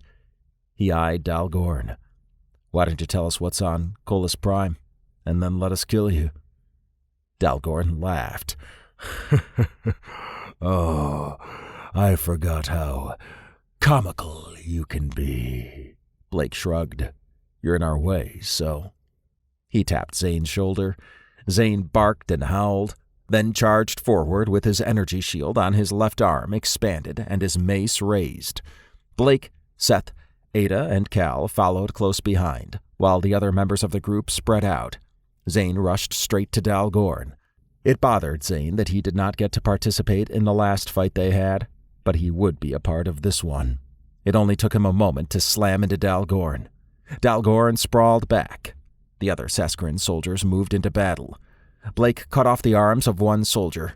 Seth held another, allowing Ada to beat the soldier's head in. Cal danced around Blake and got in cuts here and there, while the rest of Blake's group entered melee range with the rest of the Saskarin soldiers. Zane smiled as adrenaline surged through him. He dashed over to Dalgorn, who had gotten up. Dalgorn pulled off his massive two-handed sword and swung it at Zane. Zane raised his energy shield. The blade knocked him off to the side, where he crashed into the wall. Dalgorn kicked Zane hard in the back. Zane grimaced. Even though his suit had dampeners and thick armor, he felt that kick. If he did not have his suit on, his back would have been broken. He pushed off the wall and faced Dalgorn. So I'm relegated to the lackey, said Dalgorn. One who's going to beat that ass, said Zane. He swept Dalgorn's left leg with his mace. Dalgorn crashed to the ground. Zane went for the head smash, but Dalgorn rolled away. Zane gritted his teeth. Dalgorn was much faster than expected. Zane quickly checked on the others. Blake was a tornado of blades, as always, while Seth and Ada teamed up to take down soldier after soldier. Cal weaved and bobbed and got in hits where he could. There were casualties on both sides, but for the moment, Blake allowed Zane to handle Dalgorn. Zane smiled as he approached Dalgorn. You damn Earthborn, said Dalgorn. He stood and rolled his head.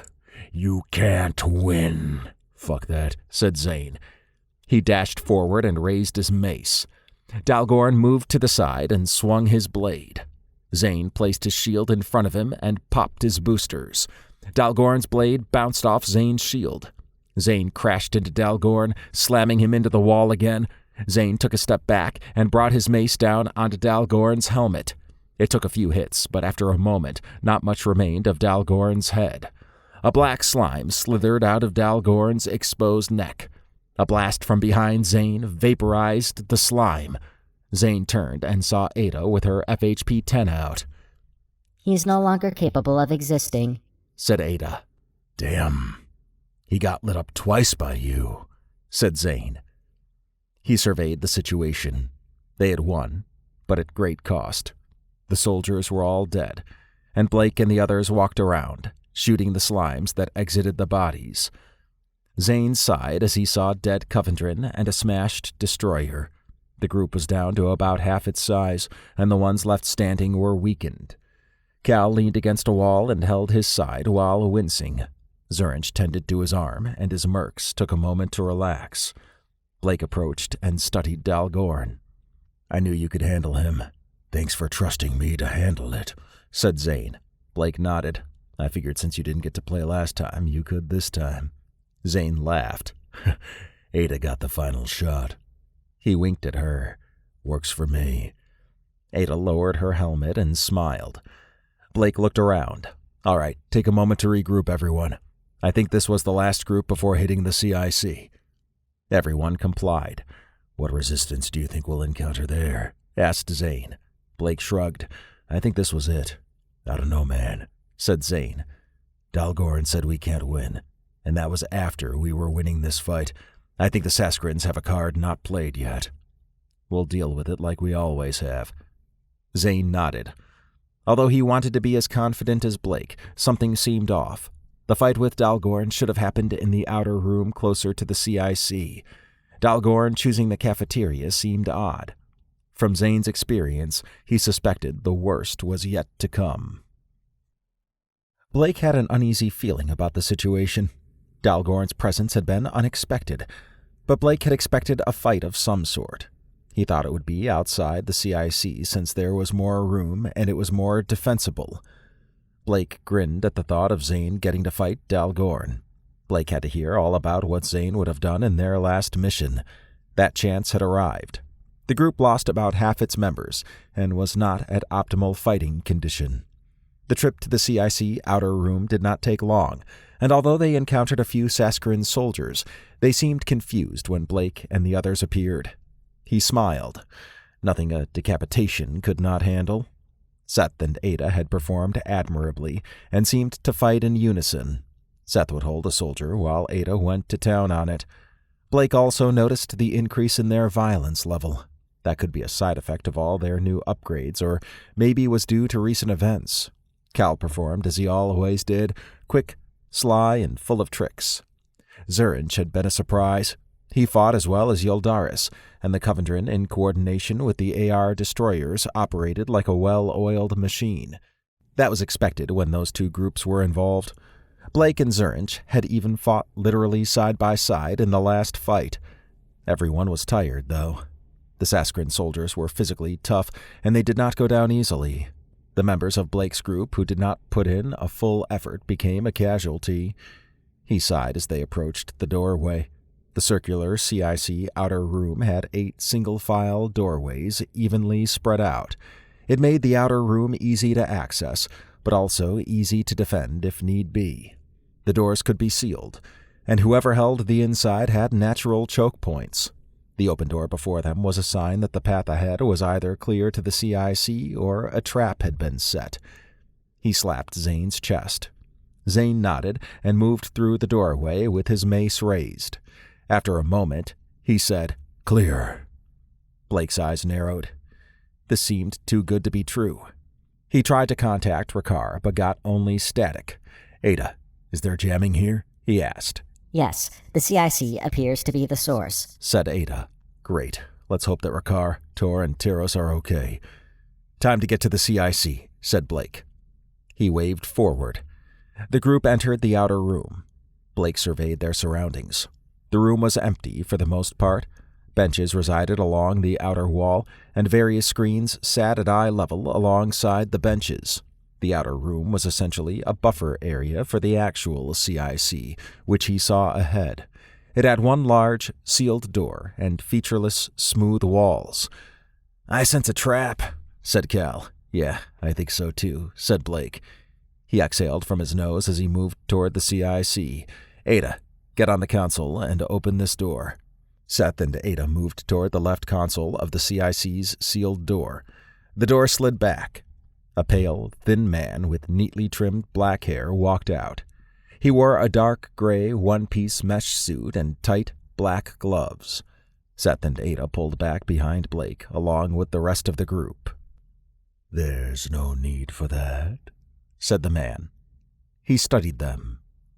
"I'm Zekolus, a Saskarin elite, and you're Blake Brown and others." Blake sensed the man was a Saskarin. Checking the Saskarin detector showed he had a black slime in him and various other ones as well. "Are you the last line of defense?" asked Blake. Zekolus chuckled. "Oh, such a simple view. Let me smash him," said Zane. "Zane Gibbons," said Zekolus, focusing on Zane. "You killed Dalgorn. After his last failure, he was given a second chance. Seems he didn't live through it. What a shame. I can do the same to you." "No, you couldn't," said Zekolus. He eyed Blake. "The situation is, you want to get into the CIC to learn what we're doing on Colas Prime. correct? The assumption is that the CIC actually has information you could use. He raised a finger. It does have that information. Yeah, that was the plan, said Blake. You thought that was your plan? Asked Zekolis. He laughed as he shook his head. Oh, Earthborn. So easy to manipulate. Dalgorn dying was a surprise. Blake's stomach churned. How Zekolis would stop them was unknown. Nonetheless, we have Blake and the Exceltion assault squad, Zurinj and his Covendrin, Tor and his AR, Ricard, Tyros and their rangers, all aboard this ship. If the ship were to go in a different direction, that would be quite worth the effort. Wouldn't you agree? Blake's eyes narrowed. The Saskarins had planned to trap the boarding party in one fell swoop. Let's count the benefits of this plan to us, said Zekolis. He raised a finger. 1, we didn't have to fight your ships to get you all in one spot. He raised another finger. 2, we can put the Saskarins who lost a body back into a new one. The only real casualties were the Shulon station security, which I'd like to thank you for taking out. It would have been messy for us to do that since not all of them were on board with the fleet coming out here. He raised a third finger. 3, we will now have access to restricted information. We will get all that out of your heads one way or another. An amused look crossed his face. And finally, the ship is moving now, but back to Colus Prime. There is nowhere for you to go. Sounds great, said Blake. He grinned. You forgot one thing, though. Now you've got me curious, said Zekolis, chuckling. What I miss? Blake flashed his hands off to the side. I'm Blake Brown, of course. He nodded at Zane. Finally, said Zane. This asshole talks too much. He charged Zekolis. Zekolis smiled. He raised a hand toward Zane. Zekolis' hand morphed into a thick, dark green tendril that shot out and wrapped around Zane. Zane struggled to break free. Blake drew his blades. Kill him. The group surged forward. Blake dodged out of the way as Zekolis used Zane as a hammer. Cal was knocked against the wall. Seth and Ada dodged Zane. Blake ran and then slid under Zane. With 2 quick cuts, Blake cut the tendril. Zane fell to the ground and tried to move. Blake grabbed Zane and pulled him back. As Blake walked backward, he saw the cut-off tendrils wiggle back to Zekolis and be reabsorbed. He was much tougher than expected, and a surprise as well. After getting Zane outside the outer room, Blake charged back in. Zekolis had used 2 Covendrin mercs as hammers and mercilessly beat everyone. The group would not last long at this pace. I have an idea, said Cal over comms. I'm open to options, said Blake. This guy's a beast. Yeah, but I bet he burns. We clear the room and drop a shit ton of inferno mines on him. Blake dodged a swing from Zekolis, who focused on anyone who got close. All right, get me the mines before you go out in the hallway. I'll get them on Zekolis.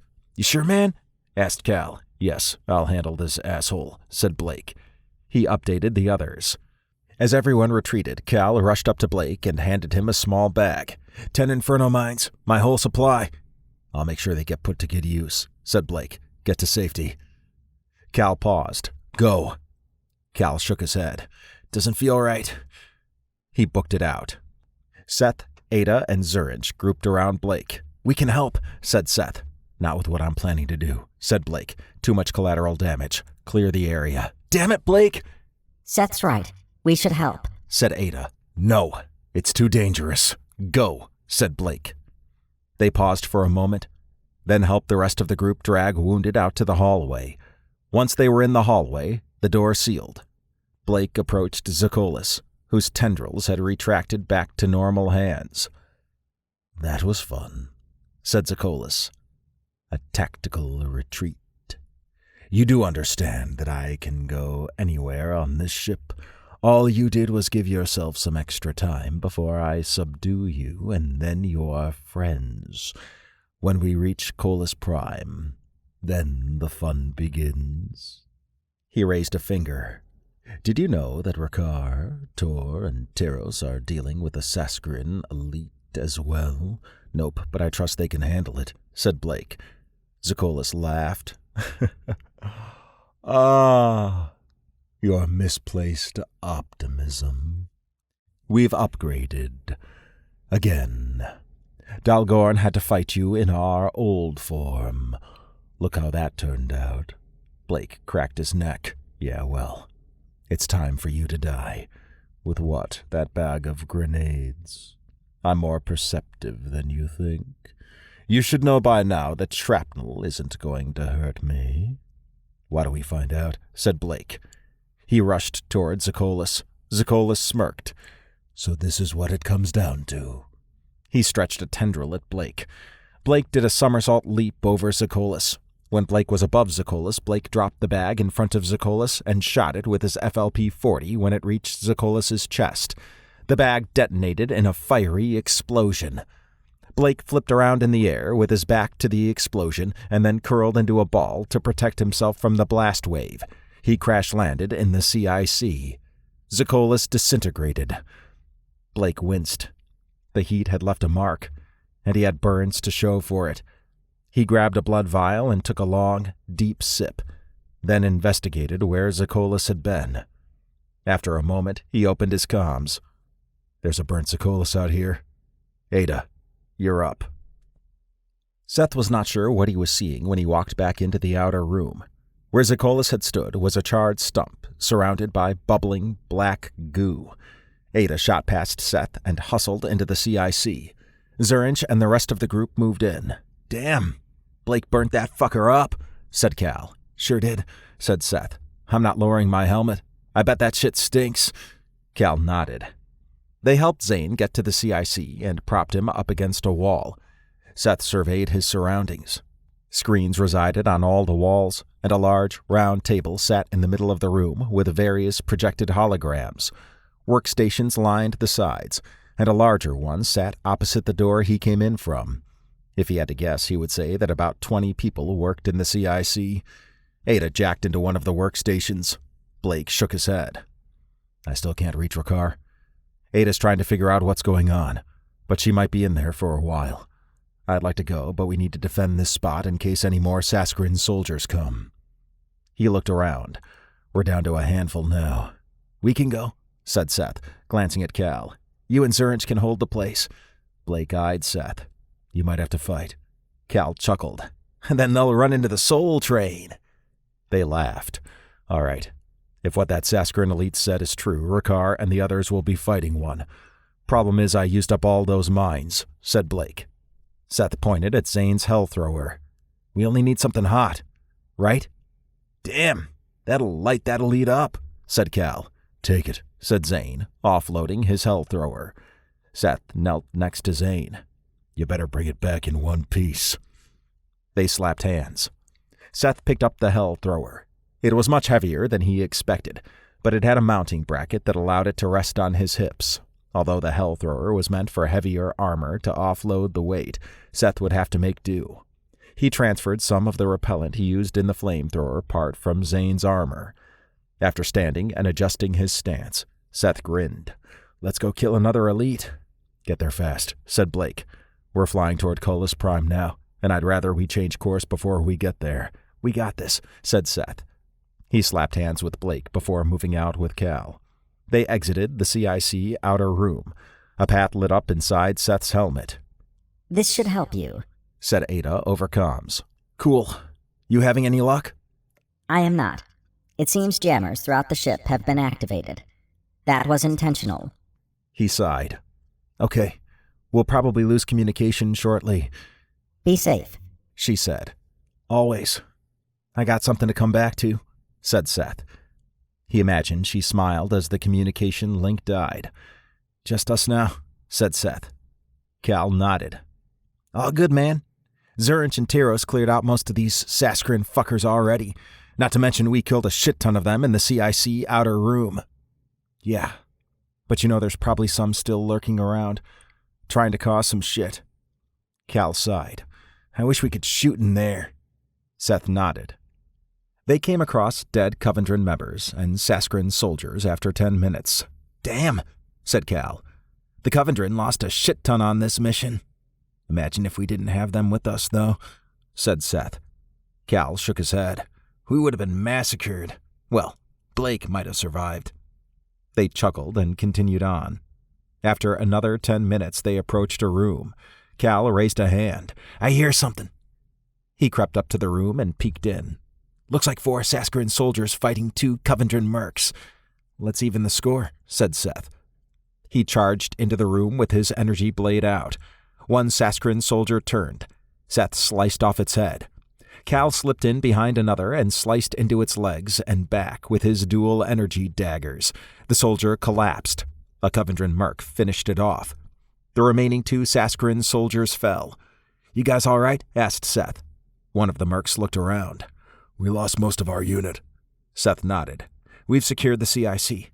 Zurich is there, and they could use some help. The merc nodded. Where are you 2 going? Engine room. The mercs thanked them and took off. Cal surveyed the corpses. Damn. 4 dead Covendrin here. Yeah, but look, there are 10 dead Saskarin soldiers, said Seth. Covendrin are tough fuckers. Seth slapped Cal on the back. Let's move. They reached the engine room without incident after another 20 minutes. Seth felt like he had walked through a battlefield. Saskarin corpses were everywhere, and cleanup would involve spacing them. The fallen Covendrin, Rangers, and destroyers would receive proper care once the ship was secured. He wondered if more Saskarins would try to board. Hopefully Ada could change the course, but that might not matter if the engine room shut down. He focused on the sealed door. We need this open. Can you do it? Cal smiled. Acid mine time. He placed it on the door near the handle, inverted it, then rushed out of the room. Seth followed him. I made it so it will spew onto the door instead of out, said Cal. Ready? Do it. Cal tapped at his forearm device. The mine whirred for a moment before spraying acid on the door. It fizzled as parts of it wasted away. When the handle area disintegrated, the door clicked. Cal moved in and used his energy blade to slide the door back. Seth drew his head back when he stepped into the engine room. Rakar, Tyros, Tor, and their whole unit fought a Saskarin elite. It had devastated what looked like the majority of the group. Rakar, said Seth. Rakar moved over to them. The Saskarin elite is untouchable. She's immune to small arms fire, and we can't get close to her. The only thing keeping us in this fight is slicing off her tendrils when we can, but they get reabsorbed. Get everyone out. We already killed one, and we'll handle this, said Seth. Rakar gestured at the open door. All right. Everyone out! I have an idea, said Cal. Shoot, said Seth. I distract. You attack. That's risky. Cal flashed his hands out to the side. I'm Cal Modan, the fucking trickster, man. They laughed. All right, Blake. Go. Cal weaved between the retreating troops. Rakar stood next to Seth. What's he doing? Misdirection. Rakar shook his head. You Earthborn are crazy sometimes. That elite is dangerous. We got this, said Seth, laying a hand on Rakar's shoulder. You guys have fought this thing long enough, and there's a lot of death here. We'll handle this shit in a New York minute. I don't know what that is, but I can help. Not this time. You don't want to be anywhere near what I'm going to unleash, said Seth, tapping his hell thrower. Rakar nodded and joined the rest of the survivors as they exited the room. Cal walked over to the right side of the room and faced the Saskarin elite. Hey! Slimy! The elite eyed Cal. Since I can't talk to Zakolis anymore due to him being killed, who do I have the pleasure of talking to? Durigus. And you want me to believe that Zakolis is dead? Cal chuckled. Yep. He sure talked a gang of shit, but in the end, he was nothing more than that. Shit. Durigus's arms turned into tendrils. Seth moved quietly off to the left side. We also killed Dalgorn and a ridiculous amount of Saskarin soldiers, but that's a normal day in the life of an Earthborn, said Cal. You're Cal Modan. The trickster. Yes, I know of you. Part of Blake's little crew, yes? Sure am. Jeezarus shook her head. And what did you hope to accomplish here? Buy some time to save Rakar and the others? There is no place to hide on this ship. Once it reaches Colis Prime, it will all be over. Cal wagged a finger. Unless we kill you, reroute the ship, and make sure the engine room isn't isolated. Jeezarus laughed. That's quite a bold plan. How do you plan to kill me? Talk me to death? No, with a fucking flamethrower, said Cal, smirking. He rolled toward the doorway. Seth grinned as he fired up the hell thrower and bathed Jeezarus in flames. Jeezarus gurgled as she flailed around and dropped to the ground. She crawled toward Seth. Seth walked backward while continuing to douse her. After a moment, Jeezarus stopped moving. Seth shut off the hell thrower. Jeezarus was now a charred stump. Cal joined Seth and then whipped a finger at Jeezarus's remains. In your face, bitch! Seth laughed. That wasn't too bad, said Cal. Yeah, if you know how to kill them. We didn't exactly expect to need flamethrowers for a ship battle, said Seth. We'll have to suppress that fire, but we should let it burn for a bit, make sure she's dead. I don't want to be fighting some zombie Saskarin elite. Cal nodded. Rakar, Tyros, and Tor entered the room. Seth pointed at several devices along the wall. We need to put this fire out. Rakar chuckled. That's one way of killing a Saskarin elite. She was tough. Sure is, said Seth. Now let's shut off the jammer here and get these engines connected so Ada can use them. Chapter 25. Seth placed his hands behind his head. Ada lay next to him, her head on his chest.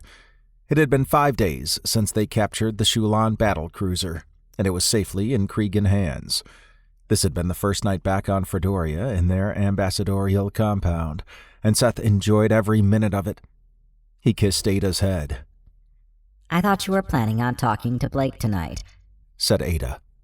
I am, but I wanted to spend some time with you. She looked up at him, and they shared a deep kiss. Careful. I might not be ready to leave. She smiled. But it's been long overdue. Blake and I haven't really had time to ourselves to catch up. You talked on the way to Chorus. Seth grinned. Well, he slept a lot, and that was right after Takara. Not really ideal situations to get up to speed on everything since Jarvis's death. Plus, he was dealing with Tykor's and Gorakis' deaths, too. Okay. I'll be here, said Ada. Seth slapped her ass. You better be. We have some unfinished business. We do? She asked, eyeing him. Seth pointed at a metallic cabinet. There's some lingerie in there with your name on it. She sat up. I will assess them. He laughed as he got out of bed. All right. After 15 minutes, he was cleaned up and in his light armor suit. The Saskarins would be angry about the Jeezarus system, and he did not know what their retribution would be. Although he was relaxed, he was not going to take any chances. He smiled at Ada and left. He tapped at his forearm device. Blake, you there? Blake's head appeared in a communication window. What's up? Where you at? On the roof. Relaxing a bit. Want some company? Sure. Come on up. Seth closed the communication window. 10 minutes later, he was on the roof where Blake leaned on the edge and looked out. Blake spun around. What's going on? Not much, said Seth, slapping hands with Blake. Seth rested against the roof edge. Figured I'd check on you with all this chaos going on. I'm good. Seth eyed Blake. You sure, man? Tykor's and Gorakis' deaths must be eating at you. Blake sighed. They already had the burial rituals on their home worlds. I'll be headed there after debriefing to pay my respects. I'd like to come. I remember working with them. Sounds good. You worried about Takora's reprisal? Asked Seth. Blake shrugged. If they come, they come. I'll waste them if they do. Even if we destroyed Takara, another would pop up. That's the life we lead. He glanced at Seth. When I was checking on Tykor's and Garaka's arrangements, I noticed a bounty on the Crimson Duo. He laughed. They still have those masked identities for your pictures. Seth chuckled. Misdirection works for me. He furrowed his brow. Listen, I wanted to make sure everything is good between us. It always has been. You might have lost it last mission, but I knew you'd bounce back. You only needed space is all. Seth sighed. Yeah. Besides, you came for me and tore through fucking Takara to do it. You don't do that if you don't give a shit about someone. Besides, they weren't expecting the Crimson Duo. All good, man, said Seth. They slapped hands. What do you think will happen next with the Saskarins? Blake shrugged. Who knows? They're going to be pissed that we evaded their trap. 2 elites and a cruiser lost, in addition to information on what they're doing. On top of that, there's some interesting tech on the cruiser that'll need assessed. About that, I saw some of the information. What the fuck is a portal world? Blake chuckled. It was vague, but I suspect they want to use Colus Prime for a huge portal or something similar to that one from Cartana last mission. They get that going, then they can come through it at will. I'm willing to bet there's also something waiting to come through. Something big. Just a guess. Seth nodded. That sounds fucked up. Surely that'll motivate the Kriegans to get involved. That all depends on Governor Cora. Terrace's word will carry a lot of weight, though. Yeah, said Seth. He looked down. There were a ton of losses on our side this time. Zerinch lost half his company, and almost all the destroyers were lost. That's not counting the Kriegan Rangers. Blake sighed. I know. The Saskarins flipped the script on us. The only reason we're here is because they overestimated their elites. I don't think that will be allowed to happen again. You talked to Jeezarus? Blake nodded. He wasn't too crazy about the losses, but he was stoic about it. It was still a win and critical against the fight with the Saskarins. Zerinch is taking it somewhat hard, since this was his first big mission in command. That sucks, said Seth, looking out. He sighed. Tyros was impressed by the Covendrin. First time I ever heard them working together on anything. Yep. That was one thing Jeezarus did appreciate. That, and that Zerinch survived. Seth chuckled. Man, this is some fucked up shit. Yeah. I'll be attending the rituals for the Covendrin, AR and Kriegan Rangers to show my respect. I'll come with, and I'm sure the others would like to as well, said Seth. What are you going to do after this is all over? Blake shrugged. I'll always be hunted. The best counter to that is to have a solid network of allies and friends. To that end, I have some work to do. They include me? Of course. I've actually started it and got the Covendrin and AR so far. They hold no allegiance to Fredoria and will deal with me directly. I'll add more groups, maybe even get my own information network going. Seth chuckled. What about Sarah? I guess you'll be leaving the Presidential Guard if you're going to be doing all that, but she'll be wherever you are, I bet. I'll stay in the Guard and keep Sarah close. We'll see where it goes. Sounds good, man. I'm glad to be part of whatever you're doing. Always, said Blake. You're my abductee, brother. Zane smiled as he walked Mara back to her house. The night had been perfect, with a good dinner and a visit to a gambling establishment behind them. He noticed that Mara became animated when playing various games. Due to the way Fredoria handled currency, she would not have had to worry about losing everything. Fredoria provided a base credit salary, and because of her profession as a teacher, she had an upscale, replicated house. Zane thought it was a good deal, and the only thing she might lose was disposable income. As she did not have much, Zane used some of his credits. He was a little sore from being used as a hammer by Zakolis. Doc had patched Zane up on the way back to Fredoria. Killing Dalgorn made up for being sore. Zane knew there would be retribution from the Saskarins, but did not know what form it would take. He looked at Mara, who smiled at him. "Those games were fun," said Mara. He studied her petite frame, red hair, and delicate jawline. "Yep, I'm glad you liked it. On Earth you can lose your ass in there." She eyed him. "I wouldn't want to lose my ass." "Yeah, me neither," he said. His eyes widened. Although he was comfortable around Mara, it was only their third date. Unlike other women he pursued, He wanted a long-term relationship with her. Usually he would hook up and call it a night. With Mara, he tried to go slow so he did not scare her away, something that had occurred many times with other women. She smiled at him again. His muscles relaxed. They reached her house after 30 minutes. She looked up into Zane's eyes. "Thank you for the great night." He grinned and nodded. They stood in silence for a moment. She looked away and shook her head. "Is something wrong?" "Huh?" he asked. She opened her door and stormed into the house. Zane drew his head back. He was not sure what had happened, but she appeared upset. A kiss seemed like it should have happened, but he promised himself he would let her make the first move to make her comfortable. He could be somewhat brutish in his approach at times. He stepped into the house and closed the door. Whatever bothered her, he would try to figure it out. His heartbeat accelerated. The thought that he screwed up yet another relationship gnawed at him. He found her in her bedroom, sitting on the edge of her bed. She jumped up. "Do you like me?" Yeah? She slapped him. "Do you like me?" He furrowed his brow. "Of course. Then why are you acting so weird?" I don't understand." She took a step back and stripped off her pants, then tore off her shirt.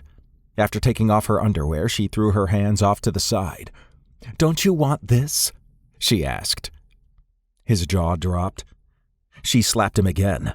"I thought you had some primal urge." He tried to process what was happening. It could be some elaborate trick to see if all he wanted was sex. His body warmed. "I do," he said. "Just not with me, right?" she asked. She kicked his side. He raised his voice. "Look, I don't know what the fuck is going on here. Yes, I'd love to fuck the shit out of you, but I don't want to scare you away." "Oh. So you're soft." "What? No. She rubbed her breasts on his chest. "This doesn't excite you?" "Damn it, woman," said Zane. He picked her up and threw her over his shoulder. "Oh, I suppose you're going to take that urge out on me?" He tossed her onto the bed. She smiled. "They say Earthborn can be quite rough. Are you made of tissue?" He ripped off his clothes, then pointed at her. "You want an animal? Prepare yourself." She smirked. Although he had not expected the night to go this way, he would not complain. He jumped on top of her. She spit in his face. "Is that all you got?" His eyes narrowed. It was time to show her his wild side. Blake strolled around the debriefing room. Sarah had come over the previous night, and he had thoroughly enjoyed an active night with her. With relaxed muscles and a good breakfast with Seth and Ada, he was ready for the day. There was a lot to cover, and this mission debriefing would have a few extra people due to the nature of it. He surveyed the people already there. Seth and Ada had come in with Blake and were seated. Andia, Ricard, Bothan, and Teros were all present, and they had arrived as a group. Luke, Kane, and Doc in robot form entered after Andia and the others, and they had sat and relaxed. Zane, Cal, Zurinch, and Tor had yet to arrive. After 5 minutes, Zane hustled in. Blake eyed Zane. "Busted lip, scratch marks, and with Mara last night. I assume it didn't go well?" Zane took a seat and licked his lips. "It did, just a little different than I expected." "Oh?" Zane chuckled. "We're good, man." "I bet you are," said Blake, laughing. Everyone looked at Blake. He grinned big. "Nothing to see here, folks." Zane shook his head. Zurinch and Tor arrived, along with Sarah and Cal. Blake had planned to start the meeting at 9:30 a.m., so he told everyone it was at 9 a.m. It was currently 9:15 a.m., so there was some room to spare. After another few minutes, everyone had arrived. Blake cleared his throat. "All right. Debriefing time." He interacted with his forearm device. The main screen behind him turned on and showed Tykor and Garaka. "First things first, before the mission out to investigate the missing FDF ships, I met with Tykor and Garaka." The screen changed to show the Jenga sisters. "The Jenga sisters ambushed us, and Tykor and Garaka were killed. The Jenga sisters took me to Takora, where apparently they were not aware they were wanted too. They went into incarceration at the same time as me. That's so fucked up," said Seth. Blake nodded. Seth made a decision to come after me, and he sent the rest of the Exceltion crew under Sarah's command to find Bothan. Ada and Daz from the AR traveled with Seth. "Damn glad you guys came," said Bothan, nodding at Sarah. She nodded back. "We'll get into that in a moment," said Blake. As for Seth, Ada, and Daz, they captured Hawkes, someone Takara wanted. The screen changed to show Seth and Ada in full heavy armor with their capes. Blake laughed. They donned a new appearance as the Crimson Duo, making Daz a third wheel, and also changed their appearance for infiltration. Nonetheless, they took Hawkes to Takara and busted me out. Quite a few prisoners escaped during the attempt, but some, including Hawkes, were left behind for Takara to deal with when they retake the place. I won't go into details, but after escaping that shithole, we stopped by Chorus, where we got into more shit. The end result was finally reaching the Exceltion. The screen changed to an overhead view of the FDF camp that Bothan's crew had been in. Back to the actual mission. This is what Sarah and the Exceltion crew discovered when they searched for Bothan. They did find him, but also his crashed ship.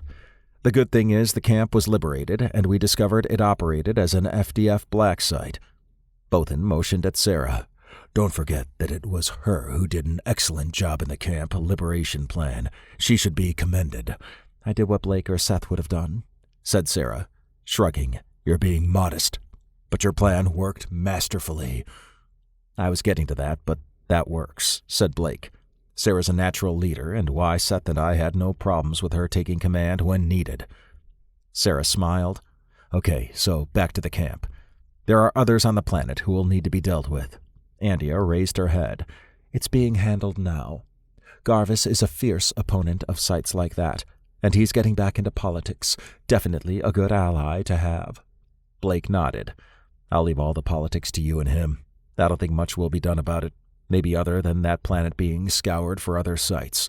The FDF will just move them." "You have a low opinion of Fredorian justice in that we'll investigate and prosecute this." Blake shrugged. "It's slow and methodical, and they'll lag. Just my experience." He gestured at Rakar. Anyway, he gave Sarah a new mission to check out the Jeezarus system. The screen changed to show the readings obtained of the system. "So many fucking ships," said Zane. "Yeah, whatever is on Colus Prime is apparently worth defending," said Blake. He focused on Andia. "How are the Shulon homeworlds now?" "Utter chaos.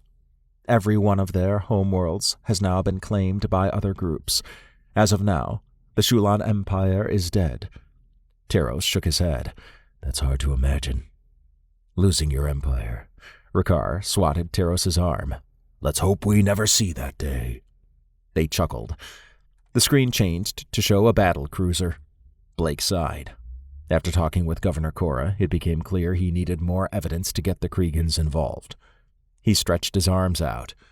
"As badass as I am, I can't fight a fleet of ships, but the Kriegans can." The group laughed. The plan was to hijack one of their cruisers. I assumed it had information on Colus Prime. The screen changed to show the space station where the battle cruiser docked for maintenance. "We had a good plan," said Blake. He gestured at Tyros, Zurich, and Tor. "With the help of the Covendrin, AR, and Kriegan Rangers, we attacked the station. Although we did get to the cruiser, the Saskarins waited with their soldiers on the station in the ship." He sighed. "There were a lot of casualties." "Too many." "It happens," said Zurich, raising his head. "Yildaris is still committed to your vision of a Saskarin-free galaxy. As am I." Blake caught Rakar and Teros sharing a look. "The AR is as well," said Tor. "We gained valuable information on our destroyers." Blake gestured at Tor. "If you don't mind, Doc has expressed an interest in their design." "We'll get him whatever he needs," said Tor, glancing at Doc. "It is appreciated," said Doc. Blake nodded at Tor, then raised 2 fingers. 2 things. 1. Although the battlecruiser is now in Governor Cora's hands, and by extension, the Kriegans, we have a copy of all the information from the ship. They will be the ones with their hands on some of the new tech discovered, though, but I'll make sure everyone gets a copy of that as well." He pointed at Andia. "You have a copy of the information, but be aware that I did share it with the Covendrin and AR. no problem here, said Andia, nodding at Zerinch and Tor, who reciprocated. 2. We ran into Saskarin elites, apparently the next evolution of the Saskarins. The Saskarin soldiers seem to be an outdated template. He motioned at Zane. Zane got to kill Dalgorn, a Saskarin commander who took on a new body since Ada killed the last one. Fuck yeah, said Zane. However, said Blake. The screen changed to show Zane being used as a hammer by Zakolis. We ran into this Saskarin elite asshole named Zakolis. As you can see, he was strong, fast, and spoke with confidence. That's when we learned they had set a trap for us. The screen displayed Zakolis being lit up from Blake's perspective. Cal laughed. That bitch got burned. Sure did, said Blake. Apparently, our elite boy can manipulate his body. That means he can take damage and reform around it, unless it's Cal's inferno mines. The screen showed Durigus getting burnt from Seth's perspective. Durigus, another Saskarin elite, learned that the hard way thanks to Zane's flamethrower, said Blake. Seth chuckled. You didn't show Cal's song and dance to distract Durigus. That was the real key. Cal shook his head. They laughed. Blake cleared his throat. Either way, we got the ship, the information, and now a better idea of what we're up against. He looked at Rakar and Teros. The next step is in the Kreegan's hands. I'll update you as soon as I hear something, said Rakar. Sounds good. All right, that's everything in a high-level nutshell. There'll be a lot more to go over once we have definitive information, said Blake. He gestured at Zerinch and Tor.